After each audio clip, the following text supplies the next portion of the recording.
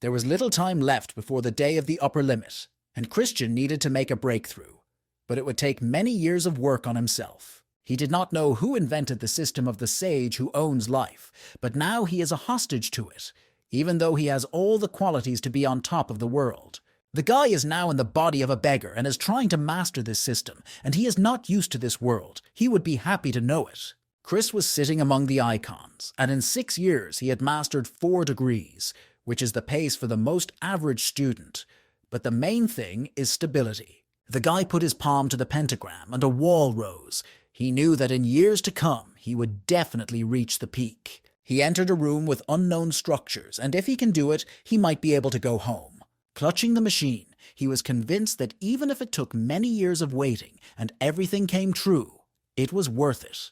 Christian looked at the huge city with a star burning above it, and he realized that these dreams were of no use to him now. The boy was a little upset because his parents were there, but he has an older brother who can take care of them, and for now he will take care of himself. Among the great mountains there was a hut. It was on the territory of the Heavenly Throne Sect in the world of Feiyu. Chris flew away. He was going to sign up for some more classes, because he learns everything a little bit at a time to stretch his progress and not make a premature breakthrough.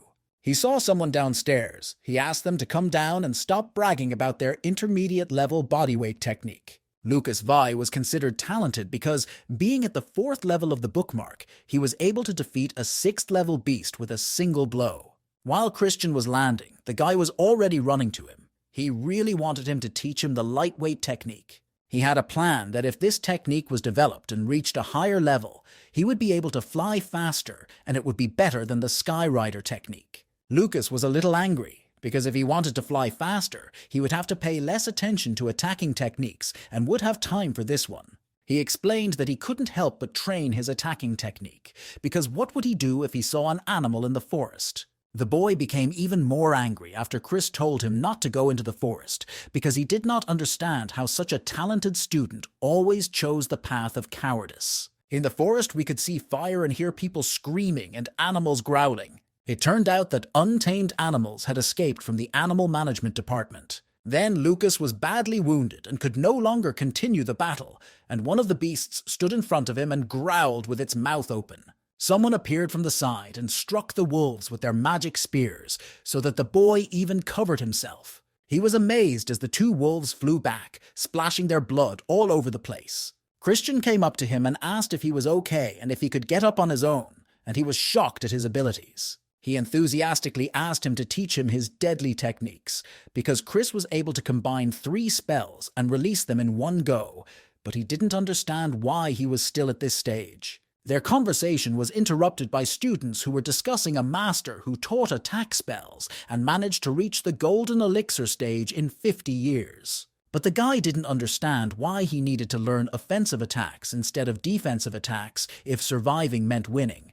But Lucas was angry because he already knew them at the highest level.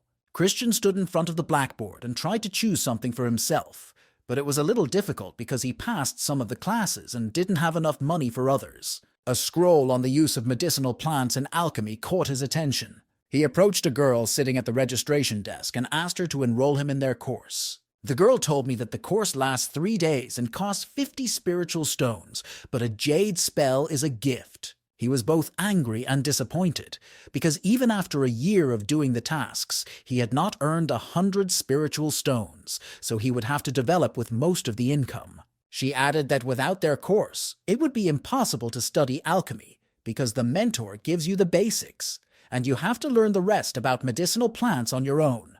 He angrily put stones on the table and said that he was taking this course. His heart began to ache, and he began to cry that he had to give away 50 spiritual stones. The girl took the stones with audacity and whispered that it was not worth getting into alchemy without money, and that she was just another student dreaming in vain of achieving something. In the evening, the market was especially beautiful, and Christian sat in one of the restaurants, hoping that his investment would not be in vain. A man came up behind him and called him his son-in-law, and asked if he had come to see Julie, which made him shy, and said that he was on guard as usual. 39. The uncle shouted when he would pay the ransom, for the girl had been crying for days to be released to him. The girl took Christian's hand and asked if she could be his wife, to which he replied that he would raise the money to buy her out. He didn't understand why they were behaving like that because he was just joking at the time. The guy said goodbye to him, saying that cultivators are not recommended to stay with lay people for so long. And just as he was about to ask them not to tell Julie that he had come, he sent her a message. The girl flew into the guy's back and hugged him tightly, saying that she was already here. The guy asked her to loosen her grip because it was quite strong. Julie was a little angry after being told about the joke, because the man does not retract his words and that he is completely satisfied with her and his mother-in-law. Christian looked down at the girl and said that according to tradition, when a couple exchanges gifts as a sign of engagement, they are destined to be together until death. She took out the toy he had given her earlier, but it was to distract her, not as a sign of engagement. She didn't care about that. She hugged him tightly and firmly told him that she was his wife, and that was it. Chris was disappointed because he was already stuck here because of the stupid system, and he just missed the local traditions here. He was flying again in the world of Feiyu, the sect of the heavenly throne, and he saw Lucas flying over that house. He was waving to him to come closer to him because he had a gift, a small lamb. Christian was wary because this spiritual lamb was specially raised in the sect, but the guy reassured him and asked him to cook something good with it. The guy calmed down and invited him in, then raised his finger up and a magic ball appeared around his house. They stood in the yard of the house and looked at the magic diagrams. Lucas was surprised by the semi-automatic lighting equipment, and when he met it, he felt like a nobody. The guy ran around praising him for his abilities, and if Chris had allowed him to tell the sect, he could have been high up already. But the guy just pushed him away. He was serious when he said that he wanted to be quiet and invisible to others, covering his friend's mouth with his hand.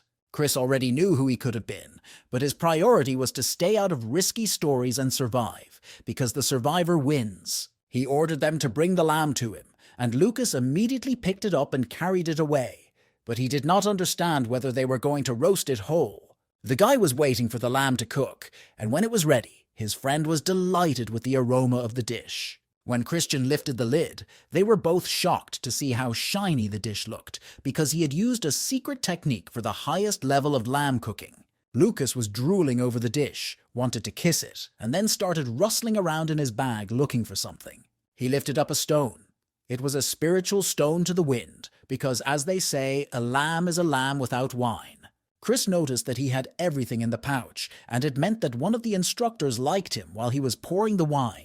He understood that his friend needed something and asked him directly for it, as he would hardly spend a lot of money on a simple day.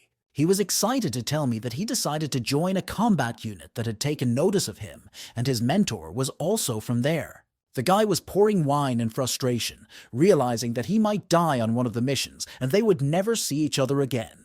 Chris asked that he not just transfer the wine for dramatic effect, and he understood that he was not just being cheap. Lucas ate so much that his stomach bloated and looked like a balloon. He added that whoever eats Christian's food has not lived a life for nothing. He quickly stood up and ran away, not wanting to be accompanied, and Christian watched him run after a delicious dinner. Before he could leave, 2 scrolls flew at him and he quickly caught them. He thanked his comrade for the jade tablets with spells and promised that he would remember his words that the winner is the survivor. Chris also looked round after the lamb. He had no friends, and so he hoped that he would not lose this. Now he doesn't have to worry about assignments in the territory, because he bribed the person who distributes them and will now sell spiritual rice and study alchemy. He changed his technique to the evening wind. After all this training, he can live in joy because he has no more plans. Christian lay back and released the little blue magic bird from his hands. In the bird's eyes, one could see a beautiful and boundless space. The universe in which he stayed was large, and the texts say that there are several realms of celestials, and the world in which he is now belongs to the middle Chiliocosm, where ordinary people live with those who aspire to the realm of celestials. In the history of the sect, there have been people who, thanks to their achievements, were able to enter the realm of celestials. But he's definitely not going to get it now because of the half-meter system, so he has to live quietly until he reaches the upper limit and a bird throws something at him. He threw it away with a flick of his wrist and said a bird fighter spell, and a couple of birds chased after it. There was an explosion, but he realized that his spells were of no use, because if he was found out, he would certainly be killed by the Covenant. Chris was not sitting there by choice, because if he crossed someone at this stage or higher, he would not be able to defend himself. He began to shout that he would recruit disciples and teach them his spells, because he could not develop himself, but he could help others do so. For students, protecting their teachers is a sacred duty, so they can no longer worry about their safety. He enjoyed his idea, so when he reached the 12th degree, he would take on an apprentice. The barrier started beeping. An attempt was made to scan the host, and the attempt was successfully blocked. It realized that someone was trying to get in. Chris continued to rest. The advantage of the system was that it showed false images when they wanted to find out everything, but the system itself can take care of this. He had spells for animals, animal soul, storage, and shell based on the element of earth, and he wondered if all three could be made into a spell to summon an animal. Sparrows flew overhead and he grabbed one because he needed a vessel to try to preserve his soul longer, but he didn't want to spend money on it. Chris began to try and create spells by mixing all the ingredients he needed. Later, he added a little magic to the sparrow and ended up with a ceramic sparrow. The result was not bad, so he wondered if it would turn out to be a werewolf. The bird was flying over Chris's head, and its head gave way and fell right on top of him. He was disappointed, so when Alchemy brings him money, he will be able to buy a normal vessel, because in this world you cannot take a step without spiritual stones. At that time, outside the cult's territory, Lucas was in the woods and looked embarrassed because he only needed one appointment. He was delighted that Christian had given him a spell of an incredible level, and he managed to kill the beast. The guy walked with the beast and hoped that the newcomer was not eaten by a beast, because he was responsible for everything. When he approached, he saw an animal with a spear in its head, and out of surprise, he could not hold his prey in his hand. He was amazed and shouted that the combat unit had gotten another A-level fight because he had killed the beast with one punch. There are 4 ranks of fighters here, where the D rank is incapable of anything, the C rank is used as just meat, and the B rank is used as a regular and basic force. A rank fighters are considered elite and are handled by the mentors themselves and offered the best. Lucas wants to look casual when he asks what happened to his face, but the guy was a little shocked by it. Julian said that his abilities corresponded to rank B, but if he wanted A, he had to kill 10 animals at the 7th degree of hardening. Lucas was interested in this idea. He was ready to work harder to become an A-ranked soldier. Julian asked him not to forget him when he became an A rank, and Lucas thanked him and told him to report back together on the mission. The guy came to his friend and told him this story, and he was not very surprised that it was so important to kill the beast at the 6th level. Christian twirled the meat on the fire, explaining that his spell slows the heartbeat for an accurate hit, which would have been strange if it hadn't been the first time. Lucas was delighted and offered to join the combat unit, where he would be an A-rank soldier and a favorite of all the instructors. Chris doesn't like killing, plus the high chances of dying, and the fact that the position of fighters is lower than masters of alchemy and forging. He began to show the meat, thinking that if he developed faster to the peak, he would not be able to move to another stage, so it was better to stay like this for now. Lucas asked, because it is no longer a man's dream to terrify others. He enthused that Christian would be able to ascend to the realm of the Celestials and become the 39th ancestor of the Heavenly Throne Sect. And he could have gone with him, because it is known that if a cultivator survives the heavenly test, he can take 2 disciples with the nascent spirit stage and above. The guy did not understand why his friend was so eager to go there, because he thought that life there was worse than here. He was furious because for cultivators, life there is hell, and that world is very cruel. Lucas tried to convince him because living there is the dream of any cultivator, but Chris would not be able to live like a lazy seal in that realm. He caught his fingers and pointed them at the meat, and a magical impulse came from his hand and cut it into 2 pieces. Christian told him to eat as much as possible, because animal meat is very healthy at the 6th stage. While Lucas was eating, he came up with the idea to go as an apprentice and asked him if he could take him. Chris began to answer caustically that he was not all right in the head, or that the animal fat was clogged in his brain so that he could become his mentor. He was annoyed because just now his friend was telling him how he wanted to become Warrior A, and now another thing, he explained that he came from a small-scale cultivator. And in his family, the strongest is only at the golden elixir stage, although there was one warrior at the spirit nascent stage. The boy did not understand why Lucas was telling him all this. Because the ancestor left travel notes, his family had a broad outlook and noticed that they were finding a kingdom in the middle to a large chiliocosm. He immediately became serious because he agreed that the realm of the Celestials was indeed a cruel place. In the Feiyu world, it is believed that the Sect's territory is located in a poor region, and the central continent is considered the promised land for each cultivator. It is believed that there are hundreds of sects with disciples who are at the stage of the nascent spirit and above. Lucas emphasized that the strongest sect is the Heavenly Arrow, and there is no one stronger than it. Only Chris did not understand where he was going with this, because he did not expect such knowledge of the world from him. Cultivators are there. They have learned all the techniques and now create their own spells. They are considered spellcasters, and they are above alchemists and blacksmiths. Lucas believed that his friend had all the qualifications to become a spellcaster, because what he gave him was exactly what he created himself. Because no one in the sect can cast an attack spell that can kill 2 levels higher, he wants to become his disciple. Christian didn't like him hugging his legs, so he tied him up and threw him in the air. He said with displeasure that it was too late to ask to be a student when he was already 18, and that he was dreaming too much. A light appeared in his fingers as Chris realized that the thought of becoming a spellcaster had already entered Lucas's mind. The guy was afraid of his friend's actions because he thought that he had decided to kill him as an unwanted witness. He started crying and begging not to kill him, and that he would keep everything a secret about his abilities. Christian laughed because he wasn't going to kill him. He didn't need the fuss of killing a sectarian and the attention he was getting. He touched his head to edit the boy's memory. Lucas looked a little powerless and asked where he was going with this, why Chris had turned him toward the A-ranked warrior he wanted to become.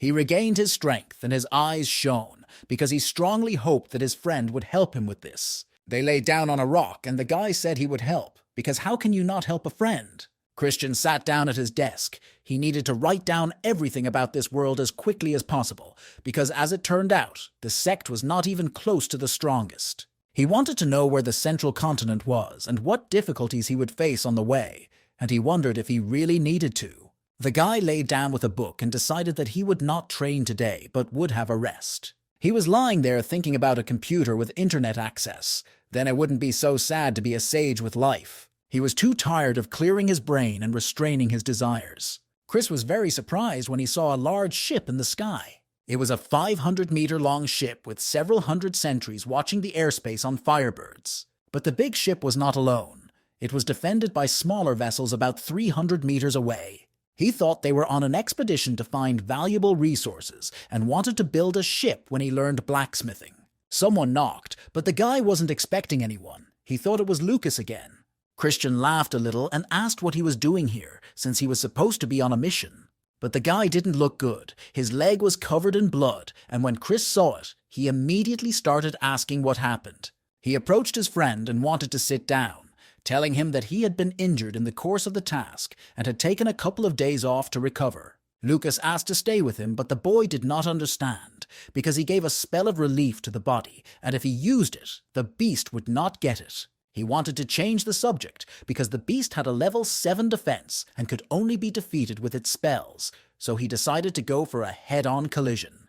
Christian was evil, so his friend's fighting skills were hopelessly lousy. He lectured him about his fighting skills, that he should have moved away and used the spell from a greater distance, that this was not the first time he had told him this. Lucas started to talk nicely and ask for help, to tell him how to fight, but his friend just said no because he was a homebody and didn't go into the woods. Chris looked at him with a bit of disdain, because you can't just teach martial arts to someone who is born with it. The boy continued to ask because no one would teach him what he could do, and if he died next time, what then? He asked him not to pretend anymore and not to hide his talents for some reason, because he already knows what Chris is capable of. The owner of the house agreed to tell us how to fight the beasts, but in exchange for telling us everything he knows about the ships that passed by recently. Lucas was surprised by the illusion because it was an enchantment technique and would have required the energy of all the Sect's disciples to create it. He wouldn't have had enough energy to maintain the illusion for long,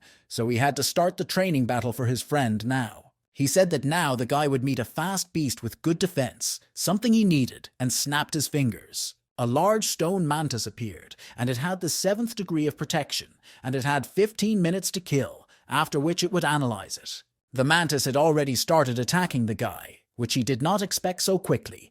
He shouted that he could have warned him about the beginning.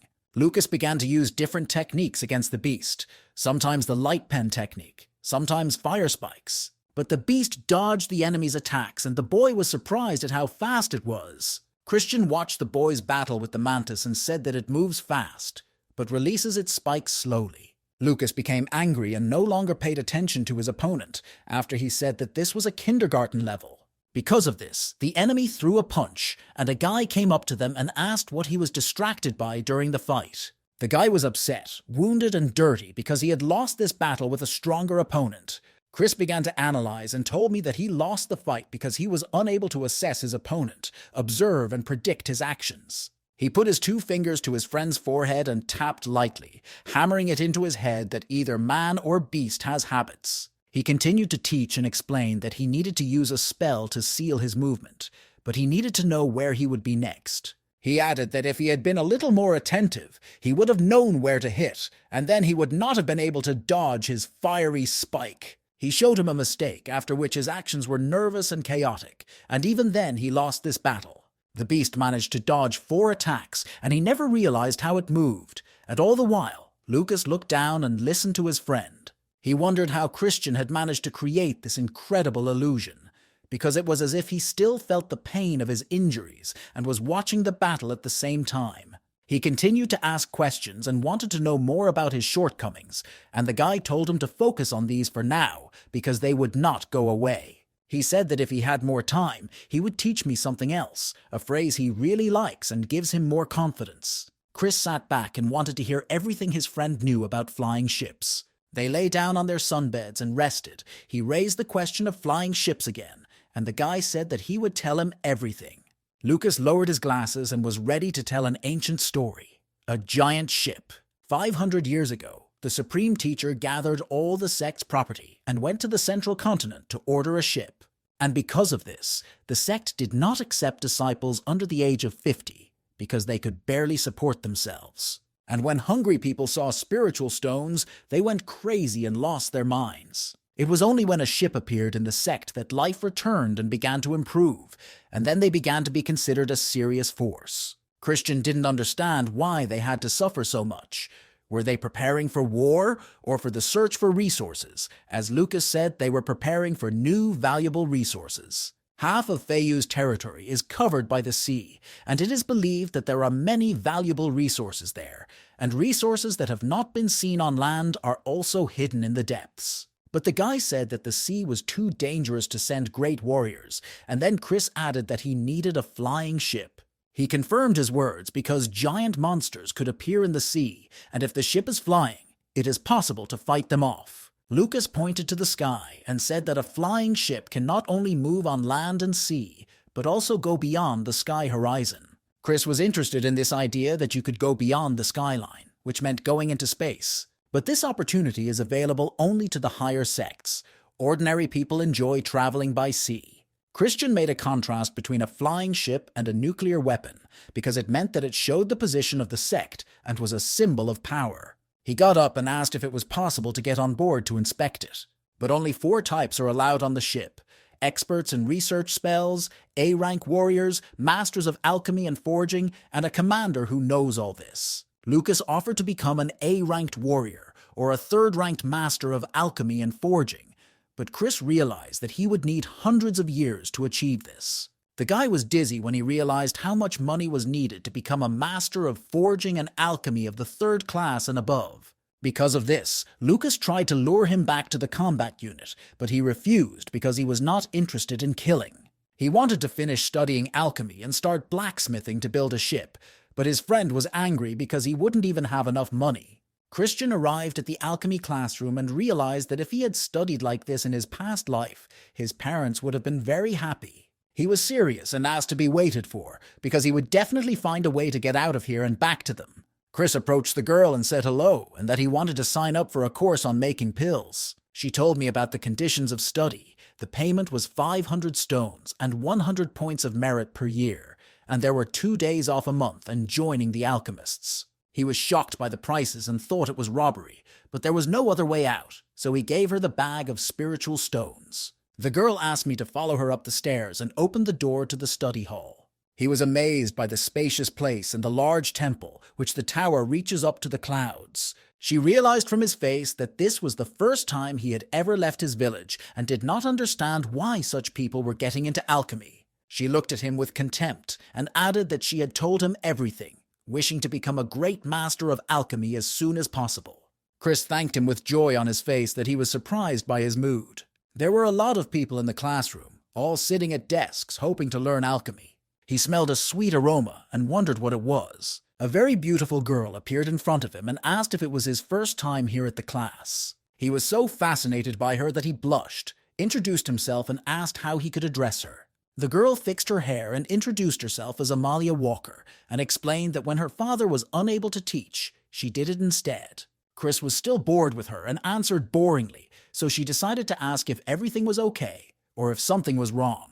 He was embarrassed and said that he was just thinking about how to catch up with everyone if they had been practicing here for a while. She smiled and said that she had jade tablets with past lessons, so she would come to him afterwards and study privately. It was time to start the class, and she emphasized to Christian that he should listen to her especially carefully. The guy was outraged at how quickly things were developing, because he had seen a movie that started the same way. Just as Amalia said, she came to Chris in the evening to study and catch up with the other students on the material she had learned. First, they will learn the methods of primary processing of spiritual plants, and this was a very important area of knowledge in alchemy. Christian was happy to enroll in the alchemy course, and with such a teacher it would not be boring. Alchemy is considered a rather complicated science, and its study is not easy, so only after a month can he start trying it out. Here he used various techniques to begin with, fire control and energy management techniques. Christian was curious about what was happening under the lid of the pot where he had mixed the ingredients, so he decided to open it a little. He was pleased with himself and thought it was very simple and easy. But there was a collapse and the cauldron exploded, and Chris was shocked that even geniuses have boilers that explode. Chris was frightened and crying, asking him not to blow up anymore because it cost a lot of money. I began to examine it from all sides to see if it was intact or had any damage or scratches. Drops of tears flowed from his eyes as he saw the first cracks in his boiler after the explosion. He recalled the saleswoman telling him that these pots could withstand a maximum of 10 explosions, so they had to be handled carefully. Christian began to recall how many cauldrons are needed for each stage, and he needed 20, so it is not for nothing that they say that the path to alchemy is closed to the poor. But he was stubborn. He took all the test tubes and stood in front of the cauldron, saying that all these rules did not apply to geniuses like him. His attempts ended up being explosions, and he was disappointed and upset by these failed attempts. Chris looked inside and cried as he finally succeeded on the third try and saw the golden balls. He started counting spiritual stones and found that it was 600% profit, which was more profitable than the Sect's goal. He was pleased because if everything worked out, he had to keep practicing and working. Edgar Walker was teaching a basic alchemy course and was at the peak of the foundation stage when he asked his students who had succeeded in making nutrient dust. All the students began to fuss and at the same time not to show any strength. Only Chris sat calmly and silently looking at the teacher. The man laughed because he realized from their expressions that more than one pot had exploded and the pills had not been made. The students began to chatter, asking him how he had guessed, some boasting about how many pots he had broken while making the pills. The teacher began to stare at Chris. He felt uncomfortable. Did he realize that I had prepared a whole batch? Edgar set up a noise screen and asked his daughter if she knew the student, and she just said that he was normal and was quiet and unobtrusive. The master thought about it because it doesn't look so simple. It gives off a slight smell of finished dust, and it's of high quality. Amalia's father believes that the boy has great potential, and if so, he will take him for personal training. He was excited. The pot was supposed to withstand 6 more explosions, so he had to try hard not to get sporty until he earned enough money for a new one. If we heard any sounds from the other mountain, Chris thought he might have a new neighbor. He saw that someone had actually settled there, but he didn't understand why they would settle in such a remote place, because he did it to avoid attracting attention. He saw something fly out and approach him. The boy squinted a little and saw a girl named Julie flying right at him. He asked her what she was doing here, and she broke out to greet him as her husband and boast that she had reached the 4th degree of G tempering. Julie began to show off for the guy, but he didn't understand whether she was showing off her cultivation or showing off her skirt. She hugged him and boasted that one of her mentors had seen a rare spiritual beginning and wanted her as a disciple, but she refused. Julie also reminded her father of the words to bring a ransom for her, to which the boy just laughed and said it was nice of him. It was lunchtime, so I decided to cook her something to eat, and the girl was surprised and happy about it. Chris wasn't into cooking. He cooked a lot of dishes, and the girl was impressed that he was spoiling her with spiritual rice. While she was eating, he started the conversation by asking her if she realized that it was all a joke and that she was just like a sister to him. He emphasized that the choice of a man is a very important decision in the life of every girl. Julie just laughed when he told her he wasn't right for the role.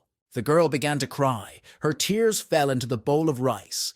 She said that her husband did not need her now. She was crying for hours and couldn't calm down, and Chris was trying to think of something to keep her from crying. After another hour, she was sobbing very hard that her husband was abandoning her, and he could not find the words to calm her down. Dominic was overwhelmed by the girl's tears, and he could not stand it and said that no one was giving her up. She calmed down a bit and asked again if he was still her husband. She started sobbing again because she didn't need him, and he was fed up with it and shouted at her to stop sobbing. He screamed and cried that he would pay the ransom for her and banged on the table with his hand. And Julie sat down to eat the rice as if nothing had happened, praising it, but adding that it had already cooled down a bit.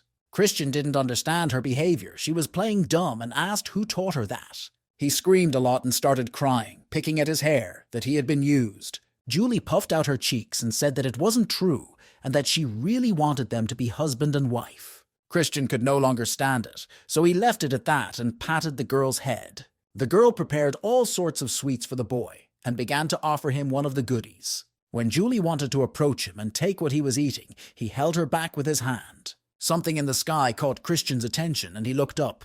He saw an incredibly beautiful girl flying on a blue bird, and he was surprised that she was coming to him. He began to complain about someone to her, and hoped that the system would decide to fall over him and give him such a gift. She paused and hung in the air and was asked what they could do for her.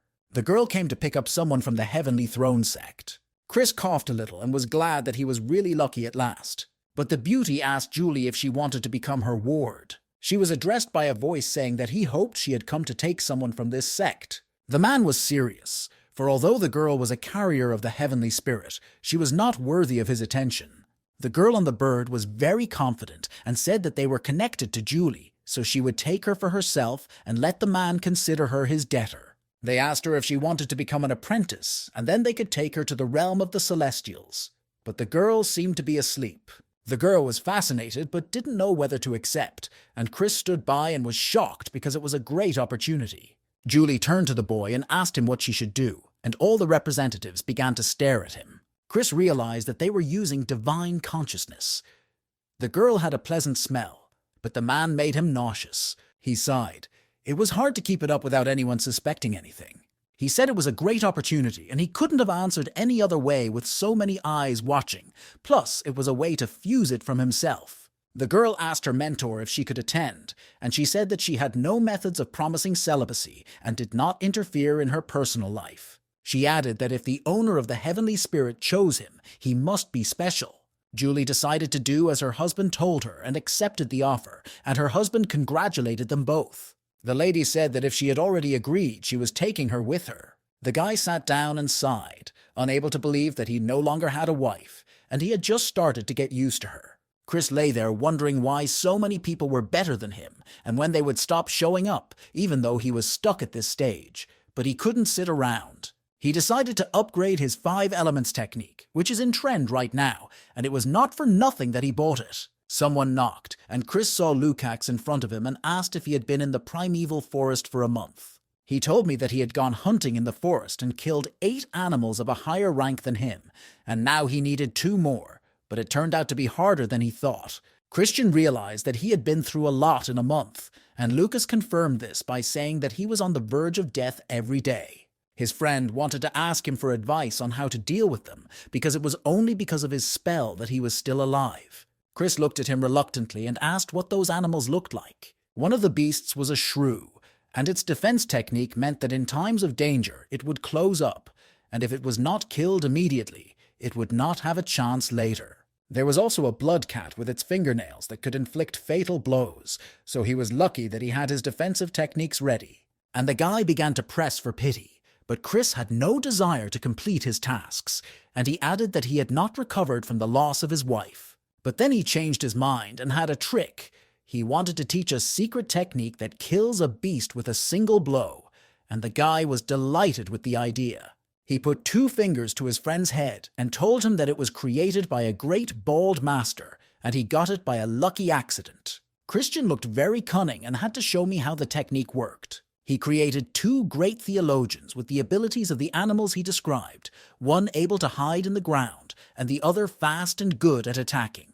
And now he will show you how to kill the enemy using a secret technique. Chris struck 1 precise blow to the mantis, and no defense would help him. Lucas was amazed by this. Behind him stood a large mantis. Its front paws were not far from the boy's neck. Chris boasted that it took him a couple of moments to land 1 accurate punch on his opponent, while his friend watched and admired and cheered for him. The owner of the house looked down at Luke and told him what was necessary to get them killed. Lucas started begging the guy on his knees to pass this technique on to him, but it took him a long time and many bouts to master it and use it with ease. But the boy needed to learn it faster, so he started asking about the fastest way to learn it and asked him not to make fun of him. His face twisted. He said that he needed to shave his head for emphasis, because the barber said that he had better control of it after the haircut. Lucas was fussing. He didn't know what to do, but Chris insisted that his equipment was worth it, that it helped to defeat the enemy and could not be given for free. He thought about it for a long time, and with tears in his eyes he shouted that he was ready for it. Christian's cunning plan worked, and he was very happy about it, although he did not show his emotions to his friend. The guy was ready to cut his friend's hair, but the latter was very scared and again did not know what to do. Chris shaved Lucas's head and he cried hard while the other quietly laughed at him, adding that he had taken another step to become stronger. Then the boy thought about it and asked his brother why he was so strong and not bald. He didn't know what to say, but he thought about it for a while and said that he didn't want to be even stronger. Chris kicked the guy out and told him to go and hone his technique, and then no beast would be afraid of him at the stage of tempering chi. He didn't think his friend would fall for it so easily, but now he has to go about his business, because soon he will save up to learn blacksmithing. 3 months have passed since Julie studied somewhere far away in a sacred place. She wanted to fly away from there, and her mentor was hiding to her, who saw it. She was angry because she hadn't even mastered the heavenly mandate technique yet, and that her fighting skills left much to be desired, so she couldn't let her go. The mentor mentioned that she was also here as a carrier of the heavenly spirit, so she should be happy about the girl's progress. But she was disturbed by the dream she had, and the horrors of that image she will never forget, being tied up in chains in the air. And then she was pierced with a blade, and she realized that this was a warning from the heavenly spirit about the upcoming threat. Eleanor Wills patted the little girl on the head. She demands so much from her, because only she can close this catastrophe. Julie began to ask to play hooky for a little while, and maybe then she'll have the strength to do it, and even better if she's allowed to go see her husband. The mentor realized that the spirit would not have allowed her to choose an ordinary guy, so he must have a great future if she was so attached. She gave her an ultimatum that when she mastered the celestial mandate technique at the intermediate level, she would be allowed to marry her husband. Christian came to the tailoring classroom and was severely blinded when he approached the hall's woodwork. The guy looked into the classroom and was shocked to see all the students shaved bald and sitting at their desks. Chris overheard one of the students say that he had learned from Lucas that if you shave your head, you can kill any animal with the first blow. The guy was in a panic because his prank was out of control, and this fashion for bald-headedness had spread to all the outside students of alchemy and blacksmithing as well. A little time passed, and most of the disciples of the Heavenly Throne Sect shaved their heads bald, and this phenomenon went down in history as bald madness. Chris was sitting and reading a book on the basics of forging for beginners. He stood up and shouted that the threshold for entering blacksmithing was higher than alchemy, and he had spent 10,000 and had to teach himself. The boy was standing with materials for studying and saw Brother Theodore Partak and asked why he had come to his region. Theodore Partak is an external disciple of the sect, and from a very wealthy family. He ran to Chris, calling out to him. He started to congratulate him for his achievements in alchemy and hand him a spiritual stone, but Chris said that verbal congratulations would have been enough for him. But the guy didn't listen to him and kept shoving the gift at him, telling him not to refuse such rare gifts of fate. They studied together until they reached the hardening stage, and he was one of those whom I could call a friend. But I did not understand why he was so generous. Christian gave the spiritual stone back to Theodore and asked him what he wanted, and he agreed to get right down to business. He explained that no one cares about the sect's outside disciples and that they only earn a pittance, so he wants them to start uniting. He enthusiastically told me that they could share resources and information, solve difficult problems, and that this could make life easier. Chris laughed a little because he comes from a very rich merchant family, and they are cooler than any of the big military families. The boy did not understand how he knew this, but in fact, when the owner moved here, he received a donation from him. But he changed the subject, saying that he saw who he had come here with, and went straight to the point, what they had talked about before, about forming an alliance. Theodore wanted to gather more than 1,000 disciples at the same stage who could help each other, and the guy realized that his friend was living well if he had spiritual tea. He began to list the positive aspects, and the first one was that you can get news from the sect firsthand. The second was connections. He meant that many people want to study alchemy, but don't have the money, so Chris can teach or help those who are lagging behind, and this will be his contribution. He was happy because there were already 40 candidates to join the combat unit, 2 alchemists and a blacksmith, so if he joined, there would be prosperity. Theodore wanted to hug him, but Chris kept his distance and agreed to join the other guy's response and didn't expect him to. He put up a layer, made by one of the Alliance's brothers, which can be used to find out news and show tasks. And he also put jade tablets in Chris's palm and told him to take them too. Theodore left his friend joyfully and they waved goodbye. Behind him, he heard someone's voice asking if he had received any guests. He saw Amalia and got a little nervous, saying that he was hosting a friend, and she asked him why he was nervous in front of her. But right now, the last thing he wanted to do was see her, and she asked if he wanted to invite her into the house. He was disappointed with himself because he had only seen such beauties in pictures, and now he had to avoid her, and he invited ours to tea. The girl was embarrassed and sad because when her father told her to pay attention to him more often, she began to feel something when she looked at him. Christian poured her tea and looked at her, and she could feel him caressing her eyes. She blushed and turned around, wanting to regain her composure because she couldn't forget why she had come here. She stood up and leaned over to him and asked him seriously why he didn't want to be part of the alchemy department. They were sitting in the yard, and after a moment I decided to ask the question in a different way. Her father noticed Christian's talent and wanted to take him as his student, but the boy refused, and so the girl wanted to know the reason for his refusal. The father asked the girl to feel the soil, and she insisted on telling him why he refused. Christian wasn't interested in alchemy. It was just an extra income. He explained that he was a free man and didn't want to be bound to anyone. Amalia was outraged because he had a gift for alchemy and needed someone to guide him so that he could achieve great things and ascend to heaven.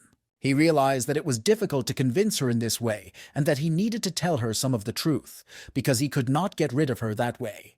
The guy decided to ask her first if she had ever been on their sect's flying ship. She was surprised and said that she had been, and Chris said that when he first saw it, he promised himself to build it in the future. And he explained that he didn't want to waste her father's time on himself, because alchemy was a stage in a larger plan. With his head held high, he promised that one day he would become the best Mr. Forge in the Heavenly Throne sect. The girl was upset that he didn't want to be an alchemist, so she wanted him to do everything he could to become the best blacksmith. The girl got up from the table and walked away from him. The guy looked after her. He looked shattered because he realized that freedom is really priceless. Chris burst into tears because he needs 150 years of Tsu training and needs to find something to do that will bring him happiness. While he was standing there, something started vibrating in his pocket and he was a little confused. He took the blue sphere out of his pockets and saw that he had 6 unread messages. He sat and read various sect news, that representatives from the Phantom Soul sect had arrived, and that the beauty had begun couples practice, as well as a mention of the ship. Chris wondered if the beautiful woman had started dating his friend Lucas from the combat unit. Someone knocked and came to his house, and he immediately noticed who it could be. The girl began to ask Lucas about his friend and whether he was really as cool as they say. She owed him everything, because without Chris he wouldn't have had it all, so he asked her to be nice to him, and he would be able to solve her problem in no time. The girl's name was Sophia Young, and she was the first beauty among the Sect's outsiders and Lucas's partner in doubles cultivation. She came in and asked if he was home, but Chris looked at her and thought Amalia was prettier because she was still very young and not yet fully developed. They greeted each other, and Lucas decided to ask how things were going with the forging he was learning. Chris, who already knew everything, decided to confirm his speculation and asked if she was the one who was now doing the pear cultivation with his friend. The guy said that it was hard to keep the news secret, as he was able to interest the first beauty of the sect, and congratulated them both. Lucas said that he came to him right away so that he could meet her first, and Chris invited them to the house to talk there. The guy noticed that in exchange for the equipment, he used to bring him a carcass that he had to cook himself. But here he did everything himself, and it surprised him. Lucas explained that when they were on a mission, they met a soul eater, and then his girlfriend got infected with his breath, and now she doesn't sleep well. And now she comes to him, and so he wanted to ask for help, and suddenly a shining sphere appeared over the girl. The guy began to make a couple of hand motions. It was a spell that cleanses the aura. The girl was scared and screaming, and the balloon above her head began to glow even brighter. An evil spirit began to come out of her, and her aura began to glow, and you could see it. Christian began to tell the boy off for running away from such a monster and letting him infect his girlfriend instead of killing him. Sophia was delighted with the process. She said it was a high-level aura cleansing technique, and he explained that he had developed it when he was very bored. The guy was buying some food while the girl asked if he would go to the opening of the secret portal, and Lucas realized that they would not leave empty-handed. Chris was angry that they were trying to trick him into becoming a bodyguard, but he said he wouldn't go because it was too dangerous and he wanted to stay alive. Lucas was surprised that his brother would not go because there was a legacy of great masters to be found there. Someone once found notes of a great blacksmith where many old and lost runes were painted. Christian had already studied 80 runes, but a good master needs at least 1,000, so he was very interested, and the couple tried to think of anything to change his mind. He asked if it was really true that there would be animals only at the stage of laying down the G, and that was it. So he decided to try it and asked how to participate, and for that he had to pay 1,000 spiritual stones, and they would meet near Mount Tianmi. So the guy decided to learn more about blacksmithing during this time. Maybe then he would be able to do something else that would increase his chances of survival. Chris sat down and plunged into the introductory forging course, working his magic to learn. He tried to memorize as much as he could and concentrate only on the educational material. Forging requires extracting essence from all things and forming something new, so it requires a lot of raw materials, runes, and molding. At the stage of laying down the G, there is not enough spiritual fire, which is why a place with abundant spiritual fire is necessary and can be used to temper the ore. This method of hardening is the most basic method of hardening raw materials and should be known by all craftsmen. Even if the materials have undergone initial processing, they still need to be hammered again and then shaped. And the most important step, which must not be forgotten, is that before the creation has cooled down and taken its final form, it is necessary to melt runes into it. To create the most common items, you need at least 3 runes, and they cannot be repeated, so the life of craftsman is an endless search for new runes. Later, he would come up with a list of 1,000 types of spirit ores and their characteristics, and all this knowledge slowly sank into Christian's memory. He finally finished the training process and breathed a sigh of relief. He was pleased with his studies, and it was much more interesting than alchemy. He took out the ball, and through it heard the voice of his friend Theodore, who learned that he was also studying blacksmithing, and was impressed by the boy. He said that he had learned what he had learned during the paired cultivation of alchemy and forging, and decided to share this information with him. Chris came to the Kovalevsky Hall and wanted to rent a room for spiritual stones. He went into the room and started warming up, because he could finally try his hand at real forging, plus there was a real source of spiritual fire. It was almost 60 degrees in this room, so I decided to put on some ice protection before I started, and then he could start working. He sat down and began to meditate using fire and alloys, maneuvering them in the air. It was scarlet steel and the concentration was iron. He tried to mold something out of it. He recalled Theodore's words that when you reach the highest level in one of the crafts, a path of light descends to help you get to the very top. But if you try pear cultivation, it will be seen as a refusal of help, and then you can fight on your own cultivation. He realized that an equally good person in two trades is seen as a danger, but it is to his advantage because his system allows him to control breakthroughs. He began to process the lard with spiritual hammers, after which he could add steel and form swords for himself. The guy did not expect the forging process to be so spiritually demanding, so he was lucky to have a fairly rich resource, because otherwise he would not have been able to forge anything. He began to hammer the alloy even more with spiritual hammers and was already in the final stages of forming his sword. It is also important not to forget about the runes that need to be melted into a sword. He added the hardness of a rock, the lightness of a feather, and the silence of destruction. But no sooner had he finished than there was an explosion. The sword could not withstand the load and split into two parts. He turned pale and was shocked that he had taken offense and wasted 400 spiritual stones for raw materials. He was sitting on the floor when a man came into the room and asked what was going on. It was the manager of the forge, and when he saw Krim, he asked if it was his first time, but the boy just looked down. Christian was glad that he came, because if he is a manager, he knows something, so he will not let him go until he succeeds. He started all over again, but his supervisor yelled at him that he was hitting the alloy too hard and that he should be more careful. 3 days have passed, and the time has come to open the portal near Mount Tianmi. Lucas and his girlfriend were flying over the mountain on a crane and saw someone else. It was Christian, and he looked exhausted and shouted that they were both tormenting the poor crane, although he admitted that it was a bit romantic. They went down to the ground, and the friend was amazed that the guy was flying on a sword here and was much faster than when he was at the stage of laying the foundations. Chris began to praise himself and said that they had known each other for a while, so now he could almost be called a master forger. A man appeared in the portal and said that a portal would soon open, and that after entering, no one should kill anyone. Plus, in a month, they would be thrown out automatically. You can enter it only after paying 1,000 spiritual stones, and he emphasized that residents should be prepared. Lucas was excited about this and asked his friend if he was going with them, but the guy refused. He gave the boy a crystal and told him that in an emergency situation, he should infuse his spiritual energy into it, which would create vibrations, and he would feel it. He was glad that his brother was helping him and worried about him. Chris quickly moved through the portal, quick as lightning, and his friend waved after him. The guy was hanging in the air on his sword and felt very pure energy and a lot of raw materials that were grown in such a clean environment. He realized that time would pass quickly, but he needed a stronghold, so he quickly built a hut with his sword. The boy was delighted with his sword, and then many evil wolves stabbed him. As soon as Christian looked at them, they started to get scared and realized that they had run into the wrong guy. All the animals bowed their heads and stuck to the ground.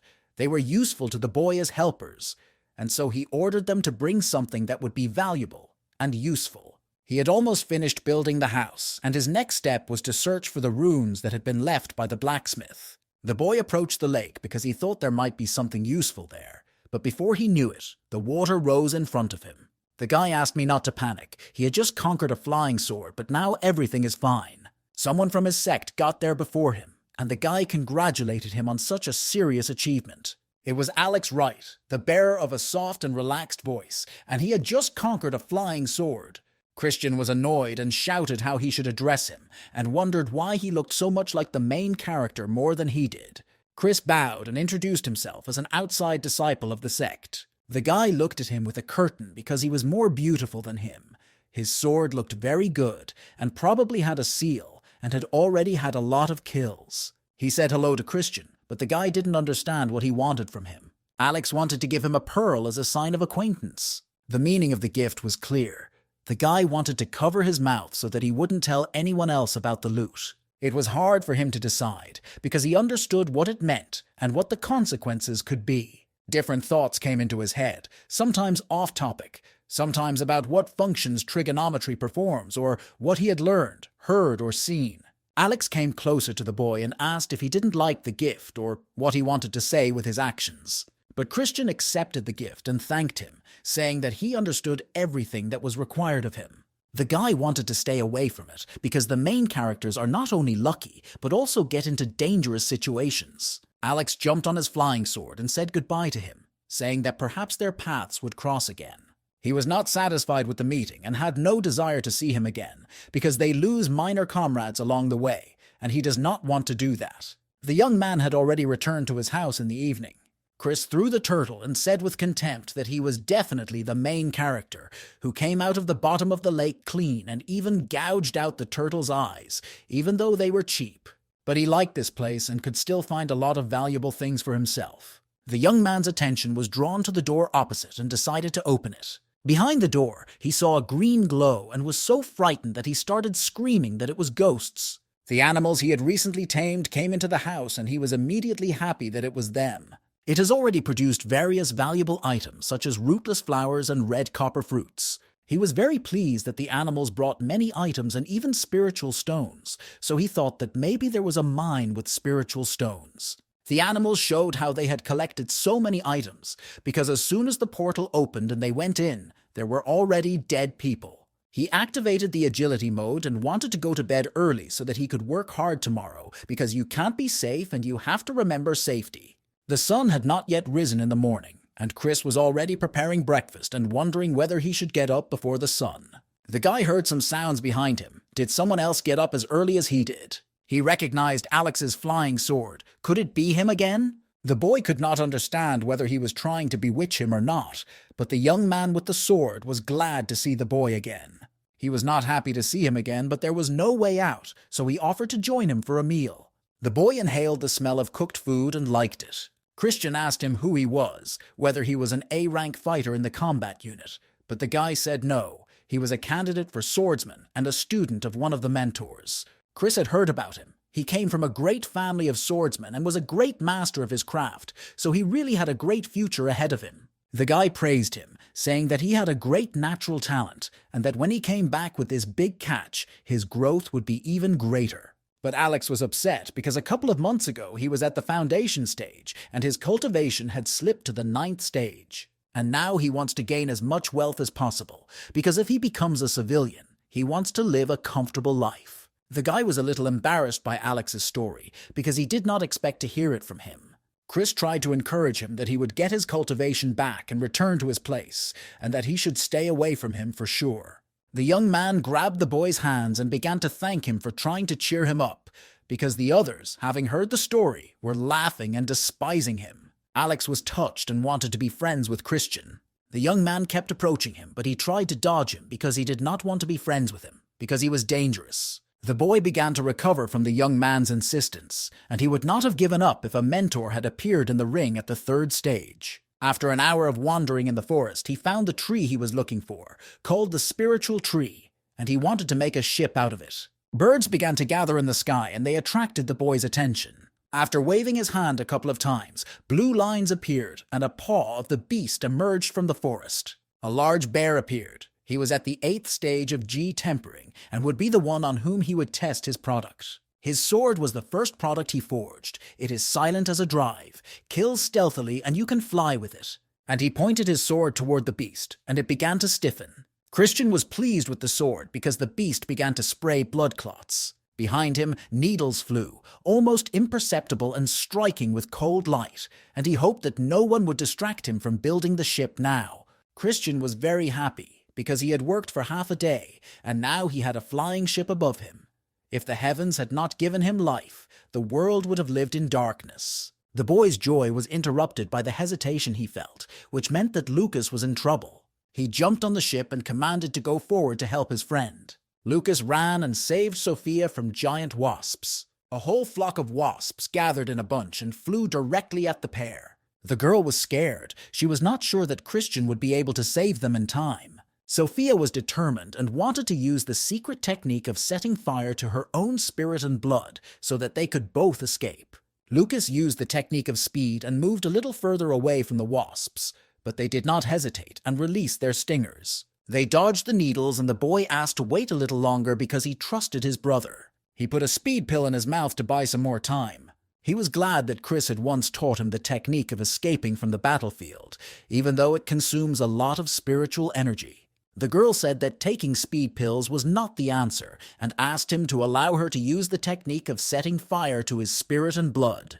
Christian used the eagle eye technique and saw the whole picture. He didn't understand why they were going after the deadly bees. The couple began to rejoice because they saw spiritual energy in the sky, and it belonged to his brother, which meant that they were saved. But as soon as they got up, They were surrounded by a flock of bees on all sides. Lucas began to apologize to Chris for getting him into a dangerous situation.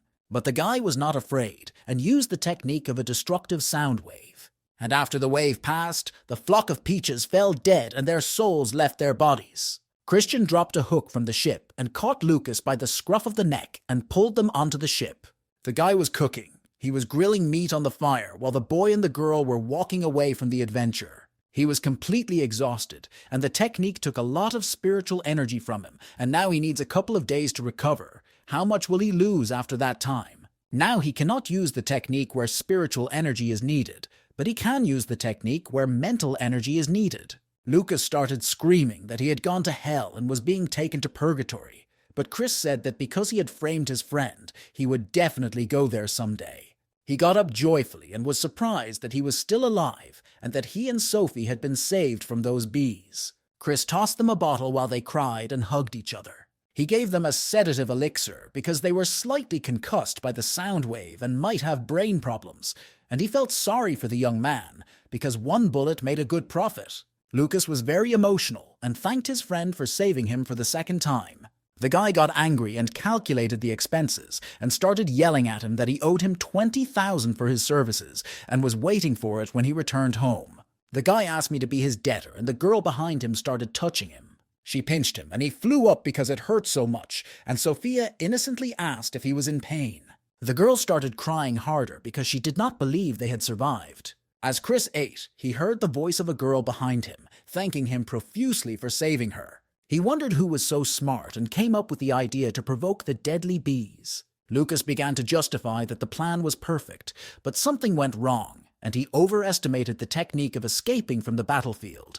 But the young man was curious why they were after them. He explained that their honey is very healing, and he wanted to bring it to his mother because she went to war for 6 years and now has injuries, and then he could ask for her hand in marriage. Chris thought that Sophia's mother was not happy with him, but the guy said no, because she really liked him and even reduced the ransom to $1 million. The guy said that he was lucky and that she was a saint, but his friend hoped for honey and thus cut the amount to $500,000. Christian looked at the boy and remembered that he too had been so seriously demanded to pay a ransom. The guy could not understand whether they got the honey or not, but they confirmed that they did, but not the amount they wanted. Lucas was pleased and hoped that it would be enough for her mother, and the young man thought about this honey because forging almost bankrupted him.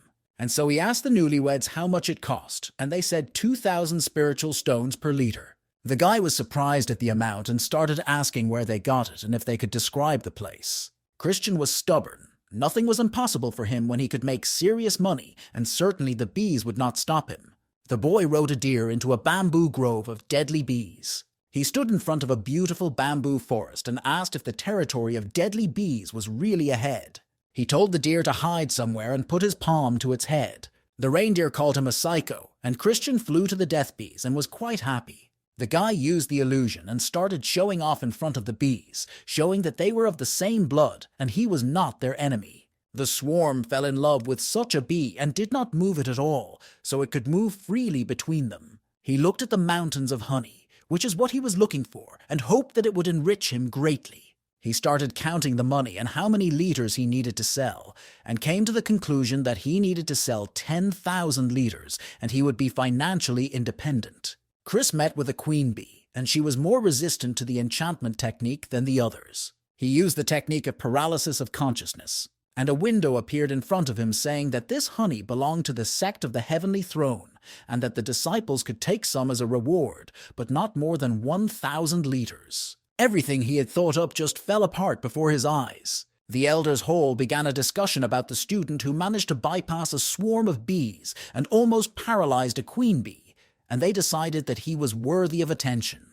He cut off the honey with his sword, and a voice came from heaven that he had had enough. The guy was not happy and called him a miser because he could no longer take honey. He leaned against a banana tree with honey and collected only 500 liters, but he had already decided to buy the best pot, forging equipment, and many planks. Christian spotted the main character in the sky again, probably knowing about honey, but wondering how much he could take. Someone was very unhappy that the students could get to the honey bypassing the bees because they could ruin it. Alex was surprised that it was possible to move like this. He wanted to sell 10,000 liters for 2,000 and find a wise man to tell him what was wrong with him. But as soon as he wanted to enter the grove, a barrier appeared to prohibit him from entering, and now it is closed for the next 15 years. He was not satisfied and called it a belly, so after that he heard the words that he should be satisfied with what he already had and not be capricious. The boy traveled on his flying ship through a secret world. His ship stopped over a map of the Great Master's hut, and he was very interested in it. He went downstairs and read the sign above the hut. There must have been a lot of interesting things to see here, because it looks impressive. But at the same time, he was angry because he was looking for runes, and therefore needed the hut of a great blacksmith. An hour later, the portal closes, and he unfortunately does not find the hut of the forging master and the new runes, but he does stumble upon this. He was happy because there were a lot of interesting things in this library, and it was a successful outing, so now he would have something to do in the boring evenings. He reread the plaques with different spells and was delighted with them, because now it would make his life a couple of times easier. A month has passed, and now the portal is about to close, so Christian is automatically thrown out of the world. To avoid falling to the ground, he used a lightweight body technique and calmly descended to the ground. On the way back, he met Lucas and Sophia, who wanted to treat him to a drunken monk's tavern and also promised to repay him for his rescue. But Chris began reading about a digestive spell that speeds up the absorption of food and accelerates spiritual energy that will be absorbed and strengthen the body and spirit. He gladly accepted their invitation if they were treating him, because after living in the wild, he could use a good meal. Christian was pleased that he had managed to make a good living from honey, and now that he had more raw materials, he could try to forge something good. He made a bird from his list and let it fly. Theodore sent everything on the list and asked to check everything, so Chris carefully studied the invoice and everything that came to him. He was amazed because he sent 300,000 spiritual stones by a feathered courier delivery service, and now he can go into the shutter and forge until he is blue in the face. He was disappointed because 3 years had passed, and he expected to be able to do whatever he wanted with his eyes closed, but unfortunately, it didn't work out that way. He also could not understand why the runes of energy control and spirit enhancement rejected each other. He came up with the idea of a rune as a mediator if they reject each other, and then the rune will be a transit, and it could be a spider's web. He began to apply the technique, as a result of which the sword began to show lightning, and he finally succeeded in doing so and named it the 1,000th Man. He began to hug it, because although he had not forged it for the 1,000th time, it was not a small amount of 6 Popeyes, and it took a lot of spiritual stones. The guy was shocked by the news from the Blue Sphere, and especially by the fact that Alex had killed a traitor to the Sect at the Golden Elixir stage. He was pleased with himself that he was able to develop to the 8th stage during this time thanks to the digestion spell, and he also learned all the ancient recipes for alchemy. He thought for the future that when he was at the foundation stage, he would also be able to kill someone at the Golden Elixir stage. The spell of summoning a beast has become one of his favorites. He can summon the spirit of a water dragon, whose combat power is at the stage of laying the foundations. And if he had found a suitable vessel, because a sparrow is not suitable, he would have been able to bring his combat power to the peak of his foundations and would have been able to fight back against anyone. He had to go home, so he lay down and rested. The couple showed him their hearts and thanked him for saving them. Chris didn't care much for it and was a little sick of them. He asked why they were so happy if his mother-in-law had given up under his persistence. Lucas shouted that next month, on the 15th of the month, there would be a significant day in their lives and he could not miss it.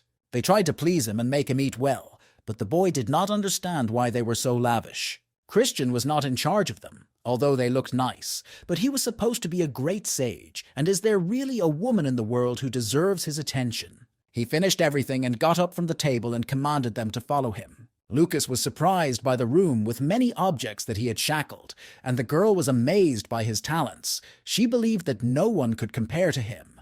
Chris didn't have a wedding gift for them, so he let them choose one item each. But he warned them not to take the warhead and the grenade launcher because they don't work anyway.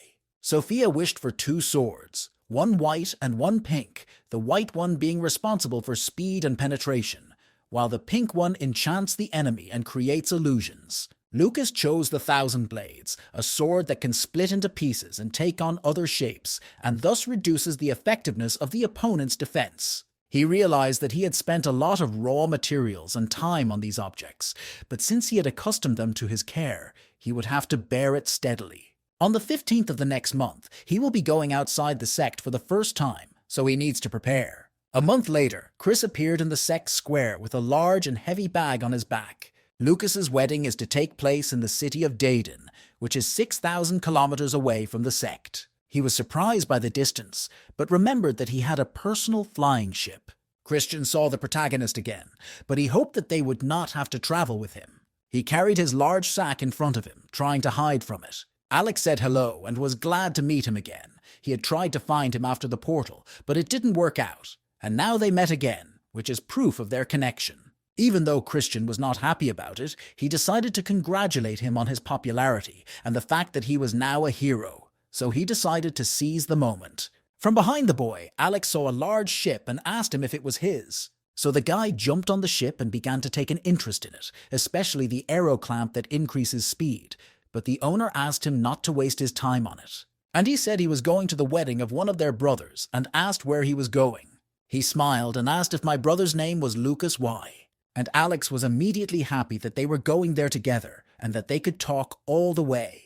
The guy immediately bragged about his ship and asked if they could fly on it, because it would be much faster, and Crusoe didn't like it because it was humiliating. He looked down on the boy, saying that he had forgotten that he was only at the stage of tempering G. Alex brought more food to the table, and it pissed the guy off, because his friendliness went beyond all bounds of decency. Something caught their attention, and Alex immediately took off, saying that he would go out for a while to get rid of a couple of insects. He pointed his blades in the direction of the fire circle and was angry, because before they could fly away from the sect, they were already emerging.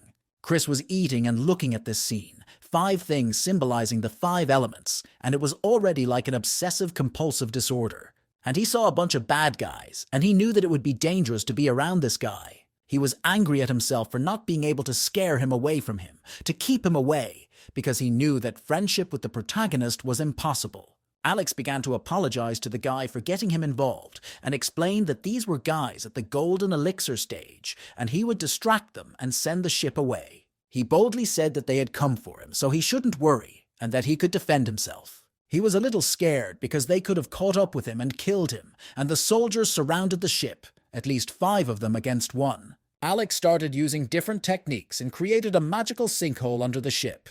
The guy said that he had already killed one of them and that it was their turn, and he had already prepared his swords. A fiery lattice rose from the portal like a wall, but those warriors were not afraid of it if he wanted to scare them with such a trick. One ordered a warrior to chase down Chris, who was in the Tsu stage of tempering, and kill him, and then return here. But Alex blocked his way so that he wouldn't even dream of following him.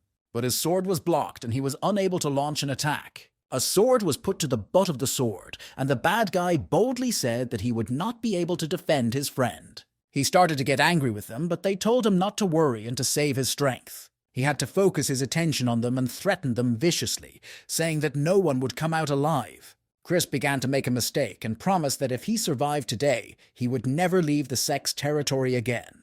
While he was watering, a very bright red light appeared behind him. Liam Sharp was cocky. He thought this walk would be easy. Chris was holding a dragon ewe in his hand. He saw the enemy behind him out of the corner of his eye and knew that it would cost him dearly. He summoned a water dragon, and it appeared in front of Liam, who was surprised and flew back a little. The guy did not expect this from a student at the stage of Chai training, so Chris suggested that they not hurt each other and part ways peacefully. The guy was cunning.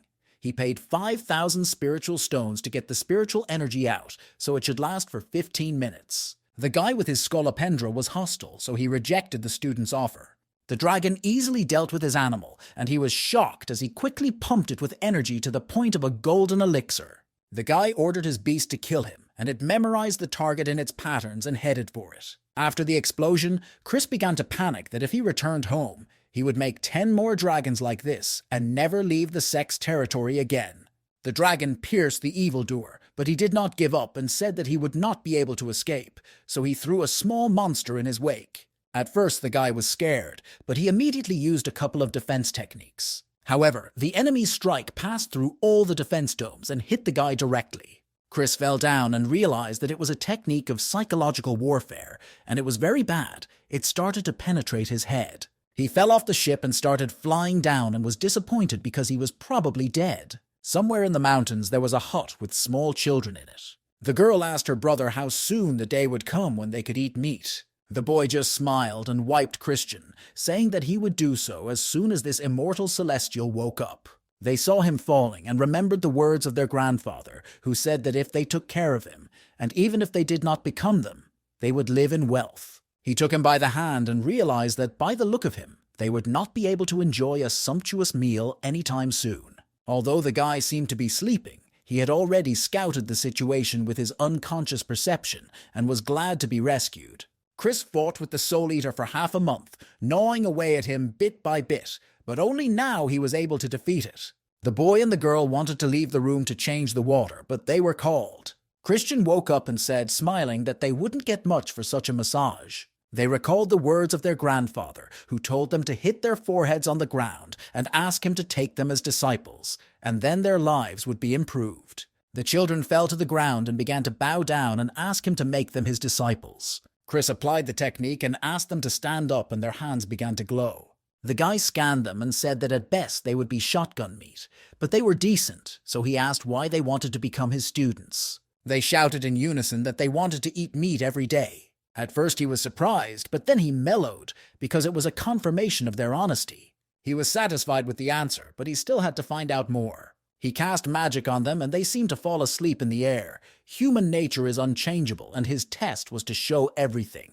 If they pass the test, he will become their teacher. But if not, he will still provide them with a comfortable life. Chris looked at his arm, and now he had to check his condition. Although he managed to defeat the Soul Eater, it caused him serious injuries, and he will need at least 6 months to recover his spiritual and mental strength. He was serious and promised that he would not leave the sect for 10 years, and the main task was to stay away from the main character. He took a kettle out of his pouch and poured it into a mug. He drank some tea and decided that he needed to make more war dolls upon his return, because at the moment it is a more effective defense. When my grandfather came into the house, he was greatly impressed and quickly knelt down and bowed. The guy used this technique again and lifted the man up, asking him not to kneel anymore, because he was the savior and he should thank him. So he deserves a reward, and asked what he wanted, but my grandfather only wanted to live with his woman and not need anything. Chris gave him 10 longevity pills and told him to take them every 2 years, and that would be enough, and he would take the children with him and take care of them. The young man was a little surprised when he asked what happened to them. He smiled and said he was just testing their potential. It was time to find out the results of the test, and he touched the shell. He was holding 2 blue spheres that were supposed to show everything. The boy went through a lot when his parents were ill, but his soul remained innocent. And the girl had the potential and motivation to make serious progress in cultivation, and she has everything to do so. Christian smiled kindly. When they wake up, their lives will not be the same. Lucas cried and blamed himself a lot because his brother had always been safe and never left the sect, and the first time he had to do so to attend his wedding.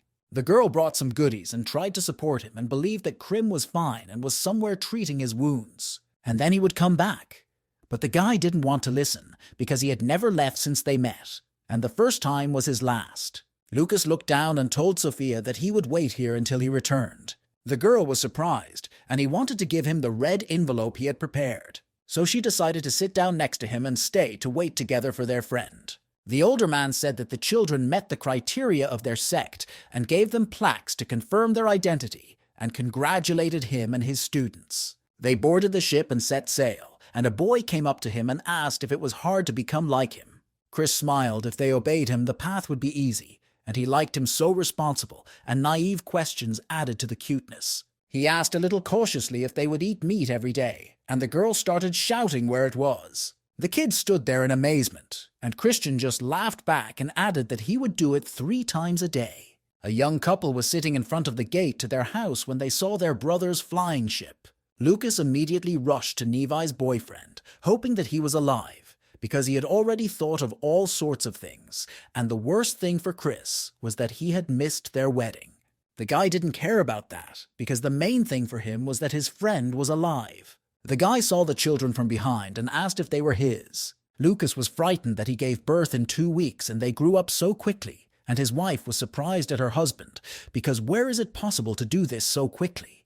The friend thought it was the pills, but Chris got tired of hearing this nonsense and told him that they were his new students. The guy was a little embarrassed because he had forgotten to ask their names. The boy was sad because they had no names. They were given only when spiritual plants were found and named in their honor. Christian was surprised and thought about it, so he decided that they would bear his name. He named the boy Benjamin Evans, and the girl will be Mia Evans. The children fell to their knees and bowed, and they thanked us for the names they had given them. Christian decided to dress them up since they were already his disciples. He magically formed 2 pink spheres and directed them at the children. They immediately changed their clothes and began to examine their new outfits. Sophia was amazed by this magic and asked what it was. He explained that when he was bored, he created a wardrobe layer and could instantly change his outfit right before his eyes. The girl asked him to buy one for herself, but the young man gave it to her to try on herself. The girl used it and wore a rather revealing dress.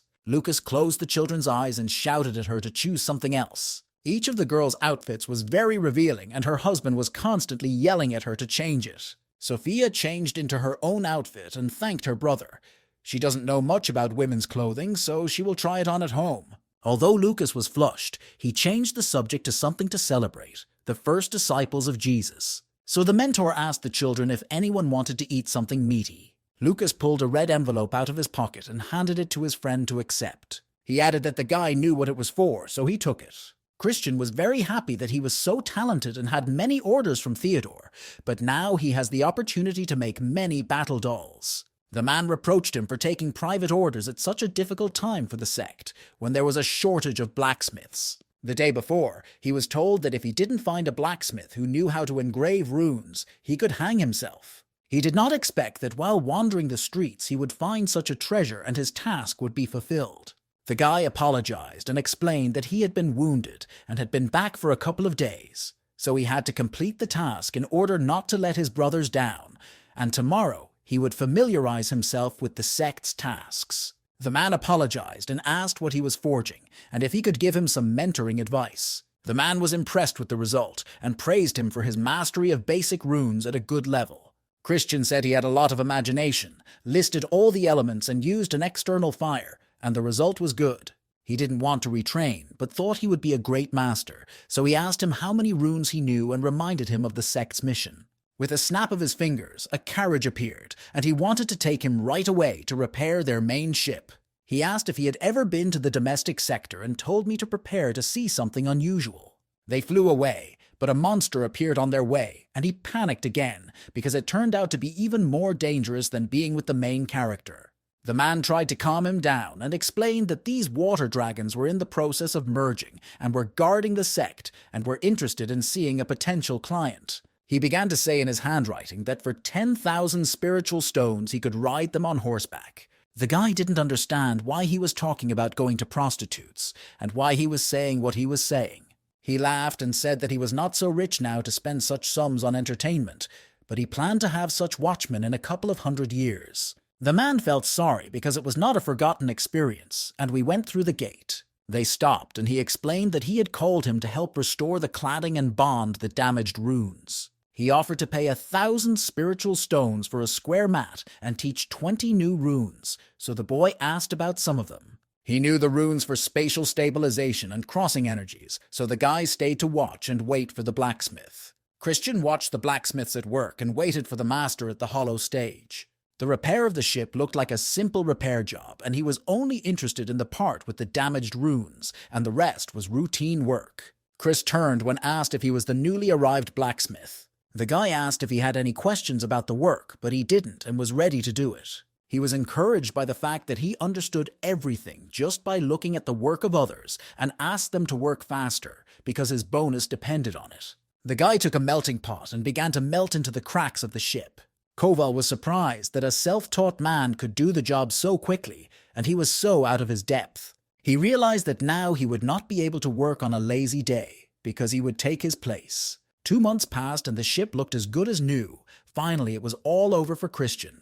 He asked with interest what to do now that the ship's lining was finished. The blacksmith said that thanks to them, they had completed the job in 2 months and were very pleased with the top management. His talent was predictable, and he would make a great master. He gave him 5 stones with runes, which he got for nothing, and he hopes that when Chris becomes a great blacksmith, he will forge a heavenly weapon for him. He was happy and said that he would, even though it was still a long way off and he would definitely be dead by then. The Heavenly Throne sect fascinates him because it uses the small chiliocosm as an internal resource, and he did not expect this. Outside students rarely get here, and his grandfather used to take him here all the time, and now he won't do it after graduation, so we have to find a way to get in. Somewhere far away from the sect of the Heavenly Throne, a young couple fought monsters. Lucas suggested to his wife that after completing the task, he would exchange the reward for embryonic pill. But the girl wanted to spend it to bring him closer to the stage of laying the foundations. He objected and said that it was better to invest in the child because he would end up there anyway, and when he was born, he would be given to Chris and he would definitely be a genius. The boy saw another wave of beasts approaching them, and there were beasts at the stage of laying the foundations. The bird landed on the girl's hand, and if there are more than 2 such animals there, they will be in serious danger. There were 3 of them, but they can't run away, because then the work of hundreds of students will be wasted. They had only one option left, to use the layer of emergency salvation, which they bought from Christian for as much as 10,000 spiritual stones. He threw him up and finally said goodbye to his money. The ball spun up and started throwing fireballs at the animals, and there was a big explosion.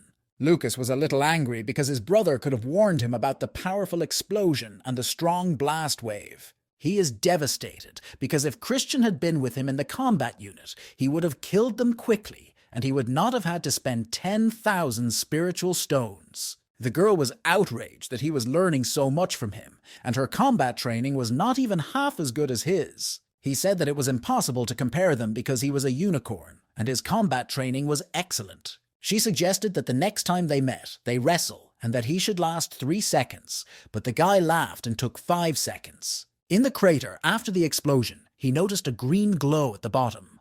When we got closer, we saw a large green stone that was shining. Lucas suggested that it could be spiritual energy-enriched iron ore because of its smell, color, and density. Having enough of it, you can make yourself armor that will allow you to fight on a par with the enemy at the golden elixir stage. The guy threw her a bag and told her to use it if there were any animals, and he went to mine ore. Chris decided to move out because the big order he had completed for Theodore was actually for Alex, and because he didn't want him to come back to him. The guy demonstrated a new design of the god's armor, and he managed to perfect it with the iron ore they gave him. Lucas liked them very much, and now he can send them on dangerous missions in this armor. The guy gave a guarantee that no opponent below the stage of the golden elixir would overcome him.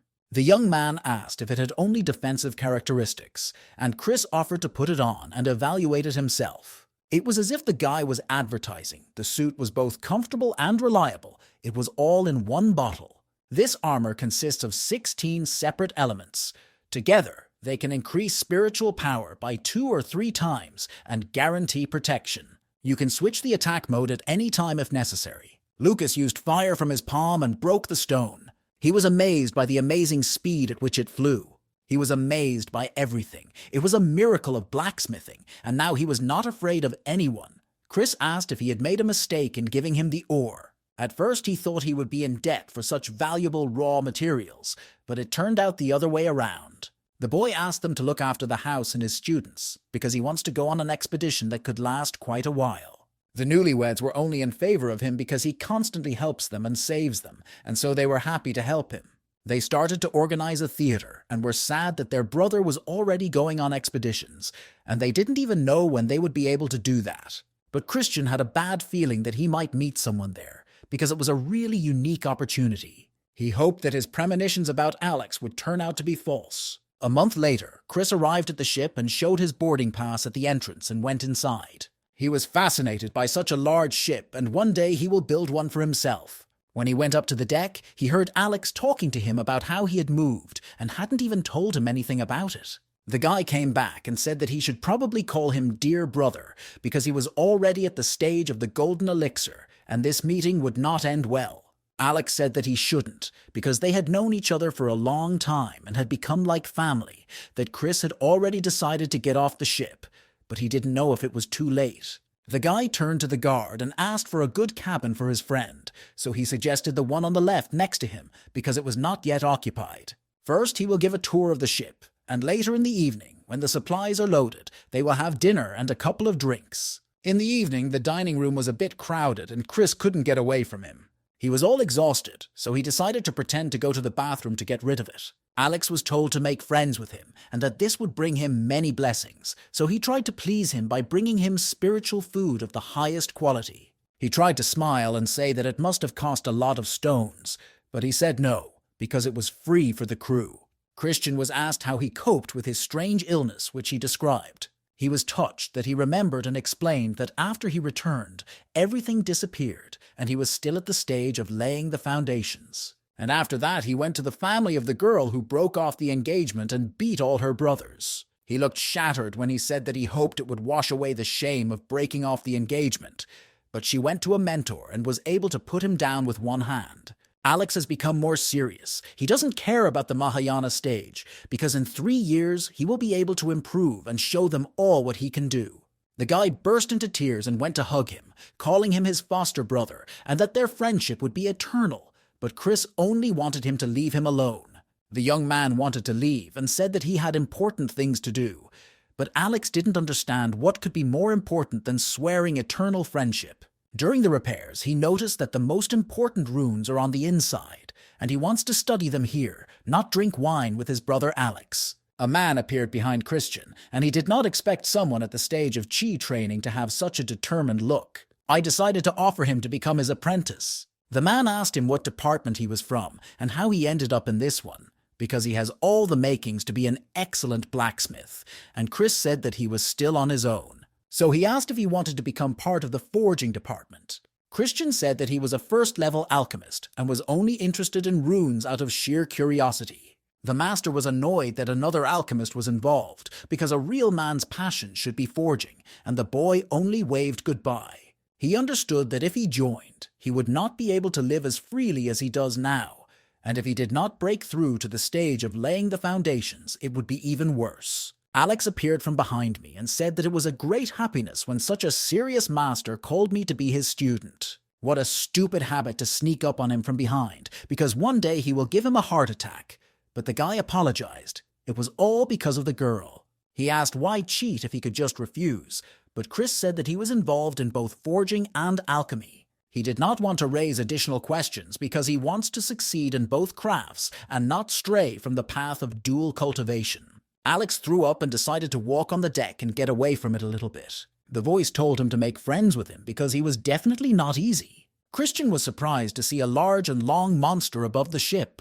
He heard how they were talking about the cloud-eating snake and how she had seen it for the first time and was surprised. He saw Amalia and was happy, but there was another guy next to her and she must have had a boyfriend. The girl coughed and asked me not to say such nonsense. She introduced her older brother from the forging department, and he could help him with the runes on this ship. Chris said hello to him and was happy that he was an older brother and not her boyfriend. Grace Walker is Amalia's older brother from the forging department and is a first-level blacksmith. He left home to study forging. He was happy and shaking, so his brother and sister asked what was wrong with him. Christian started to make fun of his name because his school would have made fun of him. He laughed a little more and he felt uncomfortable, but at the next meeting he would explain his behavior.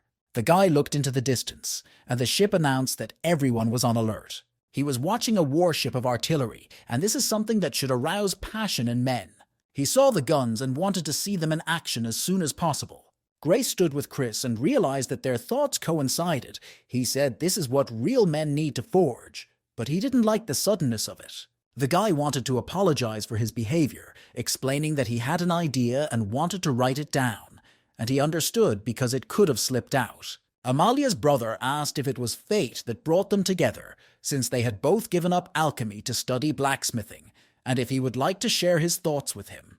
The guy pointed to an acoustic rune, a resonant and hidden rune, and asked if he understood that the guy wanted to make a remote communication item.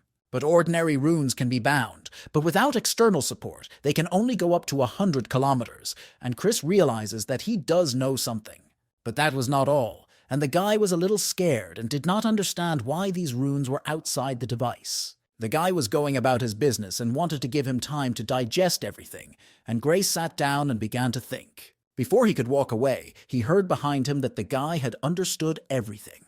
That the runes form a structure of information transmission, and in theory with enough transits, can be connected over longer distances. Grace said that Brother Chris is a genius to come up with such a rune structure. No one else would have come up with such an idea. The boy jumped overboard when he saw a bright glow on the deck of the ship. Many golden birds with soldiers flew out of the artillery ship, and they began to overwhelm the whale, thereby catching it out of the water. The young man said that it was a good sign at the beginning of the expedition to catch such a prey, and Christian admired the action. Many people gathered on the deck and actively discussed, including a young student. It was a giant shelf whale, and judging by the look of it, it was at the stage of exploring the void. It had a great beak, but the meat of this beast is dangerous. It can only be eaten at the golden elixir stage and above, and it has become fond of guns because one shot and the beast is gone. Grace realized that this was the first time he had seen the guns, but the spectacle would be when they saw the beast at the Mahayana stage, when they would shoot from the main guns. Christian had already made himself a ship captain, and in the future he wanted to build a fleet for himself. He asked how much one shot cost, and it was about 100,000 spiritual stones, but that's nothing compared to the lucrative loot. He started dreaming and calculating, and as a result, he would have to work for a month to get one shot. But a shot from the main guns costs 500,000 and is used for animals no lower than the crossing stage, but the young man doesn't want to think about it yet. In 3 days, he realized that blacksmiths were the most valued and no effort was spared to improve them. Just because he appeared here as a novice blacksmith, he was given a minimum of 30,000 spiritual stones. Grace said that he had told his mentor everything, and now he wanted to talk to him.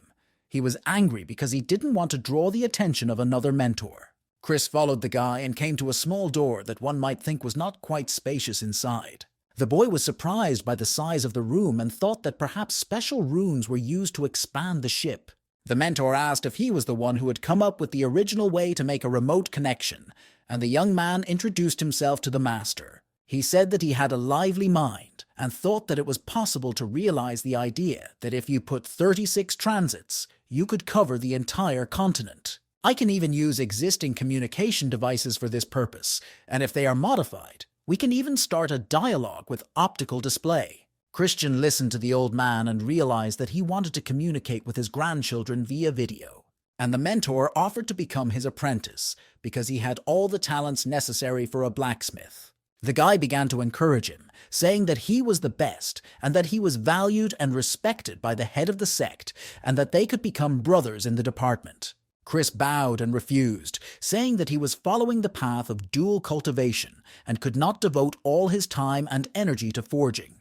The old man laughed and said that he liked his sincerity and asked whether he liked alchemy or forging more. The guy was serious when he said that forging was the only thing that could make men passionate. The master offered him to become his personal disciple and he would guide him to the inner sector, but he would have to give up alchemy. The boy smiled and drew runes with magic, and the man realized what he meant when he took out the token. He gave Chris a token to enter the inner sector and added that if he had time, he could come in. Grace immediately bowed to the master and apologized for his behavior, saying that he was still young and did not know what he was giving up. The old man looked in his wake. He knew that Chris was destined for greatness, but he wished he could have a hand in it. The guy left the master's office happy, because thanks to their conversation he had received a token, and now he was thinking about marrying a beautiful woman. He began to choose between Julie and Amalia by listing their qualities and did not know who was better. Someone shouted to look ahead and one of the ships deployed a protective cover, and the entire navy was wearing a cap because they were covered by a large sea wave. And this wave was carrying many different beasts, so the commanders ordered a full advance, and most of the beasts were dead after contact with the defense. Christian shouted to be careful, and he felt very sick and vomited from the speed of the ship. The clouds cleared and the ship took on its normal speed, with the corpses of marine animals floating nearby. The guy was still not feeling well. He looked around and did not know whether after killing all the animals they were going to search for resources. Alex said that where there are many animals, they are usually rich in spiritual resources and there must be a mine nearby. And if he is lucky, they can find relics of the deity, and the boy has already gotten used to such appearances, because sometimes it is interesting to listen to, and he is no longer afraid. Alex apologized for the last meeting when he had too much to drink, and his friend decided to change the subject to relics and find out how many of them could be found there. He told us that before Ascension, people spend their last kalpa in the boundless sea, and that's where their vows can be found. Chris was already bored listening to him, so he had to set aside some time to find and enrich a couple of such monasteries. The ship was set on fire to a large city on the water that appeared out of nowhere. The guy was surprised where it came from. Alex explained that it was one of the divine relics, and they would stay here for at least a month. He was not happy that he was often taken by the hand and offered to live in the city, because with a boarding token, he would now be allowed everywhere. If you get bored, you can join the hunters or engage in alchemy and smithing, but don't move more than 500 kilometers from the city. This city was not afraid of any violent endless seas. It was a divine relic of the city of Zhonghai and a temporary naval base. He was surprised and decided that it was fate, because the first person he saw was his sister Amalia. She was embarrassed and happy to meet me so unexpectedly. Christian jumped up to greet her. Grace grabbed him by the hand and offered to rent a studio for 2, and in a month they could earn several hundred each. Amalia jumped out from behind us and suggested that we practice alchemy together, because many interesting ingredients had been brought up from the seabed. The guy looked at her and said it was a great idea. A man approached the group and told them that they shouldn't mess with the blacksmiths and that they should go with him, and the boy was shocked to see their father. The guy immediately changed his mind and left with Grace, apologizing to the girl. The guy was reluctant to ask what they were going to do, whether they were going to forge or sit around, but Chris had no choice. Voices came from the blacksmith shop saying that one of them wished they had met earlier because there was no such partner to work with. The guy raised his cup and reciprocated his words. A girl walked into the workshop and asked if there was anyone who could repair an alchemy pot and why there were so many beautiful girls in this field. She explained that she had only taken one spare pot, one of which exploded immediately and the other cracked yesterday. The girl looked at the boy with a pleading look, because if she was left without him, she would not be able to fulfill her direct duties. Christian enjoyed her gentle and pleasant voice, especially when she begged for help. He looked at me and said that the repairman had given everyone some ore for 50 spiritual stones when the mine was opened, so let him give it to me too. Chris began to repair the car, and the girl watched in awe. He took some ore and strengthened it to his heart's content, because after all, it was an order from a beauty. The guy presented her with the pot as if it were new, and said that it was the most beneficial investment of 50 spiritual stones in her life. The girl blushed and was so happy that her cauldron was made that she even forgot to take the rest of her ore. Chris explained to his friend that they hadn't left the forge for a month, and he wanted to get much more out of this expedition. If he wants to, he can go for a walk, and Grace can stay at work. He didn't think that for the first time in the endless sea he would want more. Chris, happy, quickly ran to the exit, leaving the boy alone in the workshop. He flew around the marine areas, and nothing suited him, because they lived there at the stage of the golden elixir, but one area caught his attention.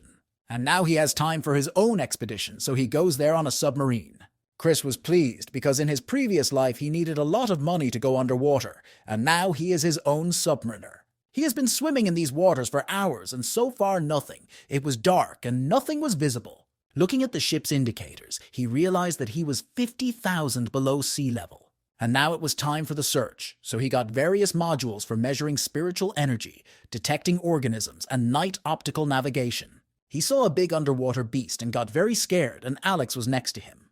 The boy asked his sword grandfather if he should really kill him, but the grandfather only got angry and told him to call him Emperor Sword. This is a swordfish, and it is a godsend, because its spine can be used to make a first-class divine sword. It just needs to be removed, tempered, and shaped. And then this sword will be able to absorb energy from the surrounding metals, and this sword will not interfere, but now it does not know how to defeat it, because it is prey now.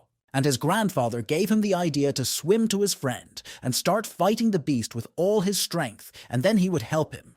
But Alex was surprised that he was here. He was angry. He didn't like the plan because Chris was only at the stage of G tempering, and if something went wrong, they would both die. But the sword grandfather asked him to trust and underestimate the boy, and when he has a backbone, he will receive a divine weapon in 50 years using his method. So Alex took the plunge and flew to him and thought it was time to put their friendship to the test. The guy was quietly collecting pearls, and he would use them to make a bracelet for storing items, and from spiritual energy he would make super armor. Chris felt a slight trepidation, as if he sensed something bad was coming. And then he decided to get out of there quickly, before he put on something serious. When the guy saw Alex, he knew that he was the one responsible for that feeling of danger. He entered the ship and said that the swordsman was almost dead and asked to finish him off because he needed his spine. He could barely speak and thanked me in advance for my help. He collapsed in front of Chris, who stood there shocked by the scene. He started making a fuss, and I thank you for the previous one, because he hadn't agreed to anything yet. According to the classics, anyone who contradicts the main character or refuses to do so eventually leaves the stage, and he didn't like it. So the guy decided to agree to it and quickly kill the beast. Chris swam out of his ship and was wearing a protective shell against the water. The swordsman at the Golden Elixir stage was not an invincible opponent for him, but he would not have been willing to leave his comfortable ship. The fish started to swim toward him, but the boy stopped it with one swipe. Before he realized what had happened, Chris quickly moved away from that spot. The guy was circling around, mocking the beast for not being able to chase it. He used such a technique that now 360 degrees is a blind spot for him. No sooner had he been distracted than the swordfish disappeared from view. He was surprised that the fish had a hiding technique, so he used 3 techniques and applied layers of protection. The fish appeared and was even more angry, and the question of the silver balls near it also arose. Chris hid behind a rock and watched, wishing that most of his dolls were fit for underwater combat. But he could distract him, so he gathered spiritual energy from the districts, and now he can use the cloning technique. He started working on it using a crystal, but he needed some more time. The monsters were furious and circled the site of the last clash. Chris was ready and used the Ice Dagger Hurricane technique and directed it at the beasts. Hundreds of crystal fragments gathered and flew into the swordfish, piercing its entire body. The guy started mocking him again, saying that he had taken a long time to figure out what was going on and that it had ruined him.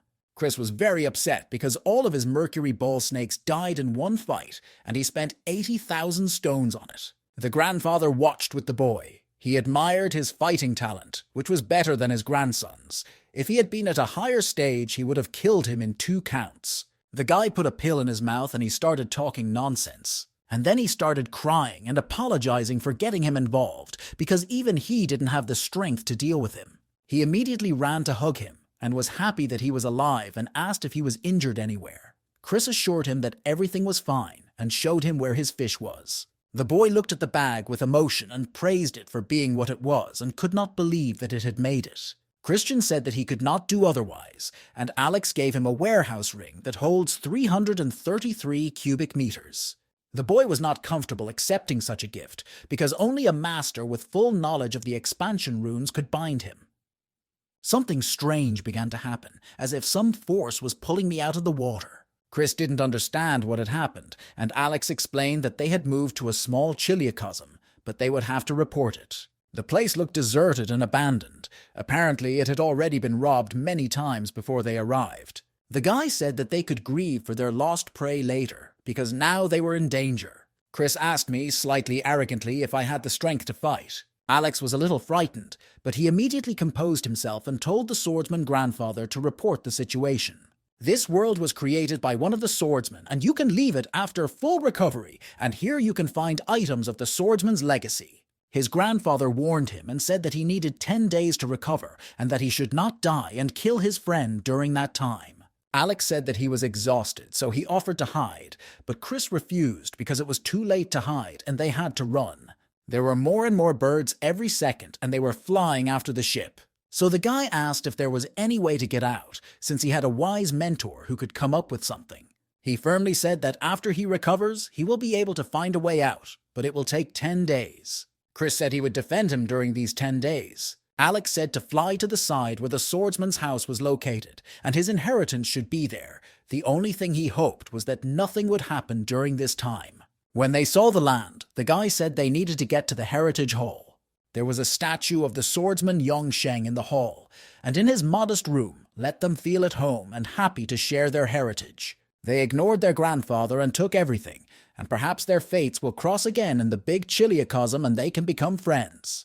Christian noticed the birds that had already been here, but fortunately, they had already cleaned everything up. Most of the birds were still in the G tempering stage, but there were also some at the foundation stage. Using the eagle eye technique, the boy noticed larger birds than the others, which were at the golden elixir stage. The young man put on his armor and warned him that the ship would be a little shaky and that he should be patient. Chris folded his arms and summoned the warriors to fight the birds so they could see who they would be fighting. Again, a voice spoke to Alex to look at him and confirmed that he was not so simple and his ingenuity was amazing. The boy was a little hesitant because he thought they were just dolls, but his grandfather said that they were intelligent and could provide serious support in battle. The battle between the war dolls and the birds began, and they quickly dealt with their opponents. Alex was amazed and said that his dolls were a miracle and that they were already at the stage of laying the foundations. And so he asked if he could make a doll at the golden elixir stage. And Chris quickly advertised such a doll to him, saying that it would cost him 290 spiritual stones. But the young man said that he had no money now, so he would come to him later. He laughed.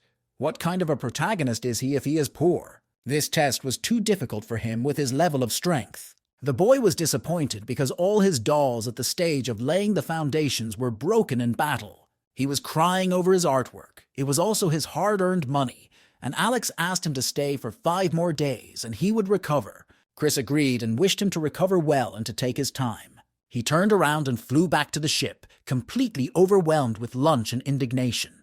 The guy gathered his strength and rebelled using the technique of killing the birds with the whole osprey. The other beasts flew at it, and there was a big explosion, and it struck Alex, because he did not know how to do this at the stage of tempering G, and now he also does not know how to do this at the stage of the golden elixir. He immediately asked the swordsman if he had seen any other such people, and he said that he had come across one, and that he could destroy the enemy at the stage of the spirit's birth. He was angry, because such a unicum could have destroyed him in a couple of stages, and he would have liked to see it.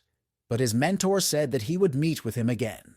The man thought about it because he has to take revenge, or rather the guy has to take revenge for him. Alex said that he had a better chance with Christian, and he hadn't given him any reason to rate him so highly. Something happened and Brother Chris screamed in pain. Alex stood with his grandfather's sword, waiting to see what would happen next. The guy was furious and was throwing curse words at the enemy, as if he thought he was too much for him.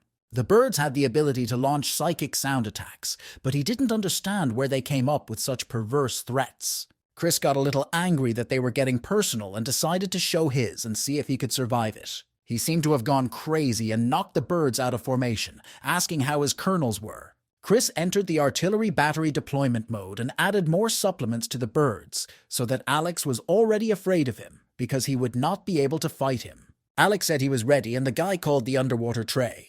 They jumped out of the barrier, breaking it, and jumped in the tray. Alex thanked him for saving him and allowing him to keep the spoils for himself, but only to make a copy of the swordsman's legacy. Chris told him to take everything away, because he was not interested in this part, and that he would contact him if he needed anything.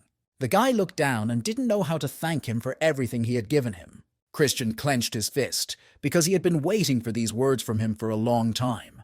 He didn't force himself to start, because he was interested in one question, and he, being more advanced in cultivation, probably knows the answer. He said that he would try to help, and even if he didn't know, he would help me find the answer. He wondered whether there was a 13th stage of tempering, or whether after the 12th stage one simply moves to another stage. Chris realized that Alex didn't know, so he relied on his hidden mentor, because it was not an option to stumble at this stage for so many years. The boy came into the room and a man appeared behind him and asked the question that his friend had asked him and wanted to hear the answer. The man was not satisfied with the address, so the boy knelt down and addressed him as a great divine imperial sword. His story began with the idea that everything depends on the heavens, and that at first the world was ruled by werewolves, and people were slaves. They did not allow people to make a breakthrough beyond the stage of tempering G. If someone broke through to the stage of laying the foundations, they were killed. People lived this way for tens of thousands of years, and they developed a system of circumventing the prohibitions of their cultivation. And this is how the stages of Ki appeared. If someone reaches the 24th stage, they can switch to the golden elixir, and the 36th stage to the birth of the spirit. Then the guy interrupted and asked if the 108th stage corresponded to the Mahayana stage. Logically speaking, it is true, but heaven does not like or tolerate such tricks. He would not advise his friend to try it because cultivation is an attempt to rise above and is considered to be against the will of heaven. These systems were used and allowed because there were no other options, but now he will not feel good about getting to the last one. And the closer it is, the more pressure will be on the person. So Alex asked if there were any ways to go above the 12th stage without moving to another stage. Unfortunately, this is very difficult, and there are no techniques to do it, because if he were on a pizza, he would make a corridor in time and look for them in the past. Christian was lying on a sunbed, but his heart was not at ease. He is tired of anxiety and would like to know how his students are doing, especially the unlucky boy, how he is doing without his advice. They announced the return of the fleet and told everyone to leave the city and get back on board the ship. Grace approached Chris and asked if he had a good walk. The guy was upset and asked if the expeditions took different routes, and it was true because the sea is big and endless. He looked at the ship and said that it was safe anywhere in the sea because it was always possible to repel an attack. Christian would be interested to know in detail how it is made because it looks like a real marvel of technology. The ship was good, but the newly formed sect of heavenly blacksmiths was very annoying and consisted of unpleasant people. Chris understood his brother's feelings because whoever has the best techniques in a field has great power over the market and customers. Grace was deeply convinced that the boy had a unique talent in blacksmithing. He shouted that he was mesmerized by his mastery of engraved runes, his ingenuity, and his pursuit of perfection. The young man asked him to promise that one day he would lead the blacksmiths and they would build an even bigger ship that would be able to fly beyond the sky dome. Christian said that he overestimated him and thought that if this happened, he would be long gone. He was convinced because his mentor said that in 100 years he would be considered a legendary person and would have the greatest influence on the world of forging. He was pleased, but this was all based on the ignorance that in 100 years he would still be at the stage of tempering G. Chris decided to change the subject and asked if there was any progress with his invention. Henry thought about it and said that upon arrival, they could start practicing and that everyone would probably have a communication device. In the future, existing devices can be thrown away and replaced with his inventions, and everyone will be able to communicate with each other. And if his device is popularized, he will be able to improve it later and add it to the online store. He has already imagined this picture. He thought that if he made an AliExpress here, there would be no more questions about the lack of spiritual stones. Chris saw something in the Judelin and used the eagle eye technique to test his guess. Then he asked his brother what kind of island was there. But he explained that it was not an island but the top of the turtle's shell, which is now at the Mahayana stage. He remembered asking me if he had ever eaten sea acorns, which are attached to rocks, plants, and giant turtles. And in this region, they are especially delicious and probably already available in the canteen, so we went there. The boy was impressed by the look and size of the food, although Grace liked it very much. Amalia came to them with a girl for whom he was repairing a boiler, but he did not recognize her at first. The brother asked where his father was, but the girl reassured him that he was in the cabin and did not want to come out because his favorite pot had broken. The boy wanted to go and subdue him, but his sister convinced him not to, because in that state he would hang him by his ears from the ceiling. Then he gave the girl a pot to give to her father, because he is unlikely to turn to the Kovalivs for repairs. He asked me to tell him that I had exchanged it with a friend so that he wouldn't know that it was his son who gave him the present. Chris also remembered his father, who had never been able to use his stick to punish him for his failures and troubles. The girl Emily, the favorite daughter of the combat unit's mentor, nicknamed Voivoda, thanked the guy for the pot and said it was better than the previous one. Chris wondered how she would thank him, and she was scared and said she would take it to the market for appraisal and pay the difference. Amalia warned him for flirting, because she was the favorite daughter of the warlord of the combat unit, and he had to be careful with her. She was afraid to even think about what might happen to him if he found out about the lunches. He recalled that once they had met, and he remembered him with an unsharpened axe, and that it was to pick bones, not to chop them. The girl tried to hug him, but the guy told her not to talk nonsense. Christian was sitting across from two beautiful girls, Amalia and Emily, and he blushed. The first option is to choose one of them, and the option to choose all of them, and he imagined them sitting together and laughing. The guy tried to tell them loudly but firmly to calm down, Amalia brought her because of her admiration for the cauldron and so that she could bind again, but he was modest that he had only spent spiritual energy and some ore. Christian felt uncomfortable and thought it was better not to touch her. The guy was running away from someone very quickly, dressed in armor, and they wanted to show him something.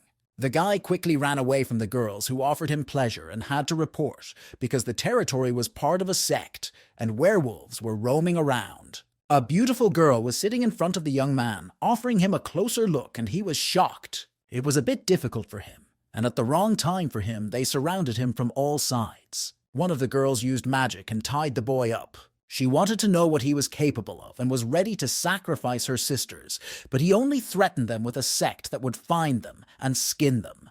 They just laughed at his words because they needed him alive, and this alarmed him.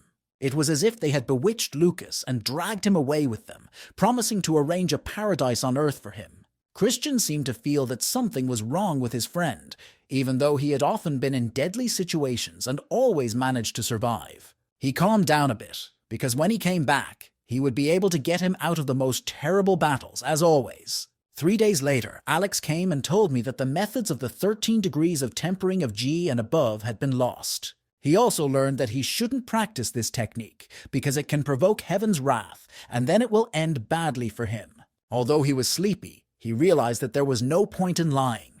Chris reassured him that he had asked out of curiosity and not for himself, and now the young man could breathe a sigh of relief. He decided to study this issue in more detail when he returned home, because if they existed, he would definitely get to the bottom of it. Alex took the boy and led him to the dining room, because he had done little for him for saving his life, so he wanted to treat him to acorns and drink with him. A month later, he finally returned home, and his students were very happy to see him.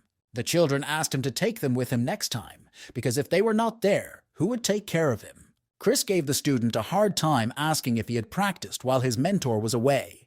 He screamed a little bit and wanted his sister to confirm his words. She said that he trained very hard. He came to the girl and asked her if she would lie to cover for her brother, but she just said that Sophia said she was not a child anymore. Chris agreed to concede that she was not a child and that she should not be pulled by her pigtails. But the guy laughed and changed his mind after unhooking the braids, because he knew they were fake. He pushed her and she started crying and saying she hated him, but Chris just laughed at how tender she was. Chris looked at all this and was glad to be home again. He asked his disciple to invite Sophia and Lucas to a banquet he would host to mark his return. Their feast was cozy and cheerful, with adults drinking and children running around and doing tricks to keep things interesting. The children were tired after such a busy day and quickly went to bed. Now with a mentor, they can sleep relaxed with their eyes closed. The guy looked at them and smiled, because they had eaten and were now sleeping, and before that they had said that they were not children anymore. And then he turned to the couple, saying that they must be desperate animals who had moved in with his friends. One of them offered to join them, and after they finished their business here, they could leave him as the elder on this continent. Christian was surprised by such high ambitions as leaving him in charge of the continent.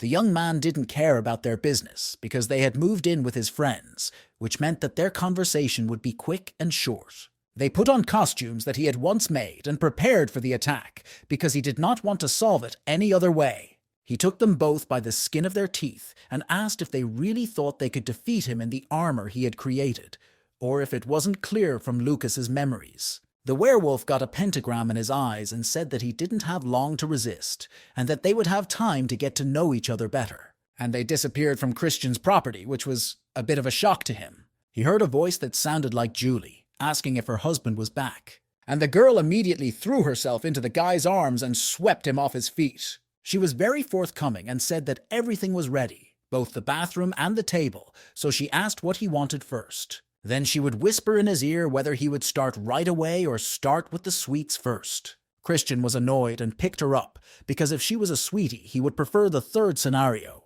He threw the girl to the ground and she looked at him, saying that he was very impatient. She was all sweaty and clung to him, saying that she missed him very much. The werewolves got angry because the guy attacked them with an enchanted spell, and that was their specialty, and Chris even asked why they stopped. He directed jets of energy directly at their heads, and evil silhouettes began to emerge from them. They came to their senses and threw another one on their brother in gratitude for his salvation. Lucas said that he wanted to commit suicide.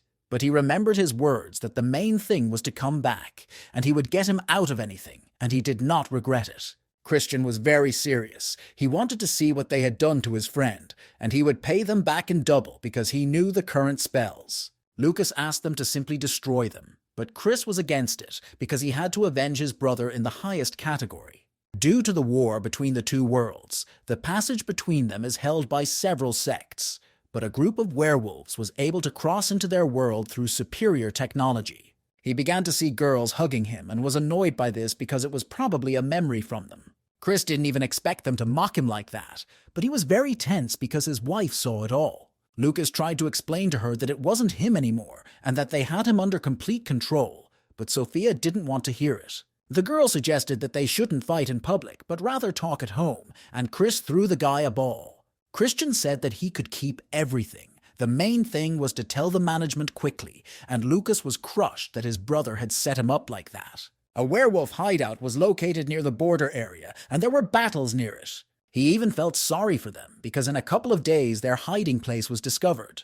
The guy came into the hall and made fun of them. Their elder should have sent more of their relatives. The guy smiled slyly. He didn't want these monsters to self-destruct, because it would be very sad. The guy took the cube and looked into it. The monsters dream of reviving their hegemony as it was in ancient times, and try to make their way here. His eyes grew angrier, and he asked with a sneer whether they understood who was the hunter and who was the hunted.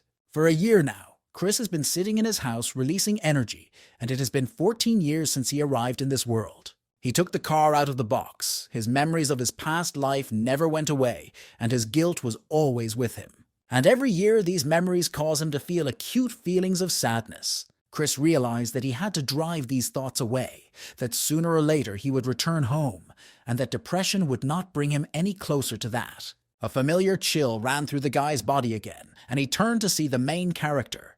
The guy said that he had been praised by Lucas as the best blacksmith in their sect, and that he needed his help. Alex said that he was studying the formation of the flying dragon sword and needed flying swords. Chris was smiling and angry at Lucas for not knowing how to keep his mouth shut. The guy made such a sad face that it took him so long to break through to the stage of the nascent spirit, and Chris was only causing him problems, and he was very angry about it. He missed the days when they first met, because before his mentor came along, he was earning more than he was spending. Chris was determined not to help him. He was already helping him all the time, and he was getting even more impudent. Alex started to explain that he needed 36 flying swords, and they had to be made of the same materials, but Chris refused. His grandfather's voice began to stir him up so that he would get his way and not mumble but speak firmly, because he wanted to take revenge on his bride. The boy began to get angry, and his grandfather continued to ask him if he thought that when he ascended, he would be in unpaid debt to him. So he offered an ancient box he had found among the ancient ruins, which must contain something valuable. Chris immediately changed his mind and accepted the box, and later he will write a list of materials that will be needed and get to work. The grandfather tapped him on the head for throwing such items around, because he would be helping the poor later, but the boy would definitely not go into the red now. Chris watched his disappointed and depressed friend leave his house. The boy looked at the stone behind him and picked it up. Then a girl appeared instead, and he asked her not to turn into such a terrible boulder anymore. She flew away and started screaming at the tutor not to hold her pigtails. Mia cried and wrote down that he had found her for the 29th time using the transformation technique, and he thought she was making progress. She was sitting at the entrance to the house writing, and when Chris saw it, he asked her to come inside. The girl asked how he found her, if it was because she had turned into an ugly boulder. He said that when she succeeds in deceiving her mentor's eyes, she will understand everything, but for now, let her continue trying.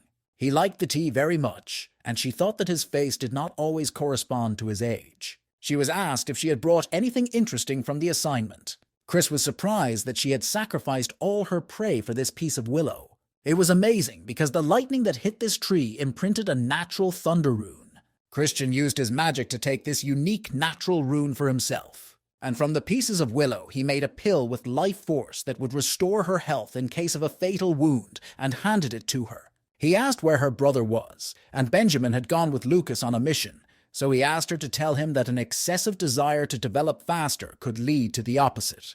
He gave an example of a guy who was constantly crawling out of his skin, but now he is still at the second stage of laying the foundations. The happy boy turned around and I was standing behind him, so he decided to have a little fun with what such a warrior at the stage of laying the foundations was doing at his house. For him, this topic was a bit painful, so he decided to show an unusual spiritual ore that he found in the beast's lair and brought for expert evaluation.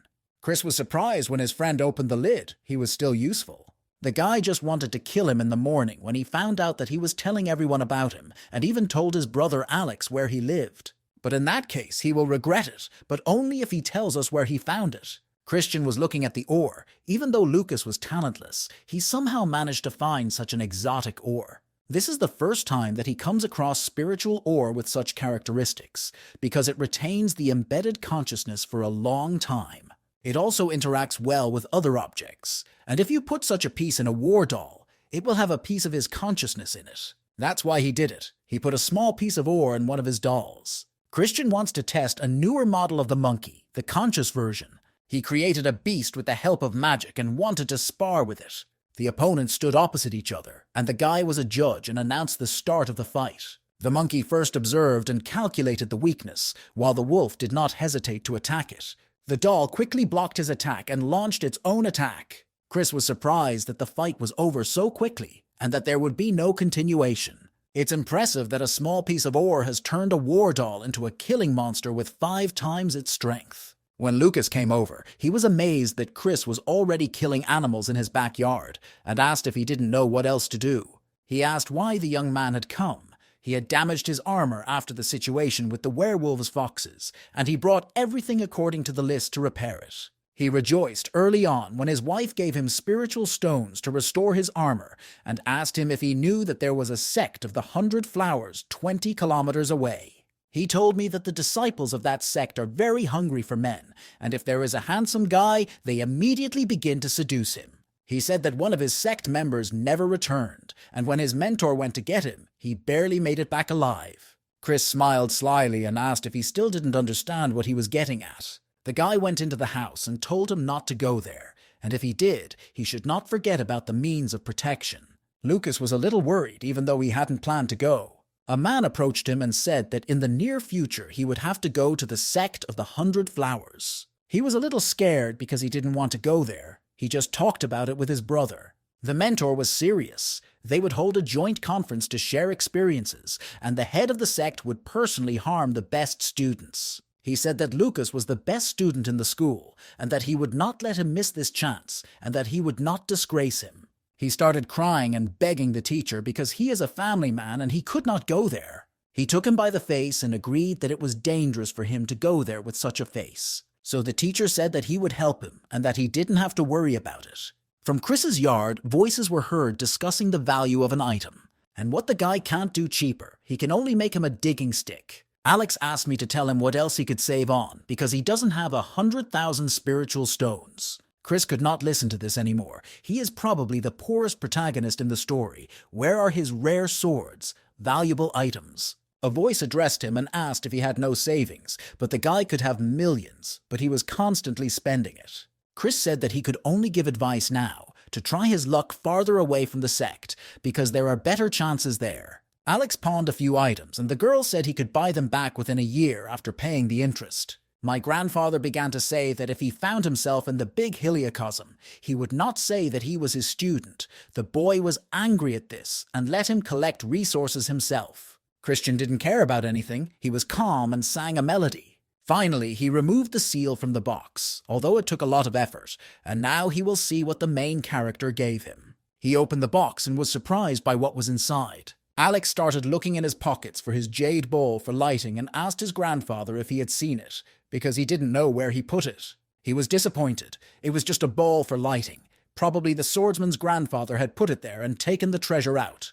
The guy threw everything off the table. He was desperate because he had been abandoned, and he was raising resources for his grandfather to rebuild. Lucas's mentor gave him a spell to disfigure his face, and he promised Sophia that if there was another such incident, he would hang in front of her. The girls approached Chen's mentor, asking if they liked their warm welcome and how they received their students. The beautiful girl sat in front of her mentor and seemed to disbelieve his words that they liked everything.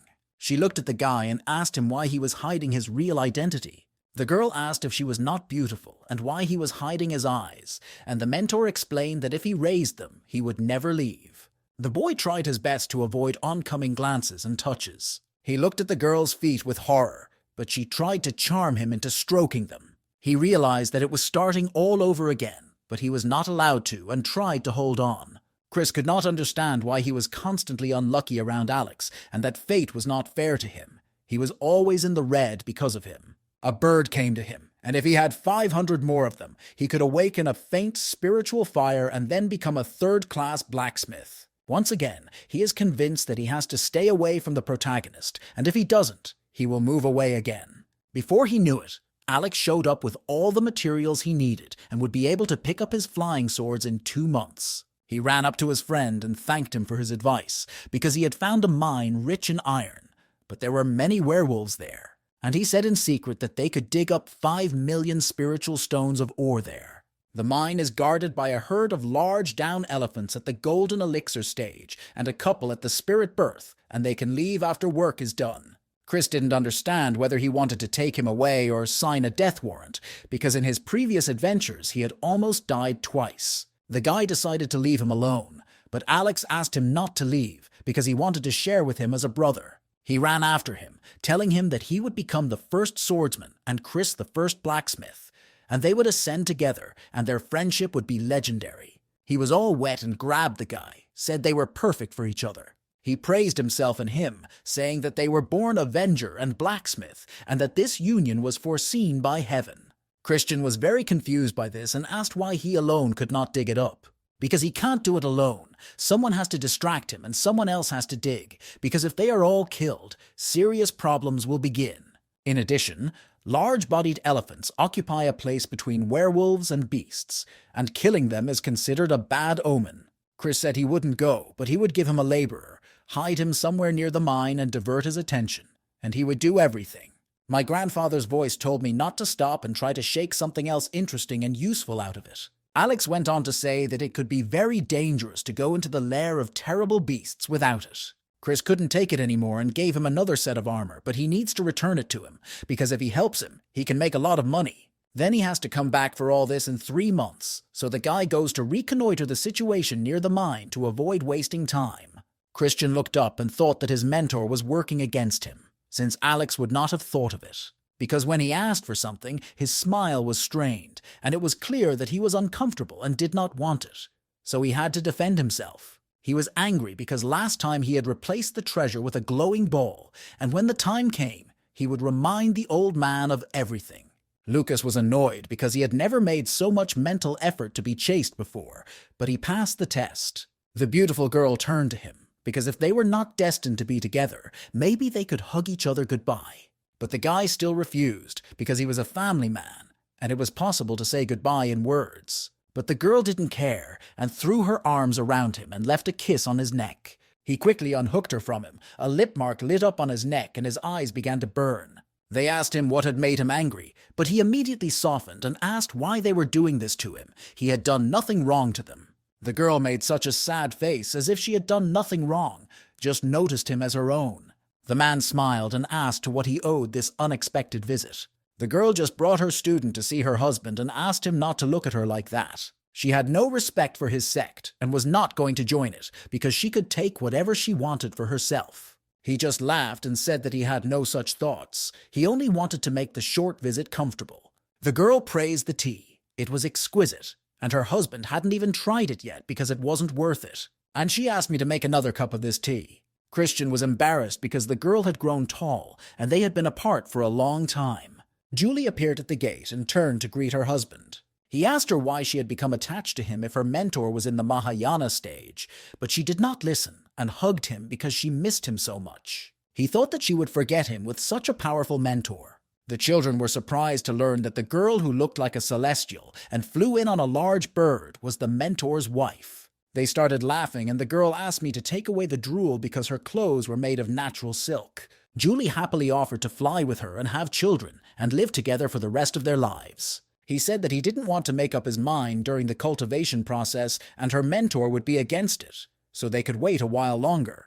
The children ran up to the young couple and greeted their mother, their mentor. Chris explained that he took these children as students after they saved his life. The girl was very pleased and gave the children gifts. Julie was about to leave because she had to go and promised her that once she finished her studies with her, they would always be together. Chris called out to the girl and explained that when he saw the inside of his illusion, his attitude changed, and he hoped that he was not doing all this too late. The guy put a ring on the girl. In his world, if a man puts on a ring himself, they are considered husband and wife. Julie looked at the ring and was happy about it. She said she would miss him, and he reciprocated. The mentor could not understand what her student liked about him if he was a small cultivator and not particularly handsome. But the girl got angry and started shouting that her mentor was wrong and that her husband was the most talented in the world. She said that when she saw him at the age of 13, she realized that they were destined to be together, and the heavenly spirit is rarely wrong. The mentor promised to let her go when she reached the stage of mergence, and before that, when she reached the stage of the birth of the spirit, she would let her go to him. Christian explained that the pills given to them by their mother were based on the blood of a phoenix and were very valuable in case of emergency. He said that even he didn't have such dust, but they did. After they said that, they offered them to him, but Chris refused because it was wrong to take pills from children. Christian was happy that from today he was married. The latest models of military dolls have performed well, but they need scarce ore for them. The next step is to invent a mind control device. He felt strange vibrations and saw something outside the house. The barrier to the house opened and Lucas entered. Christian asked why he was wearing a scarf on such a hot day or if he was sick. The guy was exhausted and asked for help, and as a result of the business trip his conscience was clear, but his neck was not. The owner came closer to him to examine the kiss marks and had doubts about his clear conscience. The guy bowed and wanted to give me something he had bought at the Taoist Hermit Fair, and he believed it should belong to him. This is not the first time Lucas has benefited him, so I wonder what kind of gift fate has in store for him this time. He was happy that his friend believed him and would help him. Christian was convinced that this hickey remained on his soul, and that if he moved to another body, it would manifest itself there as well. The guy concluded that the girl was in love with him, because such a strong hickey can only be given once in a lifetime. Unfortunately, this hickey cannot be removed because it has merged with his soul, and only when he breaks through to the stage of the birth of the spirit will his soul be purified. But Chris had another idea about this hickey. Lucas was worried because he did not know what he was up to and why he needed a big blade. Chris swung his blade, saying that if there is no way, there is only one option to do. He hit the guy and he flew away. He did not understand why his friend was trying to kill him. Lucas started screaming and his neck started burning as if it was strangling him.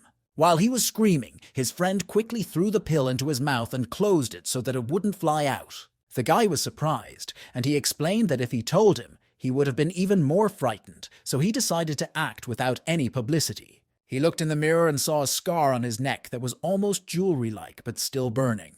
Lucas thanked him for this, and was reassured that when he broke through to the stage of the nascent spirit, the hickey scar would probably disappear. Alex was in a big valley with elephants and was running away from them, asking his grandfather to come up with swords, because 2 of them would die. There is a magical field for teleportation 600 kilometers away, and he can activate it. But his grandfather felt sorry that he had only saved up energy, and now he was wasting it. He asked where exactly they were teleporting to, but it wasn't important. The priority was to survive and get out of there. While he was flying, the field seemed very familiar to him, as if he had been here before. Alex didn't care what happened. If he survived, it would be great. Amy came up to Chris and started waking him up because it was already evening. The girl showed me the elixir of restoration of strength and said that she found it at the bottom of the lake. Her brother barely caught up and said that he did not allow her to enter it. The boy stood up and asked if they were sure there was no one more dangerous than the beasts at the golden elixir stage. Christian began to ask the children about rings that can contain prey, what kind of vessels are needed for plants, and what kind of animals are named after them. The girl gave her mentor a scroll and said that she had already thought through all these issues and made a plan of action. He looked at her kindly, as if he expected nothing less. The guy praised her and said that it looked convincing, so he was looking at her plan. The children asked him if he would go with them, and he agreed, because he hadn't left the sect for a long time, and this outing didn't look dangerous. They flew to the same lake, and Chris was already thinking about building a cabin here to stay longer. While Chris was trying to figure out how she found this town, his brother was already trying to catch her. Explained that she was running after a fox and came across this lake. He was cute with golden purple eyes. Chris showed them that bunny, because when they arrived he was watching them all the time. He wanted to let him go until he started making fun of him. He couldn't believe that the hare was making fun of him, where it was possible, so he tied him up so he wouldn't run away. Christian gave the rabbit to the children, because if they wanted it, they could have it. They were very happy and thanked the mentor, although the boy was up to something. The kids started playing with him and examining him. They wanted to make friends with him. It was time to get into the portal, and Chris used his magic to wrap them in a shell and descend to the bottom. He was surprised that such a small lake hides such a large world. He showed them the latest development of the Puppet Lord, which was a control center for conscious puppet models. He ordered 50 dolls each to be sent to collect herbs and extract ore, and the rest to go on a punishing expedition against the beasts at the stage of the golden elixir. The guy wanted to try to drain the sea with the help of sea absorption vessels. The lake began to shrink gradually, and when it dried up, many animals appeared. Chris decided to ask Benjamin if he remembered the technique with the longest cyclone name, the Armstrong jet gun, because the longer the name, the stronger the cyclone. The guy began to conjure and began to use this technique to show all its power. He pointed his hand in the direction of the animals and commanded the puppets to move forward.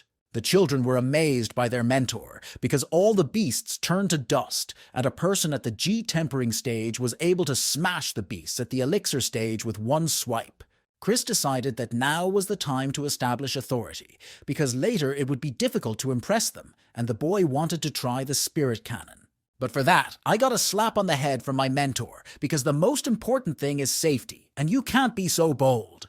The device reported to the owner that the dolls could not cope with one beast, and now it was heading to them. They looked into the forest where the terrible sounds were coming from, and a huge, evil beast appeared.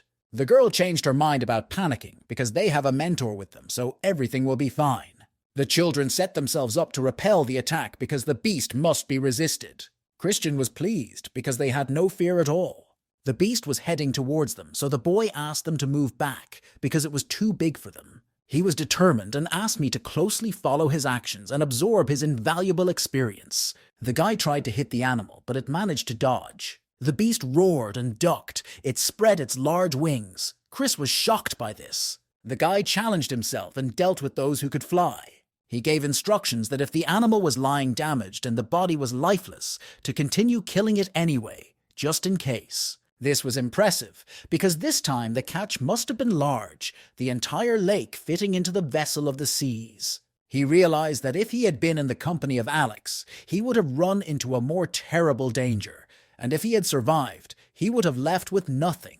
But that was his fate. In the world of werewolves, there was a young prince of the royal wolf family, and he owns a limited edition skin. Alex was already bored, so he asked when they would go back, because they had been here for a long time, and he asked where he was going if no one was chasing her from here. Since it's not every day that you get a chance to visit the world of werewolves, you should make the most of it. For better disguise, he used the technique of a large chiliocosm, so even the strongest werewolf would not be able to recognize him as a human. He told them to start searching for treasures and valuable resources, because he needed many more swords than he had now. When he reaches the Mahayana stage and has 10,000 swords, he will be invincible. After that, he thought that he would become the lord of all the Celestials.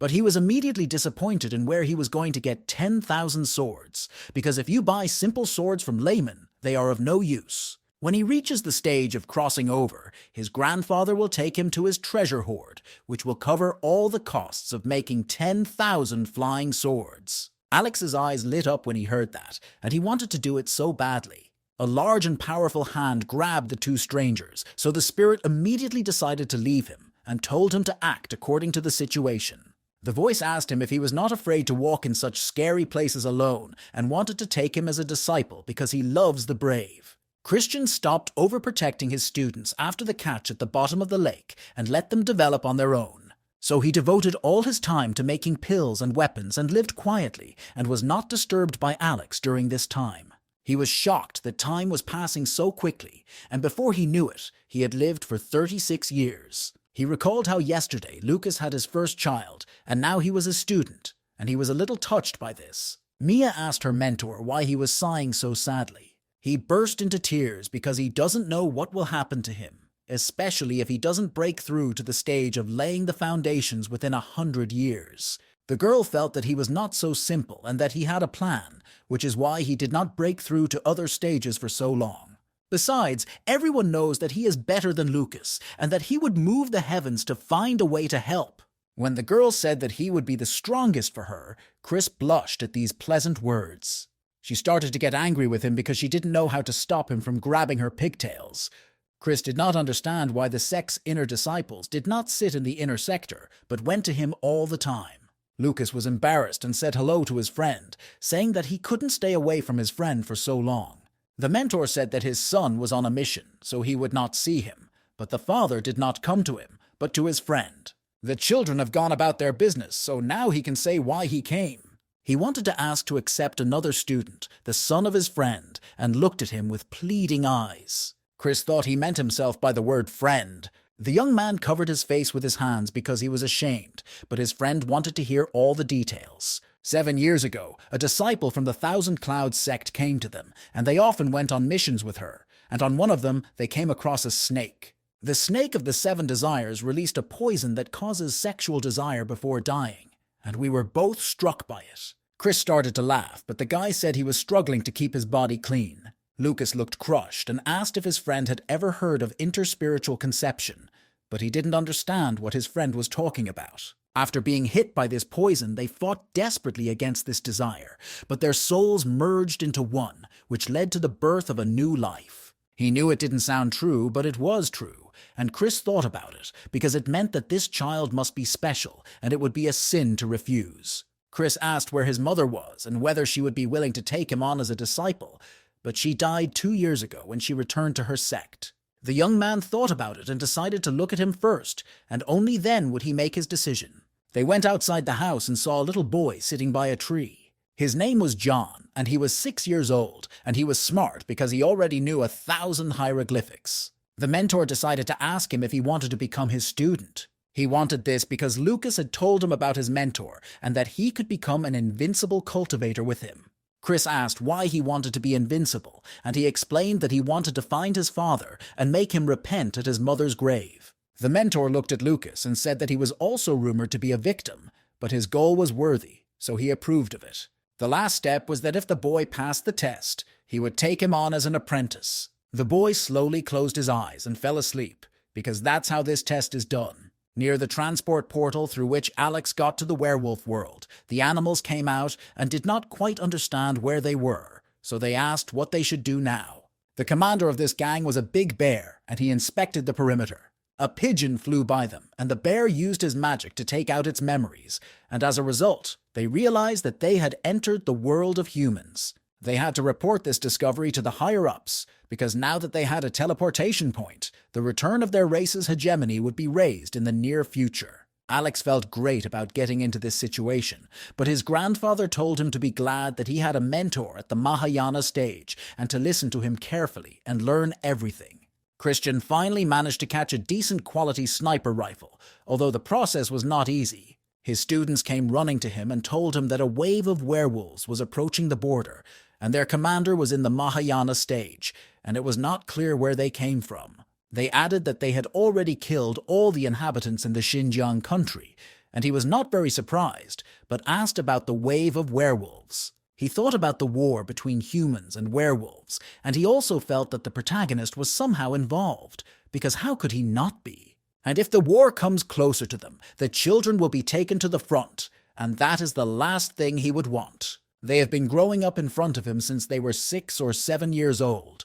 It's the same feeling as if they were his own children. So Chris decided that they would train only at home in the Hall of Illusions, and he would teach them a secret technique to escape from the battlefield.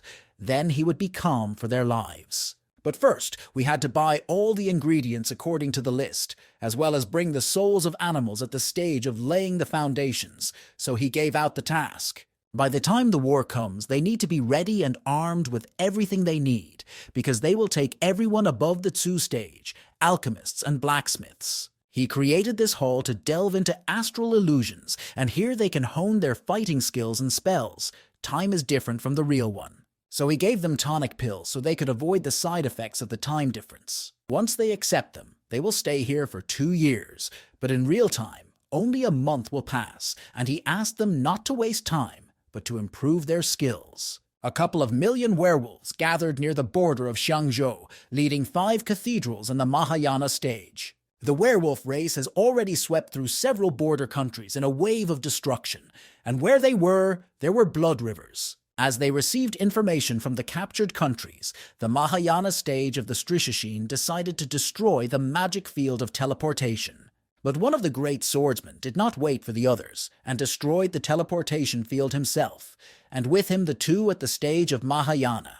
A month passed, and the werewolves were sent to the Forbidden Zone, but they sent a message that if anyone invades, they will destroy the seal. In the end, they signed an agreement that people would not attack them, and they would not leave the Forbidden Zone, and the entire territory was strictly guarded. Showed how he struck the beast. Christian was very pleased with his students, how they were able to improve themselves. He talked to the students and told them the latest news, and although they are in a difficult situation, he thinks it is not over yet. Grace ran to his house and asked if he had received the message, because he had personally persuaded his mentor to take him with them. Chris was shocked and disappointed at the same time. He did not understand what he had done wrong to him, what he had done. He told us that a couple of sects have united and put up 5-element guns, and it's a cool opportunity for them to watch the best masters. The next day, the children began to reassure their mentor that it was just an excursion and not so dangerous because there were already 6 people in the Mahayana stage. The guy showed Chris the horizon where the front line was visible. The mentor was looking into the distance and was impressed. He even broke out in a little sweat. The area was covered with a barrier, and it didn't look as dangerous as they said. He asked him his opinion on the werewolf invasion. He thinks they were able to gain control of the spatial coordinates. By controlling the spatial coordinates, the werewolves can move by paying a price, and they are recognized by the heavenly will of our world. Hundreds of thousands of years ago, they ruled this world, and although people drove them out, the heavenly will recognizes their full right to be here. Chris didn't understand this for a while, so the guy explained that at one time they wanted to unite their world with theirs and create one big unified world. And when the merger process was underway, people managed to rise up and drive the coup plotters out of their part of the country, and this process was interrupted. But by that time, the heavenly will had already perceived our worlds as one and the same, and now it cannot be changed. At that time, my brother asked what he was doing, and Grace added that the invasion of werewolves into their world, or us into theirs, would not be considered a violation of the world order. Christian looked at the sky where the ships were flying and realized that there was no safe place in this world. The alarm sounded around the perimeter, and everyone prepared to be ready for the beasts and werewolves who were already running to their place. The students watched the cannons work with their mentor, and after one shot a crater was left behind, and the boy wanted a spell of the same power. Chris laughed and advised him to train hard, and then in 1,000 years he would achieve such a result. A warrior approached them and asked if he was the blacksmith Henry had recommended, and if he could repair the 5th-class armor. Of course he could, but he asked if I had an inner spiritual fire, and if so, he would have to stand by me and help. He took his mentor by the shoulder and led him with him. The students were a little afraid for their mentor because the man was very large. Christian was amazed at the state of his armor, and was already coming up with theories as to why this happened. But the warrior only got angry and asked if he could do it. The guy was surprised that 5th-class armor was easy for him, and that Chris could increase his resistance by 20%. He had his doubts, because the blacksmith was only at the 12th stage of G-tempering, and he might be deceiving him, and therefore looking for a trick. Chris understood him, and if he didn't believe him, he could spend his time on something else, and he was about to leave the workshop. The warrior changed his mind, because if he was already here, it must be for a reason, so he will go and find materials for the repair.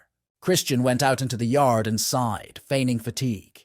The students were tired, and the mentor was glad that they had finally built their temporary home, because it should be safe to the front line far away. The children started asking for a pill to restore their strength because they were a bit tired, but they noticed that their mentor was gone. The warrior pulled him into the portal and into his room. He got everything he needed, and Chris asked him to provide unquestioning fire, and he would do the rest. Christian began processing the alloy and repairing the armor. This was not bad, because before that he had only read about icy spiritual fire in books. Christian asked him his name, but Marcus was surprised that he had time to talk, even though he was helping, but it seemed like he was not repairing armor. The guy said that he asked his mentor about him, and he said that he was a genius, and now he is convinced of this because he saw everything himself. Marcus offered him a meteoric piece of iron if he liked it, and decided to be friends with him, because now he was forging like an experienced master, and what would happen later? He was delighted with the offer, because this iron is not easy to get, and it is used to make divine armor, and he would also take the yellow crystalline ore for himself. The armor was ready and looked much better than new. Chris had already finished with the mold, and asked if he had any treasures of the ice element, as they had to be rebuilt from scratch. He could have also added a magic skill to them and asked him to keep firing normally, even though the guy was already crouched on the ground and counting something. He screamed when he heard about the magic skill, because he could not imagine that his iron could be attached to any magical property. He quickly found and brought the box in which all his treasures of the element of ice were stored, and asked him to choose the one that suited him best. He was very pleased that the warrior at the stage of emptiness called him a master, and it gave him great confidence and arrogance. Chris looked at it and chose the ice dragon because it would fit the best. Marcus told him that he had killed it himself, and asked what magic skill his armor would have. Christian suggested an ice field, so that when he moves, everything around him will be covered with ice, and it will also strengthen his inner fire. He was very pleased that if he helped him well, they would be able to finish the job in 3 days, and first fix the structure with the mixture. He will be able to make mascara and apply runes from the remaining bone powder, which was just used to strengthen the yellow crystal ore. And as a final step, he inlays an ice dragon into the very core. He asked the boy not to panic because it was just a dragon ghost.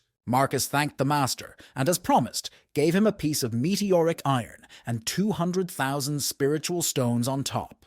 Chris fell down and leaned against the wall, because now he was really tired and fell asleep. The warrior went outside to call out to the bear, and now he is ready to fight it again. The bear stood in front of him and asked if his new armor gave him more courage. Marcus felt more confident because the rules remained the same: surrender or death, and threatened that he would die today. The bear laughed. He could admit that it wouldn't kill him, but he didn't understand how he had such confidence. They are both at the same stage, and Marcus went on the attack and said that he would soon understand everything himself. The next morning, the werewolves attacked the humans and a serious battle ensued.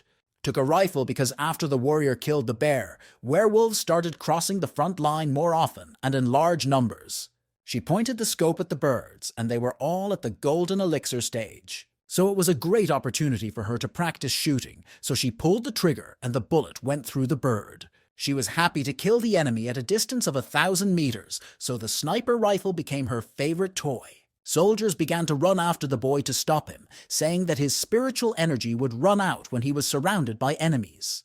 He was very brave and confident, so he jumped up and cast the avalanche fountain spell.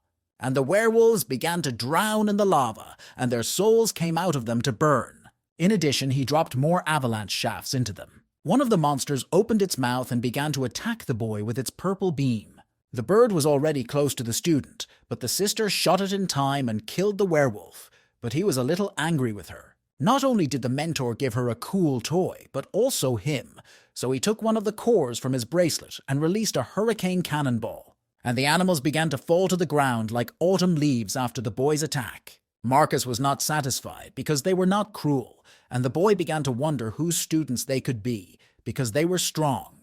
He told me to go and ask him, and also asked why he came, because he doesn't just visit. The young man wanted to know who had made him the armor in which he defeated the bear. It is logical that nothing has changed in his cultivation, and that armor played a major role in the outcome of 2 similarly strong opponents. Marcus started to laugh and didn't want to tell him such valuable information, because he had already gathered all the materials and was only missing a good blacksmith. He put the cup down and said that it was already in the master's queue, and that his turn would come 200 years before his. That guy was laughing at him back then, and now he wants to get him, so what good will Marcus do? So Jeremy asked if he knew what Sister Leah was sinning against right now, and he almost drowned in the water. He wiped a bit of the wheezing away and asked her what she was dreaming about. The young man just laughed and won't say anything now, but he felt Marcus's heavy hand on his shoulder. He explained that his blacksmith was very modest and only a beginner, so he needed to ask him first if he minded. And then he told me that his sister wanted to go to the city of the Taoists and devote herself to cognition, but she did not dare to go alone. Marcus asked if there were any ships leaving today because he was taking a vacation. Jeremy smiled. Although love is a beautiful thing, it takes the best of us. Chris sniffed and smelled blood, which means that there is a serious disturbance on the front line if the smell has already reached here. He looked at the battlefield and was amazed that the guys had done a great job. Then he noticed his students, but did not understand what they were doing. A guy appeared near them and asked if they were going to make an omelet for him. So the disciples wanted to understand what was inside, and Chris said that it was an eagle's soul-expelling egg, and that it was better to make an omelet out of it, because they were useless. The girl felt sorry that they found an egg inside the hollow bone of a giant bird.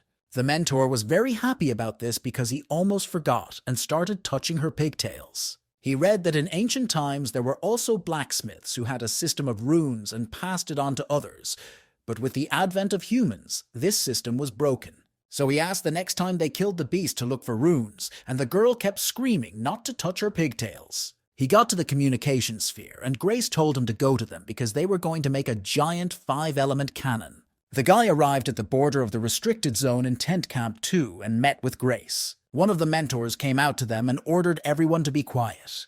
The guys started whispering. Chris thought his mentor was the coolest, but Shark Ben was the first blacksmith in Xianzhou, and everyone believes that in the future he will be able to grow to the title of a great master. Christian asked how much more powerful this cannon would be, and Grace explained that it would be a little bit more powerful than the cannons on the warships. If you have several of these guns, you can seriously wound the beast at the Mahayana stage, but Chris was not impressed, even though there was a lot of noise. Henry understood what he was thinking and was not very impressed, but it was a great success for them to make one comparable to theirs, because the Heavenly Forge was forging there. The time has come, and now they will see him and his assistants burning a set of their rune blanks. Then the team began to activate the complex using their magic and runes. Everyone was amazed, and he began to think about the precision with which they applied the runes, because he would be able to achieve this not earlier than the stage of laying the foundations.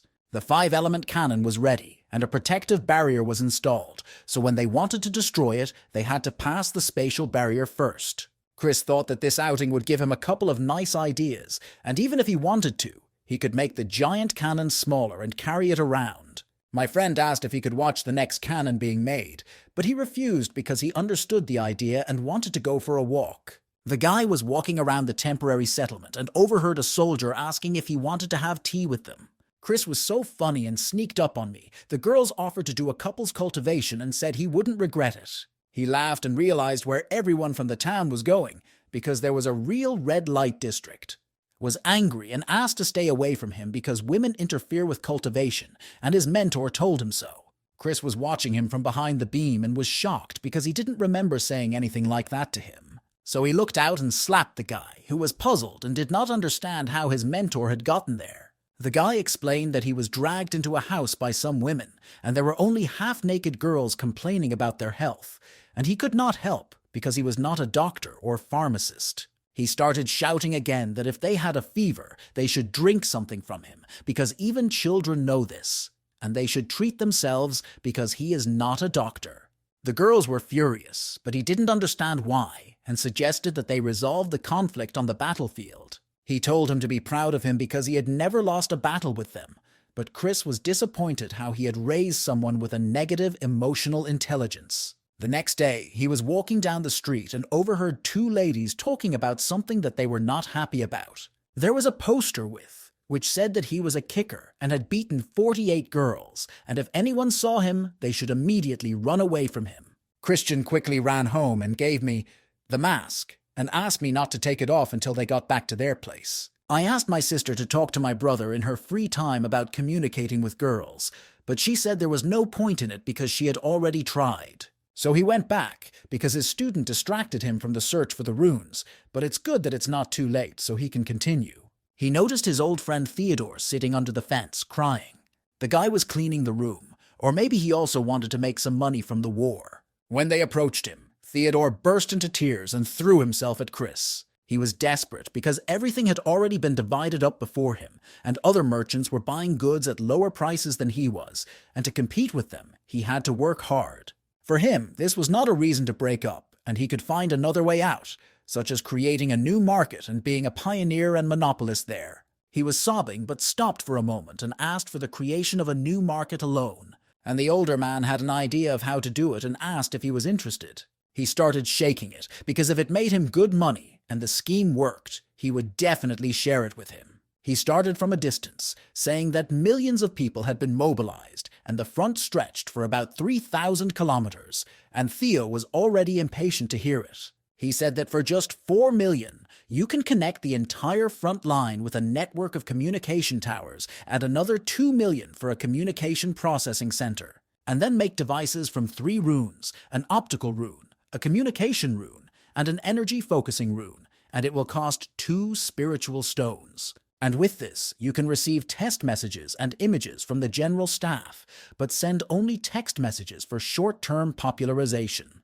Theodore was amazed. He understood this brilliant idea, even though Chris did not expect it, and it meant that he was a hereditary businessman. He was very grateful to him for his brilliant idea, and did not know how to express his gratitude. He promised his friend that for this idea he would give his friend 10 million spiritual stones. Chris was embarrassed and said that this technique of moving quickly suited him very well. Chris was wondering how soon something like an early Motorola would appear here, and he may have revolutionized it today, but no one will know it yet. Alex has been in the werewolf world for a couple of years now, and has already managed to break through to the nascent spirit stage, minus the fact that he is now 3rd in the hierarchy in the Jew lands. He was annoyed that the bears found the teleportation portal and moved calmly, and the plan to invade was realized faster than planned.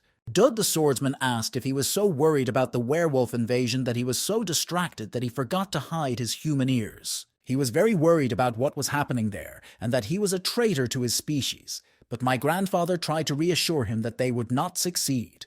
Alex was confused. He didn't understand what his grandfather meant by the words first stage. He didn't want to explain because he thought the boy wouldn't understand, but he said that a great war between the 2 worlds was coming. So he asked who would win, but the one with the strongest soldiers would win, and they were the ones blessed by the heavenly will. At present, the warriors among his tribesmen are somewhat superior to their werewolf counterparts. The spirit emphasized that even if they failed, they still had him, and he was a little scared, so he was a Cossack in exile. So he advised him to study and improve and not think about anything else. The swordsman grandfather was already flying away, but added that he should not care about human lives, because only the best will be reborn according to the will of heaven. He decided to agree with his grandfather and focus on cultivation for now, because he would not be able to do anything to solve the outcome of the human race. Lucas came to him and reminded him of the story of how he couldn't find anything of value, so he brought a gem he found by accident. Chris couldn't understand why he came across interesting things so often. Maybe the universe rewarded him with luck, but deprived him of talent. Chris was amazed because it was a luminous stone, and he had never thought of getting such a valuable treasure. He had read about it many times in books, and it was supposed to have runes of the sun and moon on it, and with their help, he could control the flow of time. Lucas was happy to help him, and if there are runes there, he wants to give it to his friend. Christian was puzzled and asked if he was sure he wanted to give it away and didn't want anything in return. They are old friends, and when he found this stone, he didn't know what to do with it. So he thought about it, and decided that the best solution was to give it to him. He was also the mentor of his 2 sons, so he could consider it a gesture of gratitude. If Lucas had brought this to any blacksmith, he could have gotten a heavenly weapon. If he had taken it to the heavenly smithy, they would have made a warrior at the Mahayana stage, but now if he gives it to Christian, he will only receive a thank you. Lucas didn't care. He even laughed a little at the thank you because he spoke like a non-native.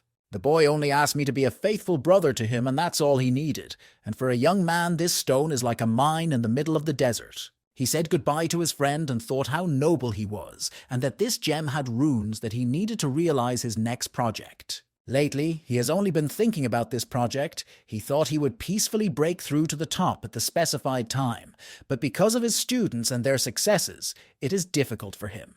He can allow his students to be a stage higher, but because their cultivation rate is high, he finds it difficult to accept his position. Couple of decades, Mia and Benjamin will be at the Golden Elixir stage, and Lucas's two sons will be at the Foundation stage. And if he remains at the stage of tempering G by then, it will be a great shame that will be difficult for him to survive, and will be considered the weakest mentor. Therefore, he wants to deceive time and break through to the stage of laying the foundations, for which he needs to build a time room. In the Room of Illusion, one can manipulate time, but there is no cultivation process, and with the help of the Room of Time, he will be able to speed up time by half. And in order to influence the basic laws of time in a separate space, time runes are needed. But these runes are very rare, and Lucas was very lucky to find them, and they were on a gem, and he matched the map and the crystal. Some of the best sun and moon runes first need to be transferred to a draft to preserve them and to be alone to absorb them. And then to build a time room and break through to the stage of laying the foundations, and Chris was very determined about this. He can now cope with all his strength and with the help of objects, and when he makes a breakthrough, everyone will see what he is capable of. Christian was exhausted. He spent 3 months studying sun and place runes and another 2 on how to build a long-term functioning time room, but without much success. He looked at the blueprints, and the only way left was to use a grain of sand as a mediator to launch the room. And 1 kilogram of grains of sand is worth 10 million spiritual stones, and this would allow the room to work for about 10 years. The guy scratched his head and laughed, because it turned out that he needed to find about 120 million spiritual stones. He got angry and threw everything off the table, because spatial grains of sand are mined in space, and only the strongest sects of the central continent are capable of doing this. And yet, there is always a lot of demand for this product, so it will be difficult to buy it without some connections. Chris was upset because he had just started to think he was rich, and now he had to sell things that he hadn't earned through hard work. He came into the room with a yawn and asked the students what they were doing, whether they were learning spells. Asked him if he knew what spell her brother did best, and although he listed a sale, it was the wrong one. He did best with light and shadow images. The girl asked to show the mentor what he could do, and the guy was to show the class. He folded his arms, read a couple of lines, and animals, birds, and other types of werewolves appeared over his head. The mentor asked whether he had seen all those images or had invented them, and the boy explained that this was how he saw the world of celestials. The girl asked him to show her how he was disappearing. He agreed, and in a moment he was no longer in front of them, so Chris was surprised. The mentor was both happy and sad. It was good that his student was so successful, but in 20 years he would look inferior against him. So he decided to arrange a test for his student. He began to change the weather conditions on his device, just to adapt to them. The boy was only 7, and he knew how to blend in with the environment. Chris laughed and praised him and let him down, and asked him if he was worried that his sister would beat him up for doing that. Laughed a little and got embarrassed because he failed to outwit his mentor, and the girl was angry and didn't understand what was happening. Climbed on top of the guy and started arguing with him and beating him for wanting to ride his sister, but the guy apologized to her. Christian used magic to create a large and powerful tiger and asked his student to create a hare using light and shadow projection. He gladly obeyed his mentor and quickly created 2 birds with 1 stone, one standing right in front of the tiger and getting very scared when it roared. The mentor decided to complicate the task by saying that if he had a white hare, it must be winter. The tiger chasing the hare was very realistic if you didn't know that it was a play of light and shadows. Focused on the hares and started using all the computing power. It had already turned red and started to boil until the CPU was finished loading. He fell down and started to catch his breath. He could not fight anymore. His coach calmed him down and praised him for a good result for his age. He was pleased and asked the student if he liked playing with light and shade. He answered with a smile that yes, because in this way he can create worlds where his mother is present. He understands that she is dead, but in this way he can bring her to life. Christian hugged the boy and told him that now he had to get used to the fact that they were his family. A mentor from came to the training room and he suggested that he choose a spell that he would like to learn and that he choose wisely. The boy chose many spells he would like to master and put the scrolls on the table in front of Christian. He looked at him and found out that the student wanted to go down the dark path, which suited his bright and innocent face. He's cunning, because when his appearance diverges from his skills, you take your opponent by surprise, so the guy is not only talented but also smart. Then he allowed him to take all these scrolls with him to study them, and if he did not understand something, he could come directly to him. Benjamin was very pleased and walked away humming a tune to himself. While Chris was grieving, he came to him and started shouting that he wanted to learn the coolest spells like Benjamin. He took him to the Hall of Illusions, and there he began to hone his skills, with his mentor watching him. Now is the key moment of the training session for the boy, and he is focused. He is not at home and is constantly either on assignments or with his father.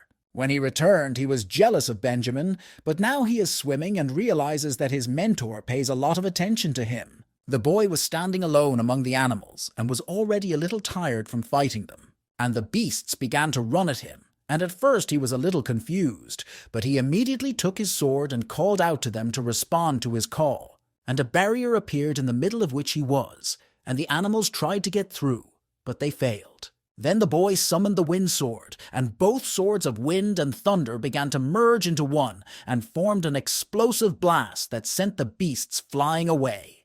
He was very tired from the battle, but his mentor praised him and said that he was a real swordsman virtuoso.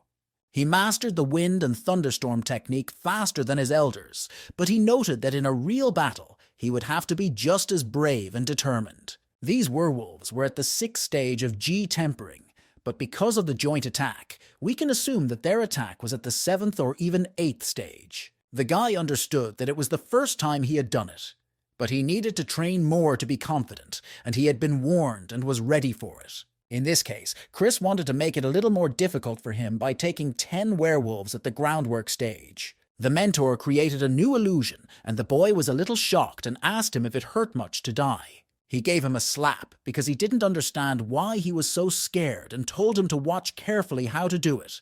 And the bird was already approaching Chris. Chris disappeared. The birds began to relax from the gentle breeze and lost concentration on what was happening. Once on top, using the same technique, he caused an imperceptible hurricane to hit the bird and it began to fall. The mentor explained the meaning of this technique. A light wind relaxes the opponent, and he doesn't have time to get out of his softened state, and it is a less expensive technique. He looked at his disciple, who immediately decided to enter a state of comprehension and sighed, because he was the same way at his age. When he went outside, he stretched and realized that each of his students would become a great cultivator, so he couldn't lag behind and had to raise money. Chris was ready to sell all his possessions, and suddenly he remembered Alex, who told him not to sell the armor and that he hadn't seen him for a long time. He didn't even want to think about him, because thoughts are sometimes material, so he wouldn't see him for 1,000 years, and in general, he should think about spatial grains of sand. Alex was in the territory of the blood-sucking titans and was conducting encrypted negotiations with the sword-slaying grandfather, asking when he would finally recover. If he stays here much longer, he will eventually turn into a werewolf himself, but he was not unhappy to sit in the circle where he was being groomed. For my grandfather, 50 years were still needed, and during this time he could accumulate spiritual stones, treasures, and energy, and not complain at all because he had a good life here. Being a beloved student of the master at the Mahayana stage, his status grew so much that even werewolves at the merger stage turned to him, even though he is not used to their smell. The spirit told him that he had a great future ahead of him, and he had spent 10,000 years among demons for the sake of a demonic sword. Alex did not understand why he had been there for so long if he had stolen it anyway, but his grandfather did not think so, because a crime committed against evil is a good deed.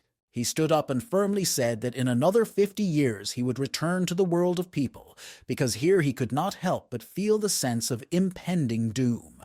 While Alex was engaged in negotiations, he was not paying attention to his actions, so when he stood up, he upset the girls around him. 50 years later, the mentor came out of the shutter, and one of his students announced it to everyone.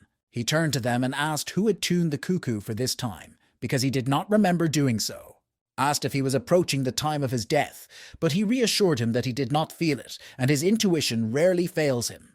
2 others came up to them and asked him to break through, because they knew he had read about the perfect breakthrough, but they shouldn't forget about it. The children begged him to drink this elixir, which would rejuvenate his body and prolong his life for another 100 years. But he refused, because he had invested a lot of effort and money there, and they wanted to throw him back, and he did not want that.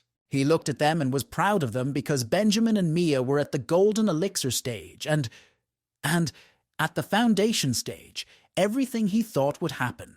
The guy looked down and said that the downside was that they hadn't grown much. He gave him a chestnut because that's what everyone dreams of for a longer childhood, and he's happy for them because they're moving in the right direction. He said that he was ready to make a perfect breakthrough and not to let them be confused by his appearance. The students knelt down and begged him to drink the elixir or to make a breakthrough and reject his dream because it would kill him, but he did not listen to them.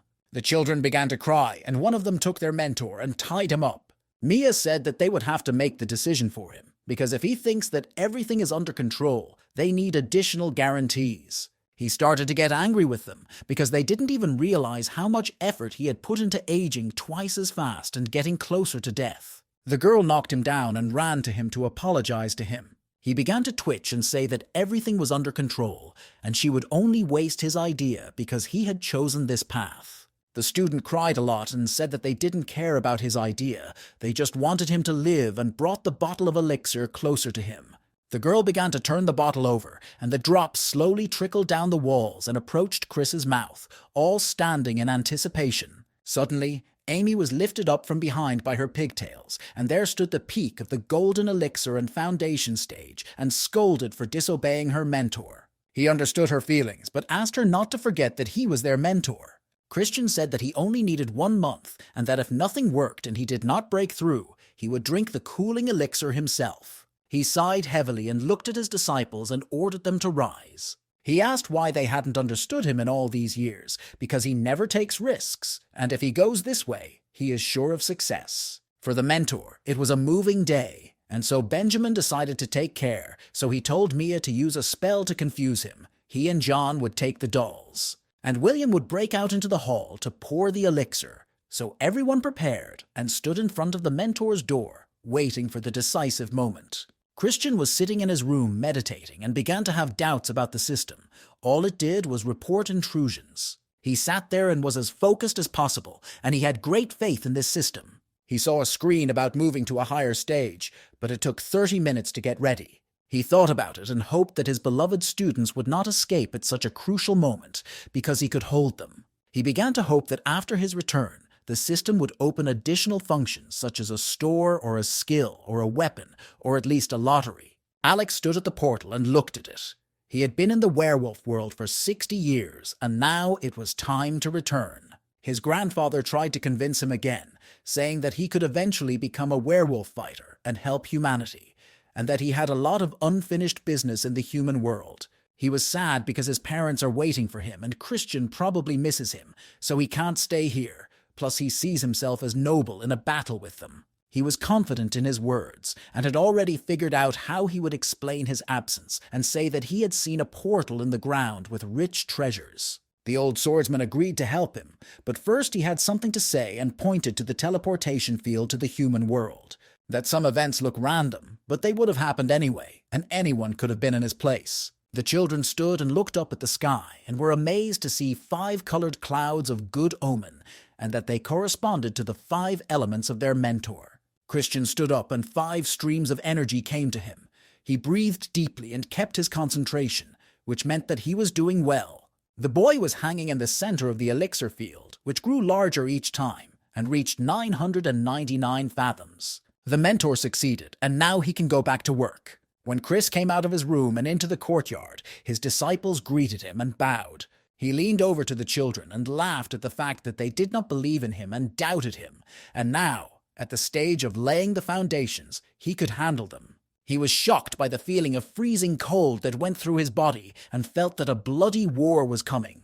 A message was sent to the Sect to leave it immediately, and not to return without permission, and if it was destroyed, not to take revenge on the werewolves. Chris started yelling at the students to pack their things and call Lucas, because if they didn't, they would die with 100% probability. The young man and his wife were on their way to see his mentor, who was glad that he was ready for this and taught Lucas how to steer his ship.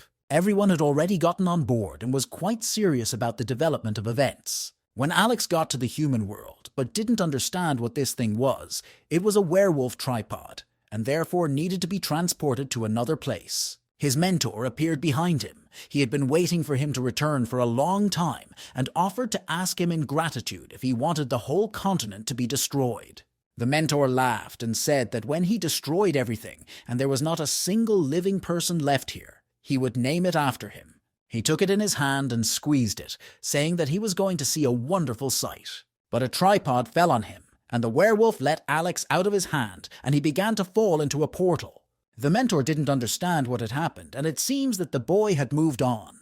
He got a little angry and broke the thing, but it didn't matter to him to lose a pawn, because he had already fulfilled his main role. So now it was necessary to join their own, because until now they had only been hiding in the forbidden zone of the ancient werewolves. Before he left, he wanted to clear the continent for himself, so he released a fireball from his palm and began burning houses. The man recalled that earlier he had been told that fate was preparing a catastrophic test for him, and he believed that this was it. But he disagreed with this, because without destroying the old, there will be no new, and he was sorry that the destruction of the sect was taking place under his leadership. He was glad that he had given them the opportunity to evacuate, because the best of them would be able to build sects in other cities and not disgrace their ancestors. When the werewolves came, the main one stood in front of the sect leader and said that they were all cowards for running away. The chairman was furious. He would still be able to inflict significant damage on them, even if he was in charge of the fleet alone. He was attacking and shouting that once they had lost their positions, and now it would happen again, plus people would never be exploited again. Alex asked if his swordsman grandfather knew about this, but he only guessed that it could be so. He walked along the endless sea and asked why he hadn't told me, since even the werewolf world was afraid of him. What he could do to Qiangzhou then. My grandfather started to get angry because he was discouraging him, and if he told him, he would not be able to control his feelings and would give himself away, and then he would be eaten on the spot. The guy took up the sword because people came out of the water, and he did not know who they were or what to expect from them. The man said that he knew who he was and offered to join the sect of the royal swordsmen, who were also their mentor in the last stage of Mahayana. A couple was passing by and heard that their sect had been destroyed, and their supreme leader had fought alone and died as a hero, only to be sorry he had not killed the source of evil. Sophia was upset because if it wasn't for Chris, they wouldn't have survived, and besides, every news story comes worse than the other, and soon all countries will follow Xiangzhou's fate. But my mentor told me to be optimistic. He wants to stay here for a while and show his students Zhongzhou until they decide what to do next. So he invited Lucas and Sophia to go with them, because he had enough money to get them all there. The couple bowed and said it would be generous of him, and Chris asked them to leave it at that, because they were almost family. At the portal point, he asked Mia to come up with a route to Zhongzhou, because once they got out of here, their journey would not stop. Between the choice of salvation and escape, Christian chooses the second option and lets the protagonist deal with the first, and if fate wants him, he will allow him to live for 5,000 years. There were a lot of people who wanted to leave Xiangzhou, and most of them were at the stage of spirit birth and above, and Mia was afraid of what would happen when it was their turn. The mentor asked him to be careful not to bump into anyone, and a man appeared behind him and took him by the shoulder, so he was a little scared. It was Marcus, and he didn't expect to see a blacksmith here. He was happy to meet him. The guy fell into the ground a little bit and said that he was also pleased to see him. Everyone was very surprised by the man. He was so big, and he asked where they were going. He said that they were on their way and asked if he would mind if he joined them. Christian was glad that he was going with them, because with such a fellow traveler the journey would be a joy, and people were surprised by the thug and told him to give way. John began to whisper about his mentor, how cool he was, that such a warrior was getting to know him, and Mia confirmed that he was just modest. There are probably no people in the whole world who are good at blacksmithing and alchemy, and a warrior probably needs to forge something, and he will only be required to protect himself. So the whole group approached the portal and stood under it, illuminated by the magical light. Christian finally began to feel safe, because before that he had a sense of danger hanging over him constantly. But he thought maybe it was just confidence, because now he was at the stage of laying the foundations, and all his strength had increased 10 times. And now he will be able to take his army of war dolls to the next level of the spirit birth stage, because he wants to be ready for a possible encounter with werewolves. Benjamin and Mia came to him and asked what they would do now and whether he already had any plans. He realized that they had already come up with something, and the girl walked away praising him for his comprehensiveness and wishing he would open a shop or start a family. None of this would have matched his talents, so she offered to open his own sect. Chris thought about it and decided to find somewhere quiet and then start his own sect. The mentor liked the idea. It was not a bad one, and the students were very happy about it. Benjamin came up with a name for the sect that sounded like the Ghana sect and asked what sounded like something indestructible or not. The guy laughed and said that he had been self-deceiving all along if he thought he was going to become smart, but he didn't blame him for it. He threw them out the door, and first he will create a sect and then figure out what to do with the name.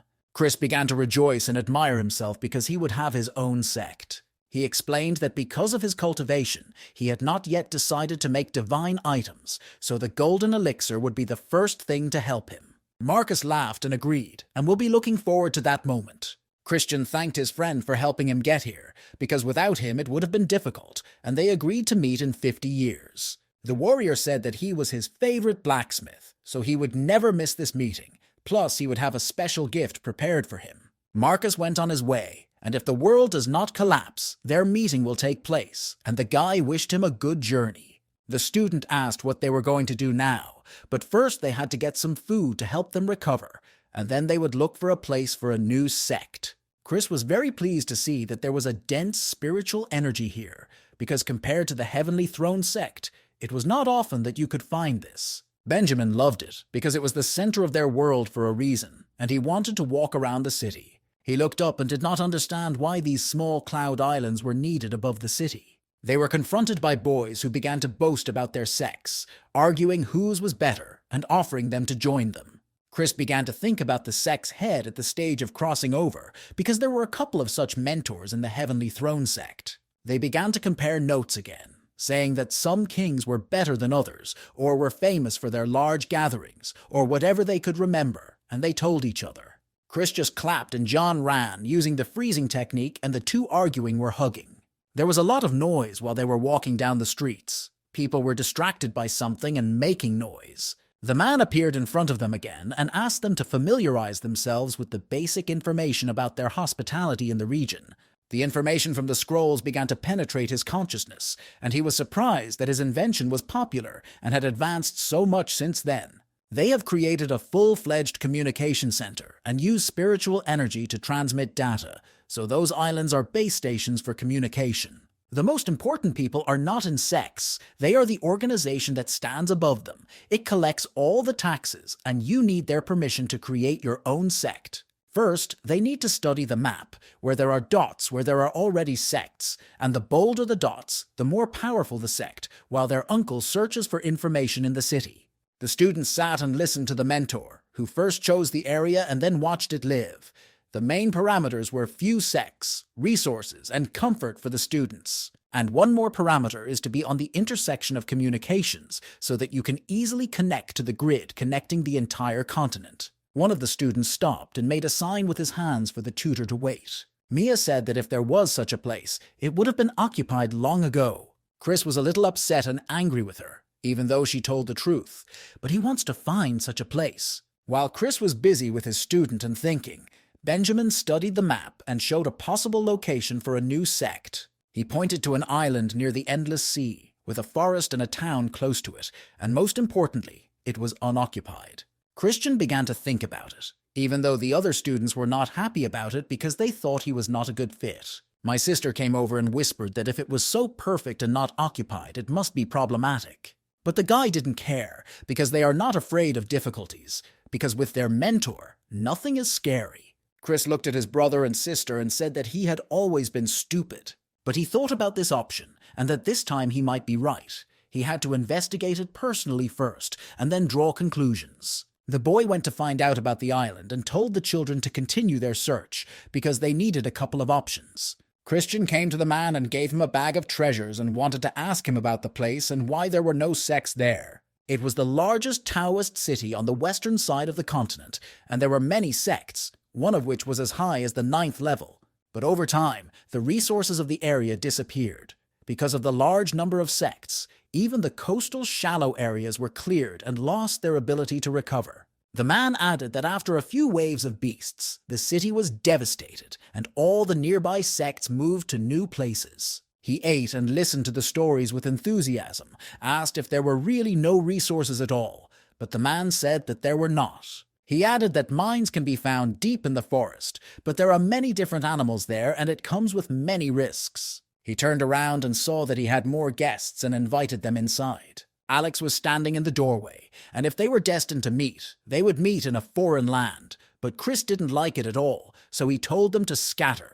Christian changed his appearance, and from what he heard, he realized that the main character had joined the sect of the Royal Swordsmen, and now he had to choose a place. Christian has lived 60 years almost uneventfully since his disappearance, and he is determined to resist fate and reunite them. Alex turned his attention to the guy who was leaving the store and began to look around with a panoramic gaze. He was a little puzzled and asked the old swordsman if he looked familiar with the man who had just come out. My grandfather was resting, but he also paid attention to him because he felt pure spiritual energy and thought that he might be from a high-level sect. Alex doubted that he had imagined it, but Chris had already left the store and was walking down the street humming. Benjamin looked at the map, and the island in the middle of an inexhaustible lake looked beautiful, but he didn't know if there were any animals there and at what level. The man started shouting that the lake animals had come to the surface and that they should all hide until the manager came, so the boy was a little scared. The waiter said that they were closing and that he didn't have to pay the bill. The boy went outside and it was completely empty. The entire population had taken shelter. He thought that the animals here were not so dangerous, because then they would have destroyed the whole village, and he had been itching since the morning, so that was the point. Terrible and angry beasts came out of the lake. One of them caught something and held it in its paws. The monster looked up and noticed something glistening in the distance and rapidly approaching him. There was a huge explosion. Benjamin used a nuclear explosion spell and the beasts were charred afterwards. Afterwards, the guy was surprised to see creatures crawl out of the sinkhole and scatter in panic. He did not want to let them go, so the next spell he used on them was to kill the birds as a flock. The animals were lying there without signs of life. Only a light smoke was coming from them. The guy was sorry that there was no one to watch him. Otherwise, he would have used a different technique, and the manager approached him and asked if he had just arrived here. He was evil because the locals would not have killed everyone, but only the main man, so that they would not have organized such a pogrom and would have been afraid and retreated. There is arable land beneath it, and 100 spiritual stones are used to cultivate 1 acre, and he burned their labor. The guy broke up with 1 million because of his actions and apologized for it, so now the manager will not be fired. But the guy was in a hurry, so he said goodbye quickly. The man stopped him and asked what he was looking for, so he told him about his search for land to start a sect, but so far without success. He suggested that he attend the Council of Elders if he was not in a hurry and had some time. The guy was surprised, and the manager was happy to tell him more about the land. Everyone gathered a month later in the city on the border of Zhongzhou, and Christian asked everyone to tell about their successes one by one. Mia and John chose lands on the same beast at the incarnation stage and above, and another with little resource and several sects, but they do not recommend them. William said that the laity, resources, and nothing to do there, just like Lucas, but in addition very far from civilization. Christian also had nothing to cheer him up, as the place he had dreamed of was only 100 kilometers away from the Royal Swordsman, so he was badly wounded. When almost everyone had spoken, they simultaneously looked at Benjamin, expecting him to give them some news. The guy put down a thing and the map opened, showing 2 options, one island in the lake and the other on top of a mountain that is hard to attack. He was given this thing by the administrator of the Council of Elders, who is in charge of protecting the town. And if we decide to do so, he will give us a 20% discount on taxes. The mentor emphasized that such subjects should always be checked, but the student was interested in whether they liked such options for creating sects. The team had different opinions about the area, and they listed both the pros and cons. Benjamin emphasized that the most dangerous beasts are born of the spirit, and if it becomes even more dangerous, you can turn to the council. He was pleased with himself and added that then they would decide and send their man to eliminate them. Christian agreed that this would make their lives easier, as the mines are deep and it would be a laborious task to mine. The mentor decided to clarify about the tax discounts he had mentioned earlier, whether they were given forever. The boy was a little embarrassed, because he had to pay a registration fee and sign a contract for 100,000 years. Chris focused on the map and considered the offer. He recreated the exact illusion of a lake, and this place meets all the criteria, although the situation with resources and communication could be better, but he knows how to make the most of it. Everyone was surprised by the mentor's skills, and he continued to think, the main thing is that this place is remote from others and does not seem like a tidbit. For a newly created sect that has no great ambitions and is not afraid to work, it can conquer the whole world in the near future. He was glad that this place was very far away from the sect of the Royal Swordsman. So Chris was determined that they would start building a sect on the inexhaustible lake. In the city of Taoist Nanal in the central continent, the organization laughed very loudly at the guests who came to them. The man clarified that if they were here, it meant that they had thought it over and agreed to the proposal to establish a sect on the inexhaustible lake. He laughed that there was no one among them at the nascent spirit stage, so he would send a person with them to purify the beasts of the golden elixir and above. Christian thanked him, but declined his offer because he could decide on the matter himself and had already prepared a bag for the first installment. Everyone was surprised by his smile, and the man thought that tens of thousands of years of practicing a pleasant smile was behind it. To shorten the years in the time room, Christian mastered this technique so that it could help him out when Alex came and he could give up something.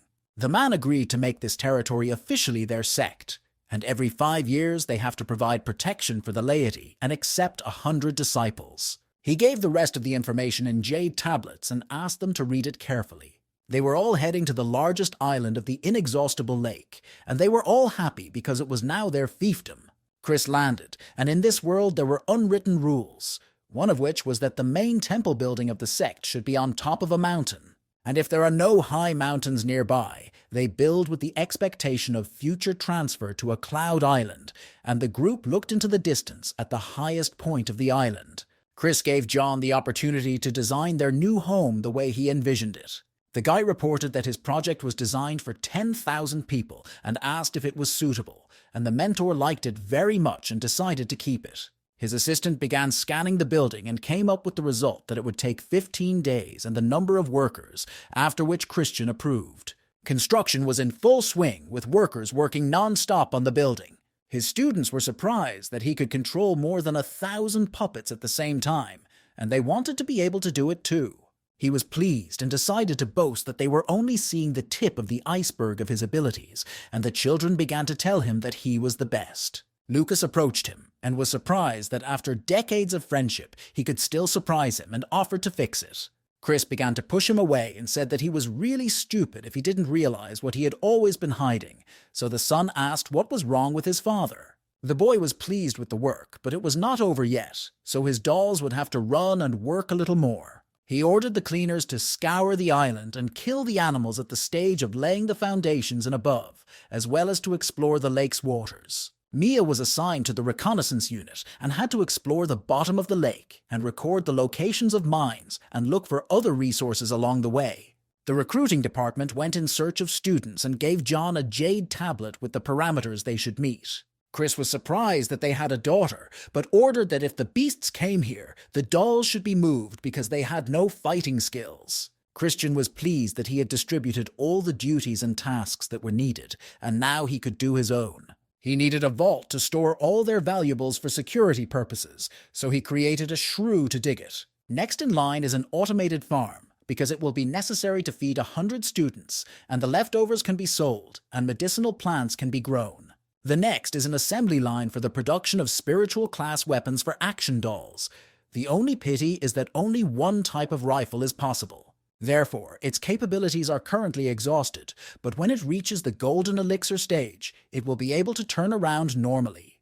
But it would be only 50 years later, and he was a little sad about that. But he could find something to do in this wilderness. He looked at the house and it dawned on him that they would be called the Mystery of the Spirit Sect. Lucas reported that all the animals had been killed, but he sent Benjamin to go around again and came to talk to him for a while. Chris said that he had also set up some doll production here and was waiting for news from his sons. The guy couldn't believe that the ball was controlling everything. A device appeared behind him and told him that his name was the Dark Lord of the Dolls, and that he could call him that as well. The guy was a little scared of the device and asked if it was spying on them. He offered him an alternative name, like Churnish, but he was only baking, and the young man did not understand the sound. He showed him a lot of screens of his workouts and was a little embarrassed because he didn't know that William was turning his nose up when he was training with him. Next, he showed his family how he turned away when Sophia was with John and William, and it was clear that he was trying to avoid the boy. Lucas pouted because he thought he had set him up, but Chris said no, because if even the doll maker had figured out his secret, it was only his fault. Chris explained that when he reached the stage of the golden elixir, he would be able to test for paternity himself if someone would point it out to him. He realized that he needed to make friends with the device, so he stood up straight and greeted the Dark Lord, and the latter reciprocated. The Overlord flew away and the boy could finally exhale and relax. He explained why he had created such a demonic apparatus, and although he was not afraid that the truth would come out, he felt very ashamed and regretted it. Chris encouraged him that he himself had been a victim of interspiritual conception, and that when he was on the golden elixir, he would change his appearance so that it would not happen again. So the mentor suggested how to explain it all to John, but for the warrior, every day he didn't know about it was a victory. The boys finally returned home, and there were already some students on the ship with them. Lucas offered to reduce the parameters for the students, but the mentor refused because quality is the main thing, and 65 in a month is not bad. The children were very different, and so were their impressions and opinions.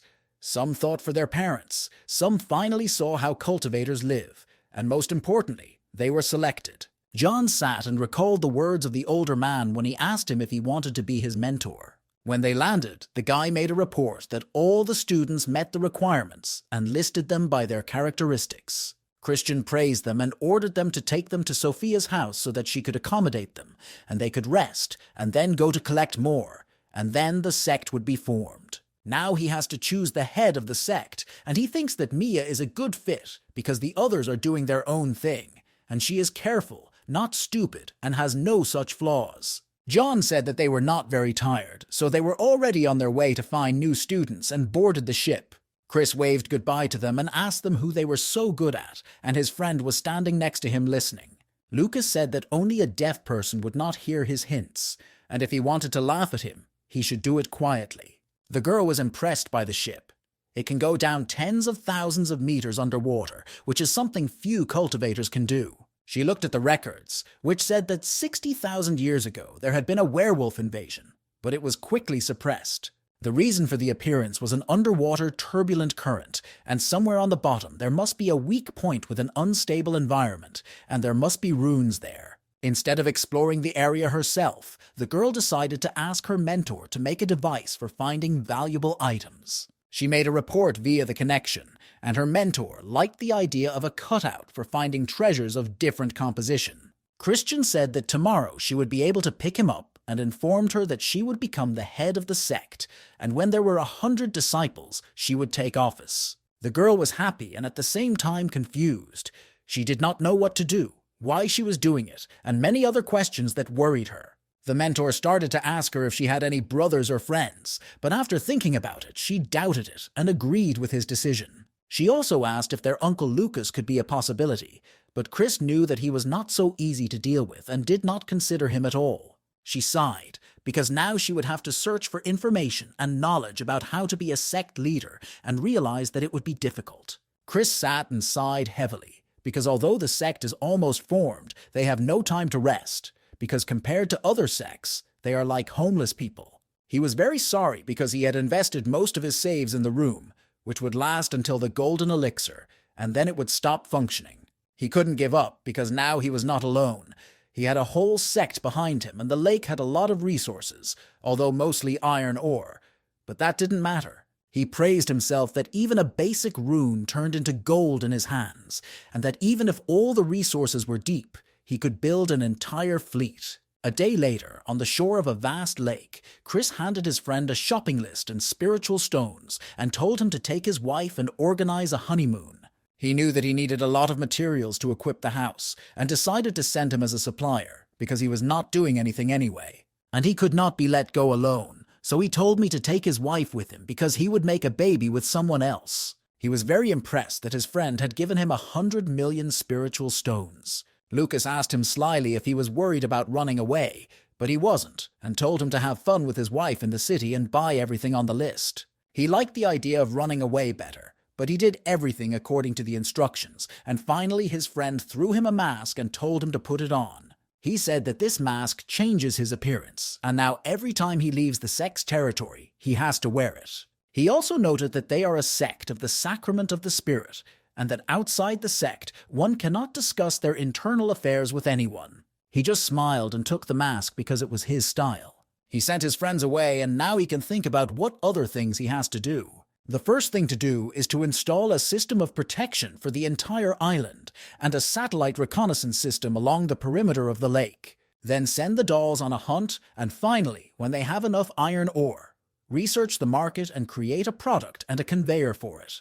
He didn't like the idea that he would have to turn into a bourgeois who was constantly thinking about how to earn more spiritual stones. And I mentioned to my friend Theodore that it would be nice if he took on this role. In Zhongchao's country, one of the main trade and transportation routes was Theodore, and he sneezed loudly. He put on a mask and was tortured because he did not expect that at the stage of laying the foundations, you can also get sick. He was sorry that he did not give his son Liam to his friend Chris as a disciple and follow in his father's footsteps. He had everything in Xianzhou, but he lost it because of the werewolf invasion.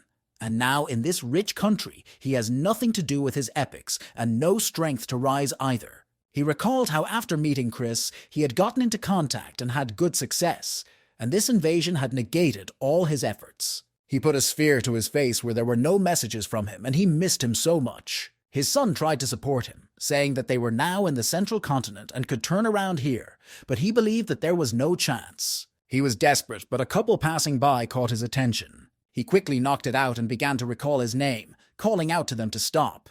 Lucas was surprised that he recognized him because he was wearing a mask that changes his face and aura, and his style of clothing had also changed. They were a little surprised, but they greeted their old friend nonetheless. Liam guessed that it was Lucas and his wife, Christian's friends whom his father had mentioned, and Theodore was very happy and said that he did not recognize them at first. He explained that he remembered very well the layers of the wardrobe that his friend had designed earlier, and the girl looked at them with surprise. Then he asked to meet with Chris, but Lucas explained that he had to ask his permission first because he knew how clever he was. The guy gave him his phone and said that when he got permission from him, he would send him a message. The son brought his father tea and asked him if he was waiting for messages from clients, because he hadn't closed his eyes for a couple of days and was constantly looking at the screen. He was already looking forward to it, as it would be the message that would allow them to rise back to the top of the business. A week later, Christian learned that his friend had met with Theodore and was shocked. He was already happy and had come up with something, so Lucas wanted to make sure he was willing to meet with him. So his mentor asked him to send him the Sect's address and said that they would soon have a head of foreign trade. So his friend gave him a small gift as a token of appreciation for the honeymoon, and he was a little surprised by the gesture. He explained that he had seen it in a shop, and that it was a spiritual stone with a surprise, and that inside it was a ring that belonged to a cultivator executed for a crime. Chris thought about it, because just one stone in a shell was worth 100,000. His friend thought the shell was cool, so he bought it. And if there was nothing interesting in it, it wasn't his fault. The boy looked at the stone and was happy because he always loved gifts. He began to melt it, and was glad that he had sent Lucas shopping, because he would not have expected such a gesture from others. He began to study it using the technique of conscious study. The boy was delighted because the ring contained various rare ores and even 2.5 space-time grains of sand. He searched a bit and took out an astral crystal from the ring. This crystal is an essential element of cloning one's soul, and if the body dies, it can be reborn, so everyone's eyes would light up at such a treasure. Christian now has the idea of creating a new control center for the pseudo-divine class, whereas before his plans for such a thing were kindergarten. The son came running to his father's screams and was very frightened, and Theodore kept muttering about the country of Tanlin. He kept talking about the immense lake, that it was the biggest island, and Liam was beginning to think he was crazy. He stood and looked at the communications area in front of the building, wondering who was crazy.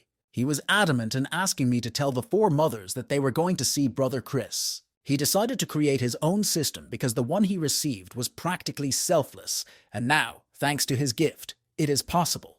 And she will be able not only to forge and create dolls for him, but also to keep track of the available resources and analyze that even this idea made him drool. He even managed to come up with the name of the system, the Capital Devil system, which includes many gems. Today he was full of a lot of energy, so he decided to start merging the ingredients and engraving the runes now, and it goes without a hitch. While Chris was working on the product, the clouds began to mock, and a strange magical lightning bolt formed outside. It hit the house, and he could not understand why his hands started to tremble. He was irritated because when he wanted to create, someone would interfere with him, and a dark cloud would hang over the house.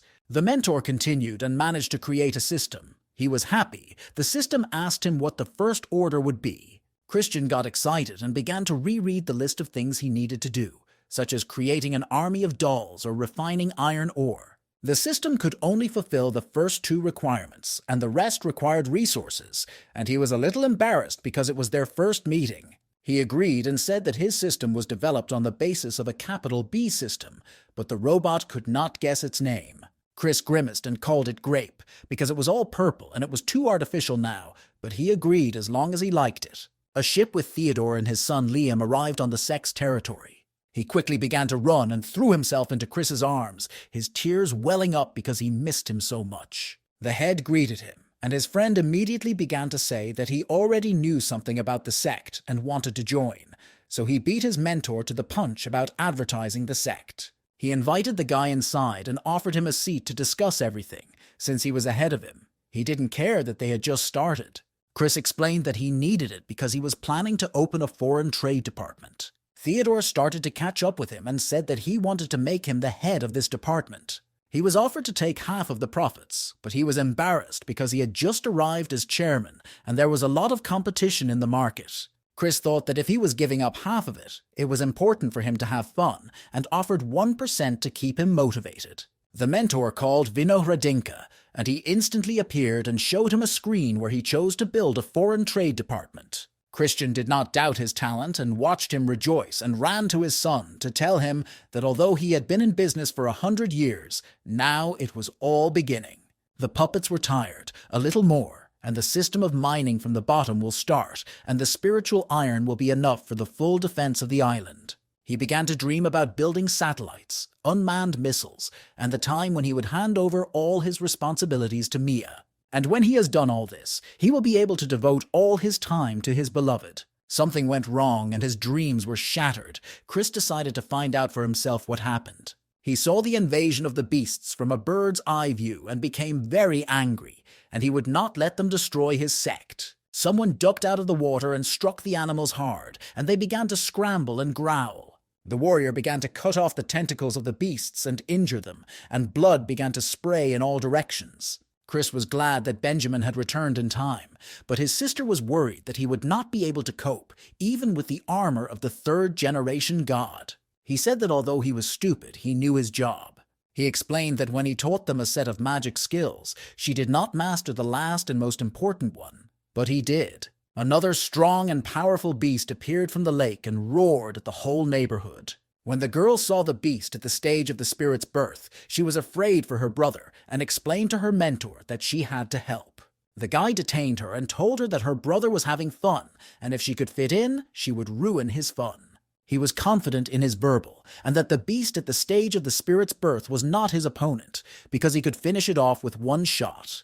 Benjamin turned around and told his mentor that he was making progress on the last skill in his set. A bright light appeared behind the boy with the image of a man with gestures, and he hoped that his mentor would appreciate his success. He began to concentrate his attention and work magic by performing certain elements in a sequence. The guy was serious and pointed his arm toward the enemy with a spell of Armstrong's cyclone jet gun. A strong, magical ball of light and fire burst out of his hand, and the monster began to melt and was greatly frightened and surprised. After that, he began to calm down and calm his power. Mia looked at her brother, who had indeed mastered the latter ability, but did not understand why she could not. She was upset, and her mentor explained that some people need only one bend to master something perfectly, but she is smart, and it is difficult for her to concentrate on one thing.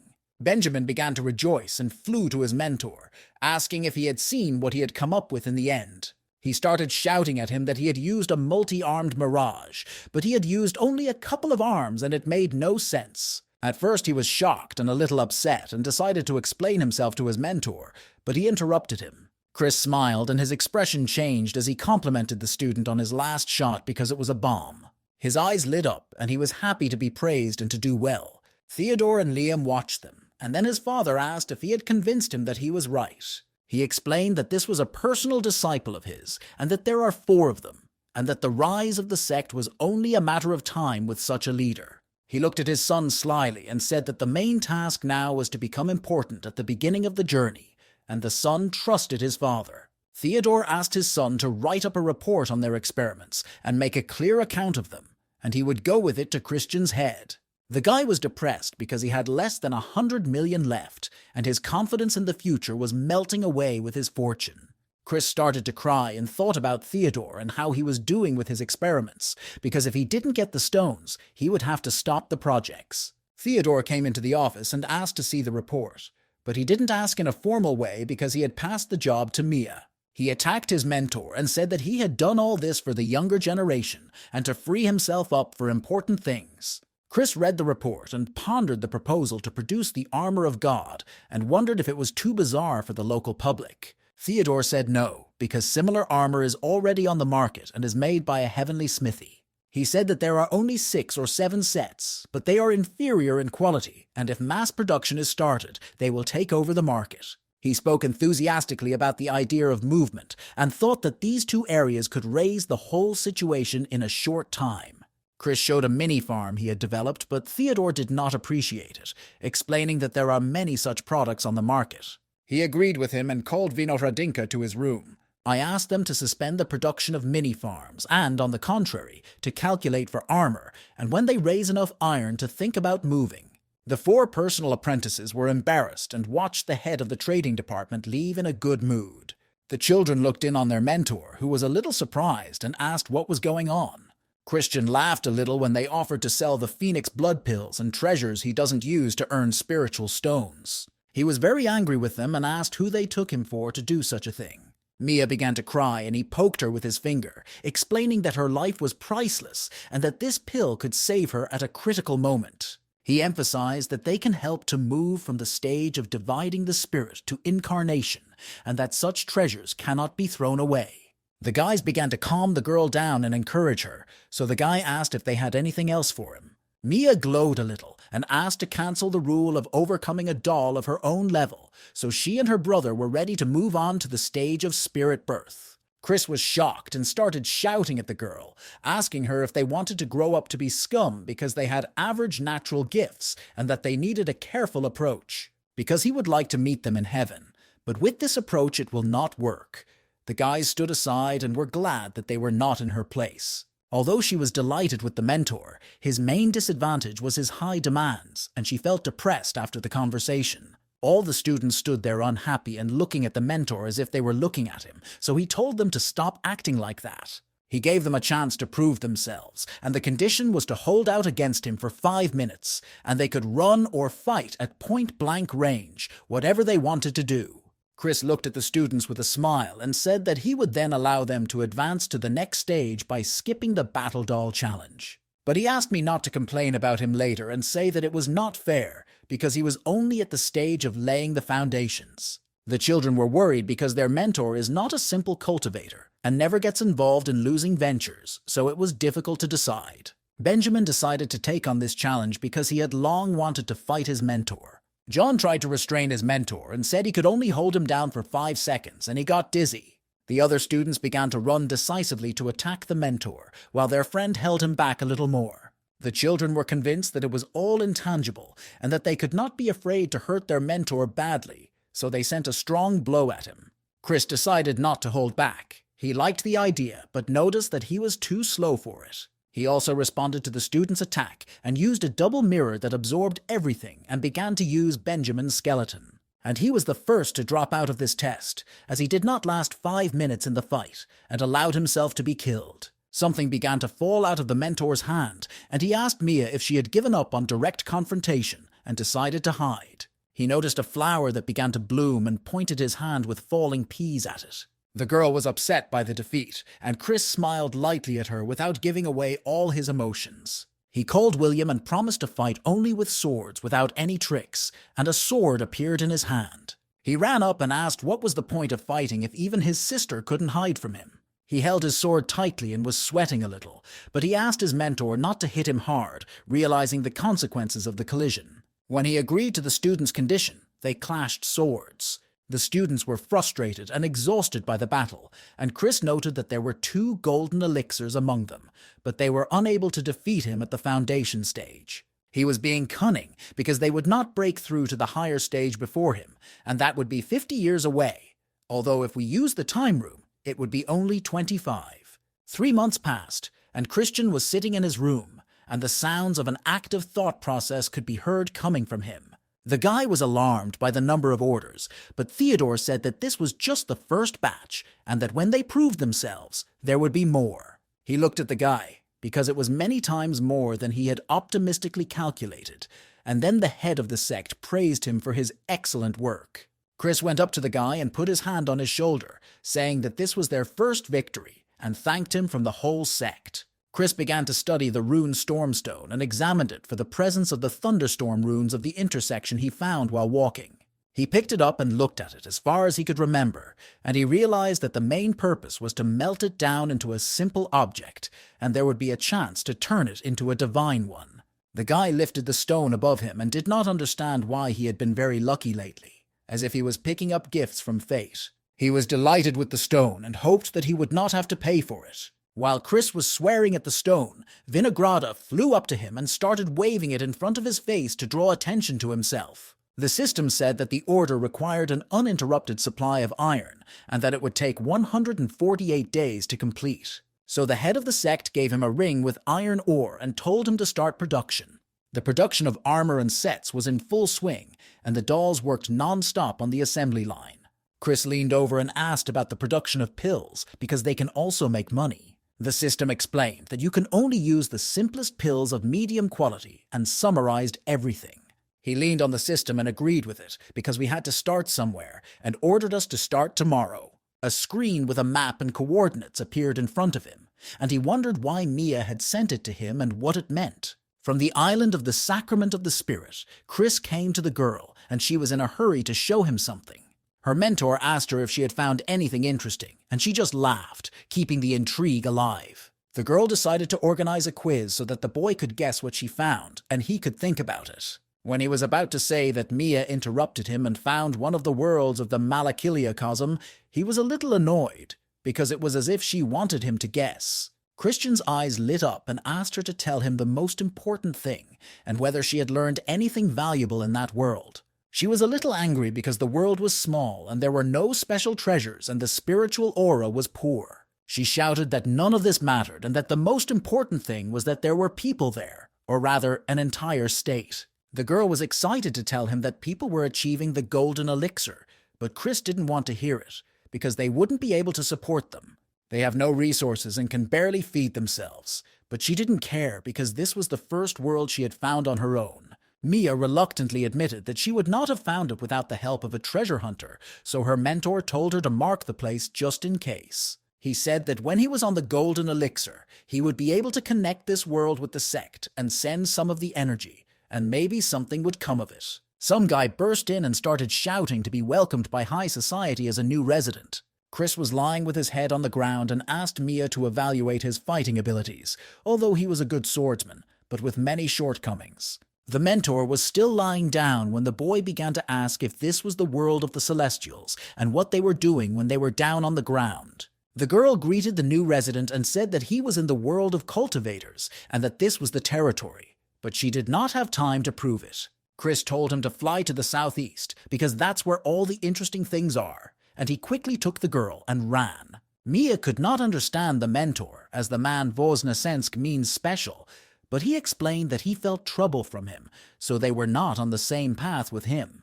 If he was able to get into the mainstream world so young, it means he was the main character there. He's already avoiding his own. He doesn't need someone else's. The guy was surprised and puzzled because he did not understand why they were running away.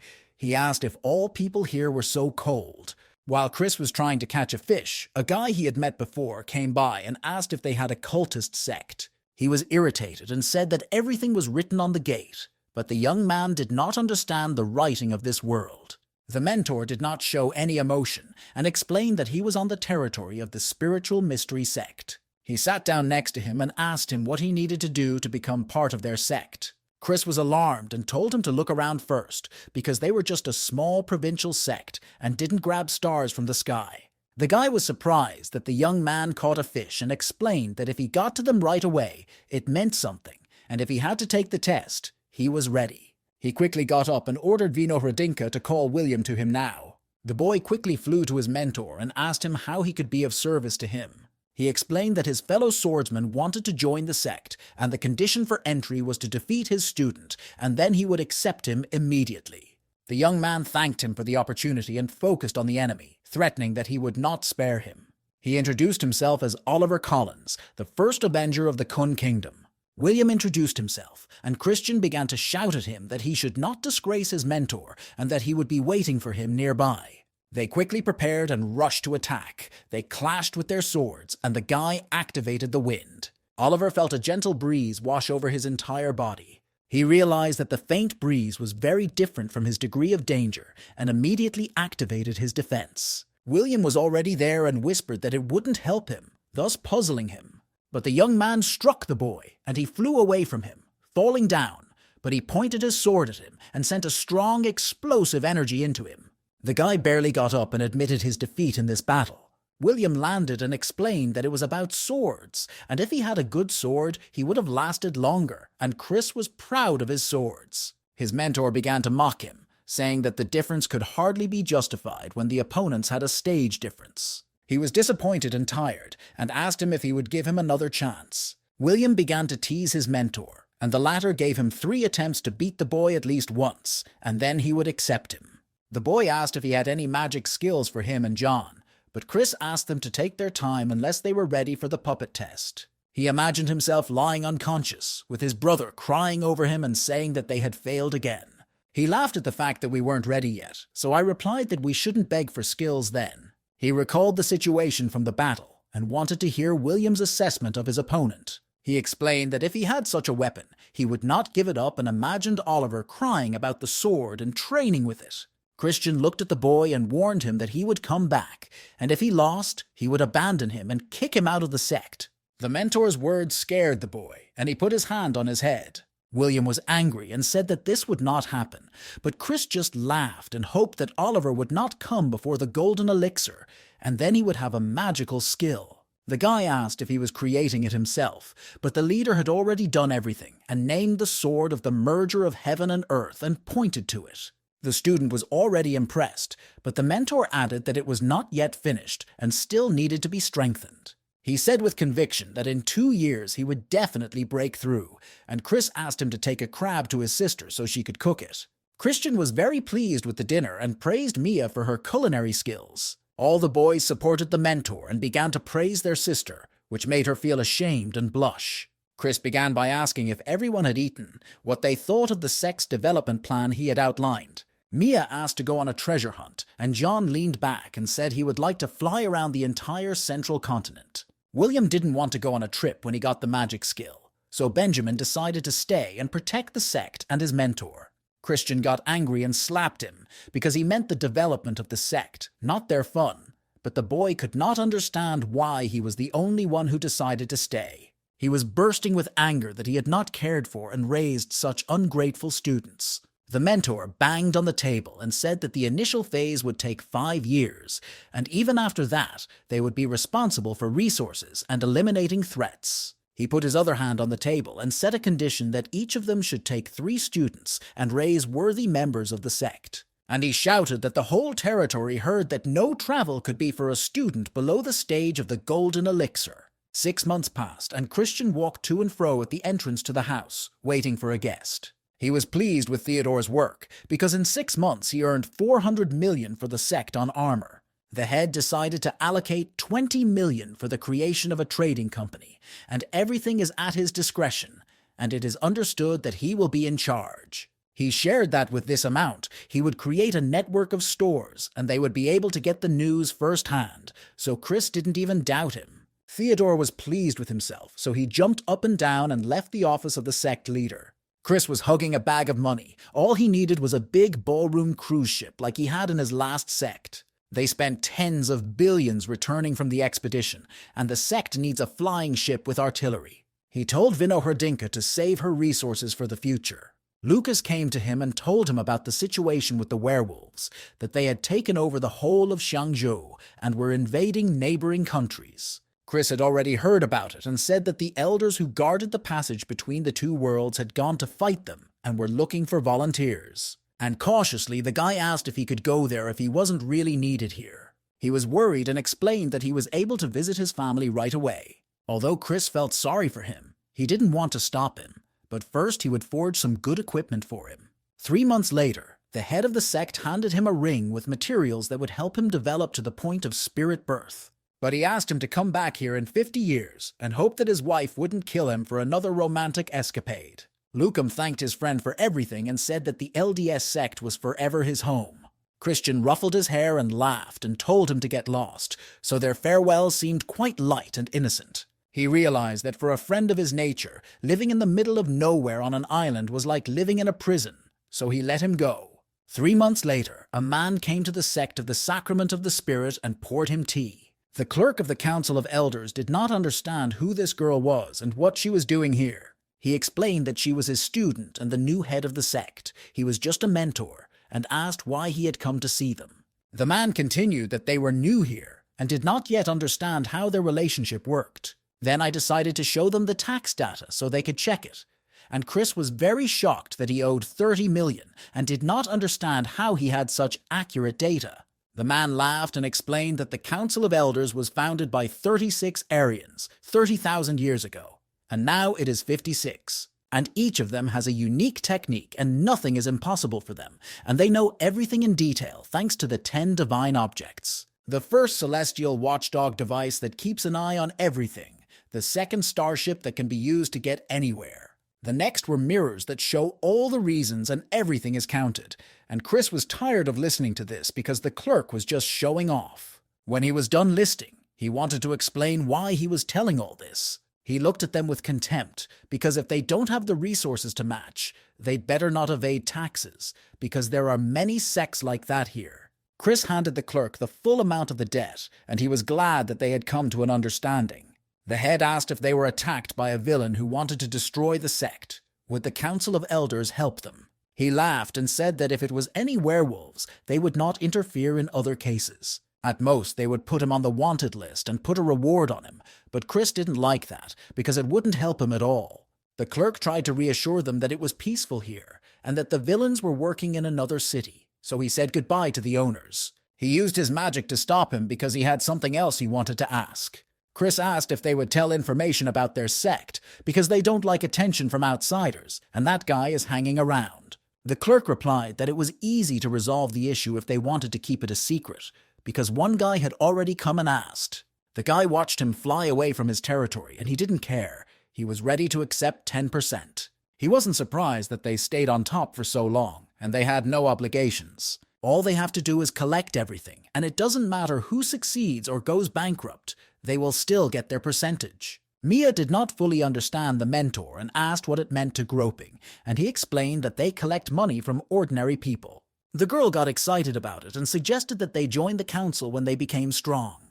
But he objected, because he had a different opinion that when they became so strong, they would be in the Great Chiliacosm, and he hoped to develop a tool that would make them richer without doing anything. In the dungeon of the Sacrament of the Spirit sect, the assembly line was in full swing, with dolls near it recording production data. All the dolls were working hard on the line, and there was a lot of noise from the different stages of production. Christian sighed heavily, because he thought they would bite while the iron was hot and focus on the armor. Theodore came into the office and explained that they couldn't bite off a bigger piece than they could handle, so the head agreed to do as he said. The mentor asked for information about students who had aptitude for alchemy and blacksmithing, as he would be teaching them personally, and Vinogradinka quickly reported to him. And the system also told me about one student with spellcasting abilities, which drew a lot of attention to that person. In the field, there was a fight between two students who wanted to settle their relationship with each other. The judge ordered them to stop talking and insulting each other and announced the start of the trial. The guy called for spiritual rain and it poured down, but they were not happy with it, saying that it was useless for plowing. Then he came up with another spell for water rain and feces began to fall on the boy. When Theodore came in, he saw Chris falling down laughing and that he liked the guy Vinogradinka had just shown him. Then he also showed how he was learning his spells, and his mentor told him to stop, because he had already decided that he would be his 5th personal student. He realized that a spellcaster, even in the central continent, is a scarce talent. They put out an alarm around the perimeter. Vinogradinka reported that there was another invasion of beasts, and the defense was activated. Chris didn't know how to get rid of them because they were tired. He saw them hitting the barrier and jumped on his ship. Benjamin had already arrived at the scene in his armor and said that they would now see and feel the branded equipment from the Lava series. He saw his mentor's ship and reported that he had distributed all the students and was guarding the area himself, and that everything was under control. Chris asked how long they would be able to hold them back, and the system reported that it would be about 2 weeks, and if no one was at the stage of spirit birth, no one would penetrate. He ordered me to stay here, and he would take Mia with him, and together they would search for the leader of this invasion. He laughed at the student's words and told him to take better care of himself and not to worry about him, and waved goodbye. Christian found himself in the middle of a large magical figure in the form of a warrior. Mia asked him what their plan was, and he explained that he would launch a frontal attack, and she would come in from behind and inflict at least 1 injury on the beast. Chris was a little surprised and said that their opponent might be at the stage of spirit dissolution, but she was not afraid as long as she was with him. She was confident in him, because when he was at the stage of G-tempering, he could handle the golden elixir, and now he should definitely be able to handle the corruption of the spirit. Chris ducked and flew straight at the enemy and called the girl with him. He pulled out the memories and realized that it was a giant turtle that wanted to take the eggs it had left behind from the island. The mentor said that she should have turned to him, but now he would take her children for himself, and a scoop of light came out of his eye. He ordered us to stay behind him, and when a turtle appeared, to come up behind it and wound it. The guy moved right at the turtle and activated the silk meat grinder, and a laser grid appeared. He noticed a large crowd, and there she was with her retinue, and in a moment the beasts at the stage of spirit birth began to rise. Before the beast could react, Christian released an electromagnetic arrow from his hand. Even though he wounded them, it was not enough to kill them, and the guy was angry about it, because 1 arrow was not enough for them. He threw a seed on the beast's face, and it began to sprout and bind their bodies. A giant beautiful flower sprouted on the water, and now it will become fertilizer for the land. Amy, who was sitting in the shelter, was amazed by this. The turtle came out of the water and growled, and the boy felt sorry that it was not smart, because they could talk like that. It must have seen a lot in its life. The water began to rise from the lake, and fish flew out, not knowing what was happening, followed by Christian. And now it was time for Mia to come out. While the heron was preparing to attack, the girl flew from behind her. The mentor realized that he was trying to lock him in a limited area. She readied her sword, because while his attention was on his mentor, she had to take advantage of the opportunity. When the girl touched the turtle, she immediately jumped away, and this bite was like a mosquito bite for the turtle. The mentor was ashamed of his student and asked her to show respect for the beast, because you can't just pierce it. After it was thrown away from the turtle, it began to spin rapidly, and when it stopped, all of its armor flew apart. He was bored by this, but the girl already knew what to do and said that it was just a test stroke to assess the hardness of the tail. He was disappointed and told her that if it wasn't for the armor, she wouldn't have survived, and now she should try to be more careful. He dodged the attack and learned that the turtle still had combo attacks. And then he unleashed lightning bolts on it, which hit the turtle. Chris paid full attention to himself, and then Mia began to act, striking with her sword using the technique of piercing spiritual armor. The girl pierced the beast and its wound exploded, and magical particles began to fall out of it. A hole formed in the tail, and the mentor ordered Mia to retreat because her mission was complete. The girl was very surprised and thought that it did not help and did not give any result, as the place of the torn flesh began to heal. Chris folded his arms across his chest and began to watch closely and asked her to take her time, and soon she would see the result. The turtle felt a sharp, stabbing pain. Tears flowed from its eyes, and it growled as it stomped across the lake. Flowers appeared on the beast's head, and Chris called it a sea of flowers. Mia, who was standing next to him, was angry and asked if he could control her now. The girl was fascinated by the turtle, but the main thing was that it would have an impact on others, because they would have to fight each one individually. At first, the other animals started laughing at him, but when the turtle turned around and looked at him with his fearsome gaze, they stopped and got scared. He was pleased with the work, and now wants to find out where it came from, because there are no animals on the immense lake above the stage of spirit birth. Chris used a mental technique, and 50 years ago she laid her eggs on this island, and now it's time to come back for the children. He was happy and suggested that we stay here, and there would be enough space for everyone, because he had long wanted to have animals. Christian found 12 turtle children, and his final decision was that they would stay here to live with their mother and grow up to be stronger than their mother. He approached the giant turtle and told it where they would live. It agreed, and now their lives are in his hands. The children came to the mentor and begged him to teach them how he turned animals into flowers, but he just laughed at their childish behavior. He made himself very important, created a 7-colored flower, and asked them if they had any idea how it would grow, but they didn't know. Then Chris said that they were not predisposed to learning this ability, and they started whimpering, not understanding why. William went up to his mentor and explained that the battle had pumped him up, so he thought he was ready for the challenge of the battle dolls. After the boy's confession, John said he was ready for it too, because he had realized a lot today. Chris looked at the boys. John had been ready to break through for a long time, but he had to hide his progress to wait for his older brother and save face. The mentor was happy that there would soon be 4 cultivators at the Golden Elixir stage, and this would be a big step forward for the sect. The children were shocked and disappointed, and they all felt the falsity and pretense of the mentor's smile. 3 months ago, the brothers went into hiding, and soon they would break through, so Chris asked if she was worried about it. But she wasn't, because no one would take her place anyway. The guy took her and started shaking her. He hoped she didn't think that the whole sect was based on her alone. He asked her not to worry, and that he would not put pressure on her. As soon as the guys broke through, she would be able to go on a treasure hunt as she wanted. He asked her if she thought he was giving her a break from her work, but she said no, because that was not the case at all. He was calm and happy that when her brothers returned, they would not stay long either, because they had to find their own way and would probably come back bigger.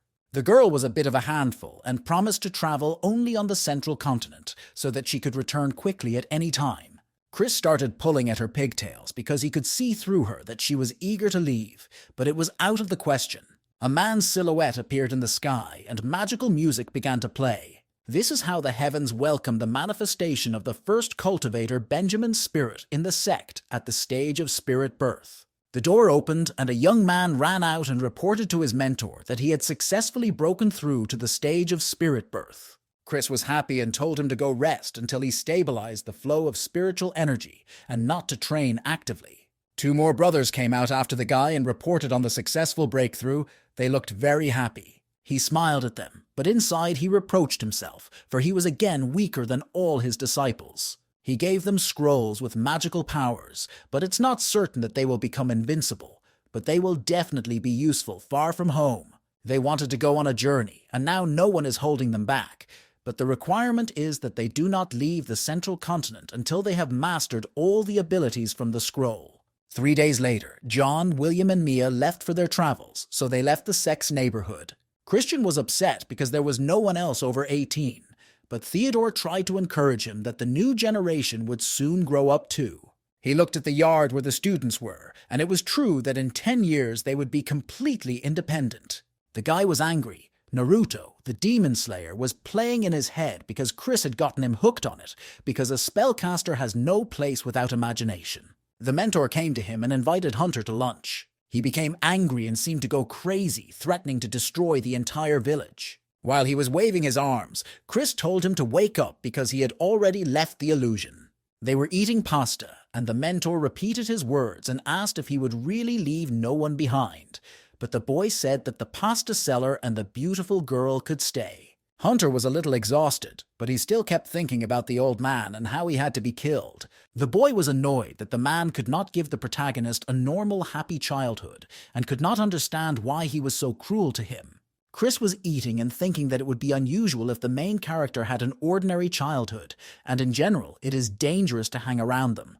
They touched each other, and Chris asked him to pay attention to the fighting styles and techniques, so the student apologized for that.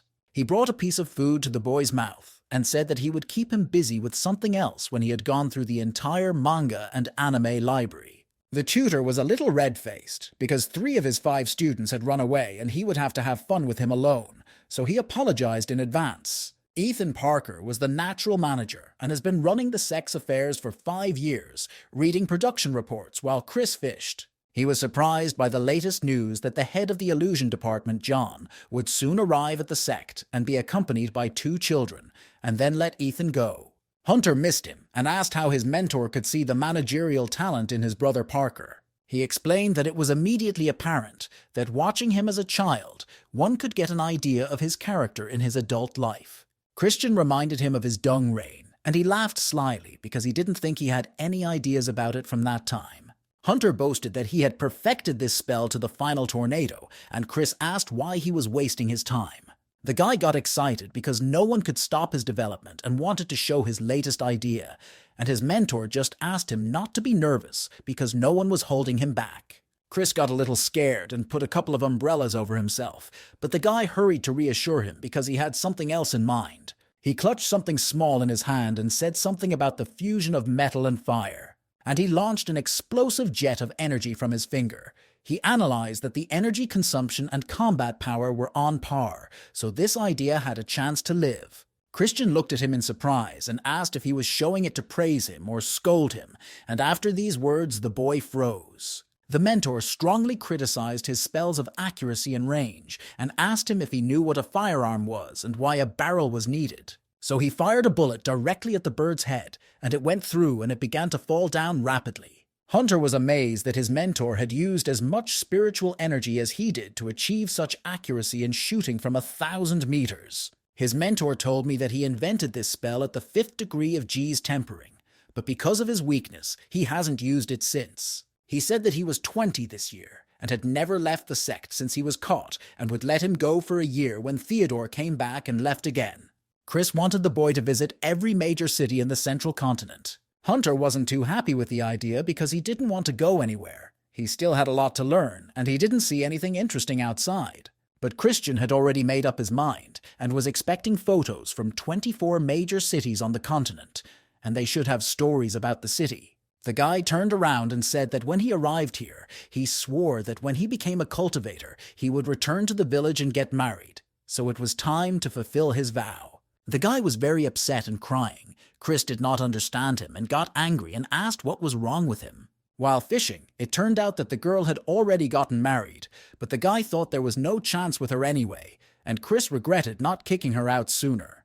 The mentor got up and explained that he had to go back because his brother, who had been gone for a couple of years, would soon come, and they needed to establish brotherly relations. The girl was in one of the main cities of the continent, and she asked someone how to look for someone if he was so big. The animal snorted, and she took it as a sign that with her luck, no matter how hard she searched, she would find him. She stroked the deer and jumped on it and agreed to do as he said. The main thing was that it was alive, and the rest was nothing. Julie recalled her mentor's words that he had settled in the central continent, and she could now start looking for him, and hoped that it would happen very soon. The blacksmith brought the sword and bowed to his mentor, wishing it to serve him well. He thanked the boy, but now he had a new fictitious name, Ilya Stark. The boy was ashamed and said that there was no need to thank him, because he had saved him, and if he had not given him the treasure with rare runes, he would not have forged such a good sword. Ilya sighed heavily, because he wished Christian was around, because with such runes he would have forged a real masterpiece. He looked at the sword and thought about his friend and whether he should go in search of him, and in the meantime he remembered the words to make a good blacksmith out of this boy. The spirit began to say that he still lacked 12 legendary-class swords before completing the 1,000 swords of the forbidden space, and although it would take a long time, the old man was in no hurry. Then he put his hand on my shoulder and said that it made no sense for him to keep the treasure with the runes, because he was a blacksmith. He looked away because he had originally collected them to give to his brother Chris. My grandfather started to get angry that he was switching to Malanka, but the boy didn't want to listen to him or talk to him, so the blacksmith got a little embarrassed and said he would try. He noticed that although Ilya is often open and friendly, sometimes he gets very sad and cannot hide it. At that moment, the elder came to the window, and the swordsman grandfather repeated that a great man must be heartless. Through the use of various manic beginnings, their sect is hidden, and most cultivators flying over the sect do not see it at all. 10 years later, the disciples went on a journey, and the sect found a field of medicinal raw materials and used seals to create an ideal place.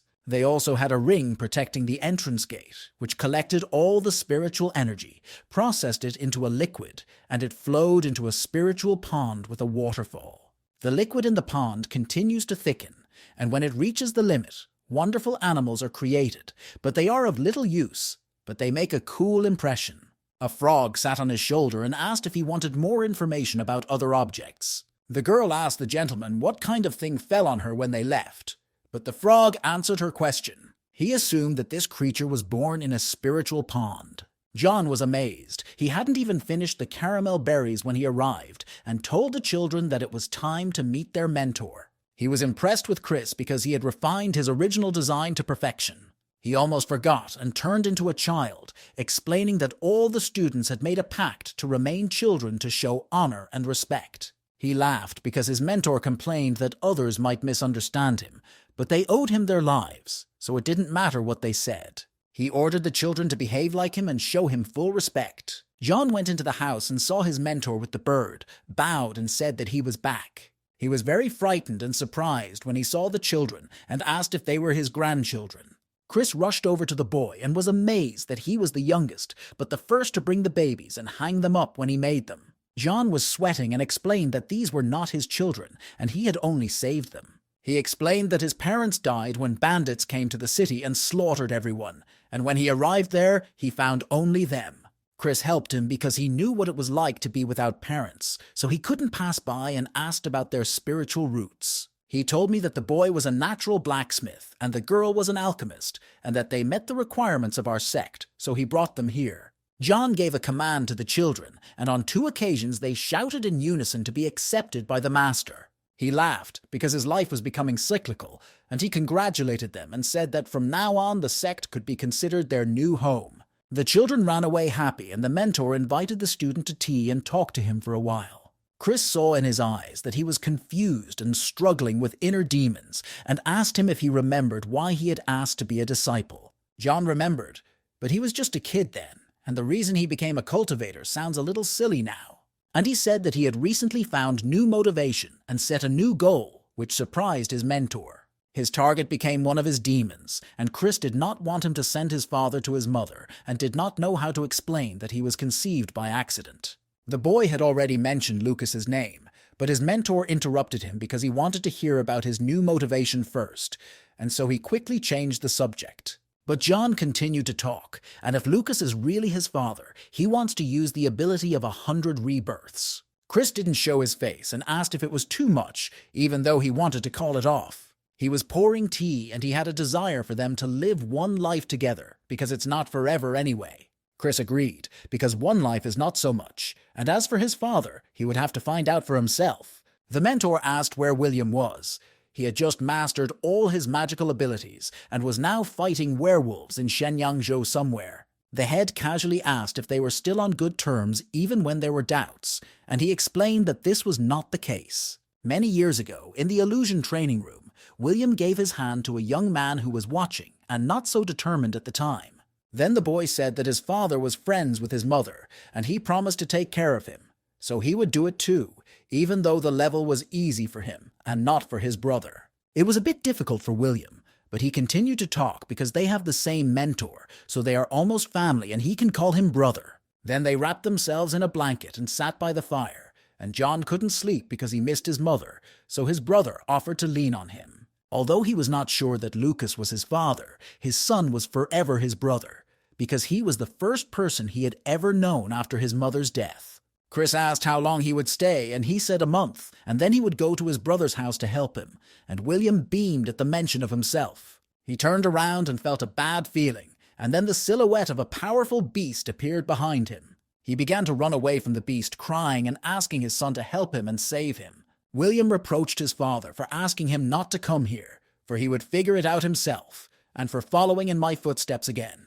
Lucas was delighted because the decision to give him to Chris as an apprentice was the best decision he had ever made. William kept him at a distance while his father praised him, saying that he was the strongest in their family and that he was so proud of him. He rejected his father and said that he was only distracting him, so let him sit with his mother in a safe place. Sophia just laughed, and Lucas felt terrible because his son was calling him out, and he felt old and didn't know how to live with it. He wiped away his tears and was glad that he had a wife to support him, because his brother Chris was probably sitting in terrible loneliness on the island. The mentor was fishing again, and the children were running near him and started screaming when they saw someone approaching in a boat. There was his wife, who had finally found her husband and a beautiful deer with her. She jumped on him and started hugging him and squealing that she had finally found him. Chris was surprised. He didn't expect her to be able to find him and started asking her how she was doing and how she ended up here. She began to cry and apologize that it took her 60 years to break through to the stage of spirit birth, and she was released after 2 months. The guy took the breathing machine, and her stage of spirit birth explains why she is so strong, and the girl showed her biceps. Chris looked at the girl and noticed that not only her hands had grown bigger. He enlarged his ship and decided to give a tour of the sect to show everything. She was fascinated by how beautiful everything was here, and she loved it. The kids in the yard noticed the girl and started whispering about who she was. Some thought she was a new student, but she didn't look much like one. When Chris spotted the children, he decided to introduce her as a visitor. He said that it was his fiancée, and the children congratulated their mentor mother. The girl invited everyone to her place to distribute the gifts, to which her mentor was surprised. The mentor asked Julie where she got so much, because he estimated that she had already given away 200 million spiritual stones. She explained that while she was looking for him, she came across the ruins of an ancient sect and found everything there, so that's the advantage of being a carrier of the heavenly spirit. She was upset because her mentor told her that until she gained full control, she could not have love affairs, so she compensated with treasures. The guy hugged her sincerely and said that he didn't need anything, because she was a treasure in herself, and he didn't plan to live off of a woman. He could do everything himself. Christian received an urgent message that he had to come immediately, so he ran, and his wife asked him to come back as soon as possible. The clerk looked very kind and said that it was a problem that only he could handle, so Vikris asked him to speak for her. He explained that his friend was practicing pear cultivation with his partner, but it wasn't working out, and he wanted him to come up with something and wouldn't leave him without a reward. He didn't show emotion, even though he was angry with them because they didn't deal with the animals, and he was in a position where he couldn't go and send them because he didn't want to help. He boasted that he had a technique for such cases, and that if he shared, he would not go hungry. He pulled out 2 scrolls and said that by chance he had come across a technique for harmonizing yin and yang and thought it should help, and Kirk was so excited about it. He gave them to his assistant and asked her to take them to the bedroom, which surprised the guy to do so right away. The clerk said that a parcel had arrived that his friend had sent and asked if it was from Lucas, and immediately reminded him that he had said something about a reward. The clerk began to delay and first thanked them for dealing with the invasion of the beasts themselves, but Chris was losing patience and kept asking for a reward. A joyful, full of energy man came into the room and asked if he was Christian Duvault. He introduced his sister Camilla and said that she was hopeless in cultivation, but she was gentle and obedient by nature. He boasted to himself that he had tried his technique and was very pleased with the result, showing off his muscles, and decided to give it to his sister. The man started to pull him, but Chris refused because he is almost a married man. He became many times bigger and sternly asked if he wanted to turn away from his gift and disrespected him. He was pleased with himself because he had saved his unselfish sister and didn't seem to be an ungrateful bastard. Chris was furious, because if the system didn't hold back progress, he would have put everyone in their place. Julie started screaming that they hadn't even gotten married before he had a new hobby, and pointed her fingers at the girl. Chris started interrupting her and refusing to let her talk, because he wanted to explain everything as it really is. She didn't want to hear anything from him, and her fist was already pointed at the guy's face. He saw that such a blow could kill, so he quickly dodged it, and made up an excuse that it was a bride for Benjamin. Chris was defending himself, and there was no agreement that he was to marry her, and the guy was shocked by what had happened. The mentor began to convince him to get married because it was high time, and the girl was beautiful and obedient. But he did not like it, and did not want it. He was walking through the sect and saw the girls sitting tortured and asked what happened and why they were breathing so hard. Julie explained that they were getting married soon and Camilla didn't have a wedding dress. Chris breathed a sigh of relief as it was just clothes and called for a layer of wardrobe for her. He put it in her hands and asked her to imagine the dress, design it into a layer, and he would do the rest. Julie was impressed because with this layer you can change your wardrobe every day, and she asked to show it to her fiancé. He was sad because he was still young. How could he be an uncle? He asked to be called his mentor and will accept her as an external student for now, but in the future they may become co-students. Chris gave her the pills that are suitable for the first stages of chi tempering and taught her some basic fifth element techniques while Julie ran inside the house. She wanted to find that layer and remembered that she had seen them in his room, where he probably kept outfits he had designed himself. She tried to recall where they were and remembered that they were probably on top of the wardrobe. She screamed what she had found when Christian came into the room and asked why she had run into the house. Chris started shouting at the girl not to touch the balloon, but it was too late because she had already activated it. She started screaming loudly and Chris kept telling her not to touch him. The girl began to change into various very revealing clothes. That her outfit made his nose bleed and he fainted. His eyes started to double when the girl asked him why his nose was bleeding.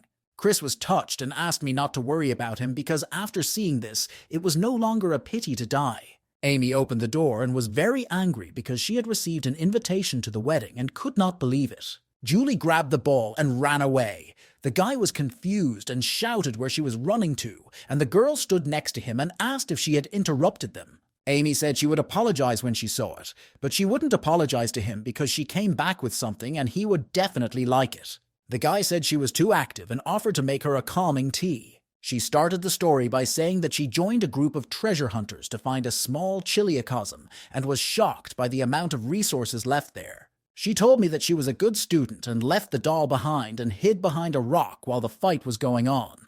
And then there was a werewolf doll at the stage of spirit birth, which seemed to be controlled by Vinahradinka, but she chose a good moment to finish her off. Chris grabs her by the pigtails and stands over her, asking when she will reach the point where he will be delighted. Tears appeared on her face. She said that she had collected the rings from her fellow travelers, and there was a spell to preserve the worlds, so she brought it. Christian said that if he wasn't satisfied after a boring story, he would have drowned her for 1,000 years on an island.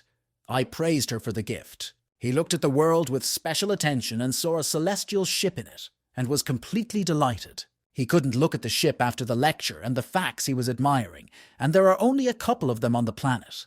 Chris realized that even though it was only a ship's blueprint, if they knew about it, they might not live to see tomorrow. He started whispering about whether anyone could have left alive and whether she had found any details, and the girl told him that the monster had eaten them all and that the details were in the small world. He did the calculations, and he could only reach the full state at the stage of dividing the spirit and began to count how many before him. Christian was upset because he couldn't do it now and had to hide it carefully, so she thought it would be better to sell it somewhere along the way. He began to push the girl to develop quickly to the stage of Mahayana so that he would not be afraid for everyone and would not have to bury him. Mia asked not to put pressure on her. He got excited about it and shouted that tomorrow he would immerse them in a more intense regimen, but she was not thrilled. Chris asked Vinahradinka to scan the ship and tell him what he needed and how to change it to make it more human-friendly. He asked me to integrate with the small world because he had left empty modules before and just one could be taken over by him, and he stood there watching this process. The system scanned and provided all the materials needed to restore the ship. The guy was upset and left it as a bookmark for now, because only all the property and the island can be sold for only a grain of sand. Vinahradinka started preparing the island for sale, and Christian and Mia were scared. The mentor started to withdraw his request and explained that he had only said it in comparison, and that he didn't need to do anything. Vinahradinka calculated that it would take 50 years to transform and create new runes of young formations, and the owner started the process. With her pleading eyes, the girl asked me to pump her rifle and explained that she was running out of bullets as a sign of gratitude for the small world. He patted her head and said that everything had been ready for a long time and was just waiting for her, so she looked happy. He explained that he had upgraded both his weapon and bullets to the 4th level, and now it would be able to inflict a fatal injury to dissolve the spirit. Christian could see her eyes glowing and that she was eager to shoot, so he ordered her to bring him a divine class of prey. Mia took the rifle and was incredibly happy and said that he would be even more surprised by her gifts next time. She ran as fast as she could because there was a message about entering the sacred lands, and Chris looked at her and was glad that they were growing faster on free range. And then he remembered that he mustn't forget about his other pigs, because that child had turned his head. Christian kicked down the door to their bedroom and took Benjamin away, telling them not to come back before 3 years and to make sure they moved on to a new stage. Harley was sleeping peacefully when his mentor woke him up and told him that he had to go on the road too.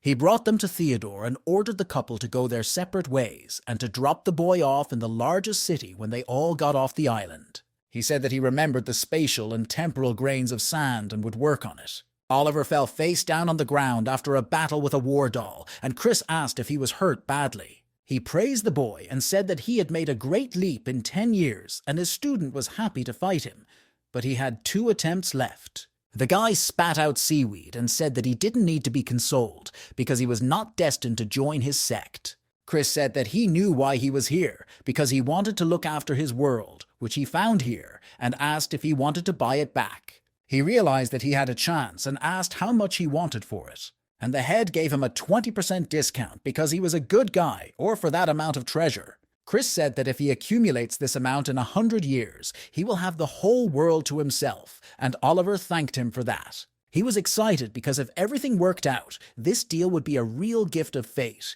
and he remembered that he hadn't opened the gift from Lucas yet. He opened a box containing hollow werewolf bones, used as storage rings in cultivators. He took one bone and was amazed that it was a box with a surprise. He started to sort through the bones, and the first one was something cheap household and threw it into the firebox. He was happy because the second bone already had a lululemon and objects with runes, and he needed it. He saw the pentagrams and didn't understand what the 16 hardenings of steel were, so he wanted to try it out in his spare time. Chris found some stinky stuff, and it was filled with something rotten, but it's true what they say. What's good for a werewolf is good for a man. In the last bone, there were many different treasures like sun grains of sand, a meteorite stone, and with all of them, he could level up the grape to the legendary class. He was over the moon and had no doubt that Lucas would not disappoint him, because he always brings good gifts. The grandfather emphasized to Alex that he expected a serious booty from this raid, but he agreed to help and take revenge. But that was not all. He stopped short of saying he wouldn't do it if it was a detriment to other people, as it was to his brother Chris. The swordsman grandfather began to scold the boy that in a big case, one should not be distracted by trifles, and he was especially angry at the mention of Christian. But the guy did not care, and threatened to catch the swords they had been collecting for his favorite formation for so long. My grandfather was scared and said that he and the girls were melting down for a good haul, but he couldn't melt down thinking about Chris. He let go of the sword and he hit his grandfather, shouting that they were brothers forever. The old man was hurt and promised, but he shouldn't give up, and he wondered if the boy thought the same about him. The swordsman grandfather noticed the girl and said that she was not so simple, and that he should take her with him because she could be useful in a difficult moment. While she was choosing an item, a guy came up to her and asked if she was also going to the sacred land of the ancient werewolves to find treasure. He said that she probably already understood that it could be dangerous there, especially alone, so he invited her to join like-minded people. She was surprised, felt as if she already knew him, and asked him about his treasure hunting strategy. He said that he is cautious, and he likes to clean up the periphery and avoid the most tasty places and avoid conflicts, because no benefit is worth the sacrifice. It sounded like a simple lure, but she took it in stride and agreed to his proposal. The guy introduced himself and said that he was from the Sect of the Royal Swordsmen in front of the group. Since they are all professionals, I invited each of the attendees to introduce themselves, and they all came from different parts of the world and sects. He suggested dividing all the loot in half, and after the division, everyone would decide whether to stay in the team or not. He found the source of the entrance to the sacred land of werewolves, and after confirming it, sent the data to everyone. He commanded everyone to take their swords, and they flew towards the entrance. Alex said that time was of the essence, and they had to act quickly. His partners were surprised by his sword and asked who had forged it.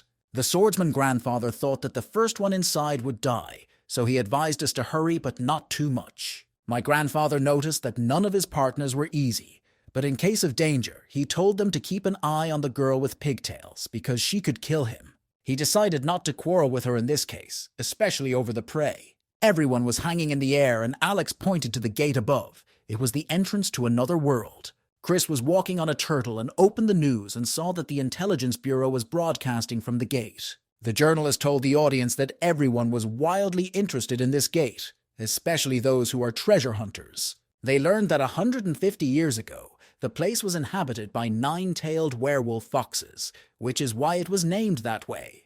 Christian didn't like it, because he expected to be broadcasting outside the gate in the middle of the action, and to see Mia there. He called Vinohradinka and explained that he wanted to make one of his students, and asked her to check who was best suited for the role. He hired a trading desk apprentice because he knows how to gather and analyze news and has a passion for other people's secrets. The boy saw an ad that a senior mentor wanted to see him and got scared. He didn't understand why he remembered him while fishing. He quickly took off and arrived at Christian, who was sitting on the shore fishing. Noah Black liked to take photos of everything he found interesting. He greeted him, and the head invited him to sit wherever he wanted. And Chris quietly asked him if he knew why he had called him. He assumed that the guy wanted information about Theodore. He laughed at that because he knew everything on the island, and the guy was alarmed because it turned out to be true that he had some kind of power. Christian said that he knew all about his hobby and wanted to see the results, but the student had one condition. He had to keep everything he showed him a secret. No one pulled out his device and showed photos of the students, of someone admiring a sword, of girls, and of them training and using their abilities. The head of the sect was disappointed because he did not know that his students were doing this in their free time. Chris asked where he had learned such spells, and the boy explained that he had asked a friend to redo the spell with his wishes. He ordered the boy to study this issue with a spell so that others would not feel it, and he would also send him on a trip to the main cities and ask if he was happy about it. He gave him a scroll, and no one asked him what was required of him, and he needed to shoot the main beauties in each place. These spells were very secret, and if you learned them, no one below the stage of mastering the void would know them. No one started shouting that although he loves filming girls, what he was proposing was beyond moral standards, and he would not do it. Christian was angry with him because he meant what he did, so that he could make money from advertising, and he apologized for thinking badly of him. The head wished him good luck and told him to maintain the rating of Celestials and write why he included them there and then pass all the materials to him. The guy agreed and understood everything, and in addition, Chris threw him a bag of spiritual stones. He said that he would not execute him, and also gave him a pill, because he must not forget about cultivation, and the student thanked him and said he would complete all the tasks. No one was happy and flew away, and Chris waved goodbye and asked him not to film the girl at the stage of merger or worse. He was satisfied, and he was also convinced that a lively interest is a driving force in the development of a personality. The head was fishing again, and decided to create a special course based on 5 elements for the advanced physical student he had replaced in the pictures. He hadn't thought about the name, so he called it the 5-element method, and he regretted that he should have paid attention sooner because he was an orphan. So he decided to ask if there were any students he hadn't noticed at Vinohradinka's school,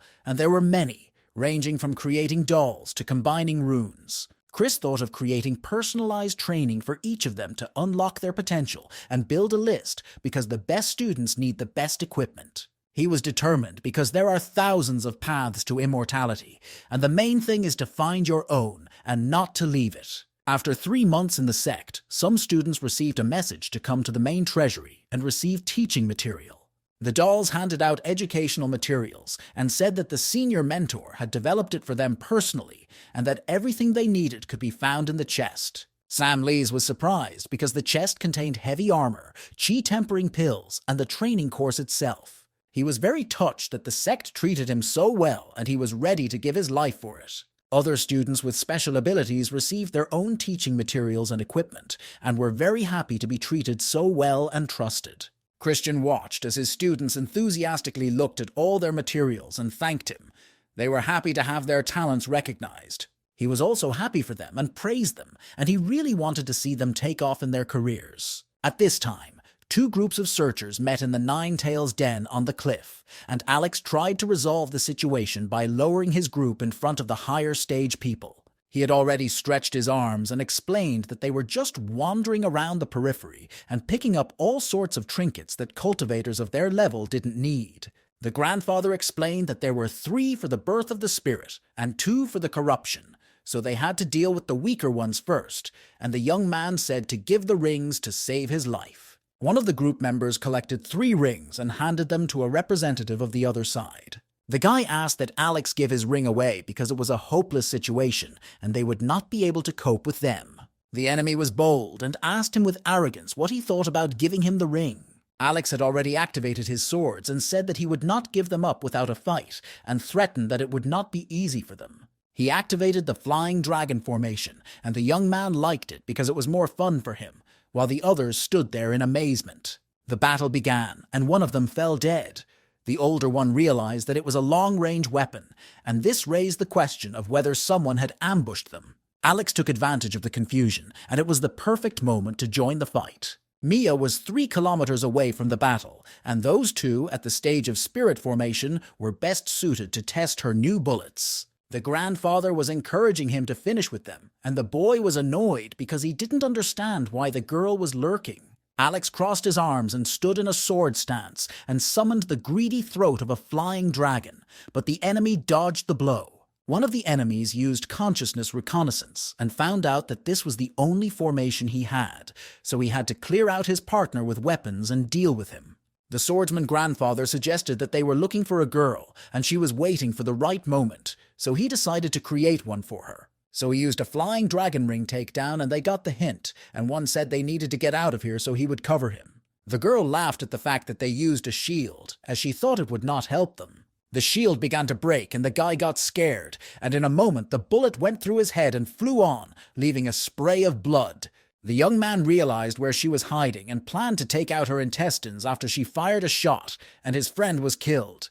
But his partner did not allow him to do so, using an instant meat cleaver, after which the guy was cut and pierced. Mia flew over and suggested that we share the spoils, because it would be unwise to go deeper and fight again. He began to divide, and it turned out that each of them had 16 million spiritual stones, and there was also spiritual ore and raw materials to divide. She gave the boy all the weapons and utensils, and took the building materials and spell plates for herself, because she remembered her mentor's words about sharing the spoils. My grandfather began by saying that he knew about her weakness, that she was no good in close combat and needed to act quickly. He offered him to take all the loot, because for this amount one could go against one's conscience and moreover not kill it. Alex said that they had already discussed this and that his grandfather was very angry with him, saying that at this rate it would take them forever to collect 10,000 swords. The guy got angry and reminded him that if he moved in, he would still be in charge and threatened him not to cross the line. So my husband agreed and said that it would still be a risky idea. Because his body could explode from his charisma, Alex immediately gave the girls some of the treasures they hadn't sorted out. He stretched out his hand because he didn't know if they would be able to talk again, and Mia replied that everything was in heaven's hands and that if fate would have it, they would talk. He thought that she was too trusting, that she was walking with her back turned, and my grandfather explained that it was just a doll and she was hiding. Does he still think she's a simpleton because she killed 4 of the 5 and he could be next? Mia has already gone back because the workday is over. So Alex asked him why he was teasing him, but he only noticed this magical feature at the end and reproached him for not helping him well. Christian was having fun counting the floating seashells and decided to call them the 12 protectors of the inexhaustible lake. He checked their pedigrees and couldn't understand how a deep-sea dragon and a giant shark ended up there, because there were still normal land and sea turtles. The giant turtle howled and Chris did not understand it at first. Afterwards he asked me again, and it turned out that the animals of the inexhaustible lake have a lot of mixed genetics. And she said that purebred animals do not survive in the lake, and that is why she did not survive, because there was not enough diversity in her kind and gave her a pill. Chris was feeding the turtles and said that in order to make them defenders, we needed to find a way to cleanse their blood. And they were well trained that in the event of an invasion, they would be able to wean the enemy off, and he introduced the ninja turtles. He realized that in only a couple thousand years he would be at the stage of Mahayana, and his disciples would ascend into the great Chiliacosm, and therefore only shells would remain near him. He was scared and wondered if the turtles would call him a hermit later. The girl came up out of the water, and Chris said that her skills were close to perfect, but that her attempts to outsmart her mentor were naive. She asked him how he did it, and explained that Vinohradinka had reported that you had returned from the reconnaissance unit and had successfully completed the mission. The girl was sorting through something in a bag, and the mentor noticed that the catch was successful, because otherwise she would not have returned so soon. She was in a bad mood after they found her and said that she brought in a little more than the Sect's income for the month. He thought about it, because half a kilo of this tea costs 100,000 spiritual stones, and having earned such money, he wanted to spend it. Did he really teach her this? He was touched because she had earned so much money, and the first thing he did was to show respect for his mentor and let her say she was wrong. Mia sat down across from him and told him that she had met a very interesting person from the sect of the Royal Swordsmen, and Chris couldn't understand why he couldn't leave them alone. He started pulling her pigtails and told her to stay away, because although they have great success, they also have terrible trials where their companions die. The girl said that she got a lot of items, but it was difficult for her to assess their value, so she put them in a rather strange suitcase. So she asked him for help, and since she shared it with Alex, he had all the valuable things, and she put everything in this suitcase without realizing it. The only valuable thing the werewolf gave the child was a gnawing rodent to grind her teeth with in her free time, and she was angry about it. Alex was angry with the merchant because his entire pile of items was worth at least 200 million spiritual stones. He was not satisfied with the price, so he wanted to go to another store, but the seller stopped him. He was surprised that he knew the price of each item. The boy thanked his grandfather because he did not even expect that there were so many valuable things in this pile of junk. He finally saw how much he was doing, and the old man noticed that the girl had only a scrap of the valuable stuff left, and the young man said he would pump the swords in gratitude. But his grandfather resisted him, saying that he needed swords of the legendary class, not the third. Mia and Chris were resting on a turtle, and one of the students brought them lunch. He immediately noticed that he had come for a reason, and the guy asked to take a couple of hills for experimental landfills. He gave his mentor a scroll with brief ideas for his project. Chris reread his suggestions and liked them, but still crossed out some of them and agreed to implement them. The mentor also wanted to show her his filming equipment with communication devices for live broadcasting and wanted her to see the results. He showed me a student, and it was the strongest student of his generation physically, and now he fights with war dolls every day. Amy was already giddy with the quality of his photos. They were so realistic. But he wants to do 3 more daimyaks. She received an alarm from her brother who was in Linkson, and she asked her mentor to help her brother. He shouted at her to hurry up before he did anything, and if something happened, to contact him. Benjamin was talking to a girl when a guy approached him and offered to join the 9th level 1000 Ways Sect, and he would receive a newcomer's package. The young man said that he was already in the 2nd sect, and the man was a little embarrassed and sad when he showed him the 2 leaflets. He started bragging that they had a Heaven Kiss spellcaster and that they didn't have one, but the guy shut him up because they did, and they were just as good as them. The boy was furious and said that he would call his students to fight him, and he would realize that he should not waste his talent on a sect, and the young man was eager to do so.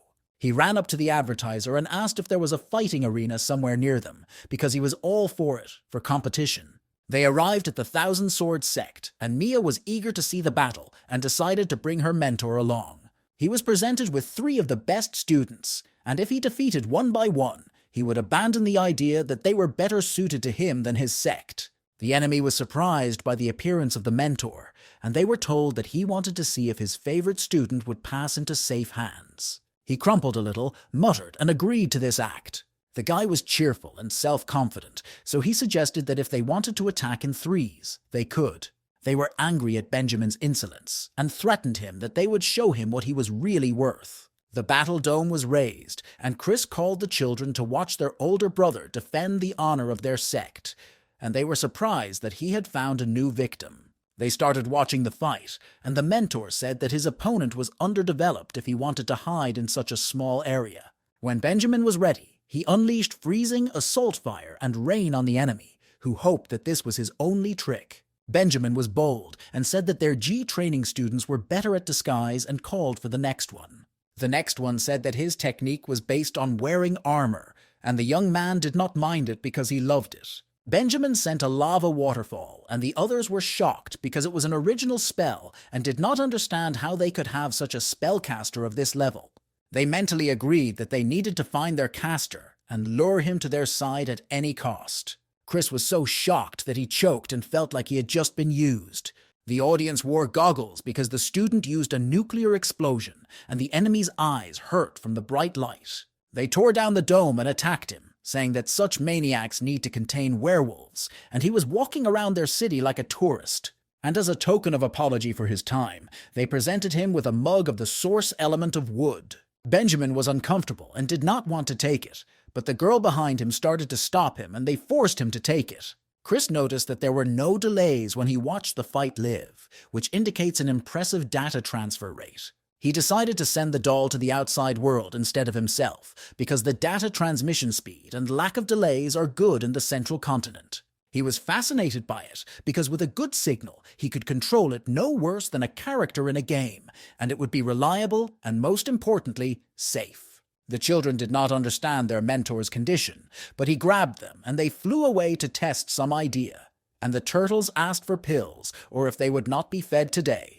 He came to Koval Nu and asked Vinohradinka to evaluate the remote-controlled doll, but she asked if the answer was honest or funny. He said it was the second option and angrily told me not to fool around, because it was a serious matter. He explained that this model of signal reception is limited, and the opponent of the golden elixir will create a lot of interference, and Chris was very upset about it. He was irritated and snaked the sheets off the table and ordered to optimize it and solve all the problems, because then it would make no sense. To fix the problems, we need a barrier-breaking stone, and now it costs 1 billion and has given 2 voters.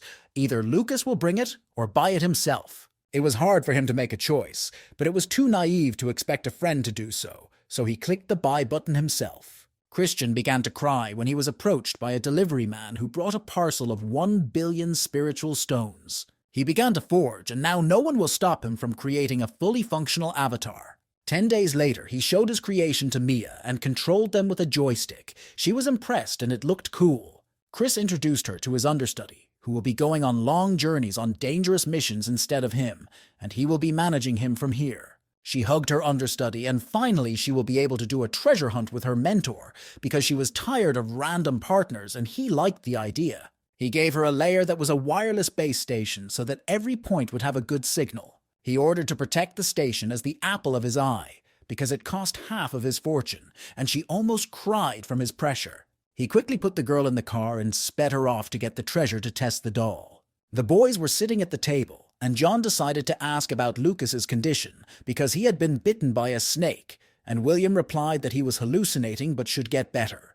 John asked how he was doing because he felt like he had a stone on his heart, so he asked me to share it with him. William had hoped that he would make rapid progress on the front line, but after 3 years, he hasn't made any progress and is upset that he hasn't even been able to master his magic ability. He was angry with himself because his mentor was a genius and had developed a special magical ability for each of them, and now he was ashamed to look him in the eye. John poured him more tea and said he had a way to help him with this problem. He explained that his magical ability could help him, and if he lived an extra life, he would definitely achieve what he wanted. Then he asked if he was willing, and William tearfully agreed to take this chance. Then they had one last drink, and John was preparing to immerse him in another world. He lay down and was a little scared because he didn't know where he was going to end up, but his brother tried to calm him down and said it would be quick. John said he would move him to another world, but he would say goodbye in this one and activated the first world. The duck was indignant, as if he would be interested in training in the world of love. And the boy began to worry a lot and guessed on the flower whether to wake his brother or not. He began to fuss a lot, because while he was guessing on the Higanbana flower, which has many petals, he lost a lot of time. Brother sat over William. He did not think that his first experience in using his ability would be so intense. William woke up and showed his skills to his brother, easily defeating the war doll. John was glad that he had achieved his goal, and now he could leave with a sense of fulfillment of his brotherly duty. William thanked him, and he was sure that within 50 years he would break through to the birth of the spirit, and when he visited his father, he would return to his mentor.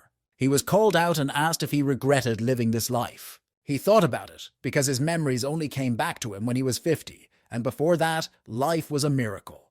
He could not believe that they would actually get married and that it would be the happiest day of his life. He blushed, and John watched him, laughing and not even hesitating. Mia and the understudy met the fire tiger at the stage of spirit division, and the mentor was impressed that she could interest such dangers. She was lying there with a rifle and said that if she had tested the doll on low-level animals, it would have looked like a mockery of her mentor. Chris threatened her that if this doll, which costs a dozen of them, dies on the first day, he will not entrust her with such important tasks anymore. The signal was turned off, and the doll managed to dodge before the operating limit was reached. The mentor started to get nervous and shouted that the high-speed network connection was to blame. Otherwise, he would have killed it long ago with critical blows. The girl was amazed at the tiger's ability because she had only used the magic ability of expansion to run away. The stand-in moved to the girl and took out the screws and fired that the girl was so shocked that she forgot to shoot through him. He started pulling her pigtails and reminding her of her words for her useless partners, and she explained that she was so fascinated by him that she froze. The tutor was happy because the doll had passed the test, but the speed was too slow, so he could only improve it. Jeannie and Robert greeted their mentor, and he noticed that he hadn't seen them for a long time and asked if they hadn't forgotten to feed them. He looked out over the staircase railing and asked the third man if he was the first to arrive as usual. The turtles were surprised to hear him ask why they hadn't been given pills, and he laughed and asked if they missed him or the pills because he had been busy lately. He stroked the disciples and said that he entrusted them to his disciples to feed them. He stretched out his hand and asked everyone not to bother because there was enough for everyone, and he was even surprised how they were growing so fast. He thought about them because they were developing rapidly and surpassing his first students, and in a year they would be able to study alchemy and forging. A student came to him to complain that since his arrival, all the turtles have been around him, and now they have no business with him. He just didn't like the fact that they had no backbone and were constantly whining, and he would have to figure out how to temper their character. Vinorudinka informed his mentor that something was approaching the Sect's borders, and he would bring up a picture. Chris was happy to have John back, and it seems he has brought new students. And the boy proved that he had brought a talented student who passed the test in the hardest category. The mentor asked which one of them, and the young man replied that he was very surprised that they all managed to pass his most difficult test. The first newcomer bowed and greeted him. He looked very ordinary, but the difference was his eyes. Chris had never seen them before. He touched his forehead and saw his birth as he grew up and asked him what his rebirth was. The student did not understand the mentor and asked if something was wrong. Chris asked the boy if he wanted to become a cultivator, and he said he did, and then he was curious to know why. He was angry because he wanted to destroy the werewolves and rebuild the village they had burned. He hoped to be able to weaken it when he was reborn, but then he was immediately thrown into the thick of the war with the werewolves. Christian extended his hand to him and asked him if he wanted to become his personal student. The young man bowed to his mentor and said that it would be an honor for him. I asked him his name. His name was Friedrich, and he was a little scared when he saw a tree with students on it. But Christian didn't like that name, so he decided to give him a new one, and from now on he is Dylan.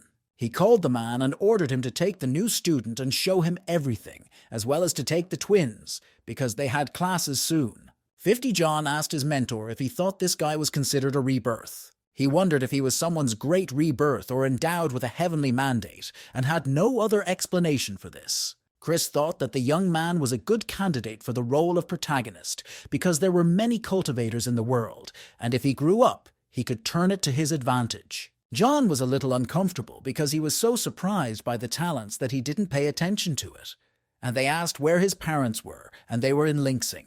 He asked to be sent to him to take care of him, and told John that none of this mattered as long as he remembered that the Sect was good to him. Christian thought that in a couple of years the werewolf war might spread to more territories, and that the Sect should prepare to protect itself by then. Christian asked his disciple how many rebirths he had managed to experience with the help of 100, and the young man replied that he had 11. His mentor told him to do it once every 5 years, and after the 20th, every 10 years.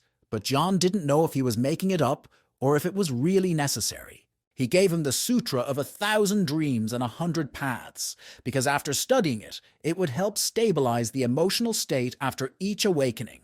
The guy was surprised because he hadn't paid attention to it before.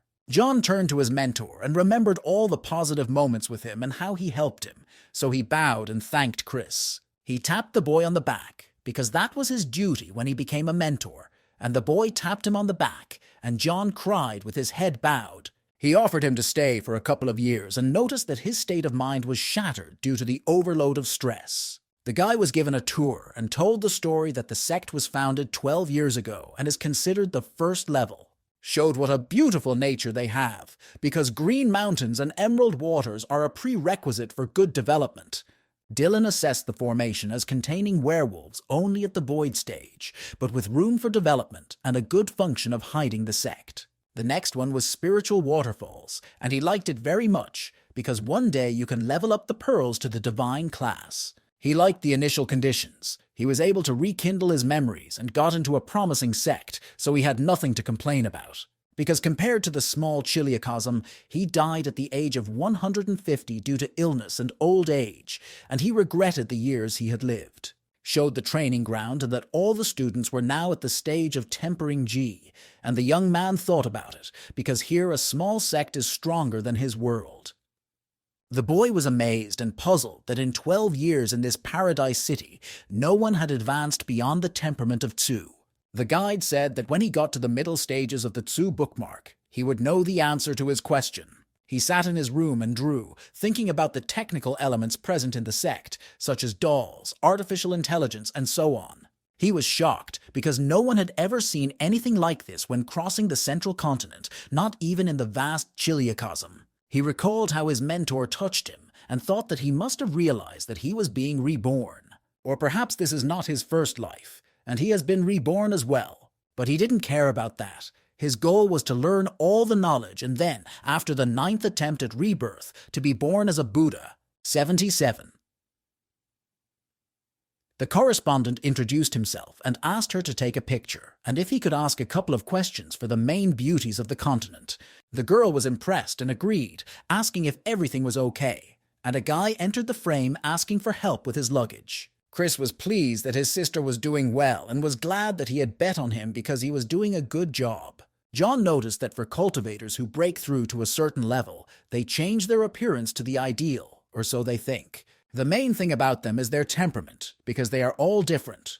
Some are graceful, some are belligerent, some are quiet. John didn't expect their mentor to be so superficial, because women's beauty is not just about beautiful legs and faces. Christian was embarrassed and said that the student did not understand anything, and that this was his only normal reaction to girls, but the boy could not understand his primitive look anymore. The guy felt sad that this was his weak point, the beauty of women that is not limited to the physical shell. He was angry with the student because he had spent his whole life devoted to cultivation and their education, so now he wants to be guided by girls through the screen.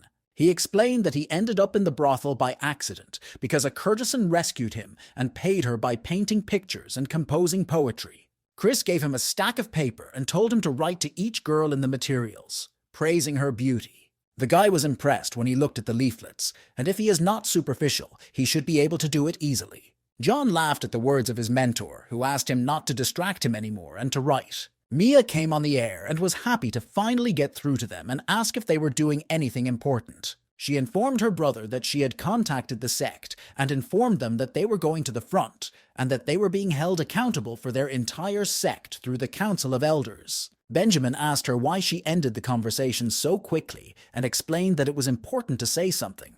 Otherwise, he would have discouraged them. At least 10,000 new recruits were gathering at that site to be sent off. Amy asked if they would be able to put out the attacks, but her brother didn't know because the situation was difficult, with the 9th-ranked sects sending dozens of their masters. My sister asked me to listen to her when they arrived at the front because he was better at striking, and she was better at running and dodging attacks. For the sake of the common good, he agreed to listen to her in everything, and the girl was happy about it, saying that he would not be lost with her. He thought about it because she called herself Aunt Mia, even though she was his sister. They noticed a boy who looked to be in his 20s and was in the process of laying the foundations and asked him if he was an alchemist or a blacksmith. A giant passed by and pushed the boy off the road, but the girl managed to catch him. He greeted me and said that he was an external apprentice of the Heavenly Forge and wanted to earn points from the Council of Elders so he would work in the repair camp. Their eyes lit up because it was this sect that builds the ships their mentor constantly dreams of. They would be surprised to return to the sect, and the young man was very nervous because it was the first time he had left the sect, and he was sincerely glad to see them. Mia asked him his name and asked what category he belonged to, as there are 5 categories in their sect, A, B, C, D, E. His name is Logan, and he was classified as a B, but he was a little shy about telling us about himself. So they decided to ask if such a blacksmith would be hired and what category he would be categorized in, and they showed him the bracelet. Logan was amazed by the product and the runes. He hadn't seen anything so close to perfect for a long time. He said that a few manipulations and this thing could be divine, and that this blacksmith could become the best master of their sect. He was eager to meet this master, and his sister and brother said that he would have the opportunity. Benjamin took his bracelet back and realized that when the time came to build the ship, it would help them a lot. A spatial gate appeared above them, and they had to prepare for its opening. There was already a spaceship in space between 3 lines, the werewolf world, the collision line, and the Feiyu world. On the ship, a man approached the gentleman and asked if they were still waiting, and he was told that yes, because the time had not come. The servant explained that if they made a mistake, the ships would be damaged, but the master did not care. He wanted to merge the 2 worlds before he ascended. The guy gave up his fist at first. He wanted only a finger twist. In the border countries, they were asked to move to their positions according to the distribution sent to the device, and they ended up in the same camp together. They said goodbye to Logan because they had to leave and wished each other good luck. The soldiers on the front were asking for reinforcements as their defense line was falling. Mia and Benjamin arrived at the front and were immediately called upon to help other soldiers in the fight. The guy really liked it there, and it looked cooler than he thought, and his sister went to look for a good firing position. They ran up to him and asked him if he was afraid to turn around, and he just smiled. Benjamin had already prepared for the attack and asked us to disperse because it was going to be hot. He waved his hand and walked the lava apocalypse across the territory. The werewolves were bathed and burned in lava, creating various horrific sounds for perception. The guy continued and used a lava demon, and then hands came out of the ground and grabbed the werewolves, squeezing them in their palms. Everyone was overjoyed and happy that finally an MBA had appeared in their camp. Chris and his student watched the live broadcast, and the mentor asked if it was from the Shenlingzhou front line, and his guess was confirmed. Christian didn't understand why there were so many of them, and why they didn't have birth control committees, to which John was surprised, because his mentor was missing the point. He laughed and pointed to his brother Benjamin, who looked as if he had found the confession of his life. He was proud of him because he had always loved large-scale destructive attacks, and he had developed the latter on his own. John turned his mentor's attention to the screen and showed him which eagle was aiming at him. It was at least at the stage of spirit dissolution. Chris was a little annoyed that his student was so bored because arguing with students doesn't fit into his ethnic framework, and started to tug at his cheeks. But the young man did not know what a husky was, so he asked and was told that it was a breed of dog that resembled wolves and grew up to be smart and playful when raised. John began to imagine what dogs look like and to make a pretty good chain that ended up with William, but his mentor interrupted and asked what he was thinking about. The boy began to ask the husky's mentor with his pleading eyes, but he could not get him one anywhere. An eagle hovered over Benjamin and attacked him, and he started shaking as if he had been electrocuted. Mia, who was waiting in a firing position, struck directly at the target, piercing his head. A bird fell down nearby, and friends started running up to it, asking if it was alive. The guy stood there as if nothing had happened and smiled. He thanked them for their concern, but he was fine. They just didn't understand how he managed to survive. He replied that his mentor taught him the first rule of remote combat, and it was also the most important. He explained that under no circumstances should one allow their true location to be discovered. Christian was proud of his student and John praised him, but he was a little angry that he did not choose more respectful words. The boy with the bias called his mentor an absolute genius, like the truth of heaven, and added that they did not deserve him. Chris asked if he hadn't received these words from William, and he confirmed that he had blushed a little. His mentor explained that most of his faith came from his father, as if Lucas had passed on his habit and asked him not to say such things anymore because they sounded vulgar. Jenny called the turtles to her and asked them not to push because there would be enough room for everyone. We started looking around to see if anyone was coming to get a huge pill. The girl said in secret that she had prepared this pill herself and added bone powder and animal blood so that the skulls were salivating at the smell. Christian wanted to know how the war with the werewolves would end, so he launched a fortune-telling in Vinogradinka and hoped that the hexagram compass would give him the answer. After that, the beasts that appeared from the water started flying at him, and he was shocked that he was not informed before they attacked. Out of nowhere, turtles appeared, looking like ninja turtles, and they began to deal with the invasion of animals. Vinogradinka tried to excuse herself, saying that it was not a threat to them, and Chris accepted it. The tutor laughed a little when he called Julie and asked her to bring the pill, because animals probably came to smell it and wanted to see. He scanned it and thought it was brilliant, and he didn't understand why he hadn't thought of it earlier. Because it contains bone powder and the blood of the golden elixir beast, the mutation rate increases after ingestion. The mentor allowed the student to take whatever she wanted from the refrigerated warehouse and devote her free time to making pills.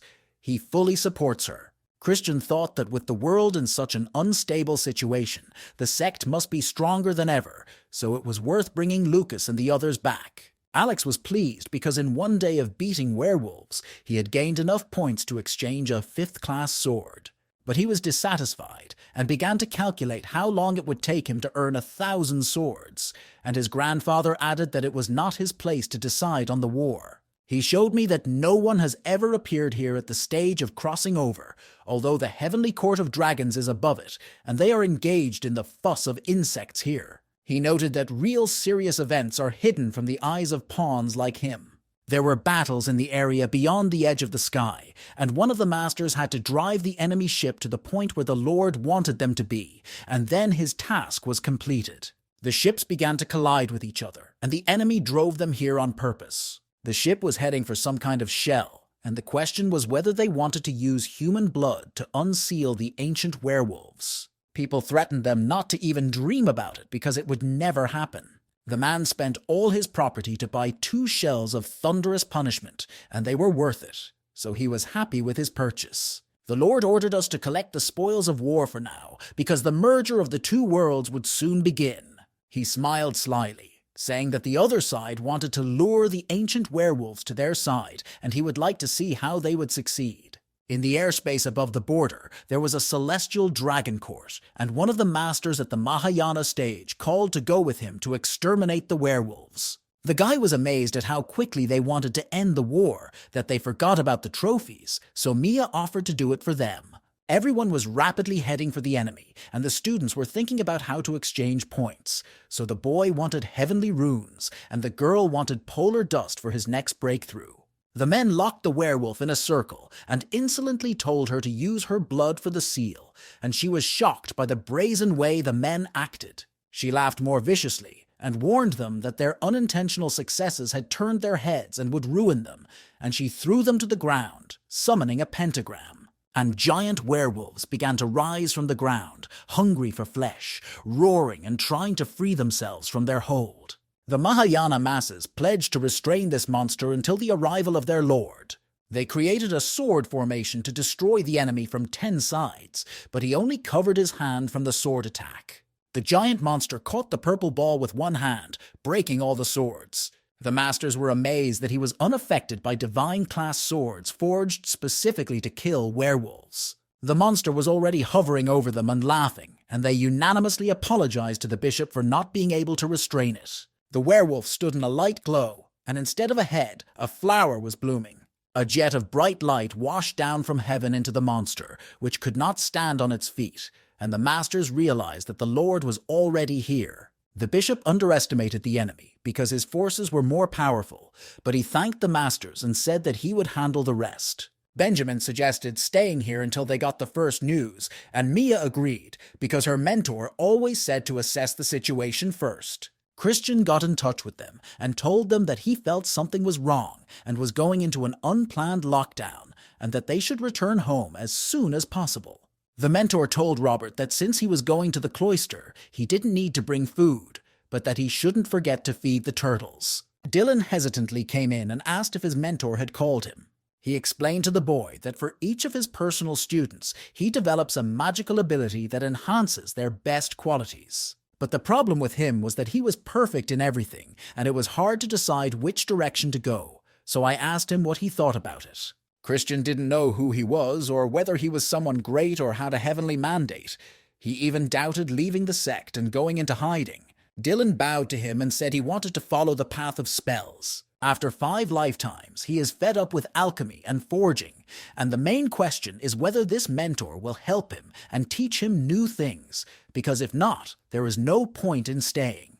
He said that a number of his fellow congregations had already taken this path, so it was a more suitable option for him. He gave him the scroll, and Dylan began to look at it. He actively uses his aura to check it, and the guy was impressed by it. Christian noticed strangeness in the guy's aura, and this happens to people who have lived more than one life. He asked the student with a good and kind face if he had anything he wanted to tell him. The guns were in the air above the sect, pointing their barrels in the direction of the student and his mentor, so the boy was in the crosshairs. Dylan freaked out because he didn't think anyone could burn him and didn't disguise his aura and didn't realize how he was being seen through on the basis of the foundations. He explained that he was an immortal from the Yaomen and came across a treatise offering him a life path through reincarnation to become a Buddha. And explaining that he was now living his 8th life, Chris was disappointed because he would not be able to subdue such a character to his interests. Christian realized that it would be inappropriate to call him a mentor and gave him a bag of stones and hoped he would successfully complete his journey. Dylan gave up the spiritual stones and asked to remain in his sect as an ordinary disciple. Chris was not happy about leaving him among the students and wanted him to suggest something, but Dylan promised that no one would be harmed during his stay.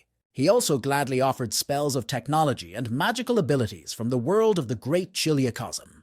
Chris blushed a little and said that if everyone was a disciple as clear as he was, there would be no price, and told him to consider the LDS sect his home. To make sure that he was not from his world, the mentor asked if he played Pug and invited him to his house and promised to talk about the Great Chiliacosm when he had time. He was sorry because he hoped to test his sky-based weapons because he did not know what they were capable of. He was looking at the sect's map and it was hard for him to resist the temptation. There was a strong explosion and a turtle that was walking did not understand what had happened. Vinohradinka has already calculated the data, and it turned out that the island's protective formation was slightly damaged, but it has already been restored. He fell out when he learned that all the beasts of the county had been killed during the transformation stage, and he thought that his island would become a place of safety. While he was rejoicing in the results, he received a message on his communication device that he was being summoned by the Council of Elders. Christian began to make excuses and say that everything was fine.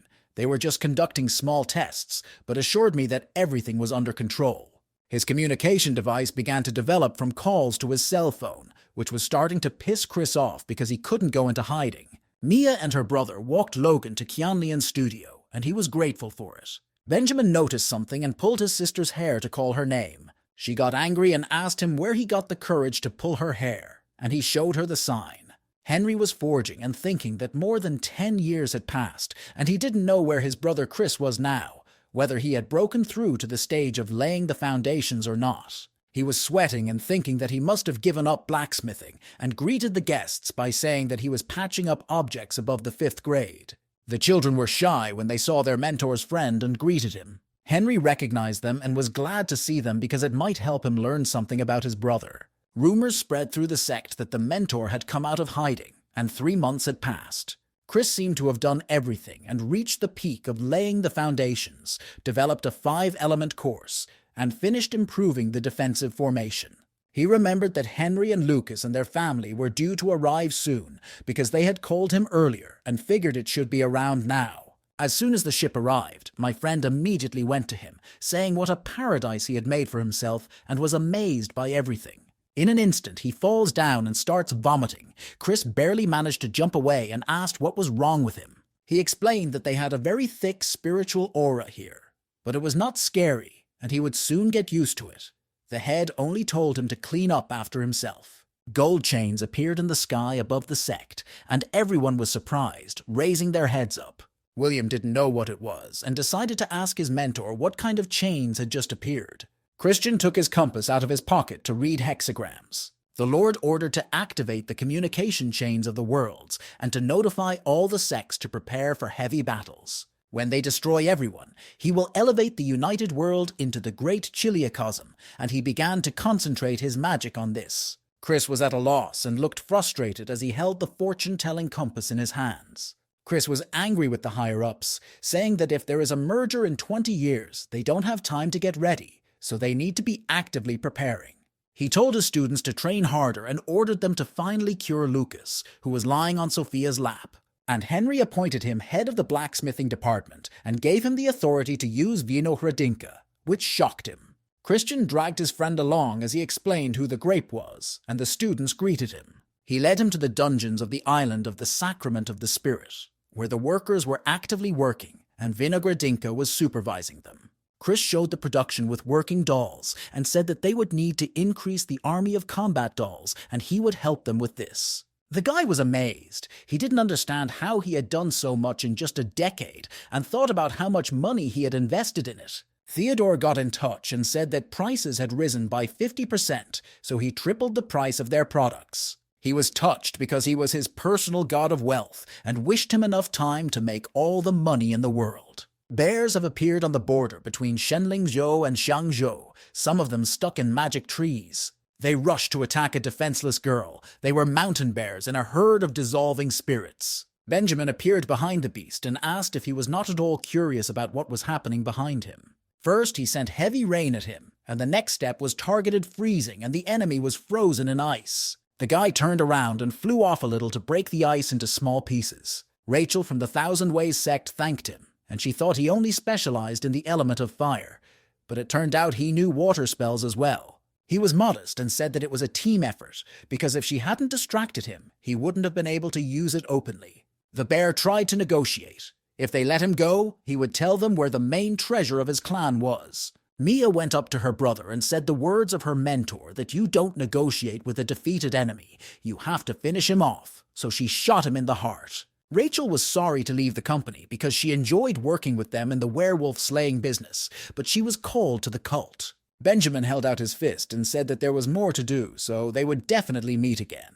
She turned around when she heard that he wanted to make a bet on who would kill the most werewolves. They clashed fists as a sign of agreement that they would meet again and have a dispute. The brother and sister hung in the air and watched their friend leave them. Mia was upset that because of many people, they didn't have enough points to exchange for gifts for the mentor, and that the serious guys were taking everything for themselves. They were sad and thought about exchanging all the points for rune plaques for now, and getting the polar dust some other time.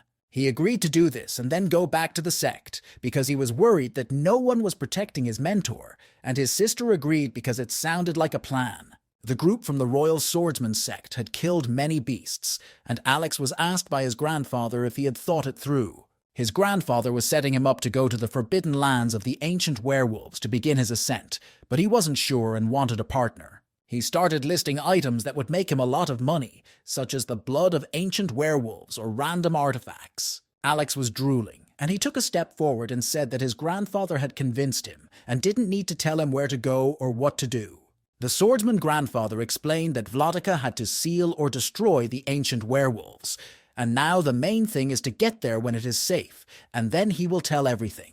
He led him gently. The flower on the blood he had turned over grew in a crevice under the cliff, and slowly they made their way to it. When the guy first landed, he saw this flower in the stone in front of him, but something caught his attention. A large stone fell in front of him, and he asked what the sudden rockfall was. My grandfather told me to get ready because a whole pack of werewolves was running at him. Until 15 minutes ago, a brother and sister were fighting near the Forbidden Lands and did not understand how werewolves managed to breed so quickly. The girl realized that there was no point in killing them, but that the leader needed to be killed, so she would distract them with her doll, and her brother agreed to the plan.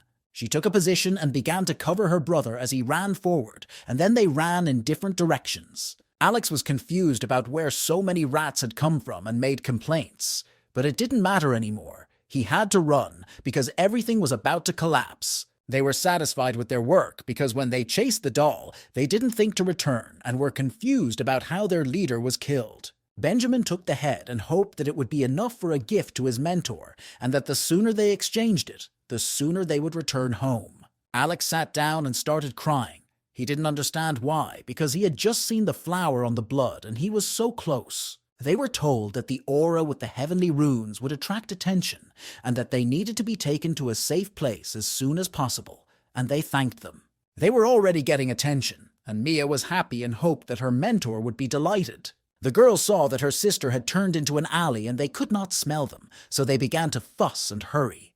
The guy pointed to the sky in despair, because now they would not be able to catch up. The boy was annoyed that they had brought him to this point, and that the girl did not know how to fly before, but she did not care, because the main thing was not to lose sight of them. The girl stuck her tongue out at them, mocking their flying skills, and the boy said they could not compare to her because she was constantly transporting prey. They returned to their usual form, and thanks to their mentor's abilities, they were carried through, but it was too early to let their guard down. They came to their mentor and opened a chest with a tablet with heavenly runes. He was delighted, and the disciples could not return without a gift, and the fierce blacksmith had to have a set of heavenly runes. He stared at the bottom and promised to make a legendary class weapon when he broke through to the golden elixir stage. He looked at her slyly, because he couldn't just sit there. Someone was training. He was going to the lockup and offered to write an intensive training course for her. Mia ran away, saying that a new portal was about to open and she wanted to check it for resources. Benjamin said that he had no portals, so he blushed and said that he was waiting for an intensive training course, that they asked if he was a masochist. The confluence of the two winds caused a chaotic mood among the people.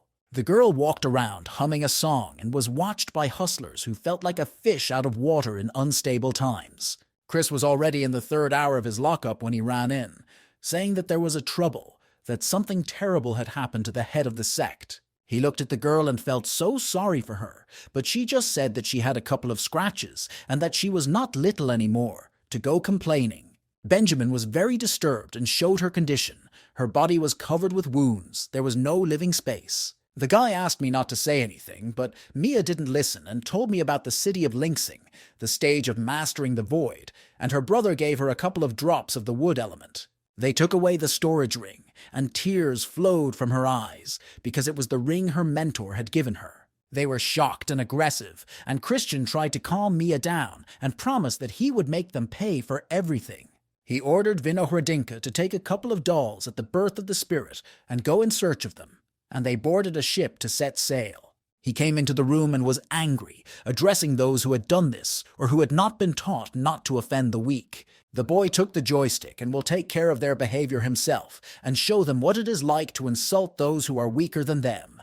The young man was walking with a sack and asked him if he was sure about the tip and whether he should take it, because what if they didn't have anything valuable on them? The guy was tempted to do it and kept Mia's ring, because he didn't think he would find so many things, and after tomorrow they have to go into hiding for 100 years. Another laughed because if the Council of Elders did not use the Karma Mirror, no one would find them. But caution comes first. Holding the ring, the runes glowed, and this gave them away, and they were caught. The guy stood by the cannon to target the group, and today he wanted to collect a percentage of them. He was angry, because when he broke through to the golden elixir stage, it would be their time of reckoning, and the boys stood and cheered as they looked at the open box. And 2 bastards jumped up in front of them and made a sudden attack on them, and the main one took and cut off their head.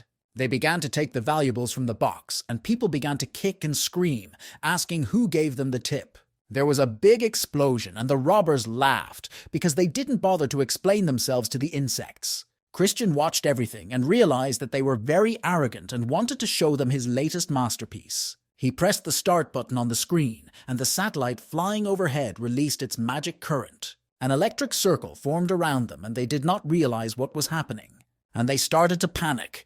One of them shouted that it was a trap and they had to run away. Chris watched them from his room and realized that they wanted to use the turbulent flow to jump out, but he wouldn't let them. The robbers rose into the air and were enveloped in an electric shell that made them shake. They wanted to know who was controlling it, and noticed a silhouette on the top of the hill, and thought that this terrible force was controlled by someone from there. He was in a panic because he couldn't feel his body, so he had to resort to extreme measures. There was a strong explosion, and they jumped into the coffin, which fell back into that vicious circle. Chris broke his joystick in anger and started screaming because he had dropped it. He was in despair and crying, reproaching himself for not shooting him in the head right away, and he began to despise himself for it. He went back and saw that one was ready, and that was a good sign.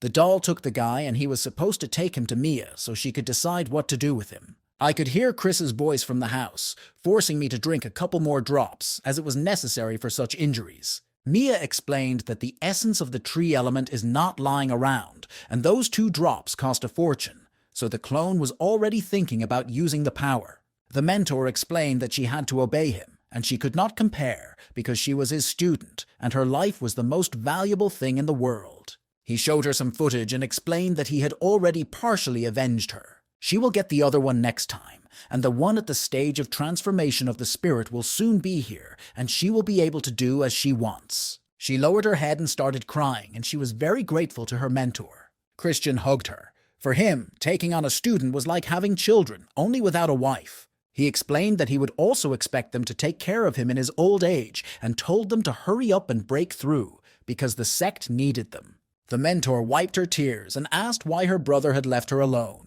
She explained that he had gone to train, and she felt that he blamed himself partly for what happened to her. Mia looked at him and said that after her recovery, she also decided to go to training so that no one could offend her. He liked the idea and promised that as soon as he broke through to the golden elixir stage, he would create even cooler magical powers for them. There was a knock at the door, and Lucas came in with a mixture he had made himself with a healing crystal and incense to help heal the wounds faster. William also brought a gift of a sword of luck for good luck in all his endeavors, and Sophia a pill with phoenix blood to help with recovery from heavy blood loss. She was very touched and began to thank them all for their care and gifts. Luca began to whisper to Chris that they needed to talk, but the boy did not understand what had happened. He said in his ear that John was preparing for a breakthrough, but it didn't surprise his mentor because he already knew that. Lucas was in a panic because he didn't know what to do.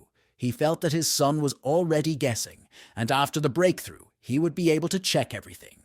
Chris said that in the worst-case scenario, he would live the same life as his mother, but that he would be okay with that. He was happy and asked if everything would be easy, because he was supposed to fall asleep, and it would be over by night. His mentor suggested that he talk to John, and maybe he could convince him to abandon his plan. My father shouted and looked ready for a conversation, because he was tired of running himself. The next day, Christian sat in the time hut drinking tea. John got in touch with him and asked why he was calling him so early in the morning. The guy said hello and told me that Lucas had just come to him and said that he was his father. Christian was amazed because he advised him to talk to him rather than admit that he was his father. Without giving away his emotions, the mentor asked if his uncle was okay. John looked away and smiled a little and said that it must be good, at least he looks alive. Half an hour ago, Lucas came to John's yard and addressed him. Then he looked down and admitted that he was his father, which confused the boy a bit, and immediately used his magic ability of 1,000 rebirths. The student told him all this and asked his mentor to take his uncle away from here. He admitted that today he killed his inner demon and gave his mother a whole life with his father, and now they are even. He's tired of having to clean up the mess his friend made. The next day, Chris's stunt double was in Lucas's yard and asked if he was okay. He started crying and shouting why they had to wake him up. He put a pill of oblivion in his mouth that he had specially prepared for him, and after he took it, he would feel better. Lucas is all soft. He's going to be a vegetable for a while, but it won't be long, and now he can go into hiding while the students practice, and John has turned the page. 5 years had already passed, and the clone was in front of the cave, because if he hit the army of dolls well, they could then come out of the blue. 10 years later, John and William were ready to make a breakthrough in the birth of the spirit, and the boy was sorry that his mentor would not see it, but he should not be distracted.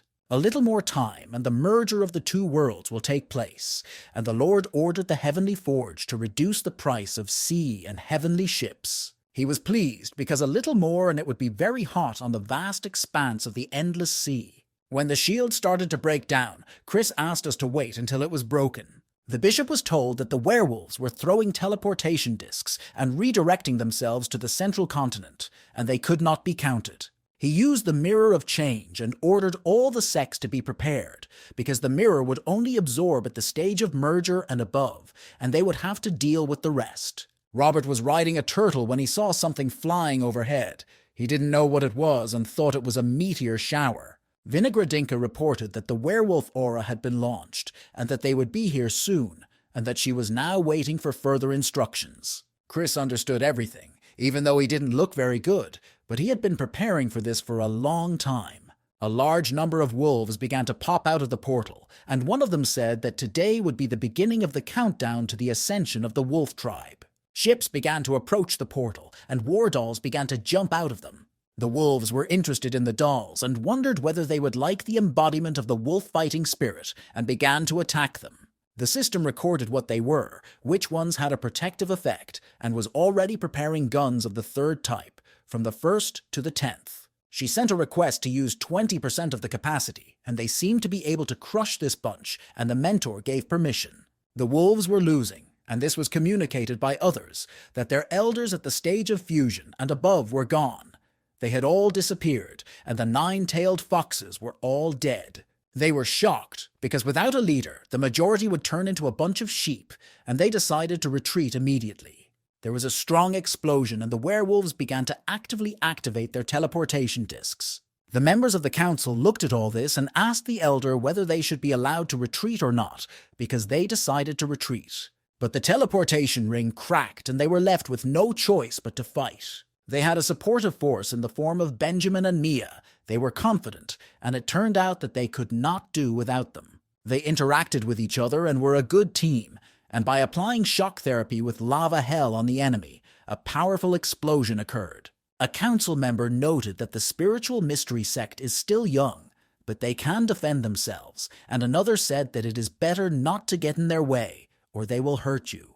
Mia told her brother that their mentor was about to break through and she didn't want to miss it, so her brother agreed and picked up the pace. He used a lava demon and all the werewolves began to burn in the lava with no way to get out and no chance of survival. They reported to the Council of Elders that half of the tribe of Dusk Wolves had been destroyed, and they asked the council to take care of the rest because they needed to return.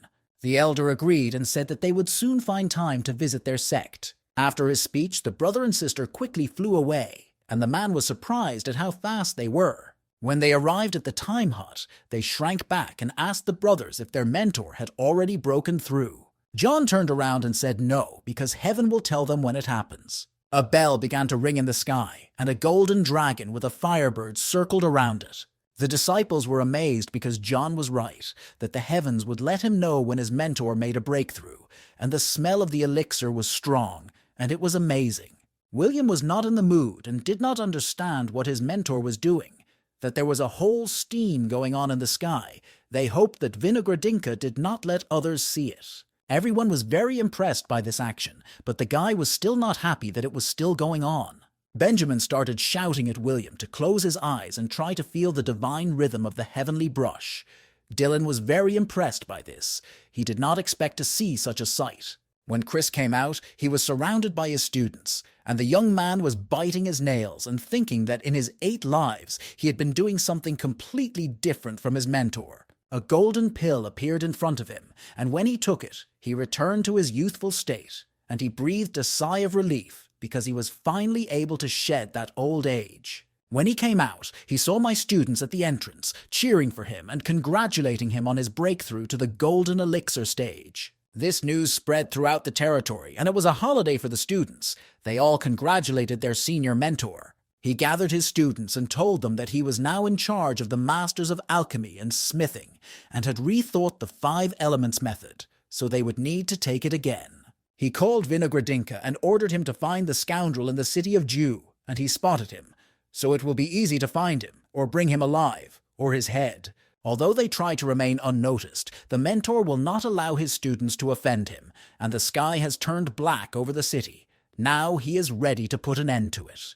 Christian was very angry, because whoever offended his people would pay not a tooth for a tooth, but double. The girl was very pleased and warm that her mentor was so protective of her, and she was very grateful to him. When he entered the dungeons of the island of the Sacrament of the Spirit, he saw a list of things he needed to do, and now it was time to do them.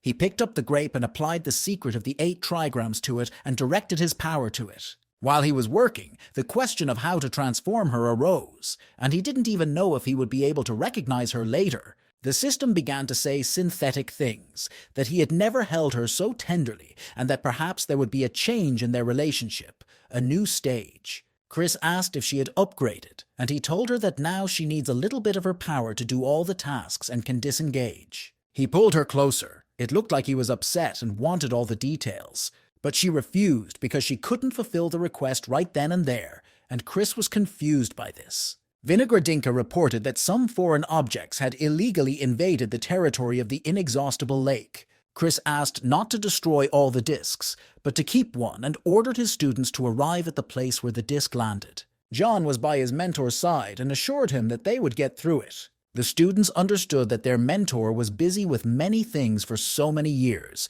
and Mia suggested that the weapons do the work first, and then they would do it. They were serious about the battle, and Benjamin ordered them to get ready to eliminate the threat. The bear turned to the people and said that they should hide the teleportation discs, and then the titanic bloodsucker would make one of them close to him. The warriors prepared and attacked, threatening the blood-sucking titan that his plans would be ruined. Christian said it was time to test their 50,000 puppet army at a puppet birth, and ordered them not to touch the last disc because he had plans for it. He explained that they needed a way into their world, because there could be a lot of metals and spiritual stones there, and they needed to compensate for military spending. He was looking to see who was going to arrive, because if they were waterborne, they would have an advantage on the lake, so he ordered Vinogradinka to use targeted freezing. The war dolls activated the Arctic branch on the lake, and an ice flower bloomed. Badgers at the stage of spirit birth teleported to the island, and all shouted with one voice that they were going to attack in the glory of the tribe of impenetrable badgers. While they were screaming, an army of war dolls began to appear from the sky at the stage of spirit birth. They were a little surprised, but they didn't seem to care that there were so many of them. They were confident of victory, because their clan had known many terrible battles, but had never been defeated. Chris asked Vinogradinka to order the puppets to be surrounded so that none of them could escape.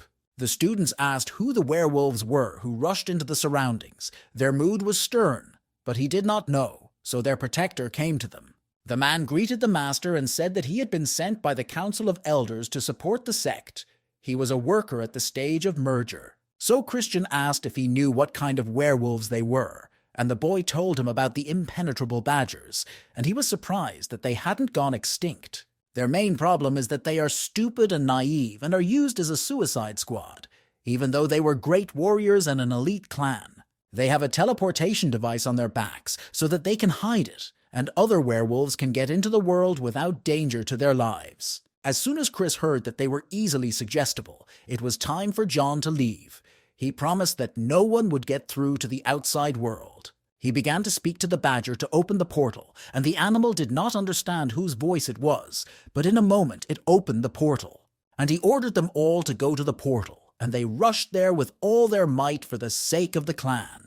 John analyzed the tribe and said that they could wipe them all out even today, and the mentor agreed to fight and catch a dozen badgers with the devices. The man said that he could help them with those who were in the process of merging, and that they would handle the rest themselves. And he flew away, saying that no badger should leave this island, and everyone understood him. For Chris, it was a good excuse to exercise his bones after a long shutter, and his students supported him and said they had his back. He quickly avoided the enemy's attacks, which the badgers did not understand how he did it. One of them appeared behind him and shouted for him to die, and Chris was a little scared. But he was protected by his sword, and he was a little bit offended by the enemy that he could not do what he wanted.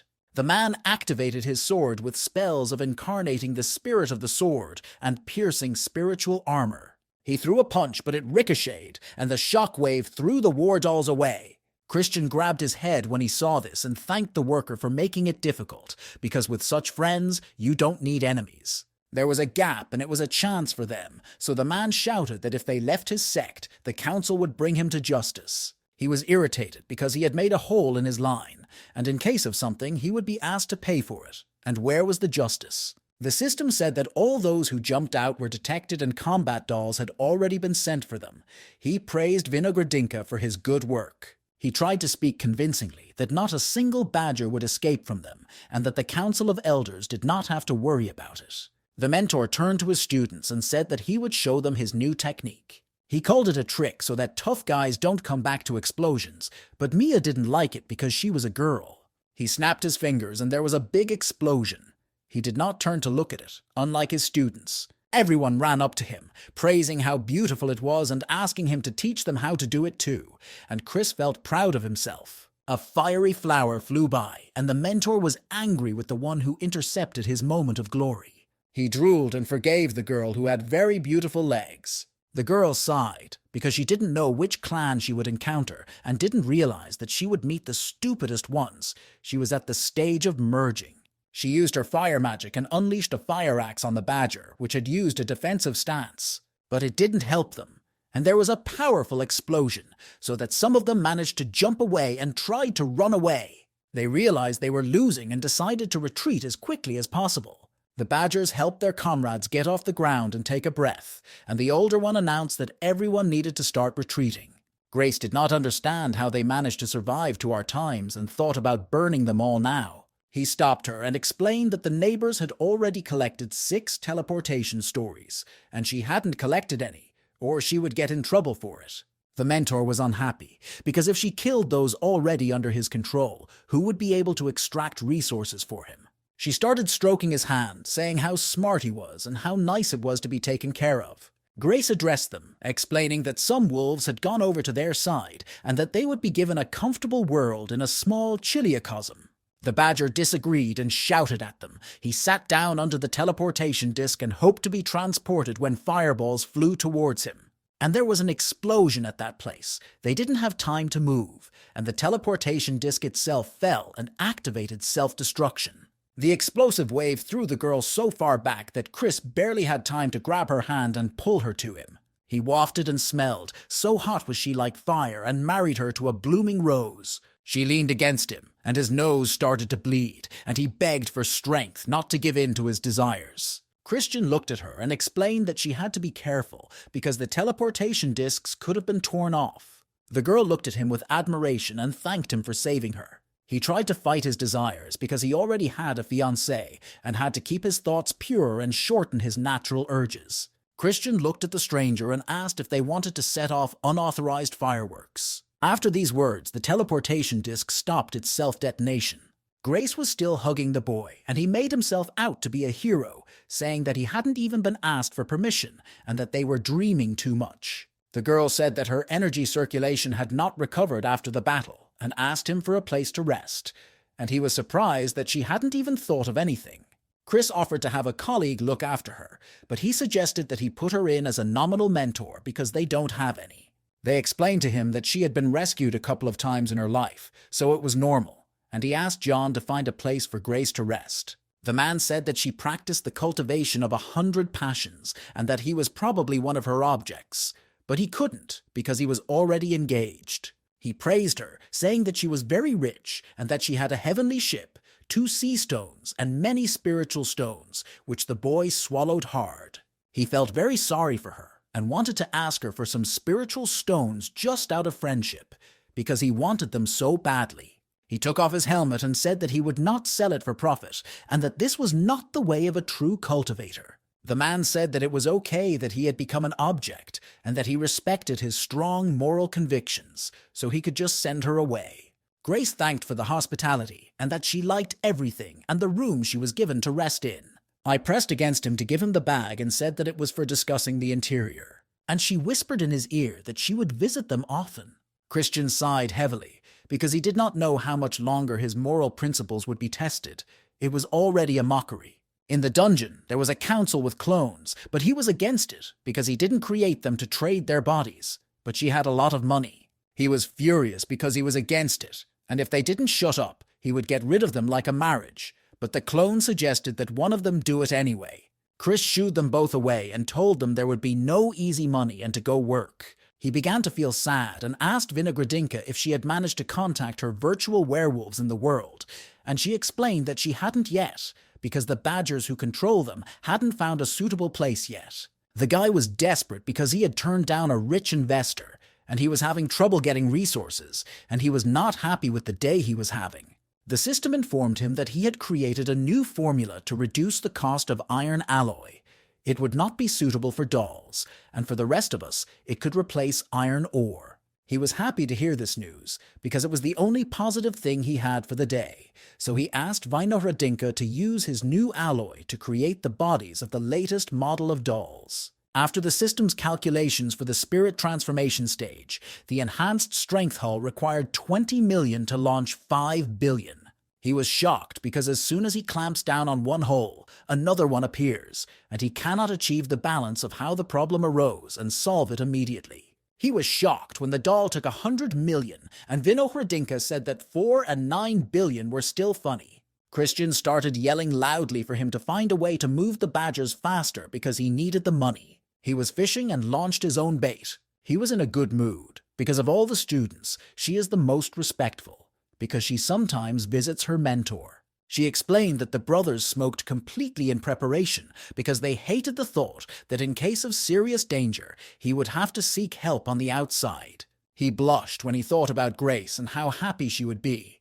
So it was good that his students were being trained and saved from falling into sexual bondage. The guy tried to reassure her because he was thinking about a weapon that would destroy even at the stage of fusion, and Mia really didn't want him to sell himself. Then he asked her what she was doing here, if she had found time to go fishing, and Mia explained that she was uninspired and was not getting anywhere. Then Chris thought it was necessary to raise morale, and since the sect was founded, they have never tested all the disciples in combat. She started to crumple. She had a bad feeling and asked how to do it. The mentor gathered everyone in the testing arena and first congratulated everyone on the upcoming test. He has gathered the best people here, but later there will be more tests where everyone will be able to prove themselves.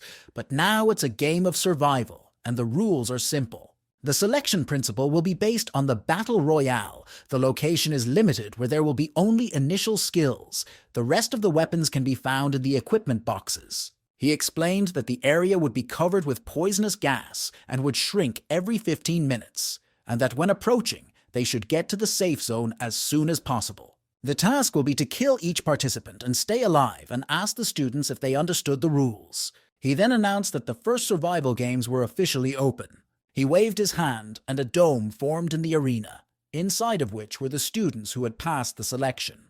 The girl hovered and asked them to be patient and announced that she would be commentating on the competition.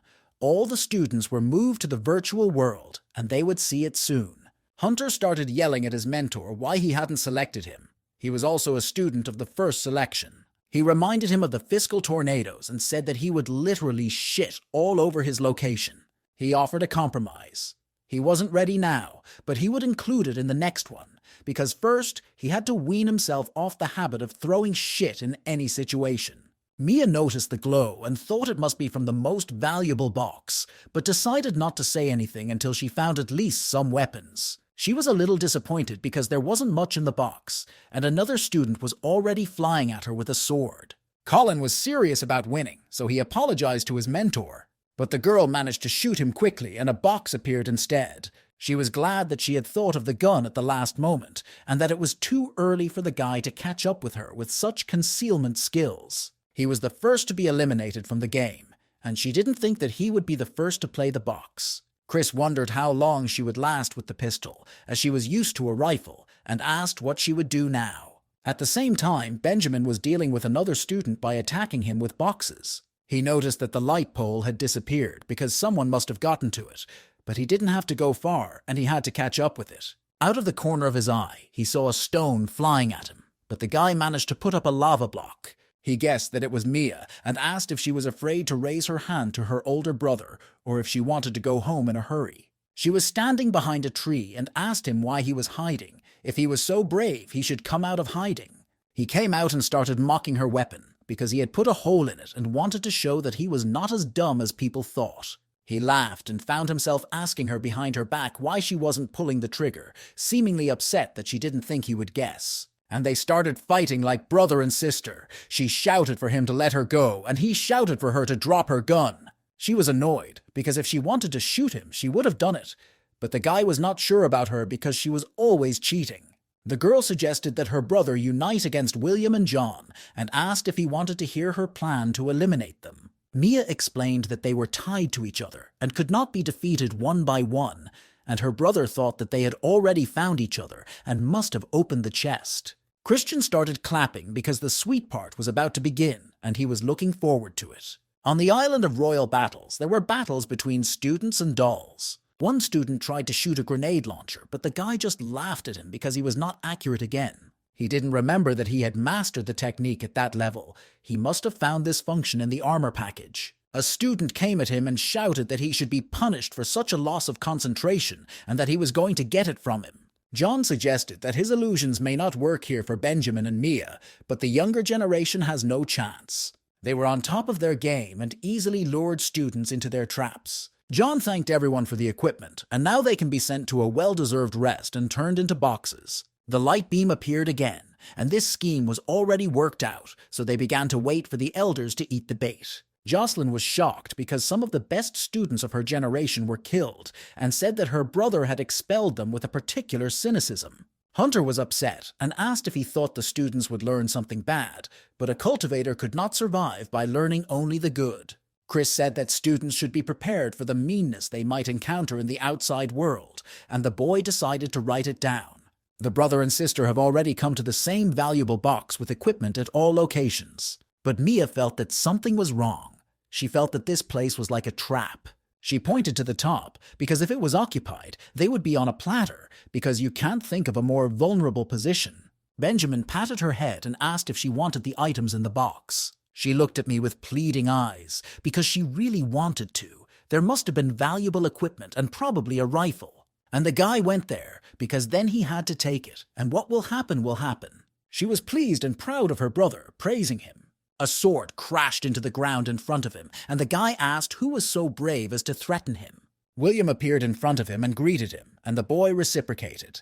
And he suggested that he just fight without tricks. Benjamin remained vigilant and asked where John was and why he was not walking. John said that his brother likes to fight fair, and that Mia should not interfere in their fight, and threw her away with a string. But she managed to dodge, and the girl admitted that he had found her. Chris watched as their passions flared up, and they completely forgot what they had forgotten as the poisonous fumes approached. And the students were far from the next safe zone. Mia started shouting at them to stop because they had to go to a safe zone, and her brother supported her by saying that they had to drink the elixir. And in order not to die, everyone drank the elixir on Thursday to improve their health. Their battle did not stop. They were chased by boys with swords, although Mia asked them to stop, but no one listened to her. They were already approaching the safe zone, and when the girl saw this, she showed her brother and said that they needed to put on the gas. John was angry. He grabbed them and tied them up, saying that he would not let them go, that Benjamin was confused. Mia explained that if he kept them, he would not make it to the safe zone and would die with them. The guys were already having a hard time, and John agreed to die together because then they would see who would be awarded the victory. They all left, and Mia began to fuss and quarrel with John, although her brother tried to restrain her. And the winner of the game was... And the phrase was heard, "If there is a win, then we can now eat." He explained that he wanted to eat before the fight and sat down to dinner, and it turned out to be enough to win. Christian started laughing with all his might, because he hadn't even expected this outcome, and his student was on her way to him. She began to cry and freak out that he hadn't won because of his fighting skills, and his mentor explained that sometimes luck is enough. He reassured her and analyzed that after the system upgrade, even large-scale games do not use much power, but students have learned a lot. The students gathered around him and asked to be invited back to the next game, and nearby Mia was running after John to rip out his tongue. Chris came to his room with the exhibits, and when he put the Sect's life in order, everything went back to the way it was, and now he even has PUBG here. He looked sadly at the family at the table, and the keyword was similar to the previous one. He looked down at his hands and called Vinogradinka, who was already there, and he asked if he could create a spell to move through space and time.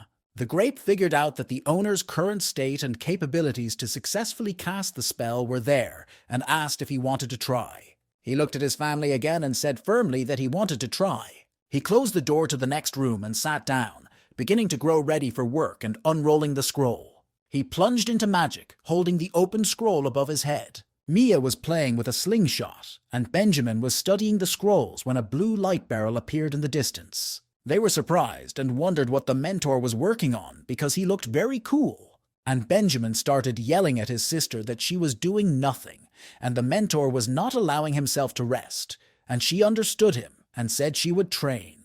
He opened his eyes and saw the space-time reversal of the golden elixir, and he was happy that he had managed to do it. He was congratulated on his new spell and asked if he wanted to try it right now. Once here, he tried to avoid danger and thought that the further he moved, the more chances he would have to get home. He was sad even to develop with all this, and especially with his disciples, but even if he left, he didn't have to worry about them, and the sect would be in good hands. He told Vinoradinka that if he was unable to return, all his powers would be transferred to Mia, including his management. He activated the scroll and didn't know what would happen next, but he dared to do anything, no matter what. The light was very bright. You couldn't just look at it. He opened his eyes and was flying downward and could not realize where he was. He saw the city and thought he had managed to get home, but at the bottom he saw a countdown button. He realized that he would only be able to spend 1 day here, and time was running out. He quickly packed up and hurried home, because he didn't have a minute to lose. He opened the door with joy and shouted to every member of the family that he was back. But the family who were eating dinner could not understand anything and looked at him in surprise. The man became stern and would ask the boy why he broke into their house. Chris was puzzled and asked who he was, and the girl took a photo from the shelf. She showed her husband the photo and asked if it was him standing in an embrace with his father. They noticed that the guy in the photo and the one in front of them looked like 2 peas in a pod. The boy rushed to him because it turned out that he was his uncle, and his father told him a lot of things, and Chris asked where his mom, dad, and brother were. After these words, he lowered his uncle's hand and looked at the table where there were 2 signs and candles lit near them. When they came to the table, he said that his father himself had put them there. Christian felt a lot of pain and started to cry a lot. He could not believe that his parents were dead. His nephew said that since he disappeared, his parents have not stopped to find him. He told me how they walked the streets of the city and asked passers-by if they had seen you, showing them your photo. That my grandparents did not lose hope and did not give up until the last moment, when my grandfather fell down on the street and did not regain consciousness. He added that when his grandfather passed away, his grandmother never stopped beating herself up. She began to sit in a dark room and punish herself for not being able to save her husband and son, but she believed that Chris was alive to the last. As a result of these experiences, she became blind. Her last words were that she asked his brother to find him because she felt he was still alive, and he had promised her that. Christian grabbed his nephew's hand and asked where his brother was because he had to be alive. The boy brought Chris to the hospital, where his brother was lying on a ventilator, and his son wanted him to see who he had brought. His brother recognized him and reached out to touch his silhouette with his hand.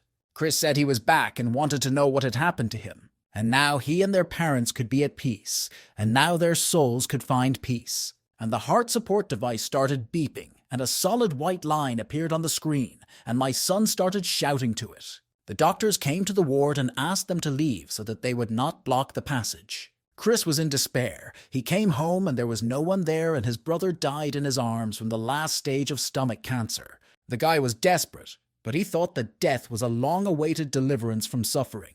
Chris noted that his brother had always been in perfect health and did not understand why he was so seriously ill. The guy was angry and said that he had often dreamed about how their family's life might have turned out if he hadn't been there at all. Chris began to imagine different developments, as if they were happy, or as if his brother was asking the officer if there was any news about him. He watched his nephew walk away and realized that everything should have turned out differently. He began to blame himself for everything that happened to them, because if he hadn't disappeared then, his family would have been fine.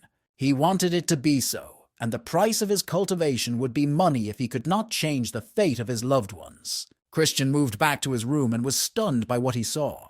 The system told him he had serious injuries, but he didn't care, and set a task to clear his abilities to come back at a specific moment. To improve the spell, you need to break through to a higher stage, but it cannot detect which stage is required. Chris was angry at the analysis, and that he didn't know what stage it would take to perfect the spell. Christian was getting worse, but he will work on each breakthrough until he achieves a result, and if he lives long enough, he will definitely return. Someone started knocking on his door, and he quickly wiped the blood from his lips. As Mia was recounting all the events, she was very angry.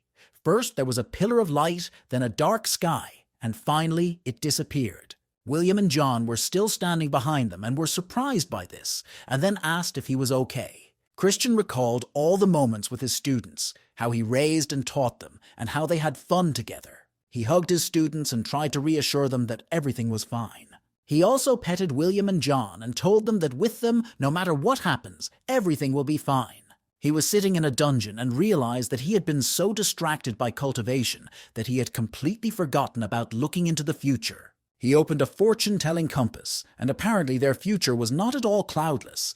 He saw erupting volcanoes and had to do something.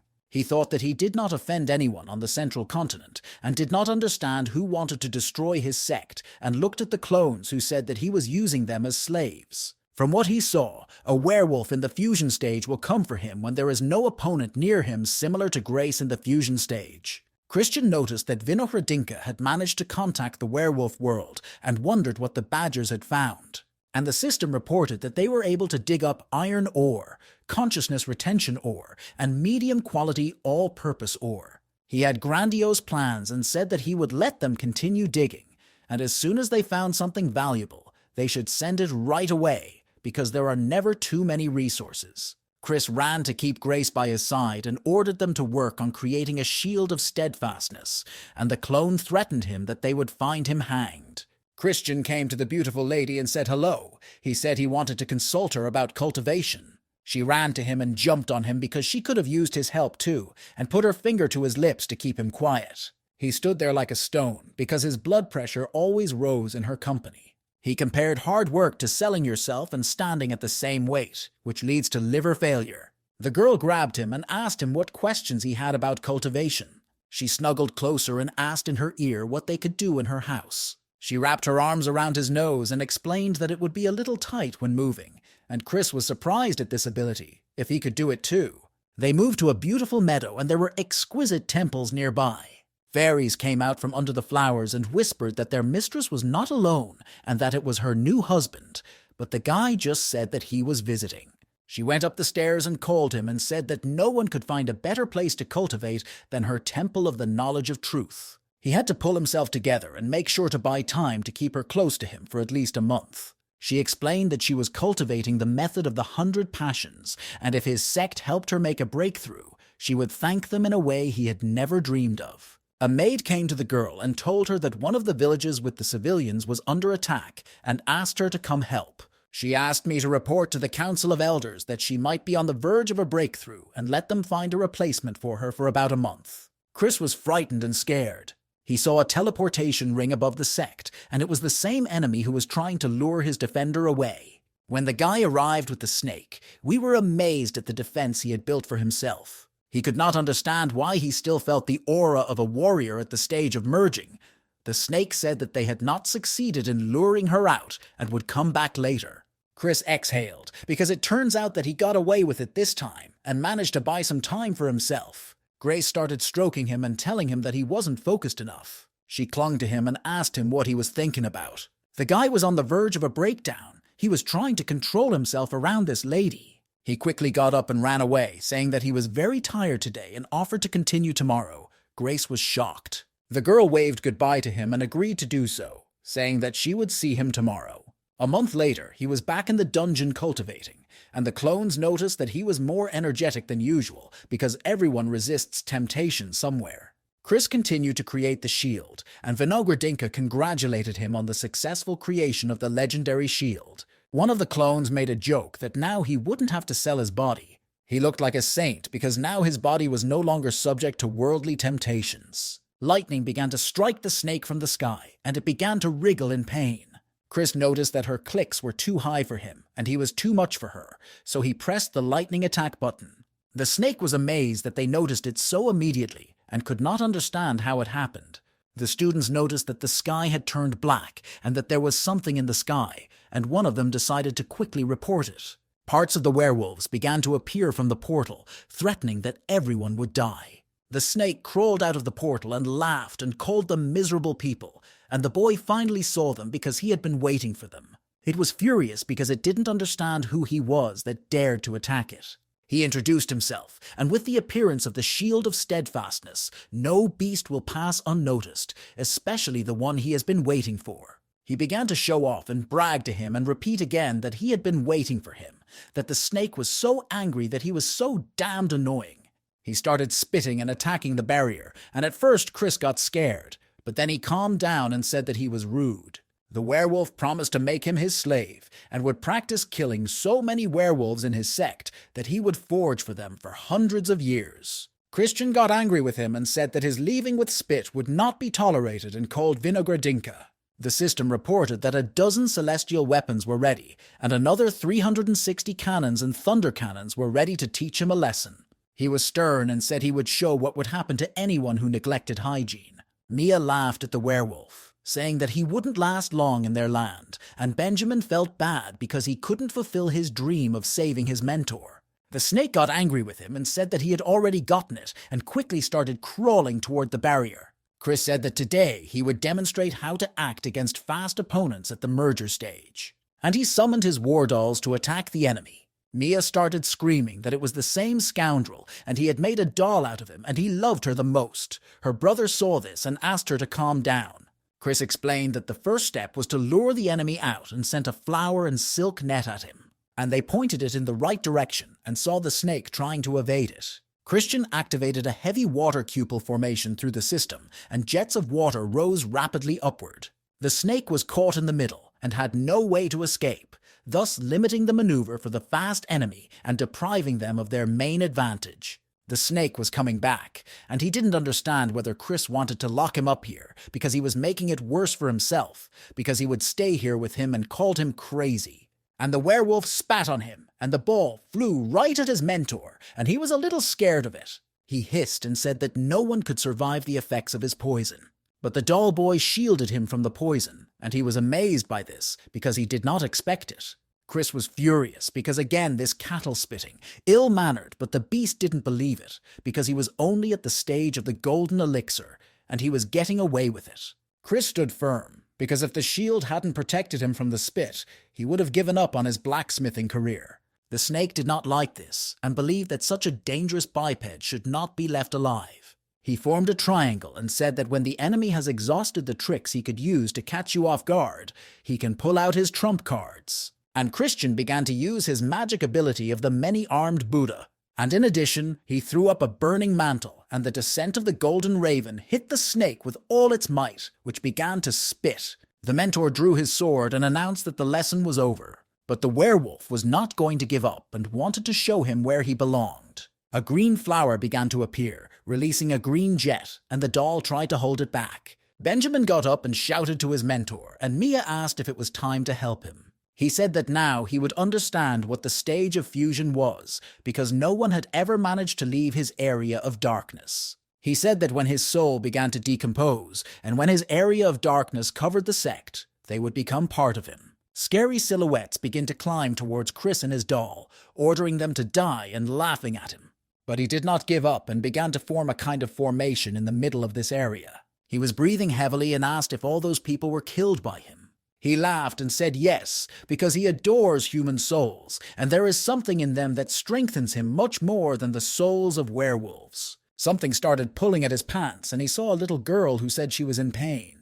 He stroked the little girl and said that he would soon put her out of her misery. He asked Vinogradinka to use 20% of her spiritual energy to strengthen the dolls at the stage of mastering emptiness. The spiritual energy broke free and flew straight to the area of the serpent's darkness to strengthen the doll that was near the mentor. Mia was shocked because it was supplies from the spiritual liquid pond, and John waved his hands because it turns out that the mentor needs it. And then Christian tried to use the multi-armed Buddha again with the help of a doll. Chris summoned a fire dragon and unleashed a serpent in the area of darkness. The dragon swallowed the flower, and the werewolf who was nearby was amazed by this. He took the serpent with his paws and began to squeeze it so hard that its scales began to fall off. The dragon began to stretch it, causing indescribable pain. And the last element was to grill it, and now Chris knew what they were going to eat for the evening. They were going to have a barbecue. And he shot a fiery arrow into the throat of the beast, which passed completely through its oblong body. The snake kebab from the chef of the Golden Dragon was ready. The soul of the beast came out, and he did not expect that they would end there. He threatened him that he would come back for him, and the dragon had already opened its mouth to eat him. Christian started running to stop him because it was his battle trophy and he had no right to open his mouth. But the dragon did not listen to him and blew to throw him away. But when he turned, the snake on the arrow had disappeared. Christian landed and realized that he had to be careful with that weirdo and rubbed his face. His students started running to him, asking if he was okay. He put on his glasses and proudly stood in front of them and asked if they had followed the battle closely and had taken notes. The students praised him. John said that this battle would be the stuff of legend and song, and Benjamin asked when their mentor would be able to teach them how to summon a dragon. He looked up because he heard someone approaching. He noticed Grace flying on a blue whale and calling out to him, which made him shudder. He began to pretend that he felt severe chest pain and said that he urgently needed to lie down and rest. He fell down holding the statuette, and Mia looked at her mentor with a confused expression. The girl blocked the lady's passage and explained that the mentor needed some peace now and that she might be able to visit him later. She laughed and offered to give them a ride home, clapping on her whale. The student said that she didn't need to force herself because their dolls would do the job perfectly and pointed to them. He smiled lightly and praised his student for finding her way around quickly. He was put on a stretcher and carried away by his disciples, and his return to the sect could have been triumphant if they had not carried him. Christian was sitting in a dungeon, sorting through a bag of iron ore, spiritual iron, and healing raw materials from the werewolf world. Vinogradinka reported that she had analyzed the contents of the hollow bone found in the Snake of Darkness, and Chris was interested in the result. He came closer and asked me what they had found during the search. He was impressed, and now it was enough to level up many modular weapons to the legendary class, and asked if he wanted to start. Chris was already tired, and unfortunately he had only mastered 2 divine-class celestial runes, because the multi-modular apparatus could have been cooler. Henry was annoyed that his friend was saying that a small mistake in applying the rune formation, and there would be no legendary class weapon. Chris knew and understood all this, and he just had to put the finishing touches on it. A small cannon began to descend, and Henry did not understand what it was. The satellite was covered with a shell, and a magical connection connected the 3 elements: the satellite, the cannon, and him. Christian looked at his hand in amazement and did not understand where these streams of spiritual energy came from. Flows from the hands went through the vessels to the central source. Slowly, his golden elixir went through the stages of its perfection. He did not believe that this spiritual energy could advance him to the birth of a spirit. John was frightened and asked his mentor if a celestial spirit had just put a seed in his body. Chris was shocked and looked at his large, rounded stomach. He got angry and hit him on the head to stop him from talking nonsense. But in a moment, he saw his stomach light up and he didn't realize it. John had already managed to put on his helmet and picked up a frying pan when his mentor started yelling at him that he had cursed at him. He felt indescribable pain and fell to his knees, curling up into a ball. His stomach continued to grow, and Henry ran up to him and asked if he was okay. The guy was excited and said that he could see his fetus moving, and Chris shut him up because he was a prophet and asked him if he wanted to kill him. He sat down and looked at his belly and said that his baby was glowing. He clung to the ground and could not believe that heaven had really decided to use his body to bear their fruit. Inside the glowing ball, something was gradually stretching, and that's why the guy felt a lot of pain. A dark pillar appeared and broke through the roof of the hut. It was connected to a satellite and had runes on it, and the whole pole was electrified. The guy fell and was in despair, wondering why he couldn't break through the system in his full prime. He was helped up and realized that he was an unused stream of energy that had to be transformed into something. So Chris handed over control of the last weapon to Vinogradinka, and from then on, he would be known as the Werewolf Destroyer. He was exhausted and was put on a wheelchair, and the system reported that it had taken control of the Werewolf Destroyer. The weapon rose above the Sect, and the laser cannon module, railgun module, and sensing module were ready for use. The mentor stepped back a bit. They had finished with the previous one, and now they had to deal with more urgent problems. Henry was reading a book about pregnancy care and instantly flew out of the room with his mouth covered with superglue. Christian was still concerned about what was happening to him and stroked his stomach. He wanted to see what it was, so he closed his eyes, and spiritual energy flowed from the center of his head. He was surprised to see an egg-shaped thing wrapped in something with runes. He touched it, and if he removes this rune seal, it will become a part of him. He touched it completely with his palm and made sure that it was really alive. There was a knock on the door, and when he looked out, he saw Grace, who said she wanted a gun like that and asked him to name the price. He said that he didn't want to repeat this experience unless it was for 1 trillion, and for her it was cheap, so he said to give a deposit first and come back in 10 years. She took off her ring and threw it into his luggage and asked him if he was going to run away, and he said no, but with a sly expression. He felt the pain again and realized that this kid had a violent temper, but he didn't know who had it. The guy came closer to the door and paid attention to the sign, and it turned out that he came at the wrong time to ask for a sword to be made for him. The plaque said that he had gone to the world of dreams and asked not to be disturbed and fell asleep sweetly in his room. Julie rejoiced greatly and shouted to her husband that she had finally reached the stage of transformation of the spirit, and he was happy for her and stretched out his arms to take her and hug her. The girl rushed into his arms and the two looked very happy. The girl wanted to kiss the guy, but suddenly felt a jolt in his stomach. Julie asked Chris in surprise if he was pregnant. The guy was in shock, and this phrase was repeatedly heard in his head. He was in a panic and shouted that he was not. Chris was in the dining room eating, and a large stack of plates had already gathered around him. The students asked him if he was okay, but he was just passing through.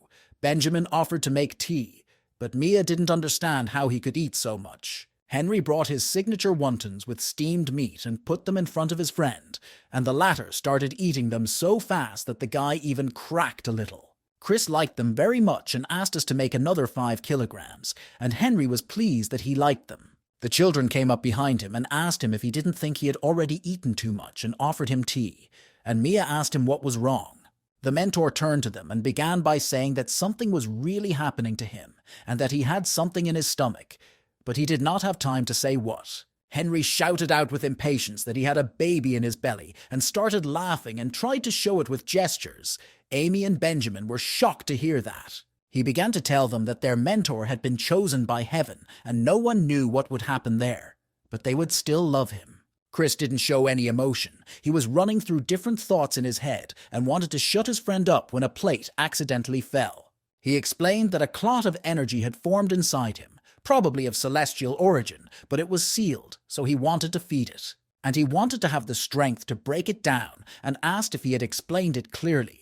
And the students started shaking their heads frantically in shock.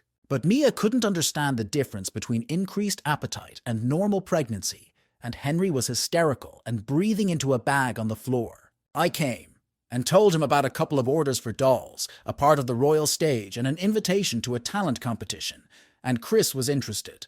They read a letter stating that the competition would be held in 3 places with students of the same stage, and the winners would receive items of the legendary class. Chris put the letter on the table, and now they had to decide who would represent their sect. The tutor began to rejoice and jump that he was definitely a legendary class item, and Mia asked if pregnant women could jump like that, and everyone said no. He was so happy that everyone began to worry about him and the child. He fell face down and shouted that he needed help, and a cripple with a doll approached him. Chris pouted and drove away, and the student shouted that he should be more careful in his position, but Henry assured her that he had already realized that.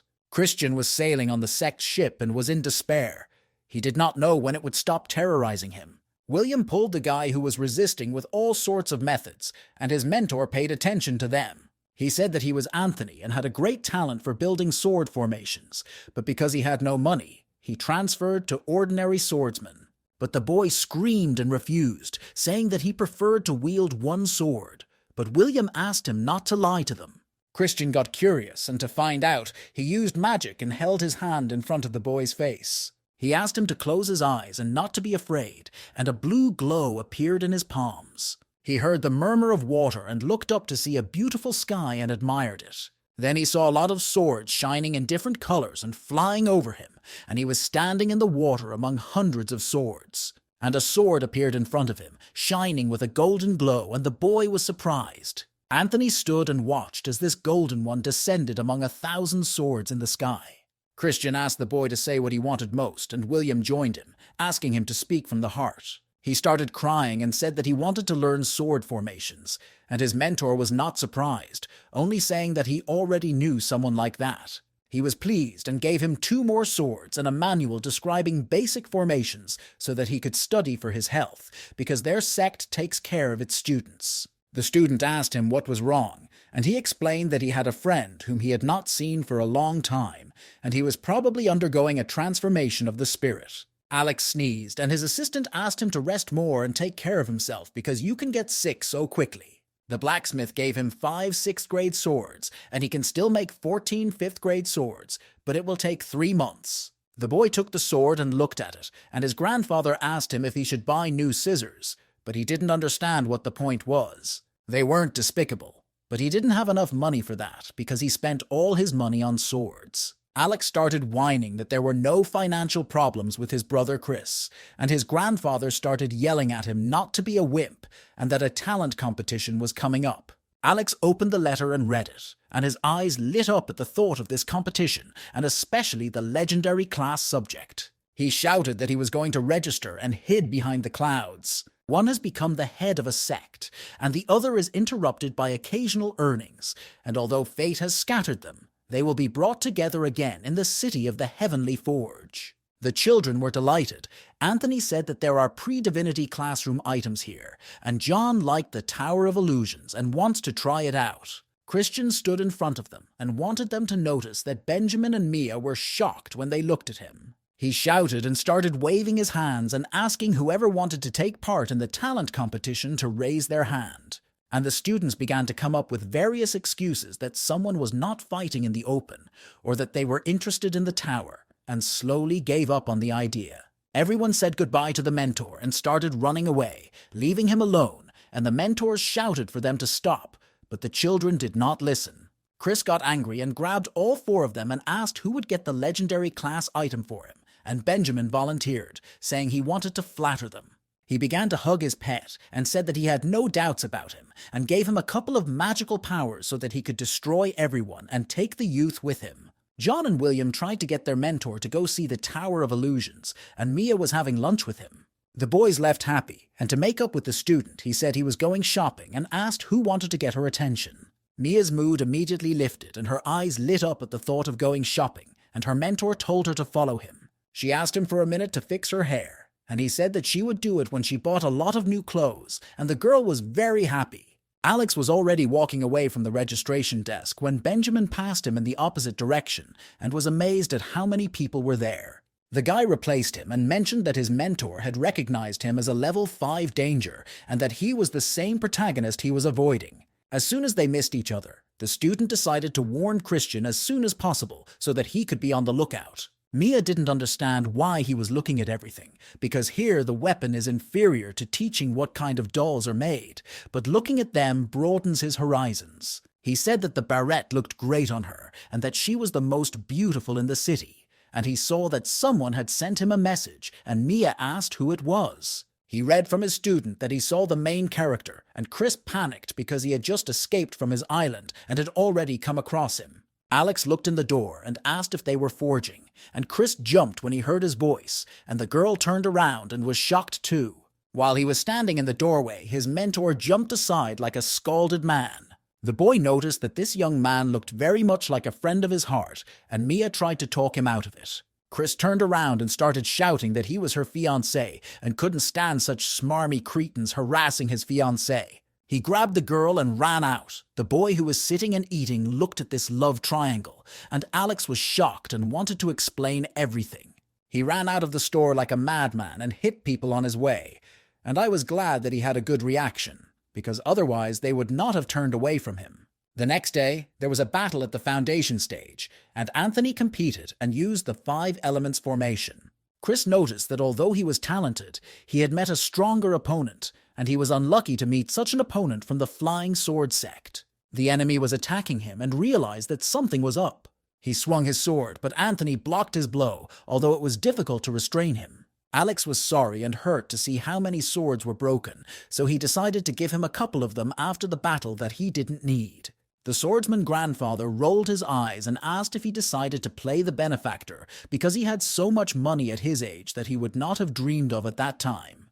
The enemy put a sword to his neck and said that his formation was broken and he had lost, and the guy started crying, but he did not want to give up. He got up and charged with his sword at the enemy, who was slightly shocked. He dangled the swords in front of him and said that he was not finished yet, and the opponent himself was not against it, and Alex was shocked that he still had a spare set of swords. Anthony was lying in the arena, sighing heavily, when it was announced that the guy from the Flying Sword Sect had won the foundation duel. The grandfather asked why he was wasting his time here, and the boy wanted to have a rest sometimes, and saw the groom crossing the room and heading for the losing contestant. Anthony bowed to the senior mentor and apologized, but he did not scold him and said that everything was fine. He said that he just didn't have the experience, and then he would develop an individual training plan, and Alex jumped from the stands behind him. He approached Chris, said hello, and explained that they had a misunderstanding. He continued that he did not torture the girl because they had known each other for a long time, and when Chris returned, he said that he had confused him, and he closed his mouth. Alex apologized to him because he mistook him for someone else from behind, and his mentor put his finger on his mouth to stop him from saying anything and said that it happens. Christian was angry because Mia was right that he had found him here and told them to get out of here quickly, and the student was surprised that he had grown up again.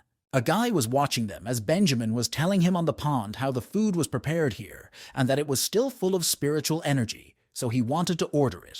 He quickly ran to the table and grabbed his hand, greeting him, and the student asked who he was. Alex said that he knew Mia, but before he could prove it, he saw a pregnant woman who was scared and said that he was hurting her. When the scalded man took his hands away and explained that she looked like his friend, the woman was surprised and could not believe that this had happened when they met, as she was married before.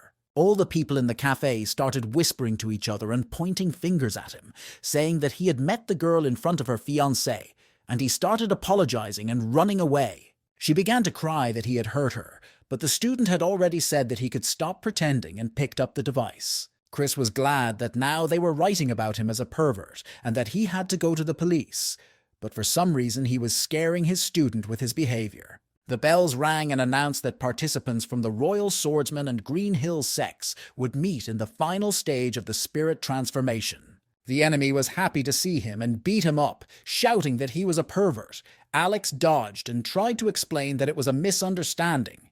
The warrior activated his magic ability, a mariachi of crushing fists, and rushed at him. But Alex was hardly surprised and drew his sword to repel the attack. He formed a shield in front of him, which stopped his fists, but the enemy did not give up. Chris thought, because his sword looked like it had been forged by a novice, that it would only be suitable for cutting fish. He watched the battle and thought that at this stage he should have been a starving man and wondered what went wrong in his life. Alex was angry with the werewolves who had driven him out of the Forbidden Lands because he had found resources and had a normal sword that he wasn't ashamed to use. The warrior did not expect anything more from him than molesting boys and pregnant women. The boy sighed heavily and called his swordsman grandfather, who asked if he wanted to take him out on his hill again. His grandfather inhabited him and activated the magical ability to strike 9 clots of chaos and pointed his swords toward the enemy. With each count, he found it harder and harder to hold back his cold sweat. Alex was proud of himself that he didn't have to launch an entire attack, while the defeated man sat next to him in complete shock. Christian was shocked by the cheating if he suddenly rose up and turned the tide of the match, because it was all about his mentor's magic ring. Benjamin got in touch and asked if his mentor had already come to the podium, because his final was about to start and he couldn't see him. He stood up and stretched a bit, because he had to run to the next stand to see his student. Opponents of the 2 sects of the Sacrament of the Spirit and the Divine Spirit have already appeared in the arena. Mia was rooting for her brother, even though the opponent was quite strong, and the other viewers did not believe in him and considered him not an opponent of the Thousand Ways sect. Christian was disappointed because his student was not a favorite of the audience, and now he would not see the subject in the form of a legendary class.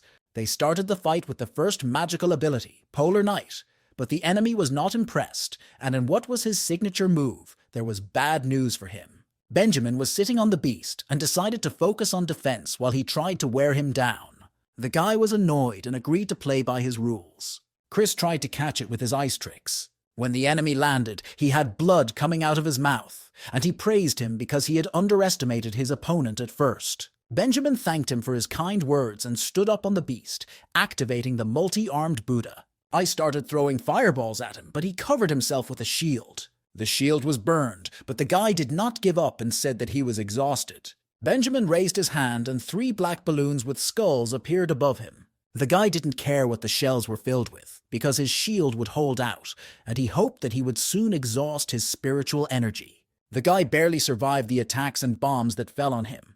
The guy vomited after the attack and will have to pay a fine of 500 spiritual stones. He felt bad and said that he had used a sneaky trick and thought that it would make him admit defeat. The guy asked if I could make him change his mind, because his mentor told him that the best defense is an attack. They were wearing gas masks because they couldn't stand the smell, and she said that her brother was capable of creativity. He ran away as fast as he could and said that it was not over yet and that he was afraid of revenge. The end of the duel was announced, and Benjamin from the Sacrament of the Spirit Sect won.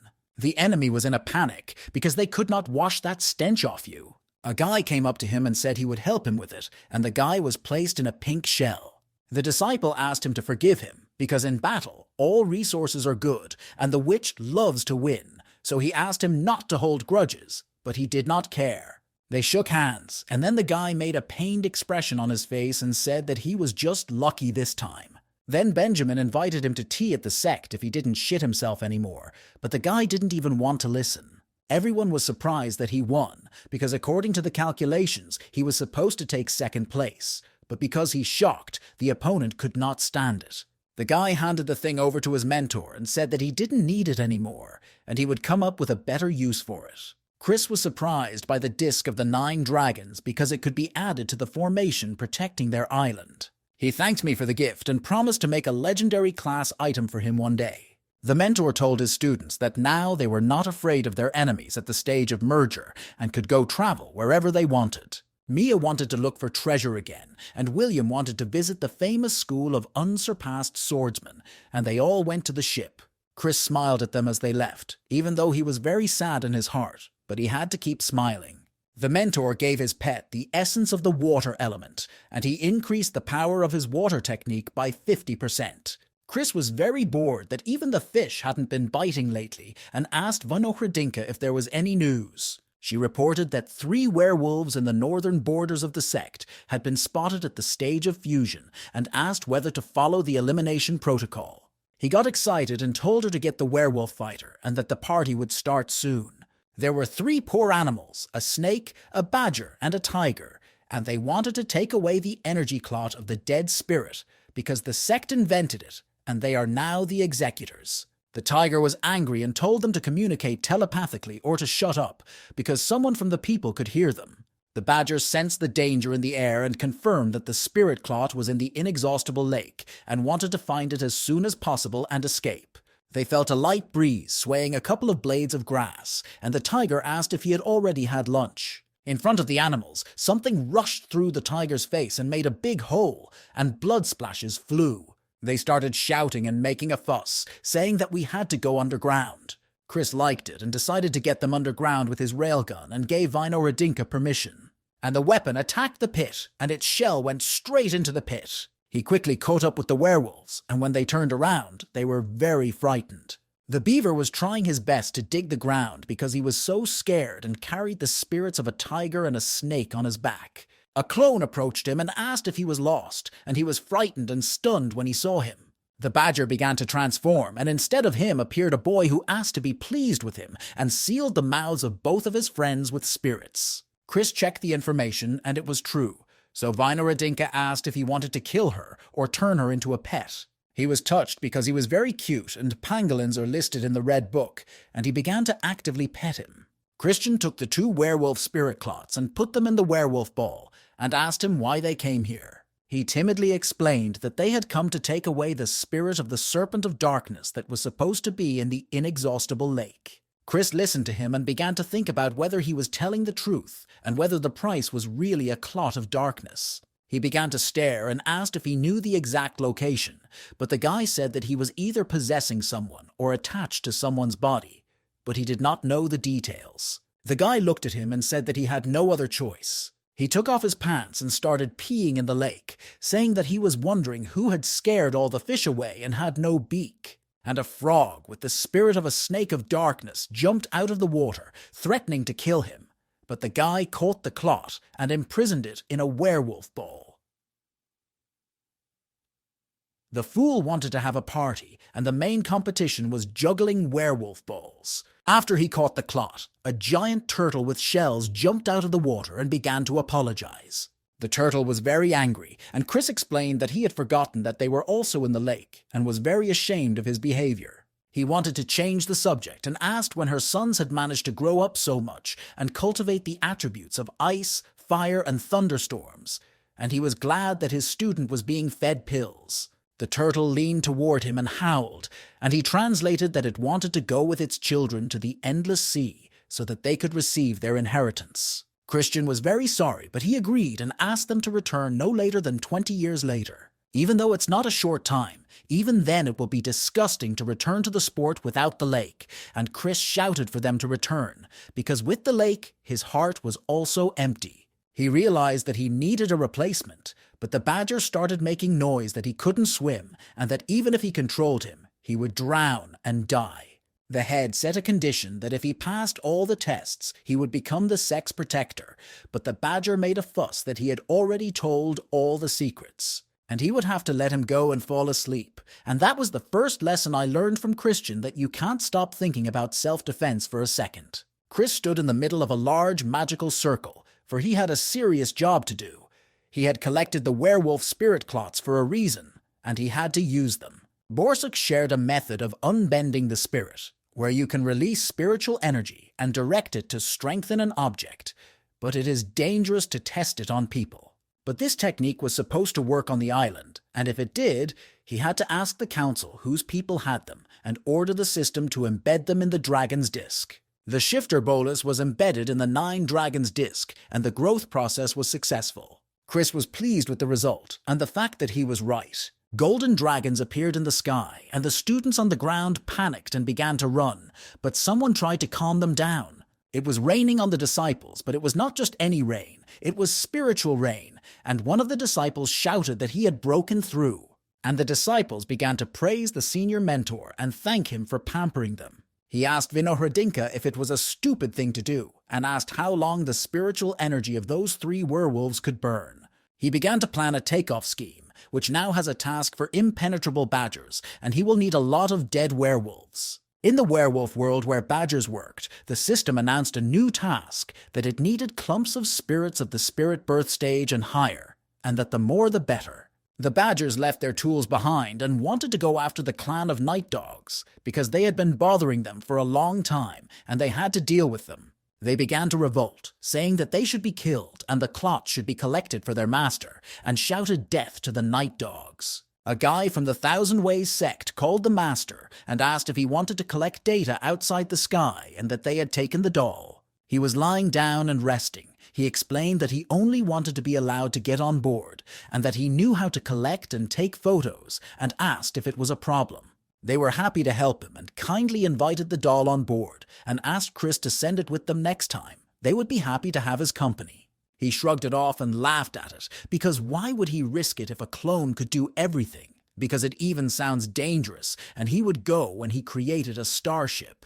He was wondering if he could meet any scaly-type star animals here, and a boy ran up to Vinogradinka and asked why he was always silent, because Master Chris said he was smart. The system thought that talking to him would take away half of his calculated power, but the guy hung around him and asked what he was doing.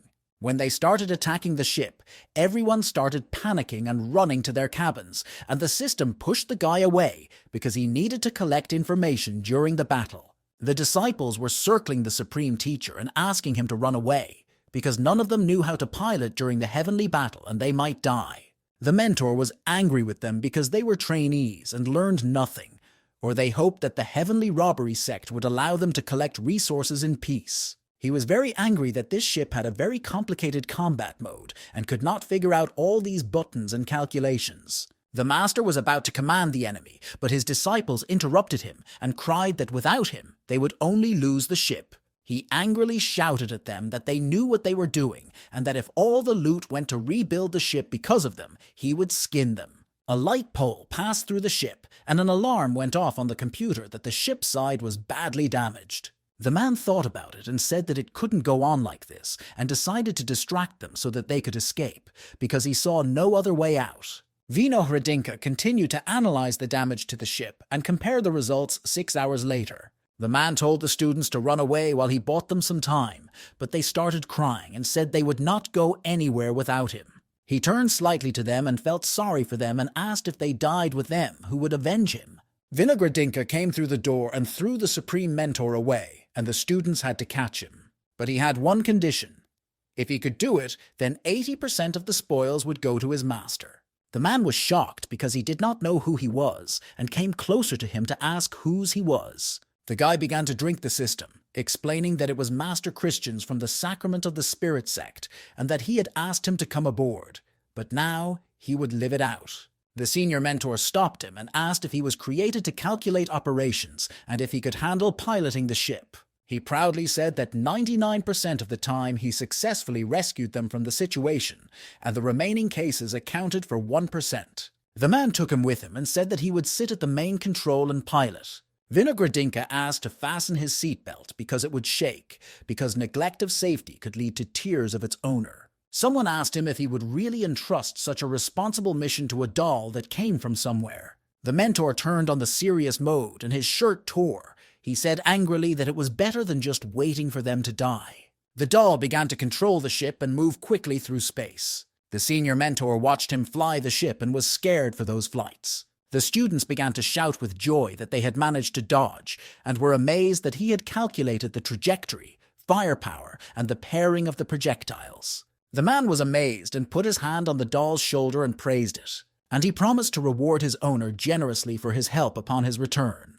At that time, Chris was preparing some goodies for himself when the system came to him with an urgent message from his clone. When I asked what to do when my mechanical arm was broken, the mentor was furious and said that I should demand financial compensation. On board the ship, everyone was angry and the senior mentor asked if he could manage with one hand. The system explained that it had been sent repair runes and was currently undergoing repairs. But he also noted that this did not exempt him from financial compensation, and the man was desperate. On the ship of the heavenly robbers, the boy already thought that the enemy ship was being commanded by someone experienced, but as it turned out, they were just lucky. The worker reported that the enemy had dodged their shell again, and that their ship was damaged, and the guy was in shock. The ship's crew created a protective energy shield around Vinogradinka's clone, just in case his mentor broke anything again.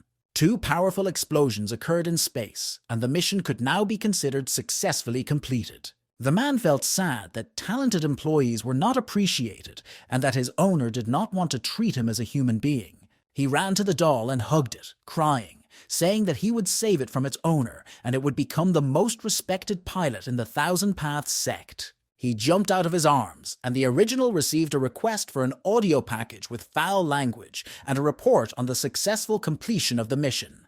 The Supreme Master of the Thousand Ways came to visit Christian's sect of the Mystery of the Spirit. The clone tried to escape from the man's clutches and asked him to let go, but he did not listen and said that he needed him as he needed him.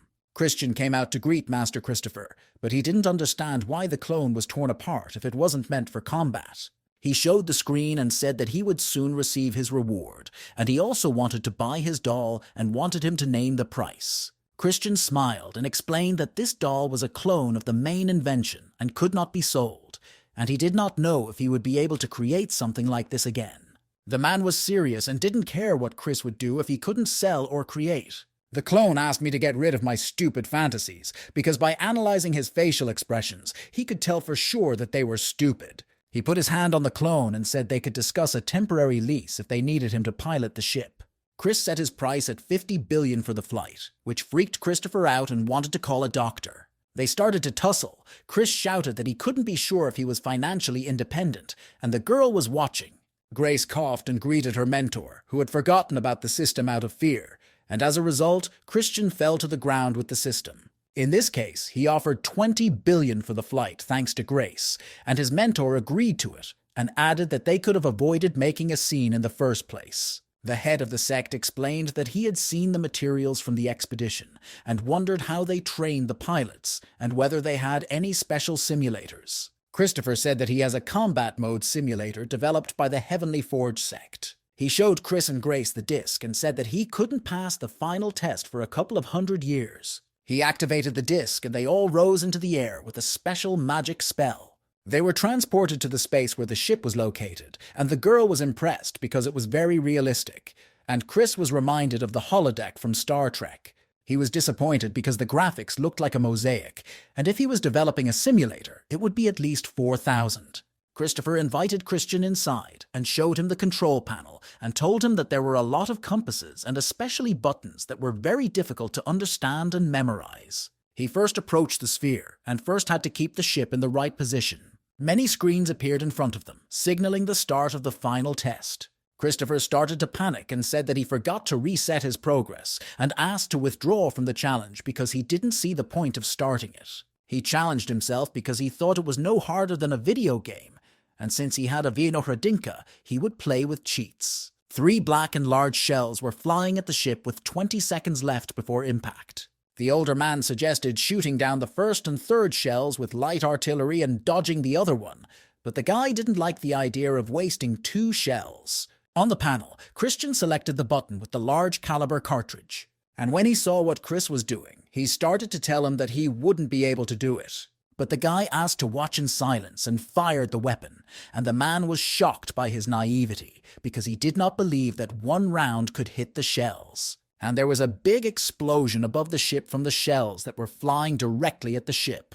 The man analyzed that the first one was hit and ricocheted off 2 more, while Grace ran to Chris praising him. The man was depressed because he had not been able to pass the test for hundreds of years, while others passed it the first time, and he said that he was not lucky. Chris was joking that he had nothing special, just a little luck and equipment, and Christopher was looking at a screen with lots of explosions. He was proud of himself for creating Vinogradinka, and now she was able to help him pass the test the first time. And on the ship's screen, a screen appeared announcing the successful completion of the test. The man wanted to take him with him and suggested that his sect should also join, but he was against it if they wanted to join his sect. And so Chris gave him the idea, and now he wants to consult with his own people, and he was shocked because he just said that as an example.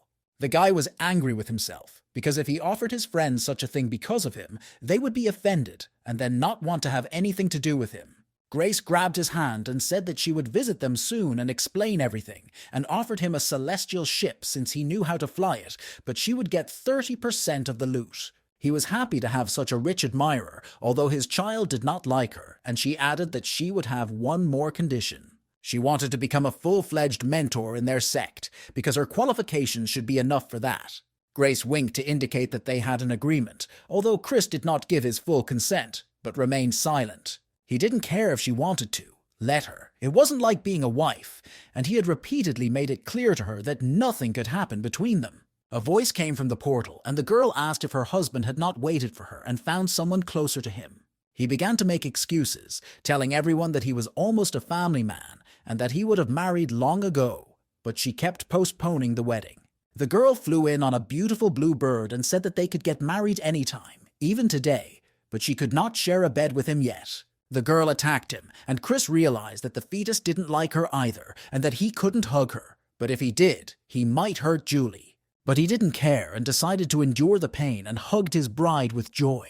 The girl was having fun and twirling. They couldn't get enough of each other, and Chris exhaled a sigh of relief that he had managed to get away with it this time. Rose petals appeared in his stomach, and a panda appeared near the golden ball and hugged him. She pulled in all the petals, and it was clear that she was very full, and now she was farting into a golden ball. Julie was afraid for the boy because he started shaking and asked what was wrong with him, and he explained that he was just hungry. She smiled at him and told him that it was easy to fix. The boys waited outside in the kitchen and didn't know what to expect because no one had ever seen her cooking before, and Hunter praised her for her hospitality. The girl turned around and was very beautiful and called her husband, saying that dinner was ready. They all sat down at the table and made a casual appearance in anticipation, and Julie was already bringing them lunch. Chris laughed a little and asked if she had cooked because it smelled so good he couldn't find the words. The dish looked creepy and one could not be sure that it was edible. The girl advised us to start eating it before it got cold, and the boys looked at it in horror.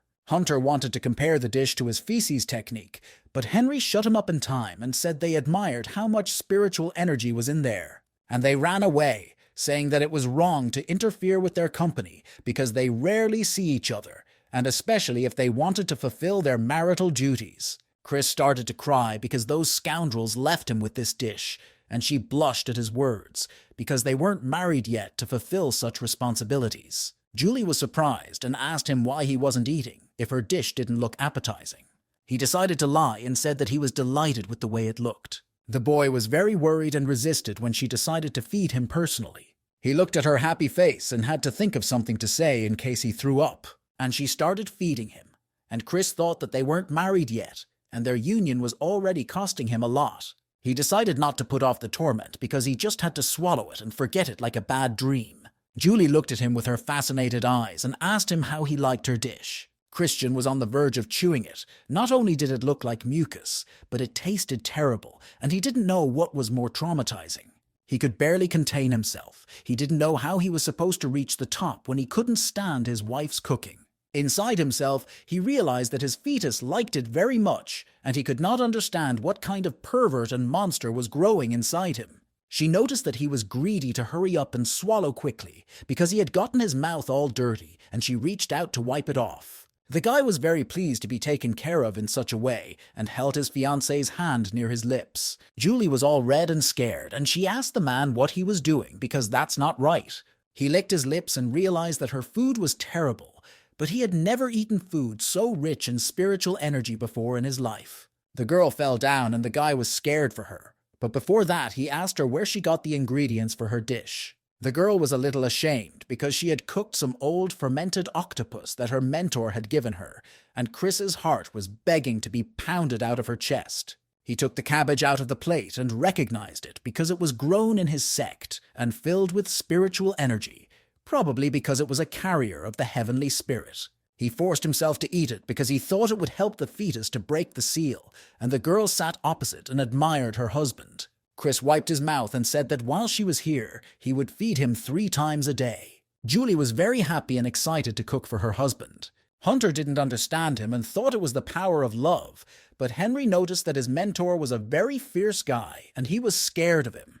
Chris began to cry because he did not want to part with her, and especially with her food, because in just a couple of days, the seal around the fetus had broken down by half. Julia was shocked with her husband because she fed him heavily, and instead of getting better, he lost weight and looked quite sickly. She felt sad, because if her mentor hadn't promised to go to the ice continent with her, she would have stayed to cook for him until the end of her days. He started to get angry about the long-distance relationship, but when Julie came close to him and kissed him on the cheek, his mood changed instantly. And she explained that she is now at the stage of spirit birth, but when she reaches the stage of transformation, she will be able to stay longer. Chris looked at her, leaving him with a kind expression on his face, and he will look forward to seeing her with his child. A student contacted the mentor and asked why he hadn't said anything about his mentor's mother flying in, because he wanted to talk to her. The mentor was strict and told her to mind her own business and collect materials to create a legendary class weapon. Mia was smart, so she called her mentor for a reason, because she had already collected everything on the list. She was so distracted by the list and the conversation with her mentor that she didn't notice she had hit a healthy guy.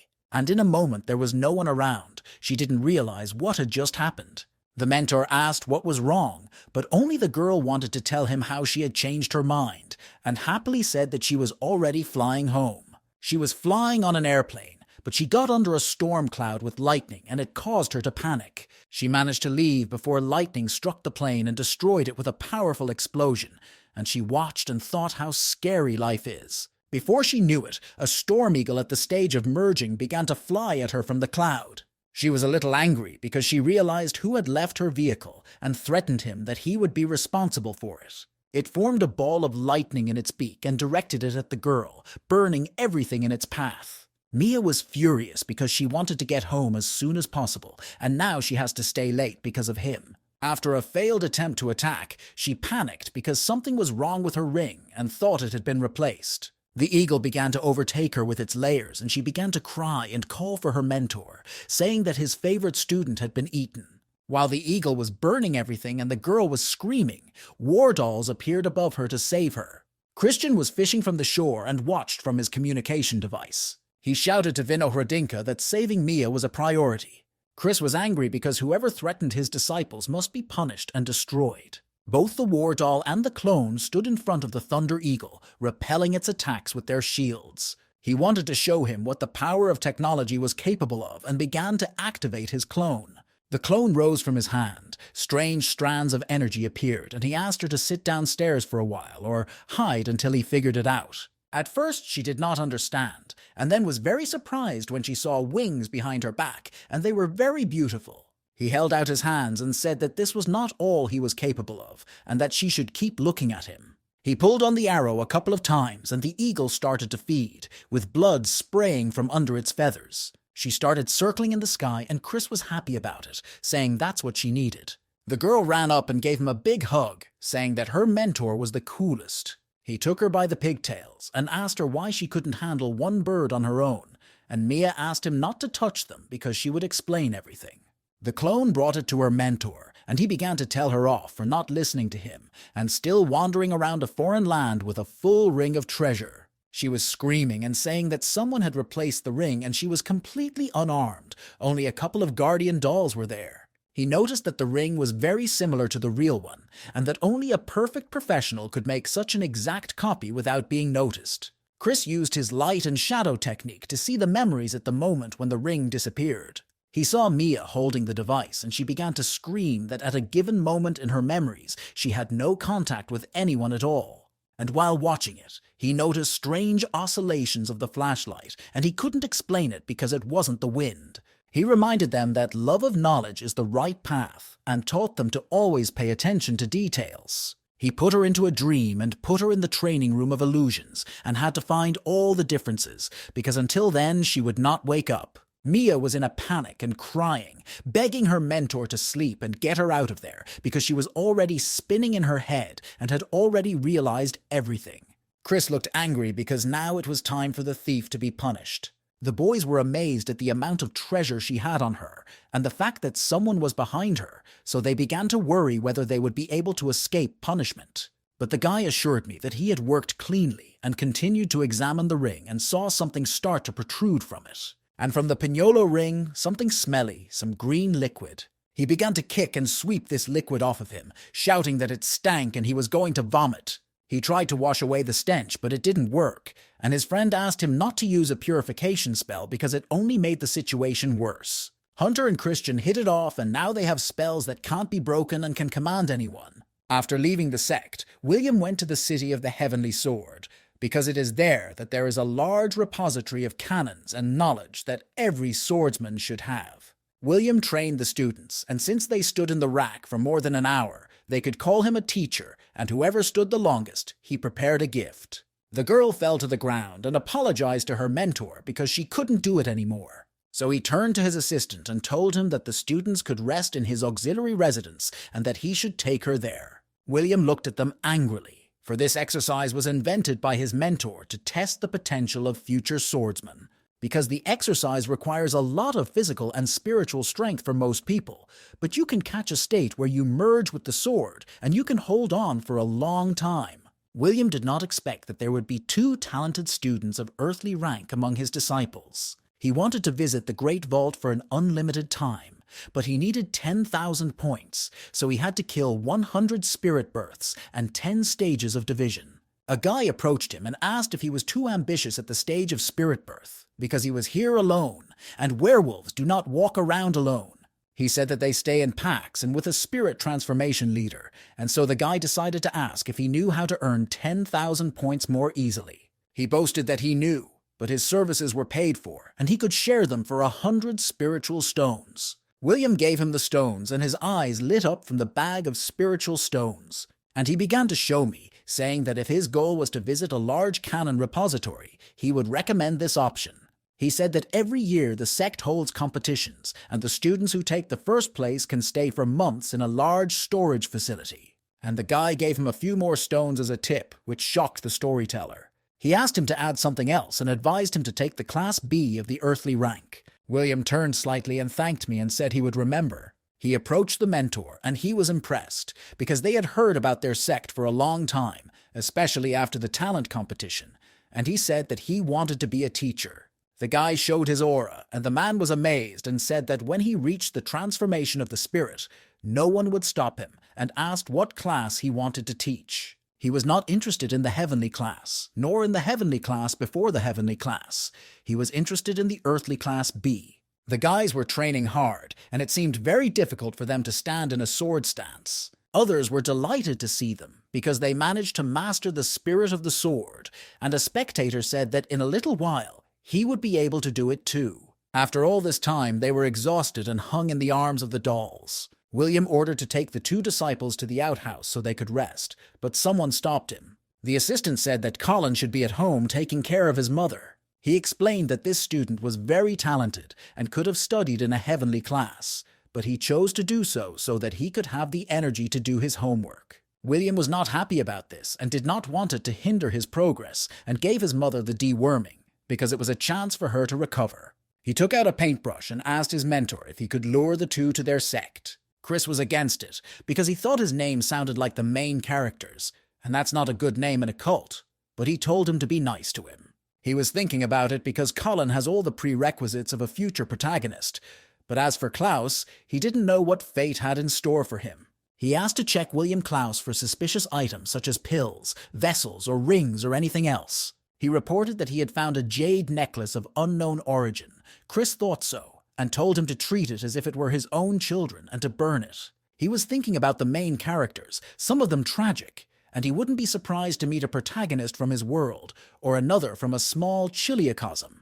He believed that as long as the main characters are small, they should be treated with warmth and care. Then he would have a chance to raise good ones and be repaid with main heroic artifacts, and cultivated on his bed would be heaven for him.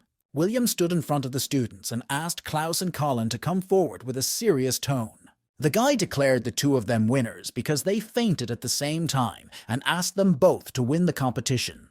Klaus secretly told his mentor to be careful because the academy was dangerous. He had a dream about a thief who had gotten in, and now he was not at ease. He was worried because the boy might hint that he knew he was going through his things. But in order not to give anything away, he thanked me for the information and advice and said that he would be in touch. Shouts began to come from the house that the treasury had been emptied and that it was necessary to report to the office immediately. The students felt a strong stench, and although the thief was gone, the smell remained, as if his entire aura was soaked in it. And wherever he was, it remained.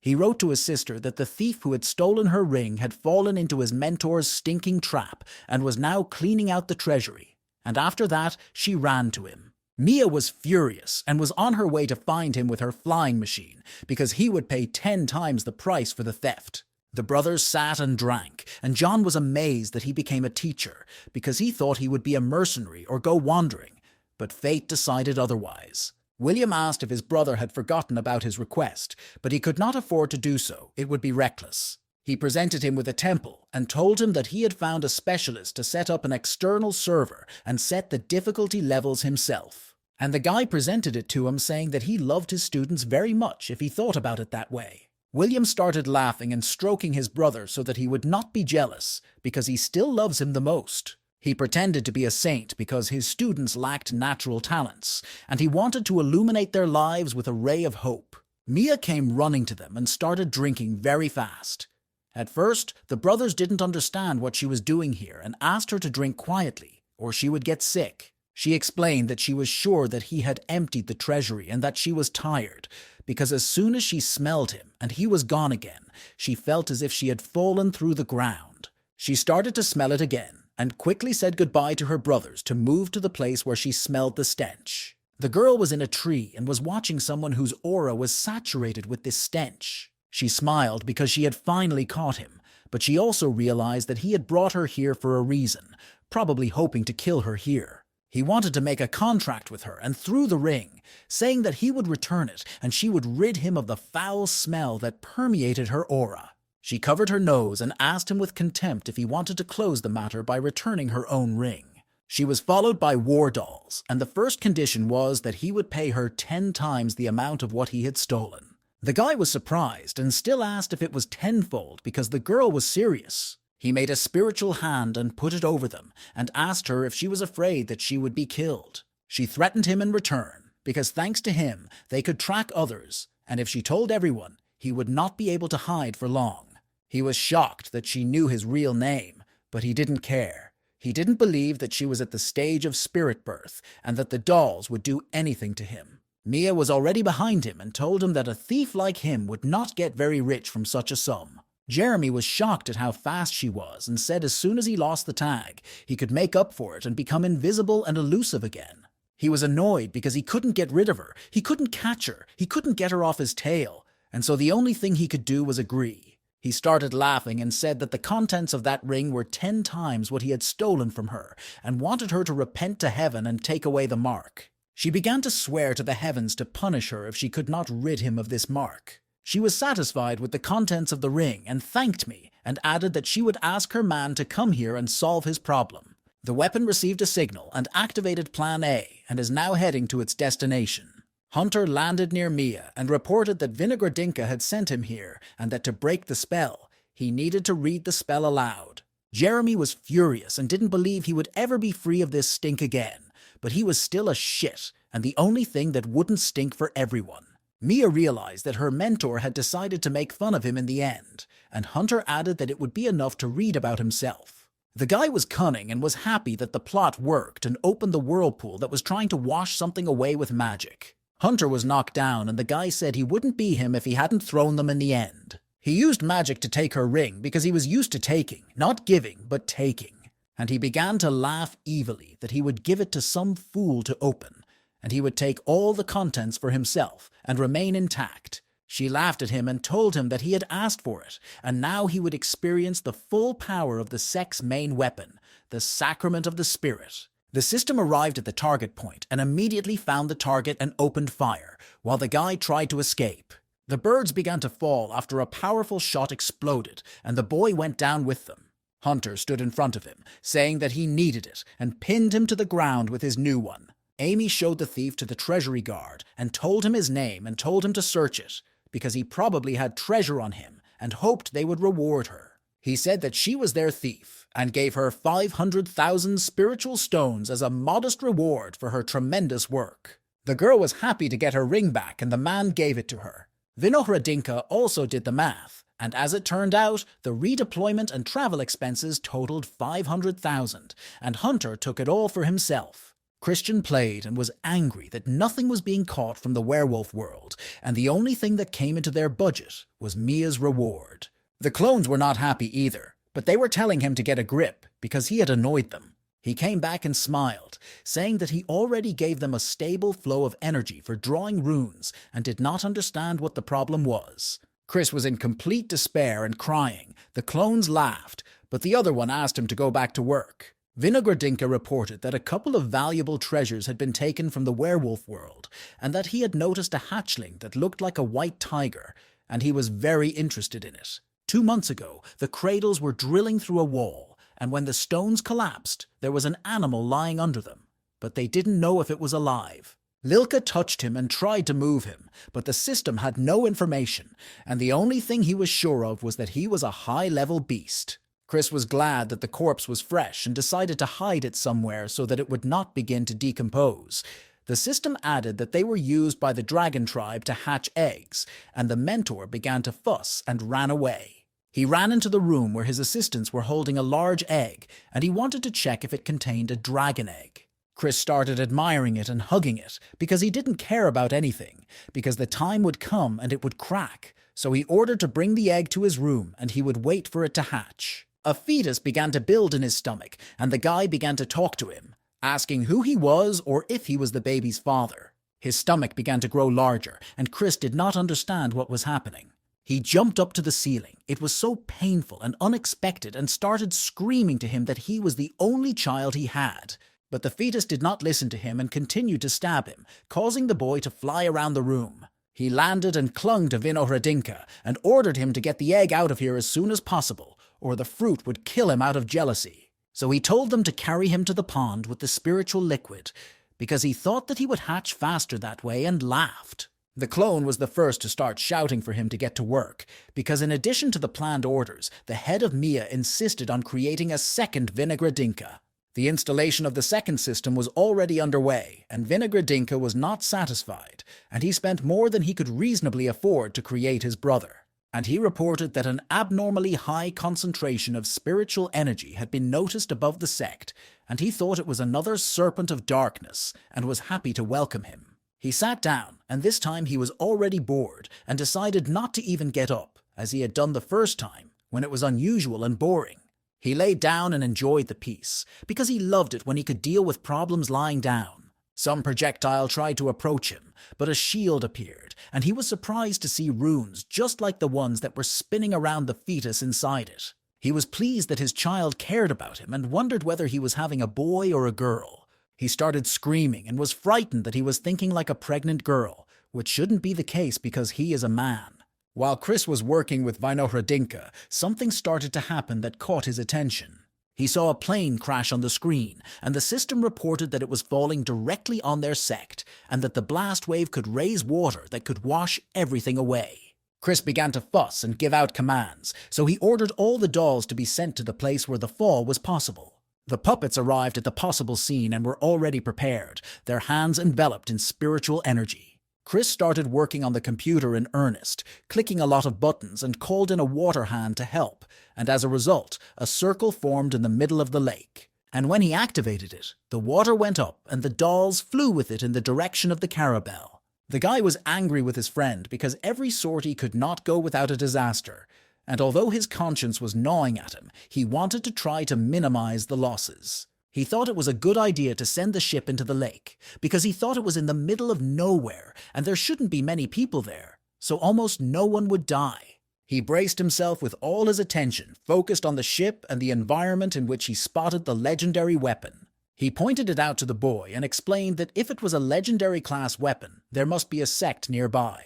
The ship was rapidly sinking, and a water hand was waiting for them, supported by all the sect's dolls. They landed directly on the arm, and one of them praised the pilot because he thought the giant arm had grown by itself. Elder Aiden asked me not to be angry with him because everything went well. The guy noticed that having weapons of such a class and scale, the formation deserved their attention, and Cain saw that they were already being met. The commissioners of the Council of Elders greeted them, along with the warrior Grace, and behind them stood Christian and Benjamin, who also bowed and introduced themselves. Cain took him with both hands, which scared Chris a little at first, and he asked if he was the head of the sect, but it wasn't quite so, although it depends on how you look at it. He was happy and praised them because he understands that it is not easy to live in such a poor city, but he laughed and said that now he has no place more valuable than this island. So Cain called his friend to go back to the main headquarters, and the guy didn't feel well after such a favorable pat,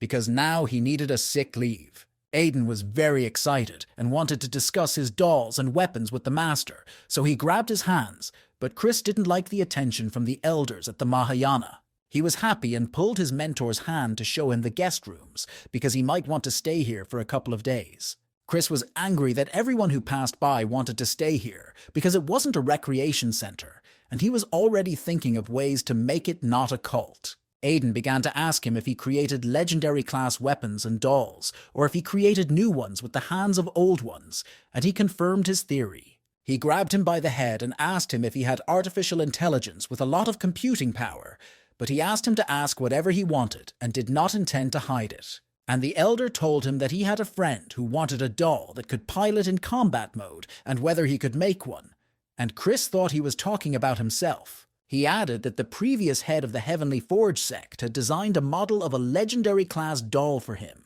and the boy was already drooling over the scroll. Christian took it in his hand because it was a model from the head of the sect himself, and he thought it would be stupid not to at least look at it, so he carefully unfolded it. He saw the different parts that could be separate dolls, but together they form a combat vehicle, something like a Transformers, and started to get angry that he hadn't thought of it. And an elder came up behind him and asked him in his ear if he could do it. Chris handed it back and explained that it was very sophisticated and harder to create than a divine grade item, and the elder felt sad because even he couldn't. He began to feel that he was only at the stage of the golden elixir, but when he broke through to the development of the void, he would fill this world with evangelions. Aiden was about to fly away and said that he would not forget his helping hand and would come back when he was ready to implement the project. He asked his friend what he thought of him, because he seemed like a nerd looking for cheats everywhere, and the system asked him to be quiet, because if it heard him, it would delete him from the system. Chris felt sorry that his weapon was no longer a secret, and Vinogradinka added that if he caught the thieves, it would be, because Mia hadn't even killed him. Christian said that it was worse for him because she had handed him over to the treasurer, and when the other victims found out, he would wish he had died. He realized that then he and Mia would have a karmic connection, and he didn't like that, so he had to protect her. 4 months later, in the city of the Four Seas, Mia was walking and noticed that she had a replacement ring and screamed the name of the guy at the top of her lungs. And from somewhere I heard a voice saying that he threatened her, that he would kill everyone, her family and her mentor, and that their sect would go around the world. The girl took on the challenge because, as it turned out, he was a good man to escape from the Guardian, but if she caught him, she would wish she hadn't been born. Jeremy was angry and promised that he would find out where her sect was and clean it out. Mia came to her mentor in the dungeon and started screaming and crying that he had robbed her again, but he didn't care because there was nothing of value there anyway. She was crying and looking at her mentor in a confused way because she could not understand what he was up to. He patted her and said that he knew this would happen and explained that he had done some manipulations with her ring. Chris said that he had made 8 more rings and asked me to steal them and tell him that when the time came, he would find out what social death was. On the way out of the room, the mentor stopped me and asked me to play it believable when he stole them, because he still had to finish the pearl of absorbing spiritual energy. After a while, Mia was walking with a bunch of rings, very happy, and behind her were lightning and a skeleton that had been electrocuted. Christian finally finished working on the spiritual energy absorption pearl, and it was a legendary class item. The mentor asked the clones to install the pearl in the dragon's disc, because the last time the soul clots helped for a short time, and now there was no need to waste them.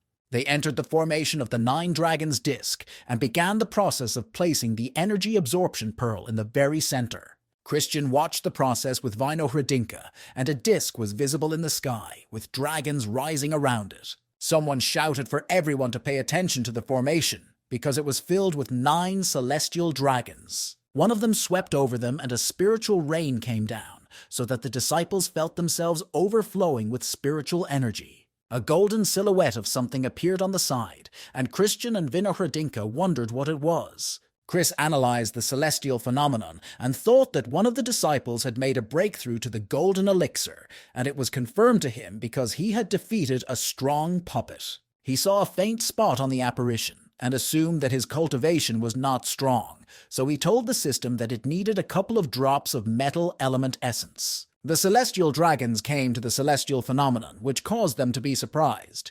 And I realized that they noticed the inferiority and solved this problem themselves, and it was really a miracle. Grace came in and said that this was normal, because they are known for being able to condense essence, but it takes them 100 years to create 1 drop. He thought about the fact that 1 drop in 100 years, but it didn't matter, because it was better than nothing. She hugged him and told him that he was having a nice reign here, and wanted him to create the same formation for her. She wanted to install it in her bathroom in the palace where she lives. He started to run away and said that he would not be able to create the same one and let him get a little wet. And to move on to something else, he thought that he should drive the student to free grazing. The doll recounted everything his mentor had said about weapons, armor, and missions, and noticed that his mentor had emphasized that he should not return before the age of 10. The guy looked at the device and couldn't figure out what his first task was. The guy read the first task, which was to go to the city and get a service kit in the Pavilion of Caresses, and thought there was a mistake. But he arrived in the City of Sweetness and stood in front of a large building, and girls were standing below and asking if he was interested in leisure. A girl came to him and held his hand, but the guy was serious and couldn't relax. When he went inside, he saw a lot of people and girls dancing on the stage. The girls here were very beautiful, especially the dark-haired one in the red dress, and she danced beautifully and easily. The girl pushed off the stage with her foot and jumped into the audience through the people. She landed in Alex's arms and asked him in her gentle voice if he had come here to relax. He started to get angry and asked not to be moved and told us about the task, and the lady realized that it was his first time, because they all don't know how to behave when they first come. After half an hour in Alex's room, the girl crawled out and asked to be replaced, but the guy wouldn't let her go, saying that the time was not yet up. The girls were angry with the guy because of his attitude, because he asked them to massage harder, because if not, they would write a complaint against their establishment. They started hitting him on the back and he liked it, and they wanted to stop serving those who practice body conditioning because they were threatened with a bad review. Others began to look in on him, because they had already sent 4 girls, and the second one explained that he was practicing body conditioning, and it's always difficult with such people. The girl at the reception said that it contained 300,000 spiritual stones. He put down a bag of money and said that for such poor service he would never set foot in their place again. The others started shouting that they didn't want to see him here and wouldn't let him in again, but the guy didn't care and was already looking at the next task. Alex came to the office of the Whole Vision where he wanted to find out in which lands there are at least 10,000 werewolves of the golden elixir.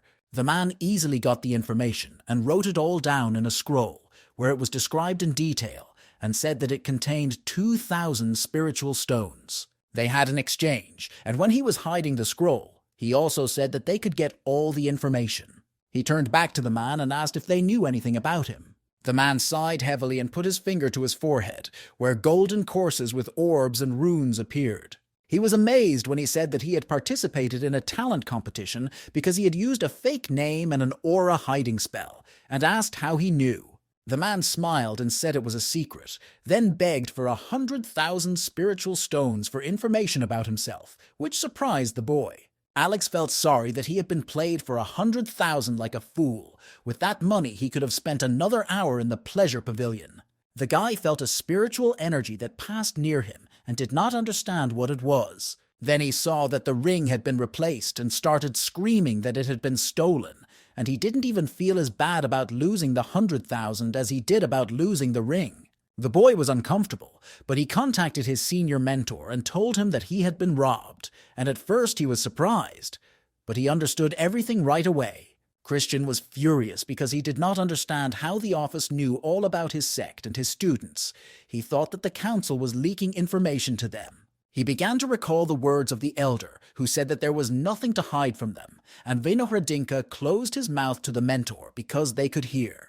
He was angry that they had a lot of resources to collect information and data, that it would be secret only for the commoners, and that the system promised to hide the island in hundreds of years. Chris smiled slyly, because no doubt it was the same thief, and he had probably made a report on him, and he had stolen 5 rings from them already. He decided to take some time for himself and read a little while everything was going according to plan. Alex moved through the teleportation field to the city of the Eternal Tree. He looked at his hand and was struck by how cruel the real world is, because before you know it, your ring is stolen from you in broad daylight. He stepped in and kicked the stone. He felt sorry for it, because the ring had gifts from his mentor and his fellow soldiers, and he wanted to go home.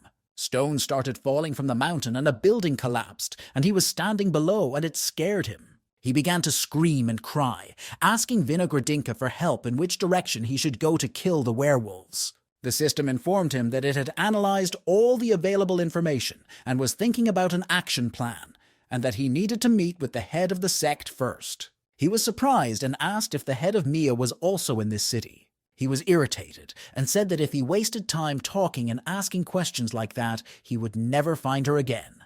The girl was sitting at the table, and it would have been so nice if she could have taken a nap in the sun after a refreshing fruit salad. When she opened her eyes, she was a little scared because she didn't expect to see a guy there, and he bent down in front of her, cheerful, and said hello. She got up from the ground and said that you can't sneak up on people like that, and asked him to sit down because she didn't like having such a thug standing over her. She opened the screen and asked him if he had completed the first task with a visit to the City of Sweetness. He got angry and broke the plate because he didn't even want to remember, because those skinny girls couldn't really stretch him, and it turned out to be a waste of time. The girl laughed, because it turns out that the mentor is worried that any girl can take him away and lead him astray, and he just wagged his finger. The girl is happy to help him and take him to a place full of werewolves of his stage, because this is not the right place, and asked the owner for the bill. The girl looked behind her belt, and a student approached her looking somewhere and asked what was wrong with her, but immediately got a slap on the wrist for looking where he shouldn't. She took out the ring and showed it to me, explaining with a sad face that she had been robbed again. He showed her his ring and said that he had also been robbed, and he noticed that it was done by the same person and was angry with him, asking if he was looking for death. The girl looked like she was up to something and told him to steal if he liked it so much, and she told him to go. Mia and Alex had come up with all sorts of plans to keep her rings, but the weirdo kept stealing them one by one. The girl was pleased and called her mentor to report that they had already stolen 10 rings and what the next step should be, while the guy sat there and did not understand what was happening. Chris had just received a parcel from Theodore and told Mia that he was very naive if he thought that nothing would happen to him if he didn't open it himself. But he was ready. He hung up the phone and opened a scroll about a thief's technique. If you know how a thief works, then punishment for him becomes inevitable.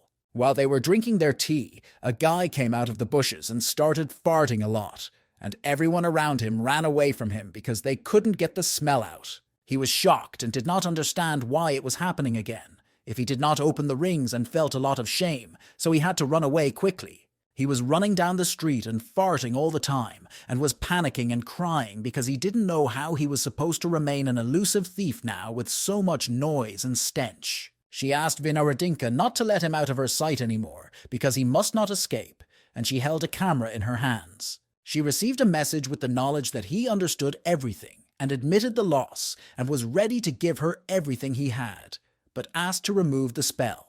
She wasn't happy, and now she didn't care about him, because he had to think ahead of her. He tried to escape, but he kept farting, and during that time he received a new message. When he looked up, he saw a big pipe flying at him, and he started farting under himself, lifting himself up.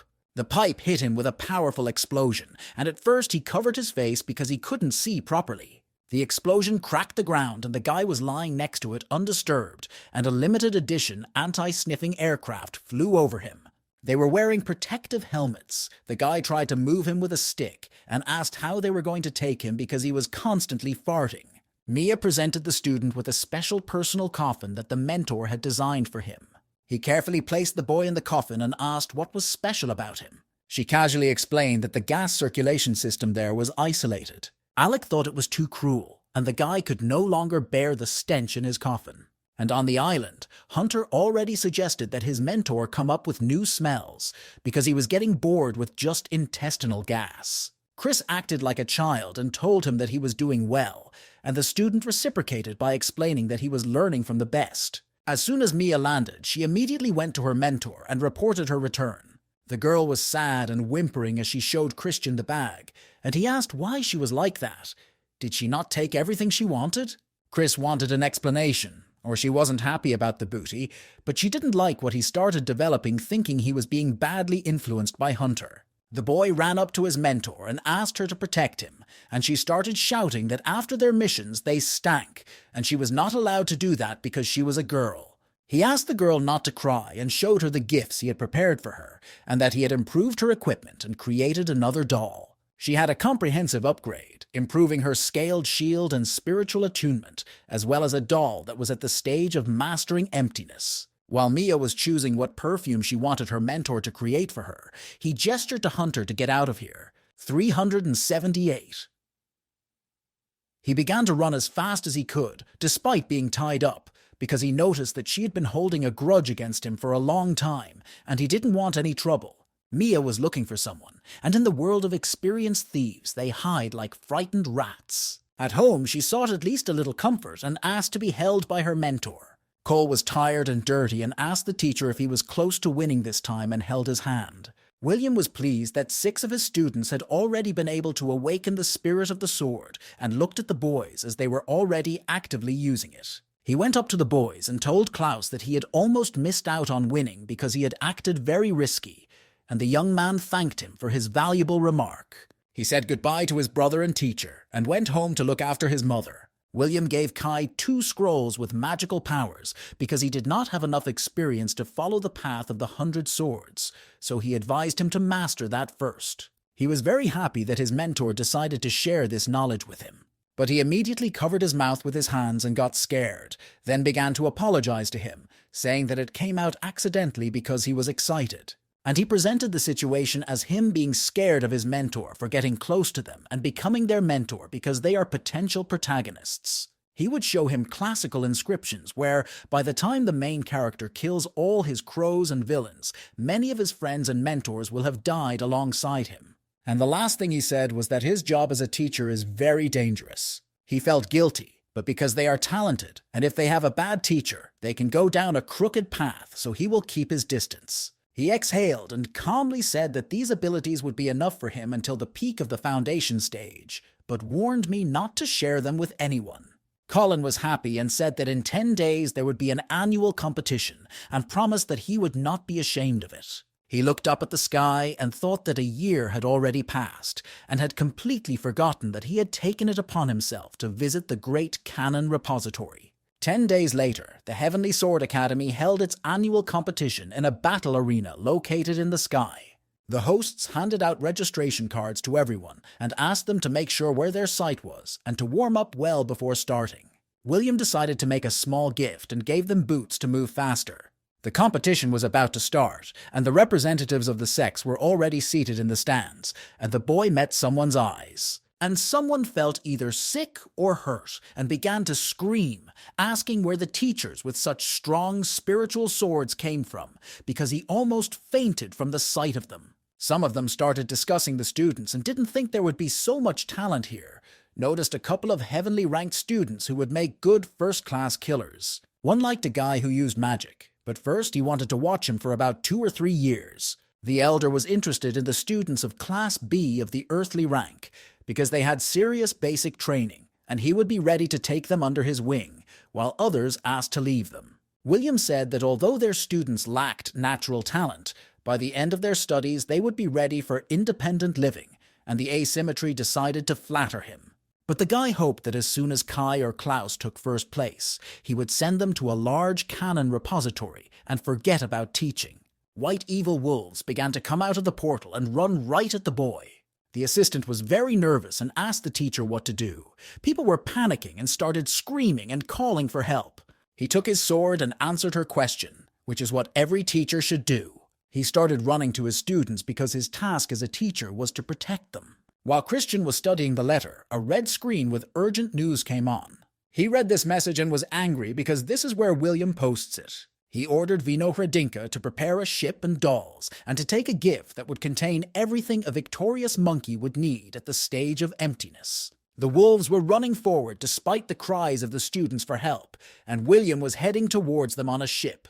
Hredinka flew up to him and said that the owner already knew everything and had already called for reinforcements, so he asked him to hold out a little longer.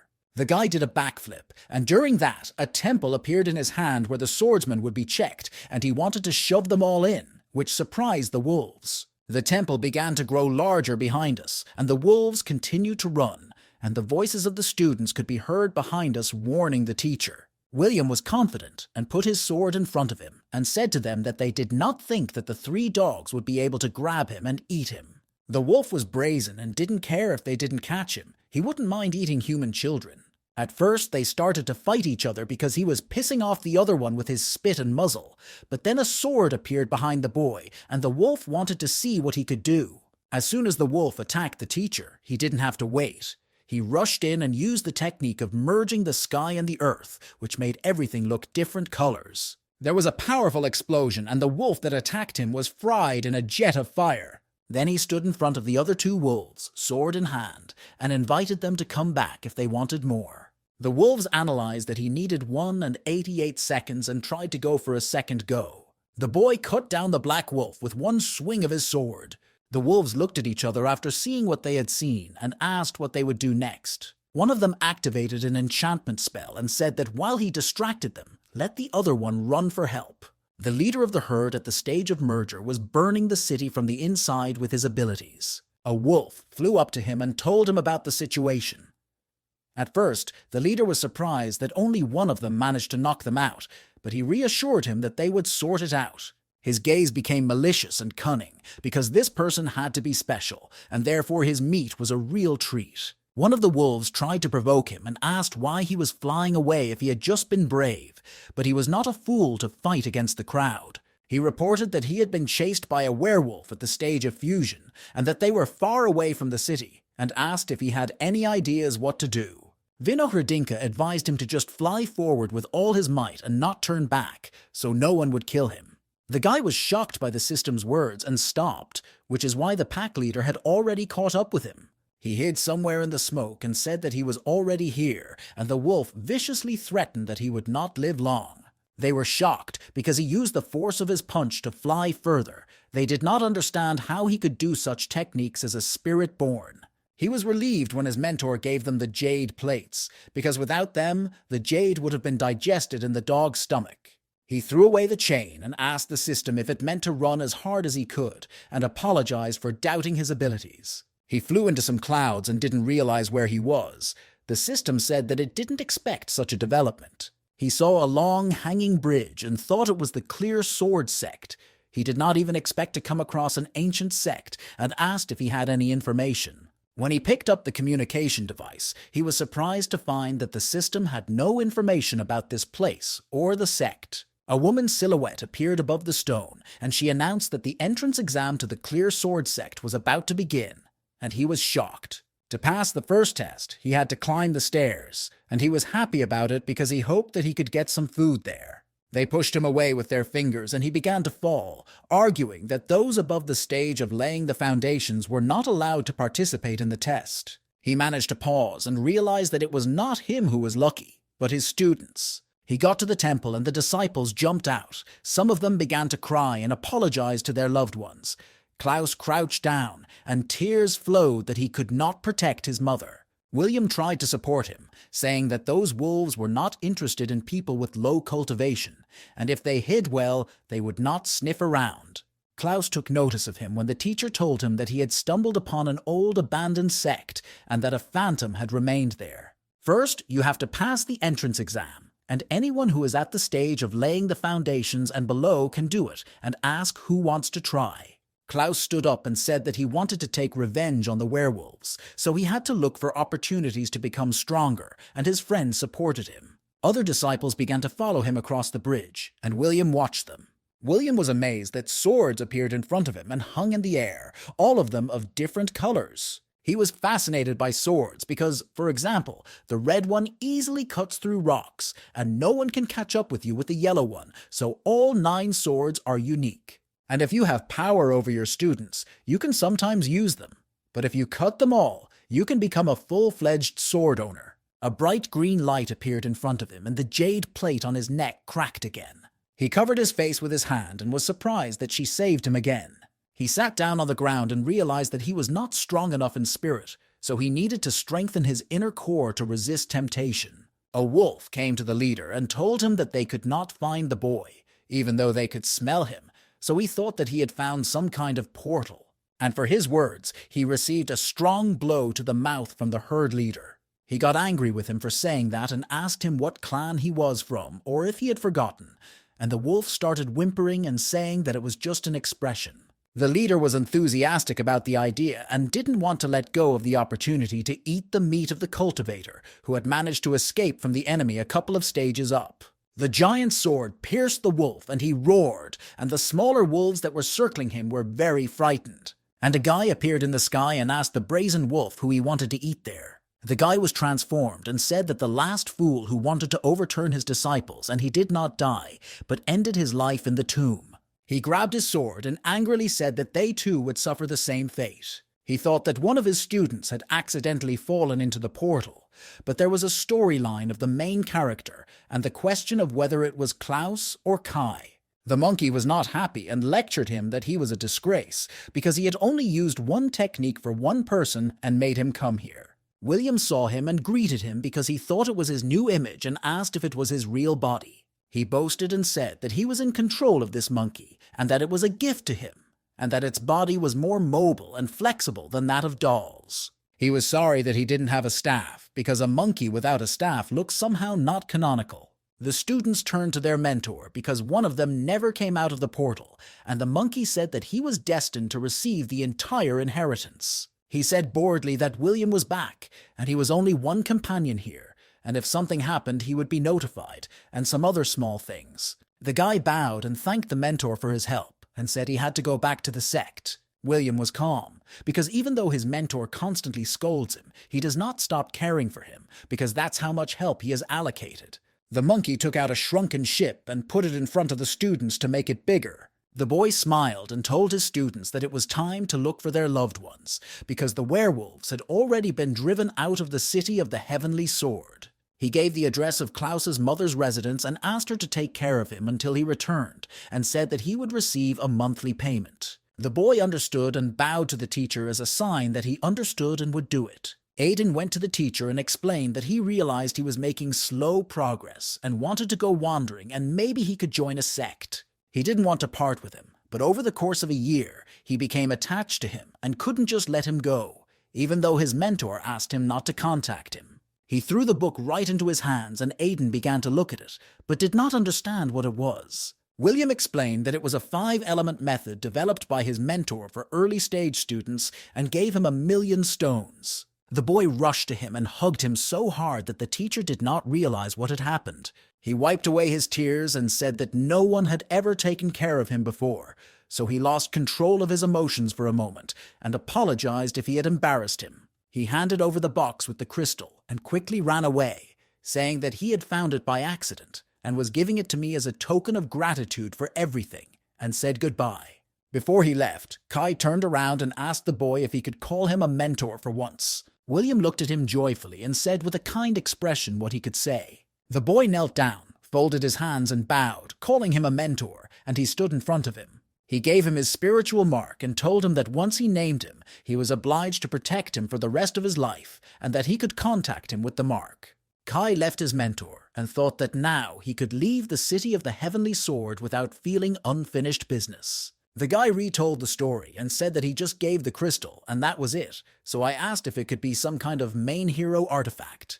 Chris laughed because he didn't even know, and so he decided to call his 6th brother because he had seen the most of the world. Dylan said that this sacred medium-grade jade is used as currency in the world of the Great Chiliacosm, as spiritual stones. The coach understood and allowed him to continue training, but the boy was angry because as soon as he got what he needed, he was immediately kicked out.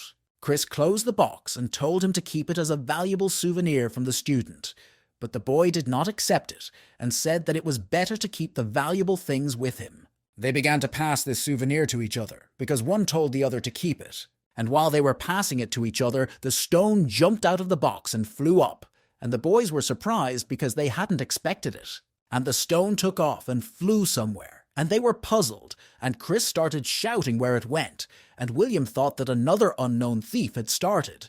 They started flying after him, and the mentor shouted loudly for the object to stop. It was as if he had splashed into the water, and they did not realize what sounds were coming from the pond of spiritual liquid. Chris opened the device and displayed a screen on which the egg he had previously placed in the pond began to suck in spiritual energy, and William did not understand what was happening. He asked him not to be afraid because he was waiting for a dragon to hatch, and the boy was surprised and asked if their sect would have a real dragon of its own. His mentor took him by the ear and told him not to get too excited and told him to go train so that next time he wouldn't distract him and call for help. Klaus was where he was, but now he was sitting under 9 swords, and the phantom of an ancient sect was watching him. A butterfly descended to him and he received an inheritance, so he was appointed temporary guardian of the sect, and after the merger of the spirit, a full-fledged owner of the sect. He felt stronger and more confident than ever, so he got up from the ground and told his mentor that he was back. He was tired and was approaching the stairs when the portal passed, and he decided to find his mother and mentor first. He saw the dolls and remembered that it was one of the teacher's dolls, and realized that he had left it here for a reason, and the doll had given him the scroll. He read a letter saying that his mom was fine and that he should come home, so he was very happy.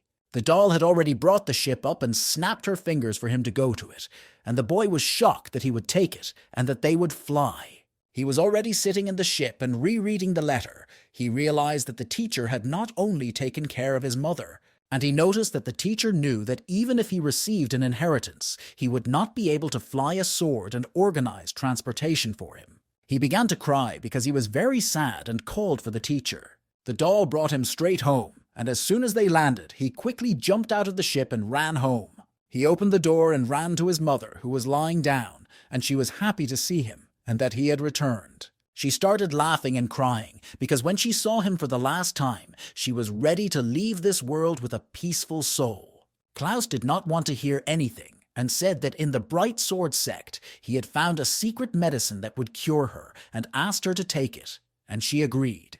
When she swallowed, her whole body was filled with spiritual energy, and the boy was shaking his head back and forth. Suddenly she was lifted up and hovered in the air. The boy stood there surprised and worried about his mother. His mother became strikingly younger and stretched out her arms to him, calling him to her. He began to cry because now she was safe, and he promised to be strong to protect her from all harm. They both hugged each other tightly, and my mother said that he shouldn't let it be because he had suffered so much, and he answered her in the same way, telling her to lie down and he would bring her something to drink. When the boy came out of the house and saw the war doll that had brought him and his teacher in the yard, William greeted his student and asked how his mother was doing and if she was okay. He began to cry and fell to his knees, saying that he would never forget what he had done for him, and the guy ran to him, frightened, to pick him up. He was so nervous that he even broke out in a cold sweat and asked to get up because he had done what every teacher should have done. The guy stood up and held up the box and asked him to become a mentor with serious intent.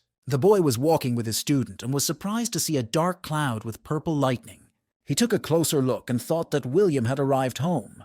The guy started to speak carefully and explained that he did not need it because he had already received the inheritance of the Clear Sword Sect, and his sect did not recruit disciples. He began to go on the offensive and offered tea, asking him to accept him as an external disciple, and for that he did not need to join the sect, but William resisted. He fell down and stood up again, approaching the teacher and repeating each time that he was a mentor.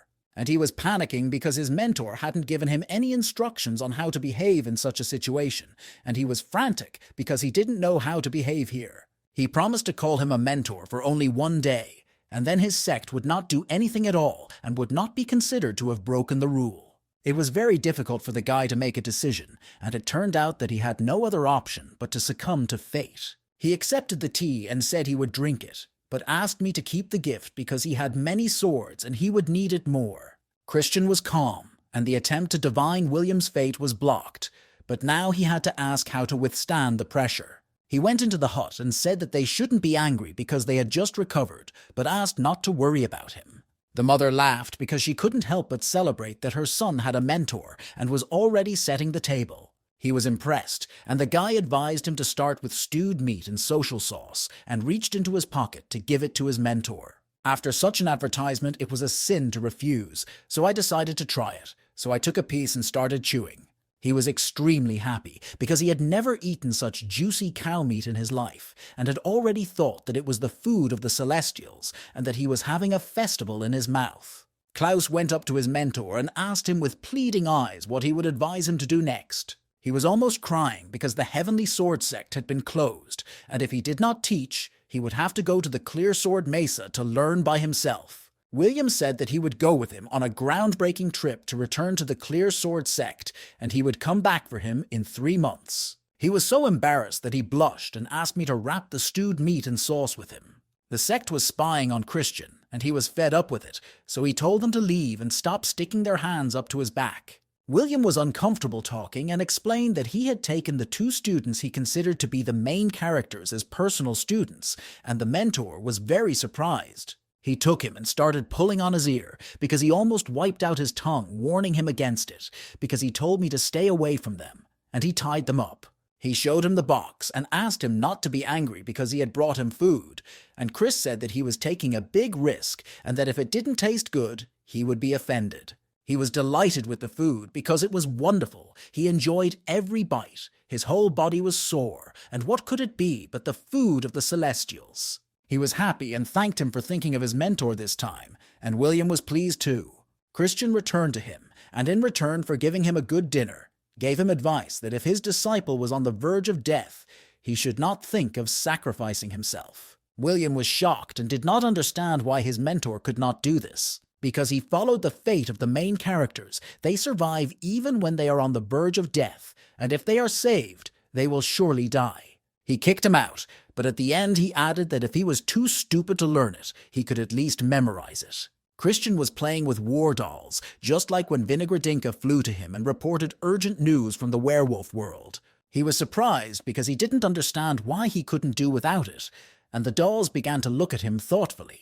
He turned to them, and they were already sitting in their seats, and ordered them to stand still and not move the dice. He asked Reuniting what happened, and she told him that the local hegemon was losing power, and the leader of the Badgers thought they could take over. He pushed the system out of happiness and certainly wanted to support them in their political ambitions, because the more possessions they have, the richer their sect is. He said that there should be at least one at the Mahayana stage, so they want to enlist the support of an elder, but he wants 3 items of the legendary class. The Badger bowed and said that he understood that they were asking for a lot, but he did not waste time and got him the highest grade ore, and it should help them. He took the ore in his palm and showed it to the clone of his mentor, and asked him what he would say about it. The guy praised him and asked him to agree on an installment plan every 100 years, and that their clan would definitely become a new one.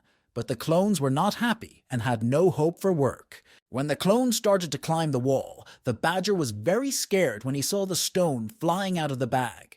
Henry was in the blacksmith shop and turned his attention to the door when there was a knock and a message to accept the delivery. When he opened the box, it was filled with high-quality ore, and the guy was shocked. He went out into the yard and started shouting for everyone around to hear and thank Brother Chris. He continued to play games with his dolls, and although he wouldn't get rich playing with them, he could pass the time. The next morning in the morning, Chris woke up and went to the door. He was still sleepy, so he did a stretch. Christian wondered what Henry had done and landed near the anvil sign of Henry's master. He ran out of the anvil and was overjoyed to have discovered a new formula for alloying legendary class items, but the guy himself was on the verge of exhaustion. He said that he had passed the formula to Reuniting so that the head could study it, and he would lie down for a while and pass out in front of him, and the young man thanked him for his work. Christian carefully studied the alloy, and it was not suitable for creating legendary class items or dolls because it is very expensive. He wondered if Henry would find out that he had spent so much effort, to the point of exhaustion, to create some slag.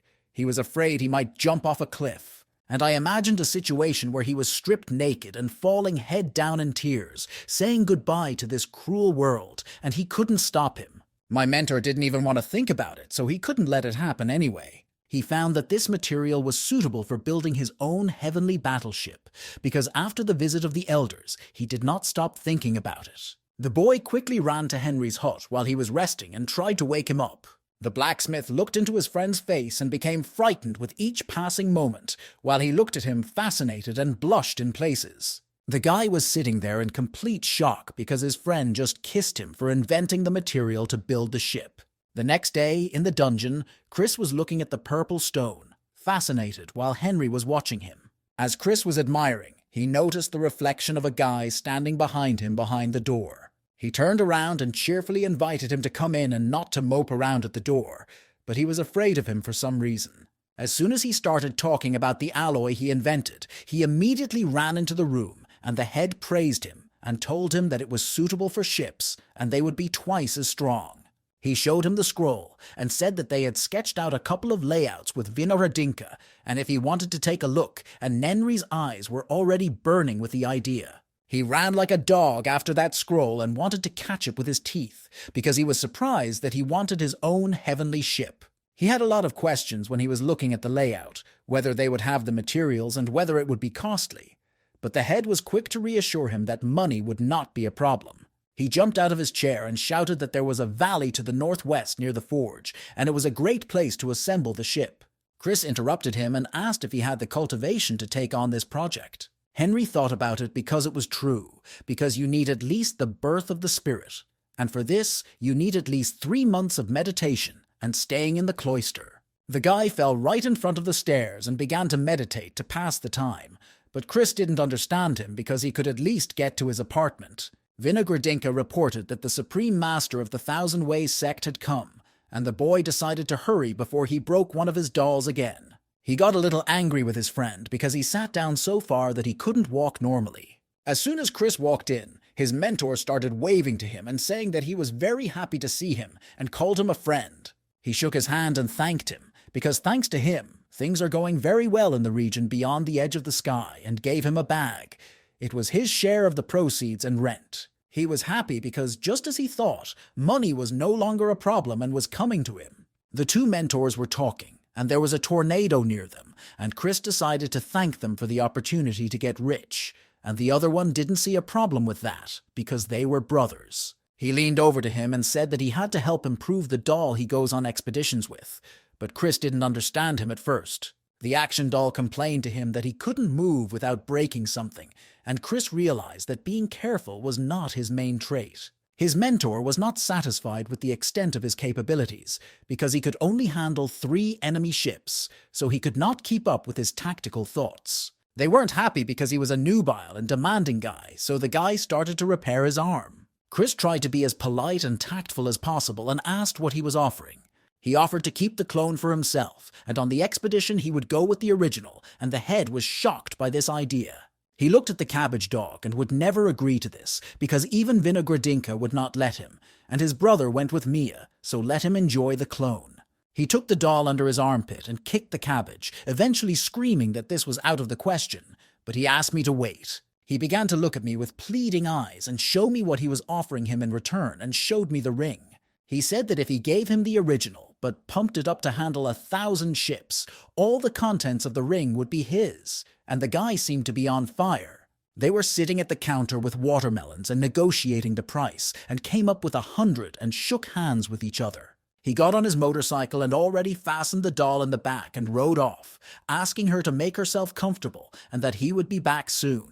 He came to the dungeon and asked Vinogradinka to pump his clone 3 times, but she replied that it was a deterioration for the original one. He was still hiding behind the doll and showed Vinogradinka the money and told him to pump himself up later and that he already had all the materials for that. I decided to use the trick that I would have to give all the materials to his brother's improvement, and then he agreed and said he needed 5 minutes. And the system noticed that the friend was waiting for the original, or thought he wouldn't recognize his old friend if he continued to criticize him with curses as before. And he hit the nail on the head with this thought, because it was a deliberate remark, because it never occurred to him. And he went into the settings to delete an audio file with foul language. He showed him the war doll, and said that he had already put the original into the new doll at the stage of spirit transformation, and now he was sure that it would not disappoint him. The Supreme Mentor swung and took the doll's head off and asked if he would not call him names this time. His mentor was amazed that he could recover, because he thought he would be tricked into pumping his clone and getting drugged again. But he didn't. Chris started laughing nervously, saying that he wouldn't dare do that, especially to lie, and thanked him because he was a pleasure to deal with. The system sounded the alarm and told them that their underground base in the werewolf world had been attacked by mine spiders. Chris asked if there were any of them at the fusion stage and above, and he said no. The strongest ones are at the transformation stage, but they have abnormal combat capabilities. Most of the dolls had already been injured and defeated by these spiders. The monkey said that he would look for the leader and kill him, then the others would scatter, and ordered him to manage the other dolls and protect the base's storage. He moved to the world of werewolves and ordered Vinogradinka to bring forward a couple of dolls to carry out a sweep. And the first dolls moved forward to attack, while the monkeys stayed in the city. 2 warriors stood in front of the monkey, and fire came out of their hands.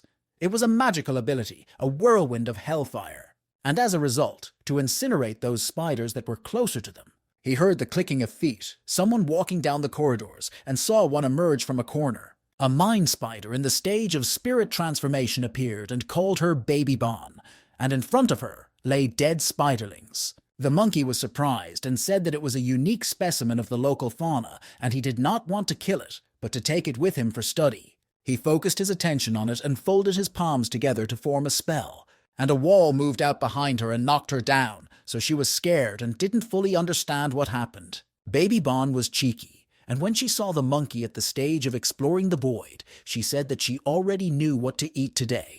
The mentor didn't understand that usually when werewolves see someone stronger than them, they immediately run away. But she was not like that, and he asked why.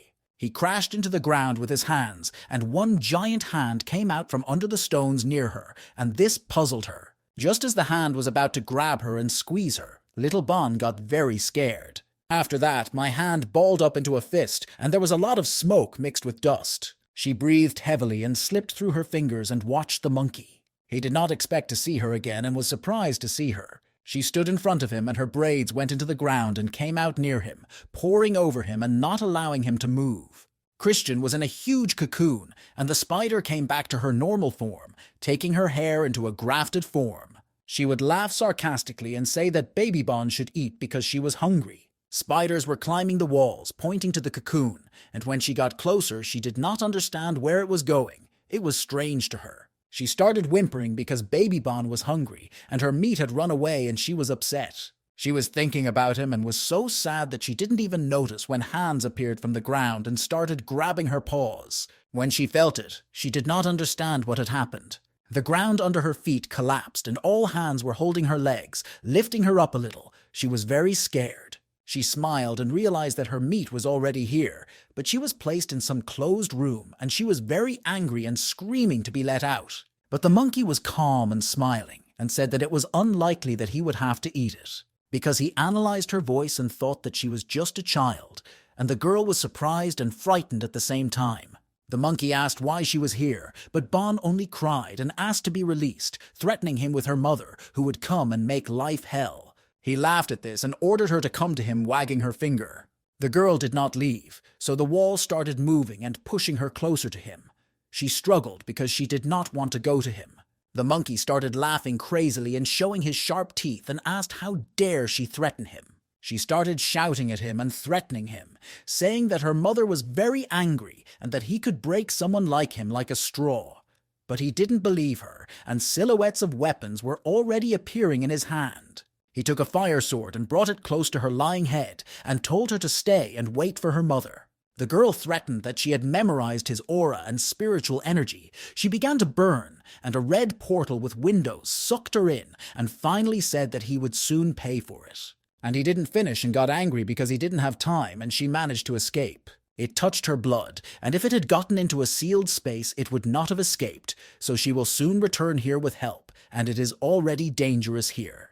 The mentor called Vinohradinka and ordered everything of value from this base to be transferred to the dungeon of the Sacrament of the Spirit Sect. But she reported that the mine spiders had already taken everything of value and the dolls were smashed to pieces, and he saw the whole picture when he entered the vault. He was annoyed, but they still needed a base, so he ordered the impenetrable badgers to choose a place for it under his fiefdom. Strange symbols appeared on the details of the dolls, and before leaving the place, the mentor decided to leave a small surprise for his new friends. Baby Bon has brought her mother to the very place where she wanted to make a nest for them, but her face was injured, and now she asks her to help her take revenge. The spider woman shut her daughter's mouth because she was a disgrace who couldn't handle some monkey, but because of what she got, she won't punish her too much. She agreed that it was a good place to build a nest, but she didn't understand the clan behind those dolls and kept walking. The symbols on the dolls' parts were glowing, and when she saw it, she didn't understand what it was. They moved to the fiefdom of the impenetrable badgers, and Christian gave them a unit of war dolls and a project for an underground base, and the elder said he would not let them down. The group noticed high smoke behind the mountains, and the badger decided to ask what could have exploded there. The monkey was happy that it worked like clockwork and said that he would give him a bonus upon his return, and Vinogradinka laughed quietly at him. After the breakdown, the stones began to fall on them, and the spider was angry with the monkey and threatened to tear off all his limbs as soon as he was caught. They have already completed the improvement of the spiritual reactor and thus increased the speed 15 times over the ship itself. Koval said that now they could still fire a volley, but only 2 guns at a time, and that was enough for him, because the hull could crack. The Supreme Master was very grateful, and the blacksmith said that it was always a pleasure to work for a fair wage and with his ships. Then the man pointed to another and asked if he wanted them to repair the werewolf ship. He started making excuses like he had forgotten something because he had memory problems, that he had to go somewhere urgently to do some business. The blacksmith started insulting him and saying that he knew that he had a new blacksmith on the side and that his mentor was already running away at the speed of light. The ship was in space and hit all sorts of flying debris, and at the bottom there was a cannon that shot a strong green jet. In the middle of the ship, the doll was sitting at the helm with a mentor by his side, and they were watching a screen that showed a large explosion. Because he wanted 10 dolls and was up against 1,000 ships, there were questions about whether he would have enough money for his dream. He felt sad because the new one, although not swearing, poked him right in the heart and wanted to ask for a new model of mute because he could not stand them. The system detected a new luminary, and it was located in the meteor belt, which is rare, and the mentor suggested that someone might live there and wanted to visit it. The system received the order to move, activated the engines, and quickly flew to the star. Everyone was in shock. Most of the crew was falling backwards and no one could understand what was happening. The system alerted them to an alarm and said that they were observing enemy vessels surrounding them. Some were lying on the ground, others were trying to hold on to something, and the Supreme Master saw that it was recommended to walk around the heavenly body. They already had a rough analysis of the enemy, but they had always avoided such direct clashes with ships, so they asked if they were retreating. The man began to laugh angrily and told them to leave him alone, because with such helpers they would not be afraid of 10 ships. He turned to the doll and said that they would not run away from the werewolves like cowardly rats, and asked if they did, but the doll just kept silent. While the mentor was holding his hand on his shoulder, he pushed it away a little and said he had a question. He waved that he knew all his questions, and that if they defeated one of the ships, he would send it to the owner. The master felt that the clone was noticed by the activity leading to the potential benefit of the host, and so it activated remote support. Vinohradinka's brother said that the clone's control had passed into the hands of the elder. They ordered everyone to get ready, and the guns were already loaded and ready to fire. The enemy ships came from the planet closest to the Supreme Master. All the guns of the ship began to shoot a light blue jet of light. Everyone watched the screen and saw the powerful explosions happening in space and was surprised and boasted that he was right and told him to spin them. The mentor asked him if he had hit the control cabs, but kept the bodies intact and pointed to the screen to make sure he understood everything correctly. And the action doll explained that it was because one of those ships would belong to his master, so he had to be as careful as possible. The Supreme Master was ecstatic and danced, because this treasure has no price and that he is a natural genius, albeit an artificial one. He was so happy that he bent down and wanted to kiss him, saying that he was his precious. The doll conducted reconnaissance and noticed that a new enemy was approaching them. Enemies had moved out of the planet. A pinkish trail appeared from them, and they were already close to the ship. The doll took the Supreme Mentor's hand and ran away with him. But the latter was only looking at her and panicking. His mentor ordered him to remain vigilant because he could not miss the finish line, and the doll would not let go of him and kept him holding him. It updated the target data by making manual adjustments and pointed at the planet, determining that the enemy was near the star itself. A rapid fire jet covered the ship, and it fell rapidly downward from the planet itself. The war doll and its tutor were dancing because the target was hit, and an explosion was visible on the screen. So the man praised it and climbed, and the warrior angrily told it to get off. The planet was burning from the explosions, and it was an unexpected defeat for them. But the bones will be fine, and the meat will grow back. One ship that survived left the planet and decided to leave, and there were strange animals with horns on their heads. A large golden bell of the Master of the Thousand Paths Sect appeared above the horned ones. The mentor recognized them as horned elves when he took the bell. They were always neutral, so he asked them why they opposed them. It began to ring, and its noise was so loud and carried throughout the endless sky that the unicorns could not stand the sound. The man insisted that he was not a victim but a fool, and the boy said that werewolves had forced them to do it. They tied them up to bring them to the Council of Elders, where they would decide, and ordered them to wrap the star in hand chains and take it with them. The guy was begging his friend to let him move the ship and was hanging around him. The pilot explained that piloting in the area beyond the edge of the sky was not his place, and the bishop forbade him to approach the control panel and patted him on the head. He laughed and said that he was a bigger noob in piloting than he was the supreme mentor of 1,000 ways, and was surprised when he saw his ship. And my friend asked if that was his ship staring out the window, and apparently it was. They had a big star tied to a trailer and their ship was moving in the same direction. He was told to remove the protective barrier, otherwise his ship would be blown to smithereens.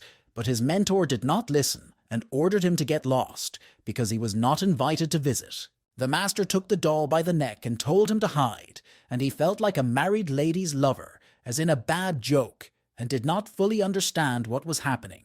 The guy stood in front of the door and yelled at him to open the door or he was naked because he was losing patience. He was on the verge of a breakdown. His hands were already glowing with fire, and sparks were flying out of his eyes, and he shouted that he was coming in.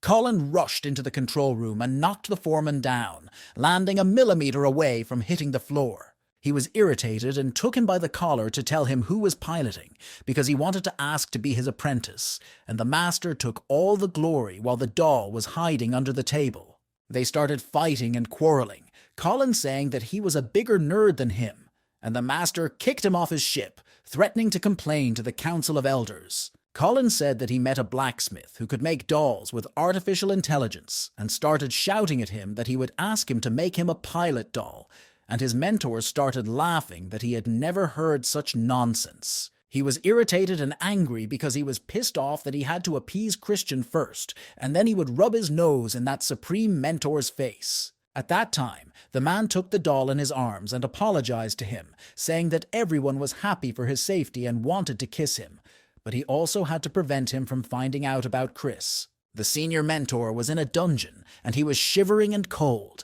as if he would soon be between a rock and a hard place. He became indifferent and started laughing again, because he didn't want to spoil his mood and looked down at me, calling me his joy. He was extremely happy that Reuniting managed to preserve the hull because there were real treasures inside, so much divine-grade carbon steel. He started poking at the screen and dreamed that his ship would be collapsible and that he would put more artillery, but the system interrupted and said that it exceeded the budget. There were only 5 billion in the vault, and Christian got angry and started shaking Reuniting, asking where the money was, because he was just fabulously rich. The girl was near a large temple, and the system said that all the stones were taken by the head of Mia, and she was playing something and thought she would hit the jackpot. So the mentor flew to Mia's hut in the Sect and approached her barrier.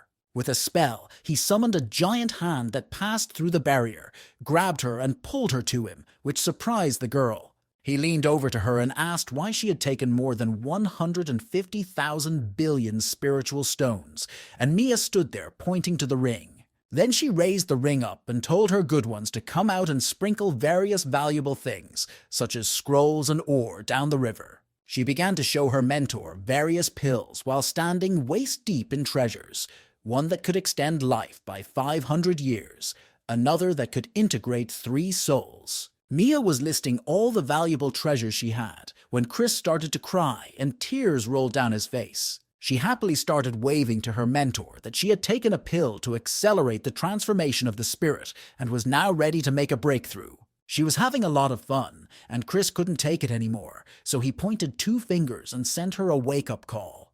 The drop penetrated the girl's head and she seemed to come back to normal, stopped laughing like crazy and rejoicing in these treasures. Chris reminded her of all her behavior during this time, how she was having fun and being happy, so she was ashamed to hear it and turned her back on him. She was embarrassed and lightly asked her mentor if her mind was foggy. He slapped her and started screaming that she had spent 150 billion on a bunch of stuff, and now she shouldn't think for herself whether he was dazed. He was angry because even in his previous life, he had never ordered so many unnecessary things on a bachelor's day. He stopped and took her hand, keeping his fingers on the pulse, because the fortune-telling told of large-scale ruin in the world of cultivators and thought it was a financial crisis. While he kept his hand on Mia's pulse, a drop of blood fell on his glove.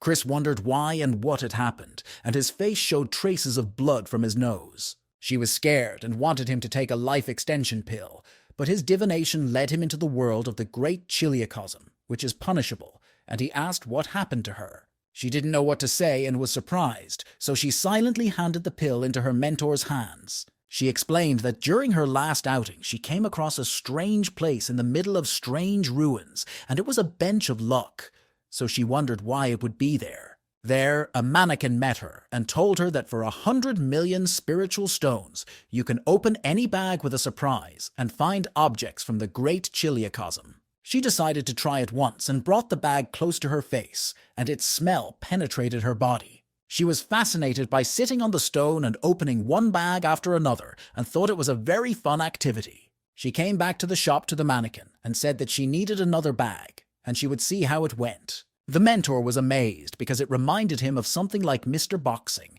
and didn't understand why he hadn't thought of it himself. He was excited about the idea and wanted to try to open such stores across the continent, and then he could make a lot of money from it. Mia began to fret that the place had taken over her mind, but he asked her not to worry because it was easily treatable. He would just limit her to 10 million so that she wouldn't make reckless expenditures. She started to cry harder, and he apologized when he said that she had bought a lot of junk because he saw a lot of interesting artifacts there. He took from that pile a scroll of the yin and yang luck invocation technique because it can be used to boost your luck. He opened it and started reading it, and in the conclusion of the instructions, he thought that it could work both ways. He saw a coin there and decided to toss it to see if it would spin. It fell on the ground on a rib and was spinning so fast that it was hard to tell what was going to happen. Mia and Christian started to watch the coin's movements more closely and were waiting. The coin showed yin, and Mia asked what it meant, and it explained that the mentor would not be lucky in the near future.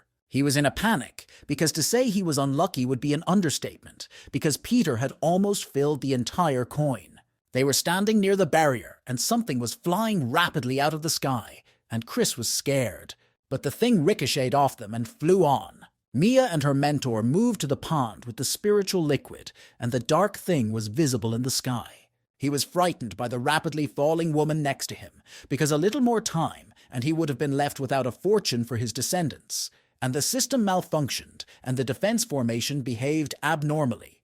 The turtle came out of the water calmly, and Mia and her mentor were surprised that he asked why it came out. She opened her mouth and let out a magic ball and blew it toward him. When the bullet stopped near him, he did not realize what it was. The sphere began to shine, and the aura of bad luck evaporated. He was glad he had placed it in the pond to purify the blood.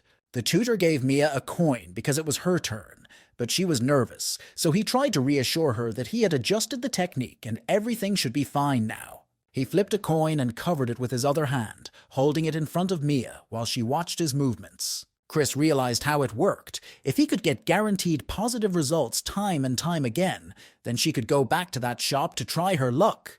There was a box on a pile of valuables, and something flew out of it, something light. And it flew right into Mia's body, and the girl was very surprised.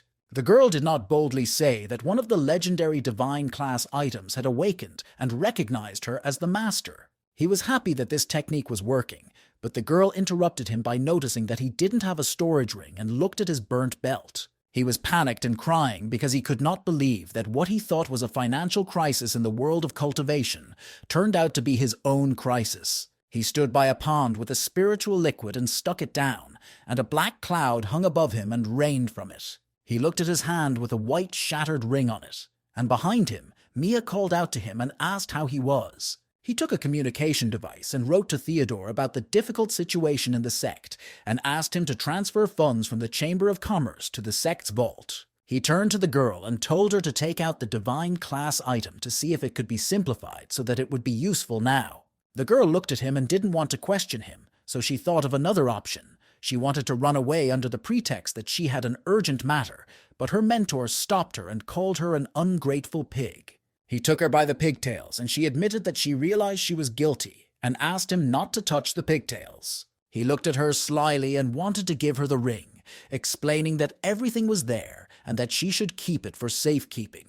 And when he achieved the transformation of the spirit, he would change it to suit her needs. The ring began to speak, making a claim that he had the right to change it if he was a resident of the lower world, and the guy was surprised. Chris smiled and said that if he had awakened consciousness, then let him come out and they would talk, and some balls of energy appeared above the ring. The ring began to glow brightly, and a bright and strong energy, as well as some particles, came out of it. Someone collapsed in front of them, covered with a scroll, and they were surprised by this appearance. The paper showed the torso of a frowning guy who was not very happy to come out to talk to them. Christiane and her student began to look at him, and he seemed like an interesting character. The guy was hostile and began to threaten him, saying that he was finished because he had powerful patrons and that he should prepare to die. Chris and Mia looked at each other to see if they understood the threats. Chris stood over him decisively, wondering who they had run into, and clenched his fist around some spiritual lines that had appeared. He started checking their consciousness and saw the guy pulling something out of the people, and he felt so bad that he started screaming. He was holding his head and screaming, with spiritual lines rotating around his scroll, and the inspection must have been a painful process for him. The scroll became very small, and still the lines were rotating. Mia watched what her mentor was doing and was amazed, and he gave it to him, explaining that he has a master from the great Chiliacosm who clings to life, and when he absorbs consciousness, he uses the body to move. She began to fuss and wave her hands, asking why he had given her this demonic thing. She didn't want it. He grabbed her palm and told her not to be afraid, because her mentor would not let anything happen to her, and if he gave it to her, then everything would be fine. She had confidence in herself and said that divine objects from other worlds would serve her, not the other way around. He suggested that she eat the pill and break through and stay in the Sect to strengthen her cultivation, because she might encounter the benches of luck more than once while searching for treasure. She accepted the jade tablets from her mentor and thanked him and agreed to listen to him. 3 months later, the girl came back excited and said that she had mastered all her magical abilities and thought she was ready to go on the road, so he wished her good luck. Chris asked Vinohradinka if anything special was happening on the continent, and he reported that they had found ruins that were of great interest to treasure hunters. He magically pulled out a coin of good luck and, looking at it, said that he understood why Mia had broken down so quickly. He sat down in the lotus position and folded his arms, asking for good luck to come and accompany him all the way. Many golden birds appeared in the sky, flying away from the central one. One of those birds was flying at Mia from behind at a high speed, and she didn't even realize it yet. She turned around and saw a forceful hand digging into her back, and red, lighter dots appearing on her body. She thought that her mentor had shared some of his good fortune so that she would do well. While she was flying, she decided to create an origami bird and ordered to fly to her mentor and thank him on her behalf. In the mystery of the spirit sect, Chris began to move away from the bird in which Mia was telling him how grateful she was for living in the light. He covered his ears with his hands, and the bird was getting closer and closer. Chris stumbled over a rock and fell face first to the ground, while the bird continued to relay Mia's words that the system was already going crazy. He began to spin on the ground and said that he was sick and that he had given her not half but all of his luck. Christian started to cry when Vinohradinka explained that although he had changed the technique, he hadn't thought it through, and now he couldn't think for all the students. After these words, a thought came to him and he went to the pond with the spiritual liquid, landing right in front of the water. He plunged with his head and hands in the water with his clothes on, as if waiting for something. Underwater, Chris opened his eyes and opened his mouth a little, and bubbles started to form. And I found a turtle lying on its shell on a rock with a frightened expression on its face and legs twitching. He turned to him with a slightly angry face and said that he needed a good luck buff, like last time. She opened her eyes, and when she saw him, she was very frightened and tried to get up.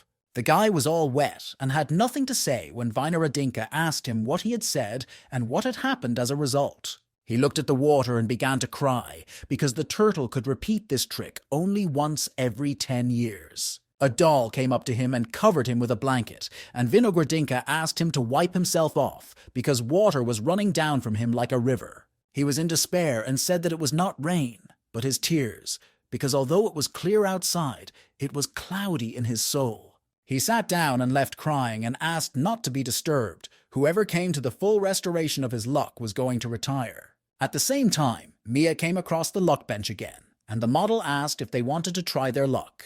She was ready for it and said, why not try it? The girl came to her mentor and brought a lot of gifts, explaining that she wanted to take revenge, but the divine sword fell out and she couldn't stop. Christian asked her if she was kidding, or if she didn't see that the sword was broken, and at best it would be possible to remake it into a legendary sword, and it was not worth it. He started touching her cheeks and saying that she was not grateful and that luck was not on her side. She started explaining that it was his idea, and she did what he asked. He started listing everything she needed to pack for him, and she was shocked by the situation. The girl changed her clothes and was sad because it would take her at least 10 years to collect everything, and Chris said that until she did, she should not come back and told her to be careful. Each remote town had students with assignments, so she would have something to do and could save her money, but he didn't know whether to share his good fortune with her. The device received a message from William that the master had fallen victim to a curse and that he had already used all the means to restore his health. But nothing worked. He was serious and told them to fly to him, and he would meet them there. He was dissatisfied because he did not understand what was happening, but only wanted to go into hiding. Christian asked the heavens why they were asking him so many main characters, whether there was no one else who could save them, or what. William and Klaus came out of the portal in his arms and went downstairs. Klaus had no hope at all and asked if he was going to die with his eyes down. William looked at him and said no, but he said it was on the plus side, because he would finally see his grandfather, his mentor. Klaus decided to give him the key to the Clear Sword Sect, and the boy was surprised by this decision. He didn't look very well and said that if he was gone and died, this key belonged to him. William was annoyed with him because he didn't want to hear it.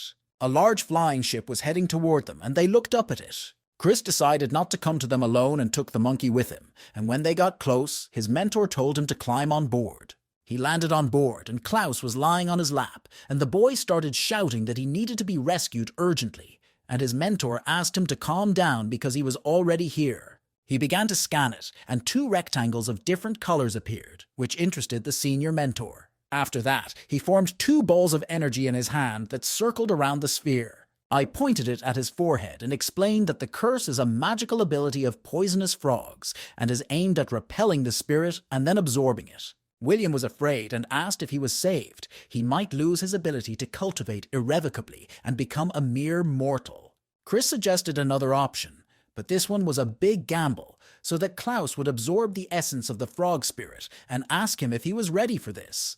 But there was a 10% chance. The senior mentor smiled and thought that for the main characters, 1% is usually enough to survive. It was hard for him to speak, so he raised his hand and told his grandfather that he was ready to take the risk and play the game because he had nothing to lose. His entire group's eyes began to burn purple, and Chris warned him that he would have to be strong to withstand it and praised him for his bold decision.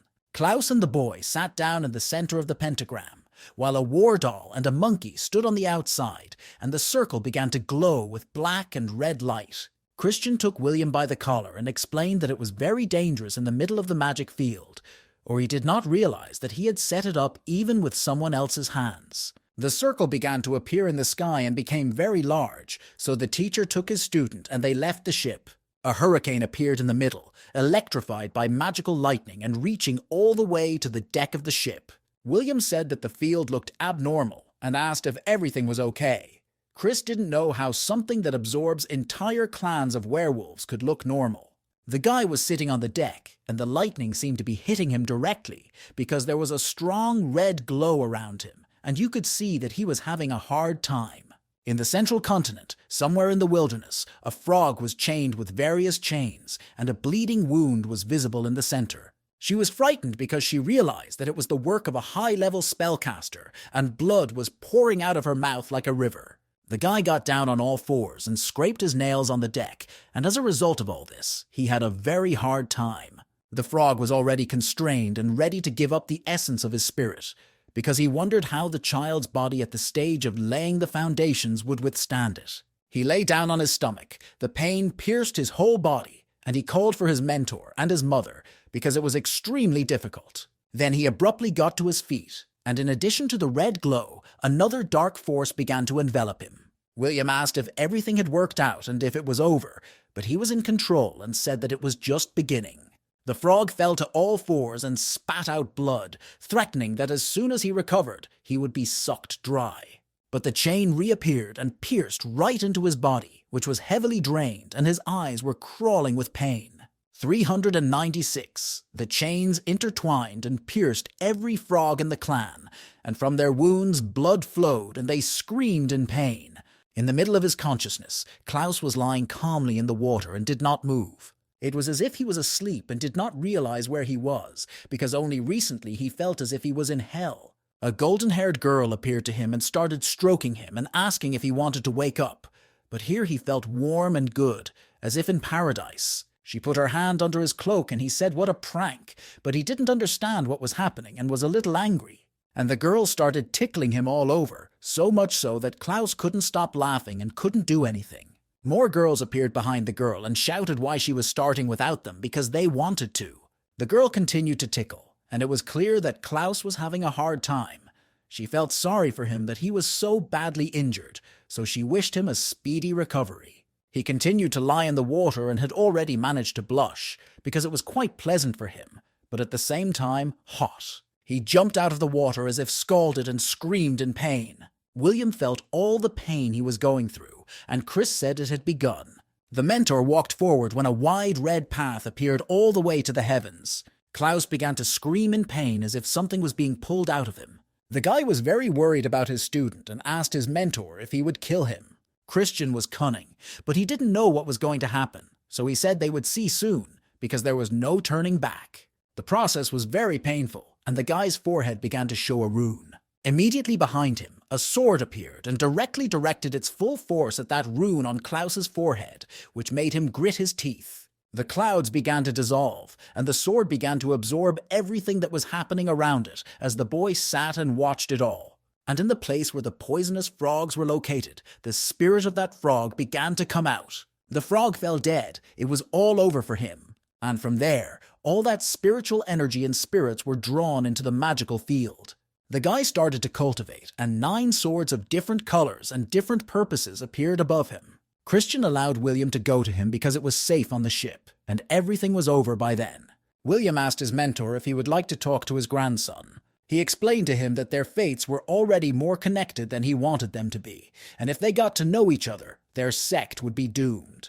Klaus barely opened his eyes and saw someone's silhouette in front of him, so he asked if it was his grandfather, the swordsman. He was glad that the boy woke up and said that he would talk to his mentor some other time. They were sitting on the edge of the deck, and the teacher was holding his student in his arms, looking down. The guy was resting somewhere on his way to the sect and drinking something. It was good to be somewhere away from the main characters, because he could even breathe easier. Vinogradinka flew up to him and said that he had a report on the student's latest achievements at the Golden Elixir stage. When he watched the news, he was furious about why his student was walking around the world in a large group of girls and killing werewolves, and he needed urgent details. A month ago, at the Boulder to Boulder exit, werewolves attacked a girl and she was screaming and calling for help. Then the pigs offered to go with them in good faith, and then she would be a concubine to their leader, because shouting at the top of her lungs would not help her anyway. While the pigs were laughing, a big guy was already standing behind them, and he was quite serious. He asked them in a stern voice how much they could shout because they were making him angry. Alex walked confidently toward the girl, but she stood there, unmoving. He passed by, but the girl grabbed his hand and thanked him, and now he is her hero. The girl ran in front of him and asked him to stay, saying that he was very handsome, and she was smiling all the time. She explained that she was a novice of the Monastery of Consolation and had nothing to thank for her salvation. Only her heart and body. He mentioned with arrogance that this was a place that trained girls who could not even give a massage. He turned around and advised me to work on my heart and body, because being at the stage of the Golden Elixir, he could not deal with pigs, so he had no interest. She got angry and said she couldn't arouse his interest, so she would call her sisters, and then they would show him. The girls had already come running and were shouting at him to wait, because they were coming and would show him everything. He punched a pig in the face, and the girls were delighted and said he was so strong and brave. He turned to them and started shouting why they were picking on him and what they wanted from him. The girls surrounded him and hugged him, saying they just wanted to be friends, but Alex didn't like it. Christian laughed at the spicy plot unfolding there and didn't understand why he was only seeing it now. The system said he should look at the report more often. The girls were exhausted, sweating and complaining that they couldn't do it anymore because they were as bright as a lemon. He had a lot of tired girls around him, and he said that they were weak and needed to train more because it was scary to go out in windy weather with them. The girls were just crying and complaining that the promise of consolation had never been so humiliated, and it was a complete failure. The system gave away all the girls who were members of the Hero Catchers squad.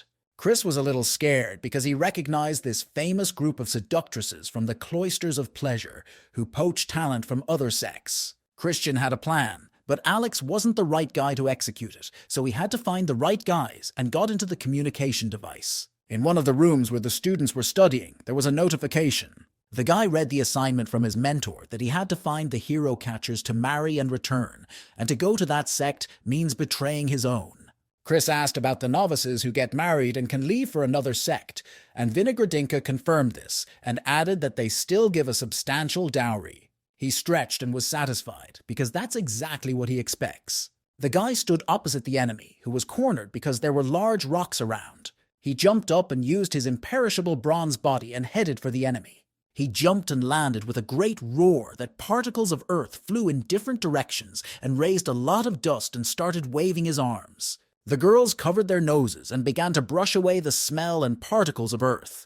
They had never experienced such a cold attitude. His heart is cold, as if made of ice, and the girls realized that they could not melt it, no matter how much they tried. The girl was breathing heavily and said that if they didn't succeed, no one would.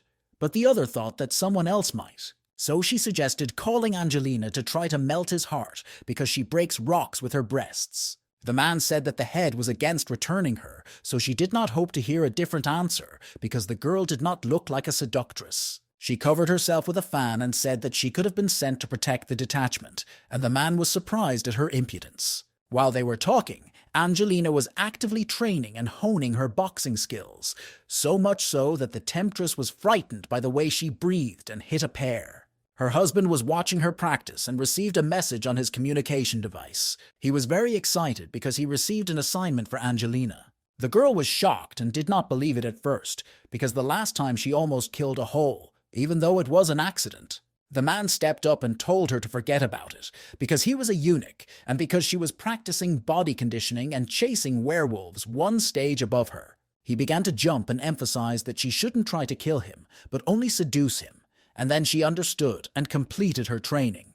While he was trying to fight the werewolf, the temptresses said goodbye to him, saying that they had been called back and wished him to take care of himself. He waved goodbye to them, and he was infinitely happy, because he thought they would never leave. While he was waving, something behind him caught his attention that he was a bit shocked. A stone giant appeared before him, and he was at the stage of transformation of the spirit, and he was also very strong and difficult to deal with. He picked up a large stone, and Alex got scared and started running away from him. He was lying on the ground and was very worried and afraid, and he said that only a miracle could save him. And I saw a girl in front of me who was apologizing for him, her fist glowing. She struck the giant, and he was thrown back so normally that he tried to resist, but he was not very good at it. The stone werewolf was in shock. Not only was it emitting smoke from the friction, but it was also missing some teeth. And that's why he decided to run away after such a blow, because who knows what that girl is capable of. Angelina stood with her back to him and watched the werewolf to make sure he didn't come back. Alex was amazed and uncomfortable that he was saved by a girl. He could not believe it. She turned to him and asked him how he planned to repay her for saving his life and smiled. She put her hand on his shoulder and pulled him to her, and Alex realized that things would not be so smooth. Angelina leaned over to him and asked him what the heart and body could be. He was covered in sweat because he was afraid of her and asked if he refused, would she beat him to death. He could barely get 1 foot off the ground and was shocked that so many girls wanted to get into a relationship with him lately, and he didn't understand why. He made a lot of effort to get his other leg out, but it was stuck so well in the ground. Angelina came to him and took him by the clothes and lifted him up so that his leg was free. He looked like a puppy and thanked her for her help, and without any emotion she told him to grow up big. Then it dawned on him, and he asked if she was with those girls from the Monastery of Pleasures. She was angry and asked him what was bothering him that there were such ugly people among the novices of the convent. Alex leaned closer to her and said that if you look at her closely, she is very pretty. He looked at her and listed all her advantages, such as silky hair, healthy skin color, immense strength, and a strong body. He laughed and was ashamed because beauty can be different, and for him it was beautiful.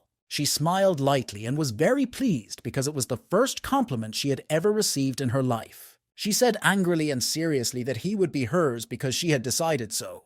He started jumping and waving his arms because he thought she would knock him down and drag him into their abode. She put on gloves and explained that they both practice body conditioning, so she saw only one way to solve this issue. Angelina decided to arrange a sparring match, and if she wins, he will go with her to the abode of pleasures, and if he does, the decision will be his. He started to feel very nervous because she was stronger than him by a whole stage, and he thought it was not fair. She could no longer hear him and ran to attack him, telling him not to delay. The girl threw a punch, but Alex stood up a couple of times bigger and covered himself from it. At first, she was surprised that it could take this form. That's why Angelina transformed like him and went up to him. She immediately struck him, and he flew away, unable to withstand it. He was very nervous and realized that she would not be ceremonious with him and would beat him with all her might. Alex landed on the ground and activated a 5-element barrier against it. Then he rose into the air and stopped in front of her, and Angelina was already running to strike. When she hit, her blow went through the entire barrier, but he withstood it. They were standing on a hill, and the girl tried to break through the barrier with her punches, but nothing worked and the guy stood firm. She praised him and noticed that he had excellent defensive magical abilities. He smiled slightly and noticed that she was hitting him as if she didn't care whether she got him alive or dead. Alex concentrated on forming the giant's earth spirit magic ability and said that it was her turn to defend herself. He stood up and explained that his magical abilities compensate for his lack of cultivation, and although he was inferior to her in the latter, he was doing just fine in the former. Angelina was quite happy with this, and his mood, on the contrary, encouraged her and turned her on.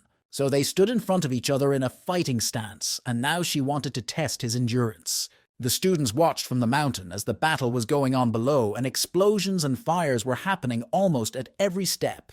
Christian sat and watched them fight and laughed so hard that Vinohradinka started to worry about him, because this is not a healthy symptom. He explained that this couple was very funny, and he had never seen mating games on the brink of an earthquake. The girl surprised the mentor. He did not know that they had seductresses for every taste to recruit talent, but it is not yet clear what this will turn into.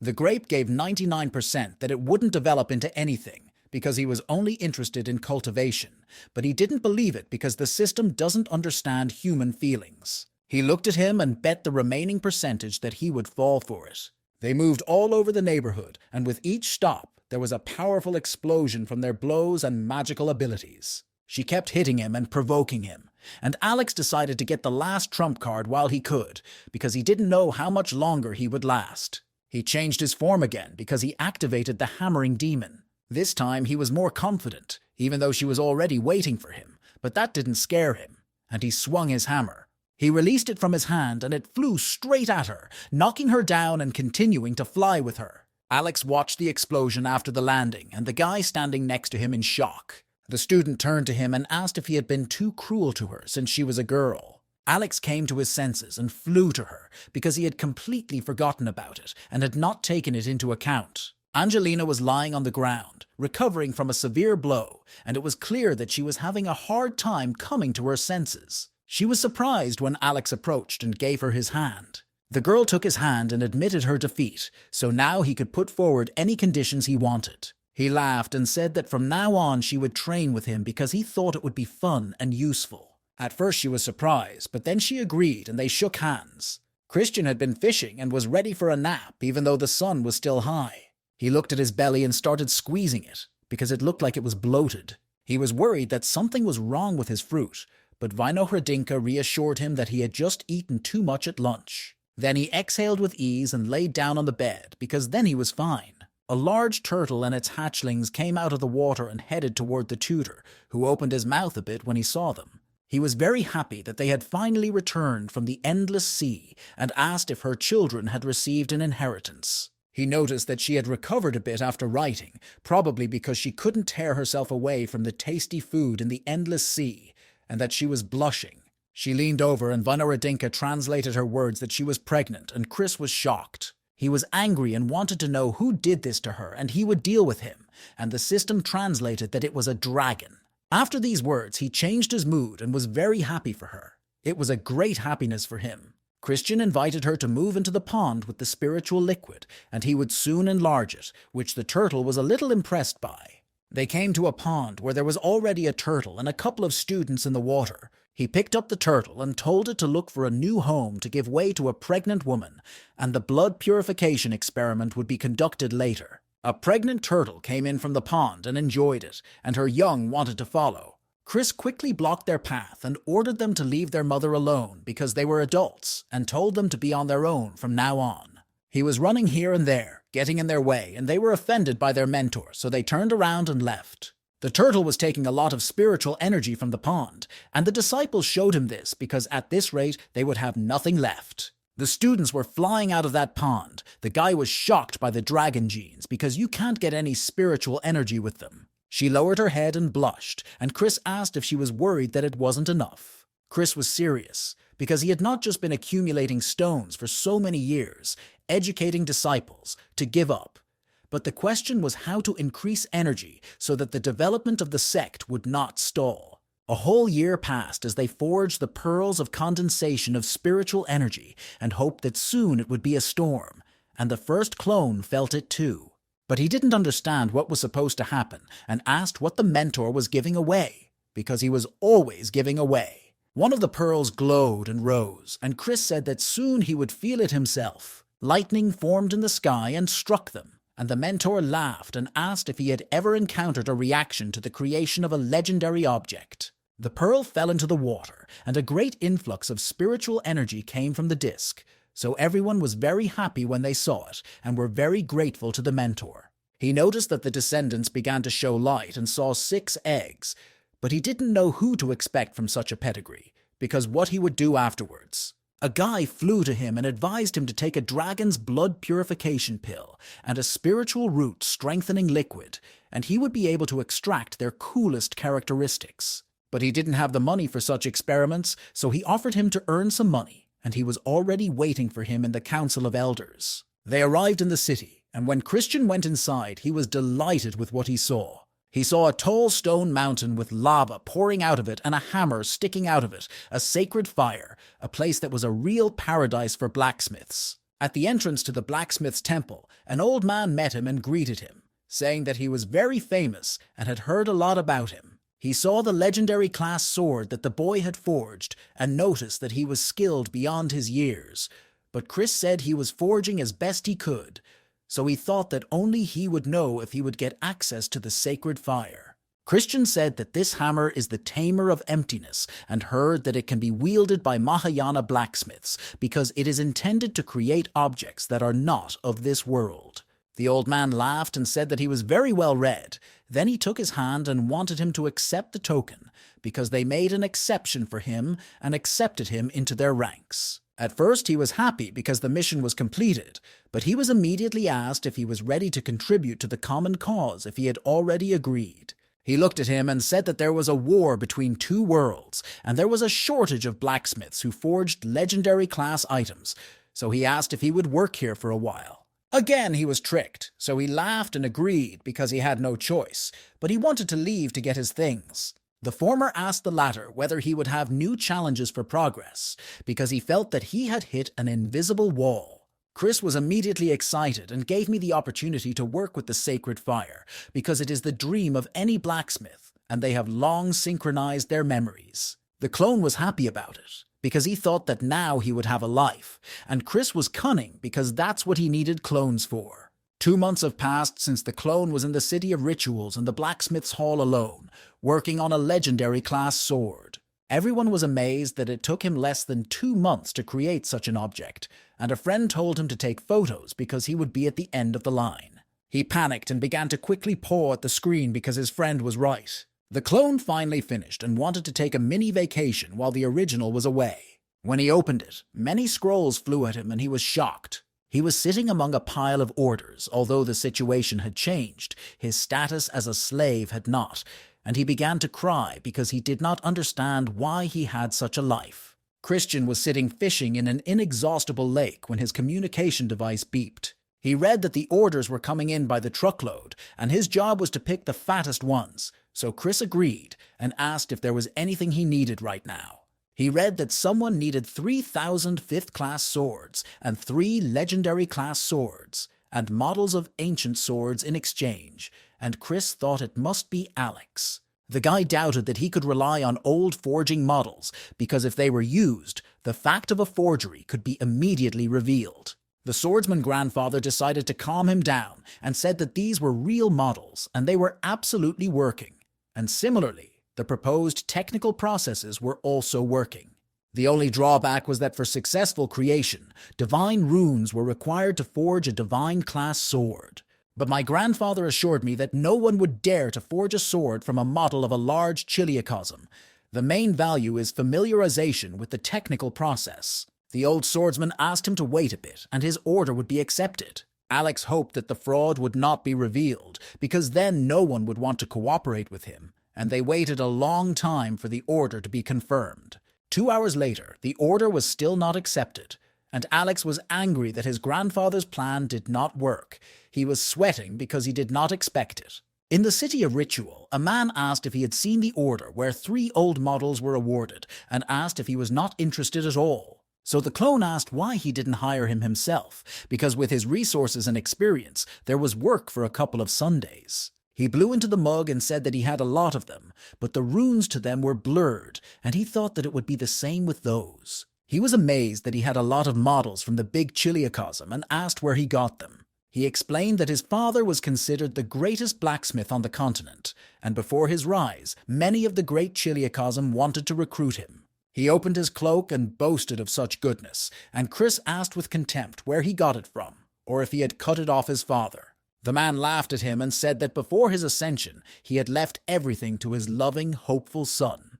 The clone looked at him without any emotion and did not believe that everything was as he said. The clone thought he was using the same mash matrix and showed it because it allows you to create legendary items of higher quality, but no more. He didn't understand at first, but then ran to him and asked what he was holding because his eyes were lit up. The clone explained that to create high-quality divine-class items, you need more than just random divine runes. He needed a specially constructed divine rune matrix, and he had recently designed and created one, and it floated into his hands. He started to cry because his father told him that he had a chance only with his inheritance, but now he realizes that he was wrong.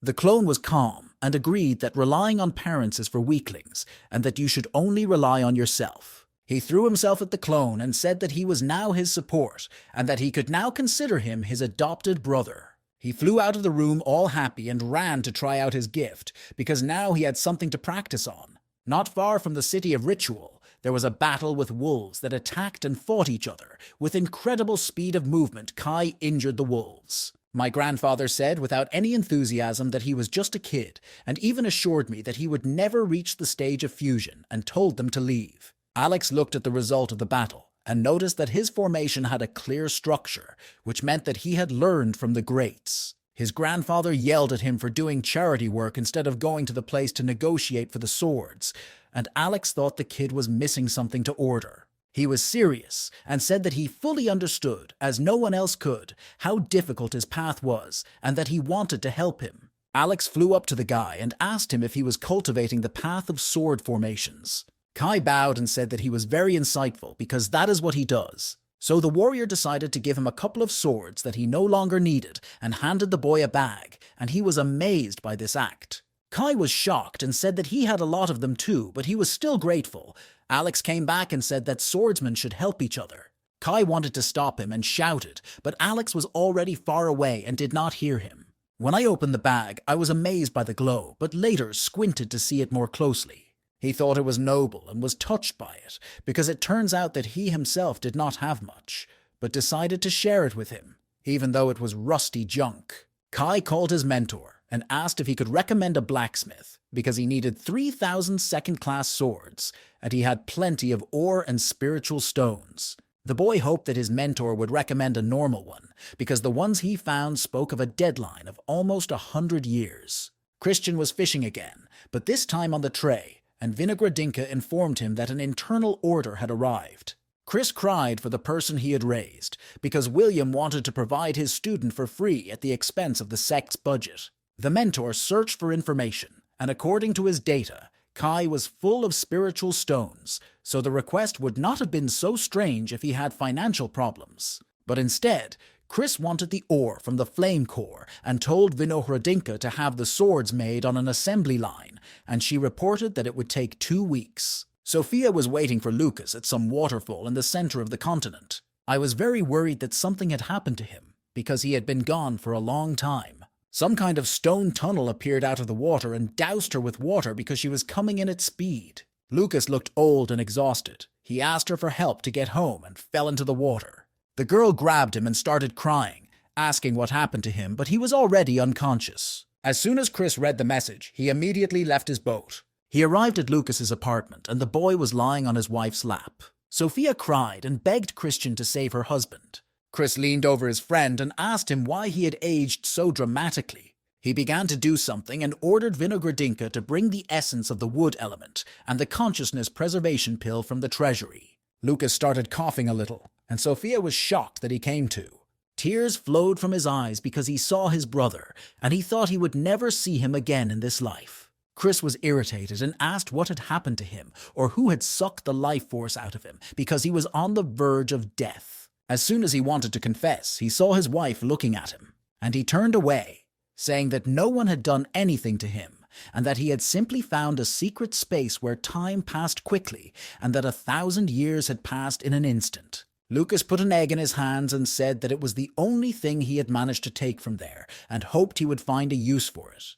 But there was no time for an exchange. Christian's tears welled up, and he promised to bring him back to life, no matter what the cost, even if it meant eternal damnation from heaven, and began the process. He placed the pill in his friend's body, and a large cocoon appeared in front of them, flanked by a monkey. They sat across from each other and used the synchronous control technique. They told the fate chronometer to appear, and it hovered over the cocoon. Chris was angry because his life's journey was about to reach the finish line, and the hands were already ticking away. He flipped a coin and hoped for a technique to call in the luck. The coin was spinning over the fate chronometer, and the ribbons of death resistance fell on it, and they forced the hands to unscrew back, using great effort to do so. He started to get younger, and the barrier was slowly disappearing. Christian stopped his faithful monkeys and said that enough was enough for today, because if they continued, they might die themselves. Lucas tried to get up and said that he had no doubt that his brother would snatch him from the clutches of death, and everyone was shocked. Sophia reached out to him and hugged him tightly because she thought she had lost him and cried. The girl got up and went to Chris and made a deep bow and thanked him for saving Lucas. He lifted her up and said that he could not do otherwise, and that she could thank the monkeys because they had tried hard and, by the way, loved bananas. The monkeys walked and supported each other. The girl promised that she would take care of them and told Lucas to take care of his savior. As soon as they got out, Chris turned to him and angrily asked if he would tell him what had happened to him or if he wanted to find out for himself. He looked down and explained that it started when he was young because of his passion for women, and although he saved her, she continues to appear to him in his dreams. The mentor was angry and asked me to tell him who he was talking about and about that secret space. Lucas immediately started to change the subject, but Chris knew him and he was too weak to lie, so he decided to see for himself. The boy was very afraid, and when he touched it, a bright light came out, which also surprised his friend. Chris and the boy moved through time and space and hovered above the ground with their eyes closed. When he opened his eyes, he heard someone laughing and turned his head to the sound. He slightly pulled back the flower curtain and saw someone on the lawn. A girl was sitting by the river with a basket, and children were running around behind her, having fun. She said that he did not belong here, and that if he had not prolonged his life, he would have been with her forever. Chris angrily told her that no matter what magic she had, he would not let her kill his brother. She looked at him angrily, and her eyes reddened and asked if he wanted to take his place. Their gazes crossed, and they looked at each other sternly, watching each other's movements. Christian had already prepared a gift for her in his hand behind his back and was ready to throw. They were interrupted by Lucas, who announced that he was already home, carrying a rocker on his back and a bag of gifts he had brought them. The girl asked him not to go to the widow anymore because she didn't like the way she looked at him, and the boy asked him not to be jealous, but to do as she wanted. Chris was shocked and burned that paper when he saw that picture, and after the girl said that Lucas was the best. The guy turned toward Christian and asked his wife who he was. The girl hugged the guy and said that it was just a traveler who wanted to ask for water and asked him if it was true. Children started running to him and shouting that they wanted to pick him up, and he was happy to catch them. Lucas asked to offer tea to the guest, and they and the children will soon join him. She laughed and said that of course she would, and Chris stood there not knowing what was going on. While tea was being poured, the friends sat across from each other, and the boy watched his friend play with the children. The girl leaned over and whispered that it had taken her almost 1,000 years of his life to create this world, but she also needed the strength to maintain it. She offered to take his place if he wanted to save his friend. He pushed her away from him. He was not in the habit of taking wives from friends, and he had never liked her. She took his hand and leaned against his cheek, because she had changed her appearance and asked if she was his type now. He took her by the chin and tilted her face back, saying that they would come to an agreement, because he hadn't been able to hold on to it for years. He drank his tea, got up from the table, and thanked them for their hospitality, because he had already decided to leave. Chris blushed, and it was clear that he was up to something and was laughing slyly. Lucas began to shake him and call for him to come to, because he began to scare him with his condition. Then the mentor told him that he didn't understand why he was doing it. He was ready to kiss him, because he did not understand why he had become his first friend, but because he was the key to solving the main problem in his life. Then he ordered Reuniting to install satellite surveillance over the young man's apartment and to have 10 dolls guard him because he was the greatest treasure of all. He was cunning because the system does not allow him to break through before reaching the vital limit, so now he will be deprived of vitality. He stretched and seemed to be happy, because at first he thought that the stage of the spirit's birth was 300 years away. But now he had to prepare for it. A year later, Christian burst into Lucas's home and told them to finish what they had started, and the family was very surprised by his behavior. Before they could finish eating, the guy rushed to him and penetrated his mind. The girl was not very surprised that he came back, because it turns out that he really loves his friend very much. They stood opposite each other and watched, and the girl had already managed to change the accounting to something more pleasant for him to look at. Chris sternly told her to stop talking and to start sucking his years of life out of him. The girl was a little angry that they were not in public like this, and she was not sure that they were just friends, because such sacrifice is inherent in another type of relationship.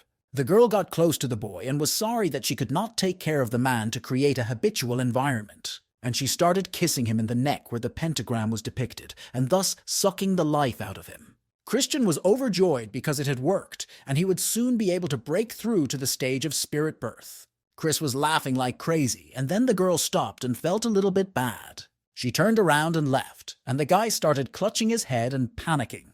He asked her what had happened, because she was only 200 and more years old, and she explained that she was moved by love for her friend and could not take his life. The guy grabbed her and started shouting at her to continue and leave him only half an hour of life, and that was it. The girl started crying and told him that he had 5 years left and that he should spend them with his friend and let them appreciate every second, and said goodbye. She kept crying and threw him into the portal and wished him 5 years of happiness, and Chris started screaming and wanted her to stop.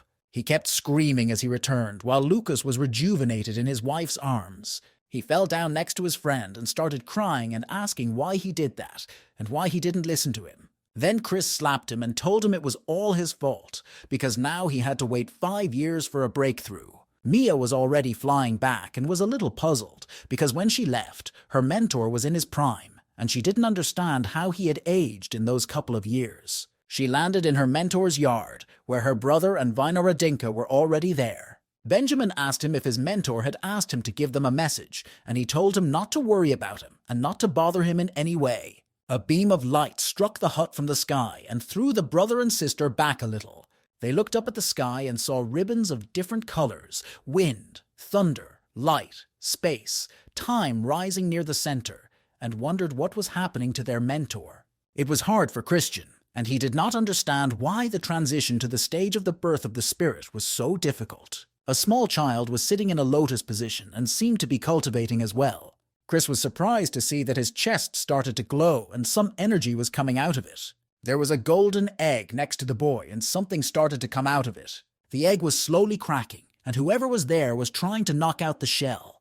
And from there a cute little panda appeared. She straightened her body and stretched after being born. Then she flew up to the guy and pressed her cheek against him, which shocked him. Chris was somehow unhappy and shocked because for 10 years he had been carrying a fetus under his heart, which turned out to be a panda. Mia asked if she was the only one who thought that Cloud looked like a panda, and Benjamin added that their mentor never ceased to amaze them. The mentor opened the door and appeared holding a panda, and the students congratulated him on his breakthrough to the next stage. Then Chris handed Mia a panda, and she asked who it was with her mouth agape.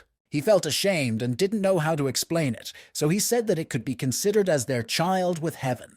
Then lightning flashed in the sky, and the mentor said that it was a confirmation of his words, and the girl asked what he was going to do with it. While he was thinking about what to say, Benjamin kept touching him, because he was very soft and was sleeping in Mia's arms. Then he became several times bigger and more evil, his eyes glowing with a red glow that scared everyone. Then the mentor asked if there were any other questions he could help him with, and Benjamin began to apologize and promise that it would not happen again.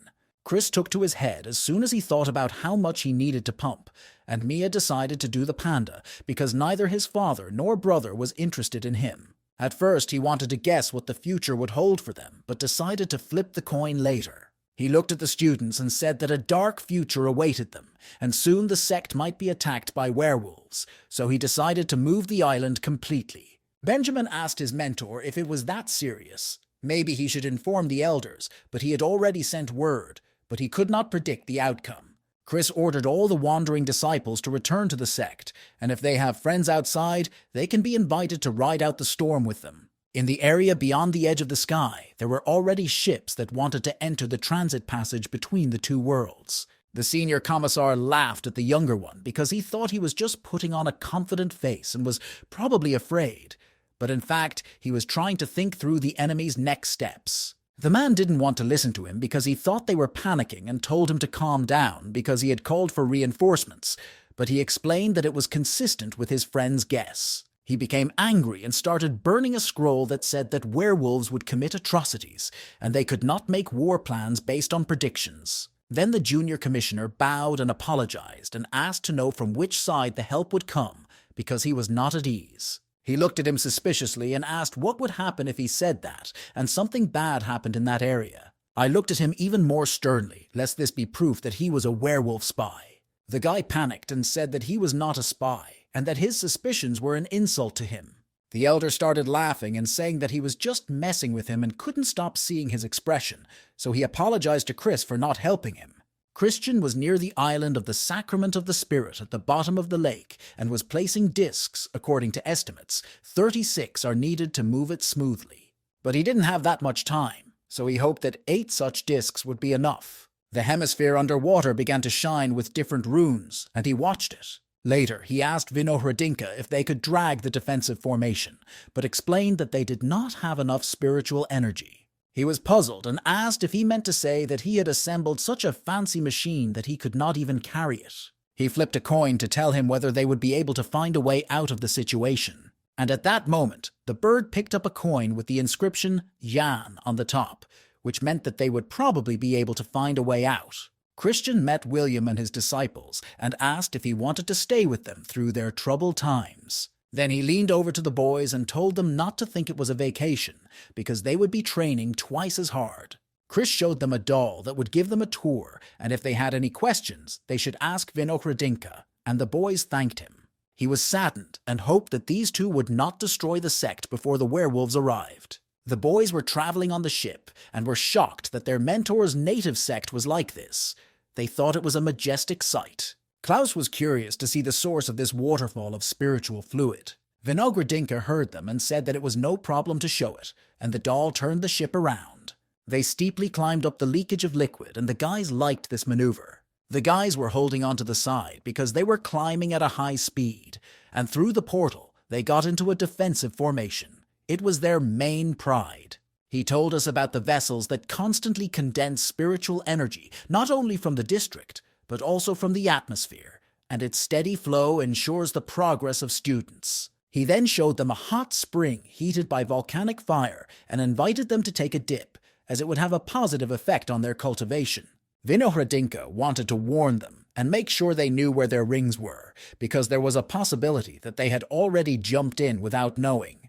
Because if it's badly made, it can explode, but his job is only to warn. And now he takes bribes smoothly and looks at them with a relaxed expression. The disciples were high and felt spiritual energy with each pair, and Kai was constantly receiving insight after insight. The ring began to heat up and glow with a bright light, and they had a powerful explosion, just as Vinohradinka had warned about. Kai was so panicked that he grabbed his head because he hadn't expected it. Klaus began to mock him, saying that he was unlucky because the probability was 0%, and now he would be picking up his stuff from the bottom for the rest of the day. I asked him if he had any relatives in the vast Chiliacosm, because he hides a lot, but he said no, because he had collected everything from the ancient ruins himself. He was surprised because the spring stone was designed to purify any liquid, and now it was glowing. Then it suddenly went up, making a big wave behind it. And he flew into the center of the formation, with water from the mine pouring in behind him. Chris asked the system what was happening, and it explained that the boys were bathing and accidentally did a complete highest purification of all spiritual fluid. Chris looked at the drop and realized where the azure color came from, and thought that this was the kind of luck his coin had warned him about yesterday. He snapped his fingers and moved the guys from the defensive formation to his side. Chris asked if the liquid was azure in color because of his efforts, and Kayan began to apologize and ask if he had caused much damage to the sect. While he was talking, he was juggling wardrobe balls and threw them at the guys, and they immediately changed their clothes and were amazed by this action because they had never seen anything like it before. Chris praised him, and since he had lost half of his possessions, gave him 10 legendary class swords as a consolation. He looked at the lake and asked if they now had enough spiritual energy to move the entire island with the protective formation. Somewhere between the two worlds, a warrior fought werewolves alone, while a small commissioner watched him. The werewolves were furious because they had been holding a grudge against him for a long time. And now they caught the elder and told him that he had no chance alone, but he asked why they thought he was alone. Then a guy appeared and said that he was already here and used a divine-class werewolf dismemberment sword. The boy hid the sword and explained that at first he was afraid to come forward because of the predictions, but he could handle the forged sword without the elders. They were all scared because it turned out that he was not alone, as they had thought before. They decided to escape, but the way was blocked so that they could not even hope to escape. The elder formed a powerful stream of light, and while it was directed upward, the girl tried to defend herself and formed a shield, but it began to crack under the light. In the city of Lin Sen, a multi-tailed fox was lying in a crosswalk, and it was clear that it had not yet recovered. She was shackled, and in order to escape from there and hide, she had to use the tail-dew technique and thus lost one of her tails. She was extremely angry and said that she would never forgive me, and threatened that her revenge would be ruthless and cruel. She looked up and saw a ship flying over the city and all its runes glowing. She looked slyly and thought that this was not a large sect's ship, and since she could not handle the city, a small sect was just right. Klaus was fascinated, and he could not even imagine how thrilled his mother would be when he took her to the spiritual mystery sect. While he was looking at the scenery behind him with admiration, someone jumped on the ship, and it caught his attention.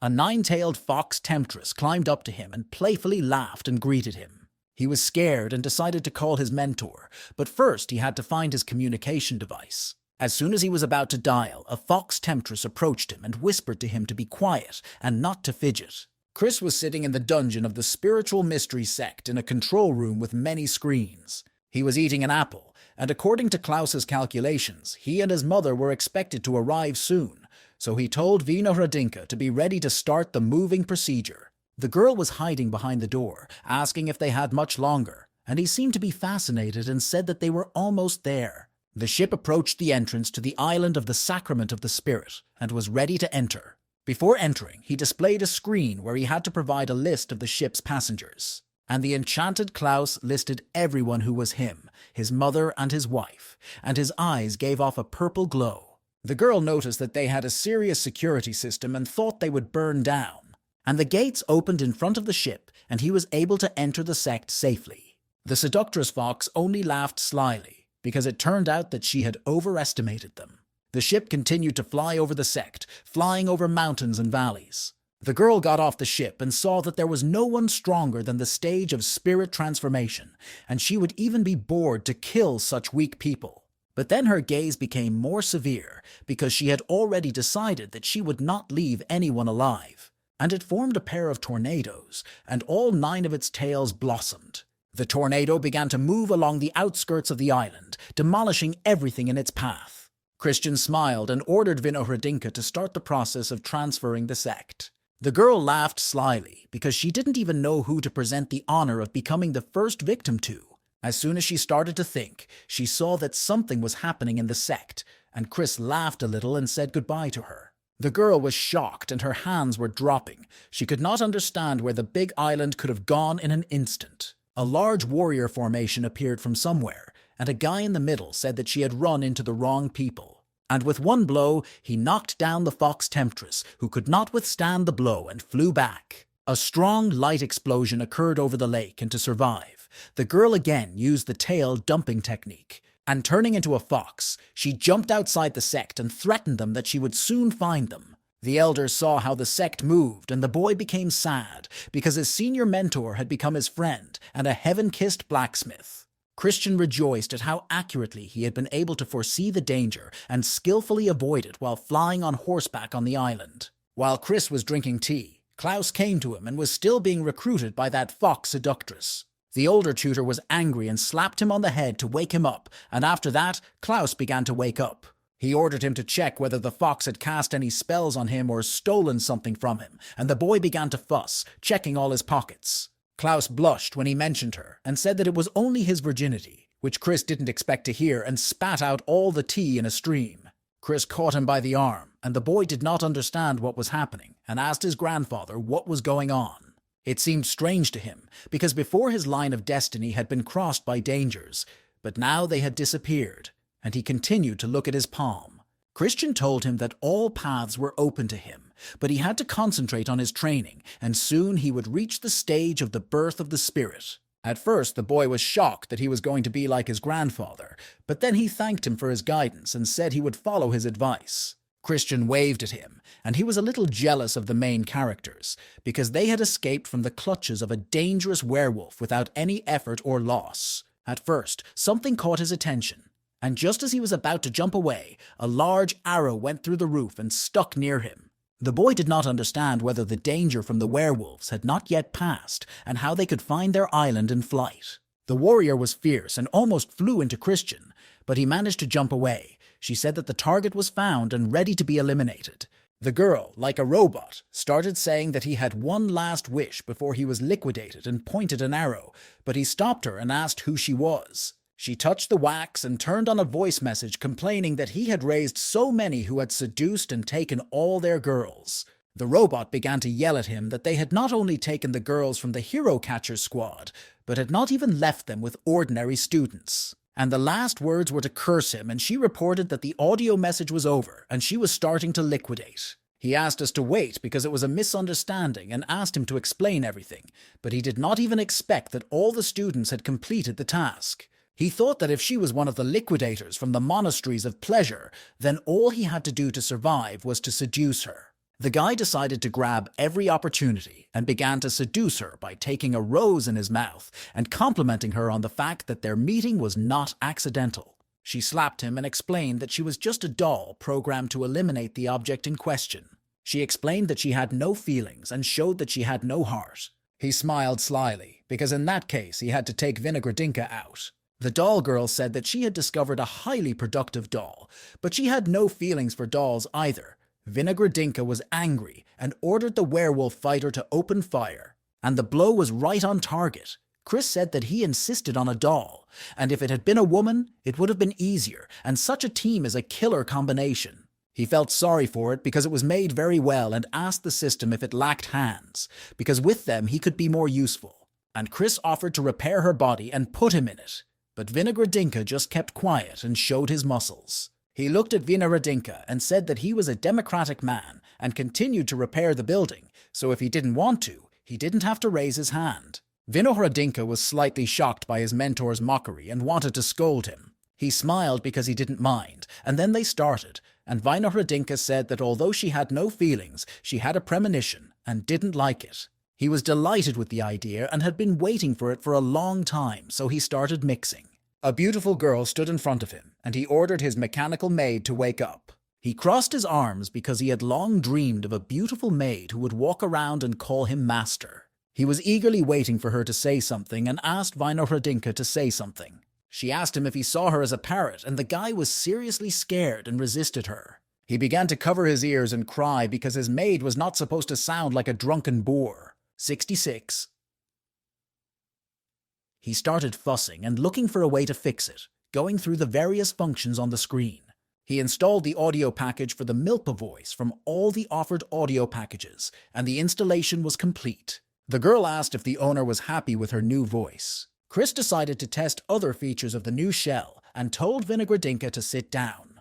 She sat down like a man, crossed her arms and spread her legs, and her mentor was shocked again. He could not look at her and ordered her to watch one of the students and learn to act like a girl, and until then, not to show her face to him. She bravely went looking for someone to look up to and take as a model, and only one thing was clear to her. She had to take the best. Mia congratulated Vinogradinka on her new shell, but she said that the owner was not very happy with it.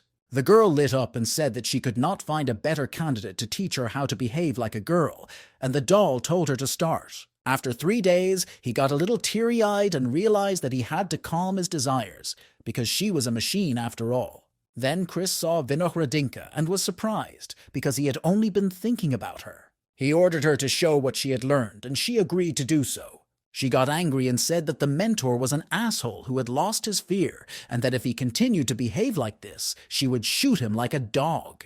Christian's heart ached and his mouth bled, and he asked why she had adopted Mia's manner of behavior and how she spoke to her students. Then Vinohradinka thought about learning from Angelina, and the guy was scared. He took her by the shoulder and carried her to another place where she was hanging laundry. He ordered me to watch Benjamin's wife all week and learn from her.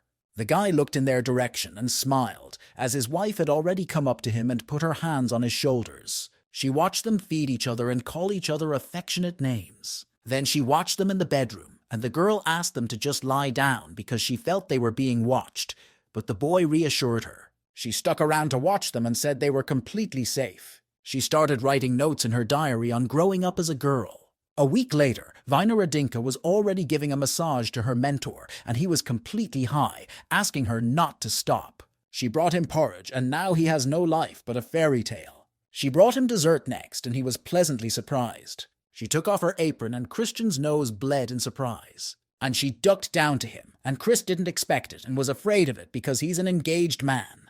He was in a panic and ordered her to erase all the memories of 18+ because he didn't want that and told her to behave. She was embarrassed and reported that corrections had been made to the system and the entire relevant continent had been erased. Christian felt the nuts and asked if this meant they had reached their destination, and Grape confirmed his words. He thought about it because he thought he had forgotten something important. But then he laid down and relaxed because he decided that it was probably nothing, and if it was important, he would remember. Julie flew to the place where the island was and began to cry because she did not understand where the island had gone, where her beloved husband had gone, and where everything had gone. She flew around and called her husband, asked where he was, and flew off to look for him. The next day, on the inexhaustible lake, the rabbit was drinking water, and he was very frightened when Julie started to slow down on the water on her bird. At the same moment, an eagle caught the rabbit and began to lift it into the air while the girl screamed. The girl was shocked, because not only had she not found a husband, but she had also run into a werewolf in the Mahayana stage. The eagle began to fly after the girl, while the spirit of the rabbit was released, and she asked him to fly faster, because otherwise they would be in trouble. She was surprised when she saw the space-time gap because she didn't understand where it came from and decided to fly in because it was her only chance for salvation. At that time, in Christian's room, Vinohradinka was massaging her mentor's head and he was very pleased. Then she reported that a body was falling on them at high speed and would collide with the defensive formation in 3 seconds. Chris was weak and told me not to worry because it was strong and would hold up, so it wouldn't pass through. But the system reported that the object had already passed it, and with great speed it crashed into the ground, creating a sinkhole. The bird was lying there with no signs of life, and Julie had many abrasions all over her body and was in so much pain that tears were forming in her eyes. She started crying very hard and shouting where her husband was and wailing at the top of her voice. The girl realized that she had slipped into a portal where there were already people because she heard voices, which means that it is always dangerous. The door opened and Christian saw Julie, and the girl was happy to find her husband. She began to whine that his sect had fallen through the cracks, and she no longer had any hope and was afraid that she would never see him again. He hugged her and apologized because it was his fault, explaining that they were in danger and he had to move the sect and forgot to send the news. She hugged him and cried, telling him that they had circled back and forth over his island. She was scared when she told me that a werewolf was following them, and then she saw the gap and couldn't believe that it was over. The girl fell silent when she saw Vinohradinka in Christian's bedroom, and he started asking her what was hurting her and if she had hurt her head. She looked at her and considered all of her beauty, her legs, her breasts, and the way she behaved. He shouted to Julie and asked why she was shaking and ordered Vinohradinka to examine his baby's wounds, but she started interrupting him. Then he yelled that he knew what was best and that she should go quickly to analyze the severity of the damage, but Julie was already angry. Grape told him to think about his quick injuries in the near future, and Julie took his hand. She threw it over, screaming that she would bury the couple herself, and Chris couldn't understand what she was talking about. The girl was crying and angry, and when she took a swing at him, she said she understood what was going on. She struck him, saying that he had found a replacement for her, and Vinohradinka watched and was shocked. She began to strike after strike and ask if there was any danger, and he just decided to hide from her. He said with the last of his strength that Vinohradinka was a soulless doll, and the girl stopped beating him for a moment. The system came up to the couple when its owner was no longer able to do anything and greeted the owner. She recalled that she had helped her find food to cook for her husband a few chapters earlier and asked if she remembered her. She started beating him again and crying, which is also considered cheating with a doll. He said that she should get to know her better and that he was sure they would get along.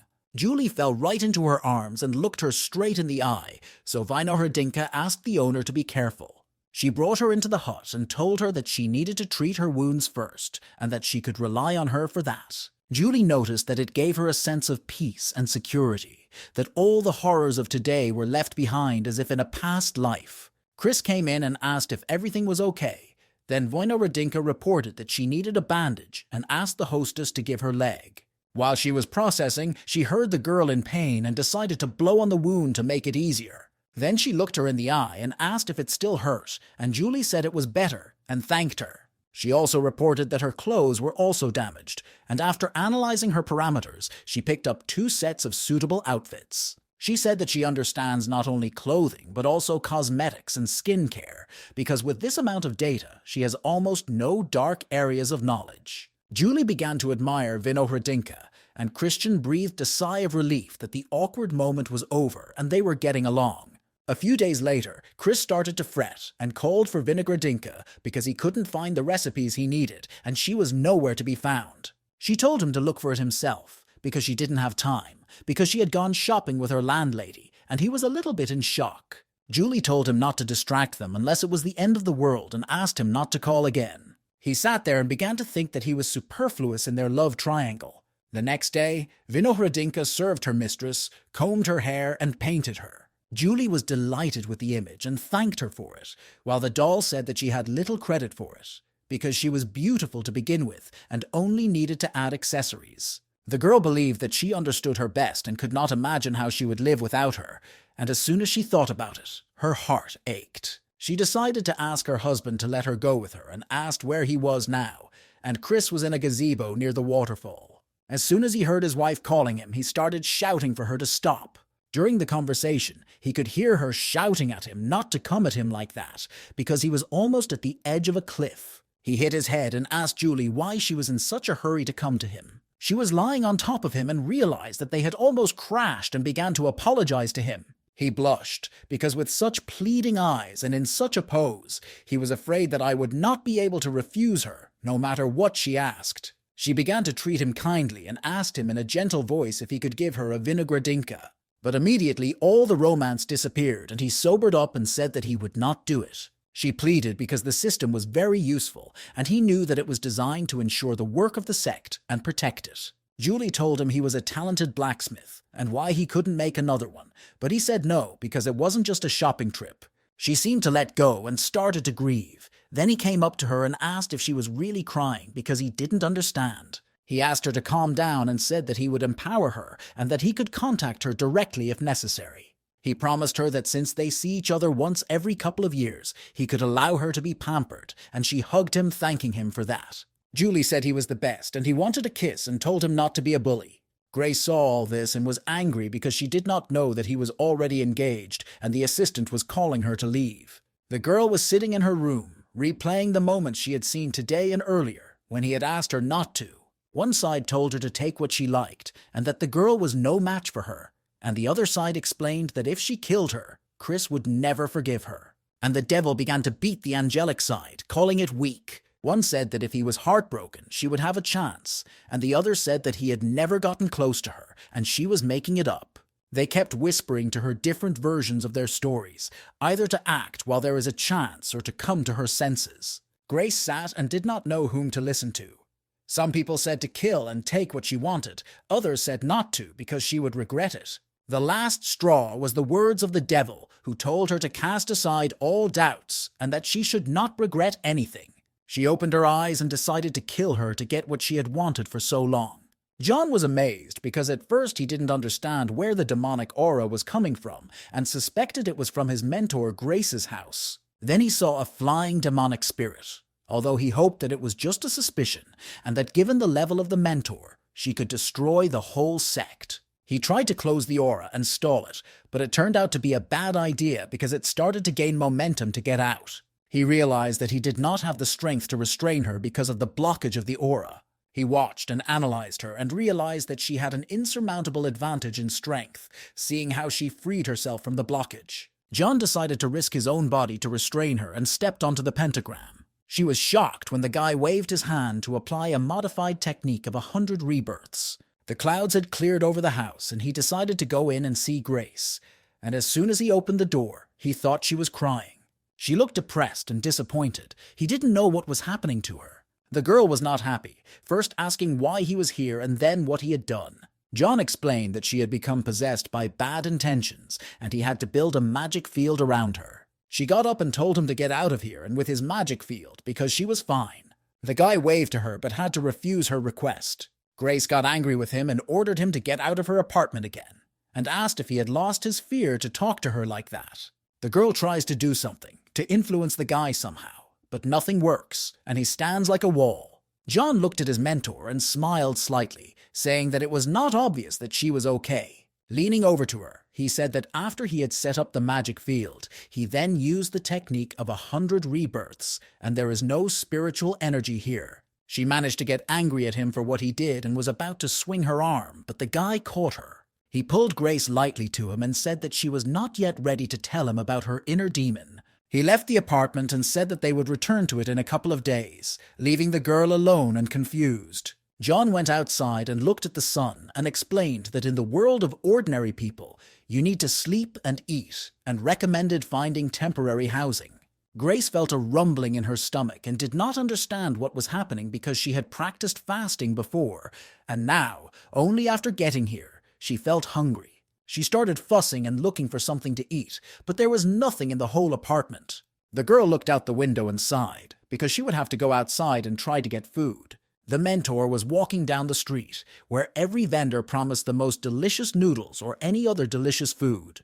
Grace smelled something and liked it very much. She went up to the cellar and he asked if she wanted a donut and she was drooling at the sight of them. The girl took a bite and was delighted with the taste because it would be delicious. The seller said that it was customary for them to pay first and then eat, so she owed 20 veens, but she didn't seem to hear and continued to flush her cheeks. The girl did not know how much 20 venyas in money was and was disappointed, so she asked if they accepted spiritual stones. Grace began to nervously touch her storage ring because she didn't understand why it wouldn't open, and the salesperson was already getting angry with her. She decided to use her techniques and said that she was a commissioner of the Council of Elders and a mentor of the Sect, so she was ready to fulfill his one wish. But her husband did not understand her and was very angry. He said that she needed treatment, but first he had to pay for it.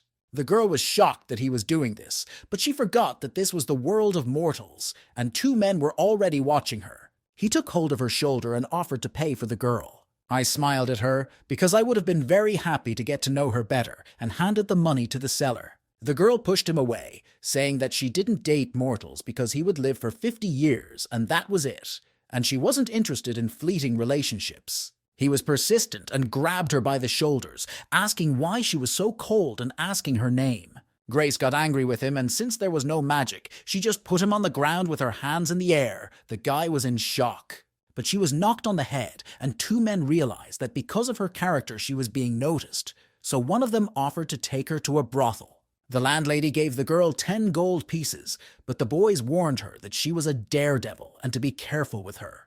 Grace was tied up, and tears were in her eyes when she heard what those people were talking about. That mother was not used to working with such people. She said that she would starve for a couple of days in the pantry and become silk, and she cried and did not understand why she was getting everything. Miss Wills smiled and waved in greeting and asked the boy if he was a teacher and offered to show him to his room. John bowed and thanked her, calling her Mommy Wills. He thought about his mentor and wondered what she was doing now, probably starving, and the girls who were present admired him.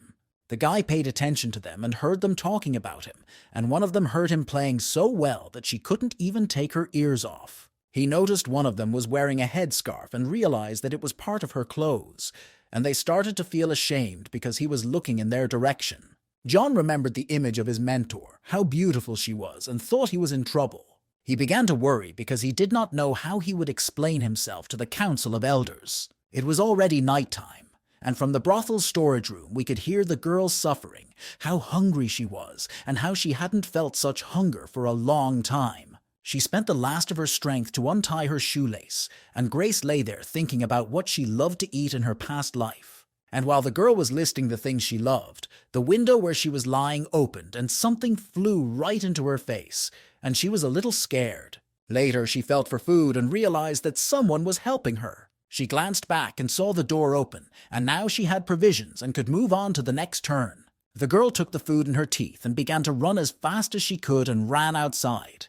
Grace tried to sneak around in the main lobby of the brothel while other girls attracted men's attention by offering various amusements. Mommy Wills came into the hall and started shouting that today's new girl had escaped from the storeroom and ordered the main gate to be closed and to find her. The woman was angry and threatened her as soon as she was caught, ordered to search the bedrooms, and Grace stood in the corner and did not know how to get out. She entered the nearest door because she needed to hide somewhere first. When the girl came in, she saw John, and he was shocked to see her and said it was not the right time, covering his body with his shirt. Grace was very worried and heard her mother outside the door, telling her to look here, just where she was. She attacked him with anger, saying that he had dragged her into this world, and now she was like a fish on dry land without her strength, and that every bastard was spitting on her here. John pushed her away, saying that her inner demon was threatening the life of the sect, and he had risked himself to bring them here, and asked why he should help her. The girl sighed, because again, she was a benefit. Men always want something from her, either money or her body. Grace seemed to be obsessed with Chris, that he was the only one who needed anything, believed that he was chosen by heaven and had not fallen for any of her tricks. She told me about her demon, that she had fallen in love with his mentor, and that as soon as they were together, he would disappear. John started to dress and smiled and asked her if she called this feeling love, but she didn't immediately understand his question. He looked at her seriously and explained that what she was feeling was called the desire to possess someone and had no idea what love was. Grace shouted so loudly that he couldn't understand anything, and outside they started whispering that one of the girls was yelling at the client. And she threw something at the guy in anger, shouting that being with her would have been the best choice for Christian. She was screaming and angry and making faces that the girl who was with him would not be able to give him what she would have given him. John stood in front of her, and the last thing he decided to do was to ask her if she respected his choice and if she respected his feelings at all. He took her chin and squeezed it, saying that she didn't care about any of this. Grace was frightened when the boy equated her to a spoiled girl in a woman's body who was used to getting everything at the first call. The guards ran into the bedroom and noticed the girl, and John refused to help her until she dealt with the demon, because it was a threat to the sect. He took her wrist and explained that a brothel is a place where love and hate, hope and disappointment are intertwined, and that it would be good for her. The guy hoped that she would understand the difference, but Grace started listening to his questions and was shocked because she didn't believe he was right. She was thrown into a room and told that she would live here and flew to the table, thinking that maybe she really didn't know what love was. And they told the girls to watch her, and if she ran away or did something, they would all be punished, and they didn't know where she came from. The girls were mocking Grace and threatening her, setting conditions for her stay here, and what would happen if she didn't follow them. And she sat unhappy on the floor. A girl came up to her and introduced herself as Diana, saying that she would help her settle in, and Grace was surprised by her kindness. The girl offered to sleep with her, that there should be enough room for them, but jokingly asked her not to dig in the night and kept adjusting her blanket, and Grace thanked her. She tossed and turned all night because she couldn't sleep on it, because she had never slept on such a hard bed in her entire life. Grace turned around and cried because she had never been humiliated like that before, and she was hungry and regretted throwing away her food during the escape. She noticed that her friend stood up and looked directly at her and did not understand what she was up to. Diana pulled her close and began to sing a lullaby, and Grace was surprised by this act. She turned to her and realized that if she ran away, this girl would be punished because of her, but she was very kind and began to fall asleep to the lullaby. At that moment, the boy picked up the bread from the floor and realized that he had risked stealing it because she was still hungry, and he felt sad. The next day, Mama Wills was lying on the balcony, ordering them not to miss a single drink because there were going to be a lot of guests at the dinner. Grace was angry with her because she didn't understand why they had to do this dirty work, and Diana came over and whispered that if you don't work, you don't eat, and that surprised her. She was outraged because it was so low for her to work for food when she had had what she wanted all her life. The next thing they did was in class, and Diana tried to play a melody. But the nasty girls laughed at her and said that she pissed them off because her playing made their ears droop. Grace decided to strum the instrument out of spite, and they got scared and started plugging their ears. One of them almost had a heart attack and asked what she was doing. Grace was playing and imagining the sound of the waterfall absorbed into her world. Diana really liked the sound, but the other girls did not and were very angry with her. She admonished them to practice their zither instead of teasing because they were talentless. The teacher came up to them and told them not to come here anymore because they had no talent for playing the zither and advised them to study something else. They got angry and one of them pointed at Diana and asked her if she had any talent in his opinion, and the girl was shocked by this. John said that her movements are not perfect, but that it can be corrected. The main thing is that she hits the notes, and she also has an ear for music and a sense of rhythm. Diana blushed and breathed a sigh of relief because she had not expected to hear this about herself.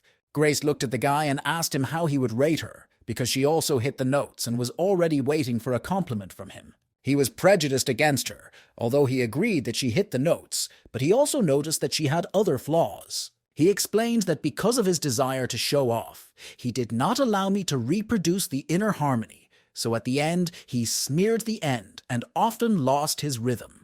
He slapped the instrument, saying that she hadn't put her soul into the playing, and the listener always feels it, so he couldn't praise her. John leaned over her and told her that to play the zither successfully, you need a harmonious state of mind, and finished the lesson, but asked her to stay. Everyone left because they saw that he was in a bad mood, and Grace was already standing in front of the teacher's desk. She knocked on the table and told him to play himself if he thought she didn't know how to play, and show her how well he did. He took her to the instrument, but noted that he hadn't said anything about her not knowing how to play. John just urged her to calm her heart and feel the melody, and he seemed to transport himself somewhere playing the zither. Grace was amazed and didn't understand how he did it, because his playing was mesmerizing.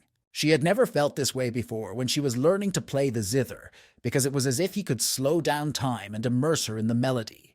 Grace tried to calm her heart and feel the melody, and if she relaxed completely, she could feel herself part of the source. The boy finished playing, but the girl had not yet come out of the state he had put her in, and later she began to open her eyes a little. After that, she started to panic and scream that he was a sorcerer because he had put her into a trance. He lit a Borgonia and said that he hoped his playing and the smell would help calm her heart, and he would be leaving. She shouted at him in anger that she would still be listening to the instructions and teachings of some disciple. Then she turned around and saw the food and wondered where it came from. She looked in different directions to see if anyone was there and started to fill her cheeks because she was very hungry and it was very tasty. John was standing outside the door, and it seemed to him that the mark of the inner demon was no longer so bright, so it would probably be safe to return soon.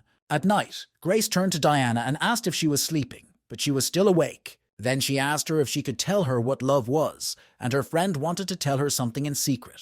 She whispered that she had met the man of her heart and would show him to her tomorrow. The next day, they were sitting on the second floor of a brothel watching people, and suddenly Diana pointed to a man, her lover. And it was a guy who was selling noodles and urging people to buy them while they were hot for only 20 vina. Grace was somehow not thrilled to see a mere salesman, because she expected to see someone worthy as she spoke so enthusiastically. Diana explained that you fall in love not with a class, but with a person, and told how he returned a handkerchief she had accidentally thrown, that he was too embarrassed to look her in the eye.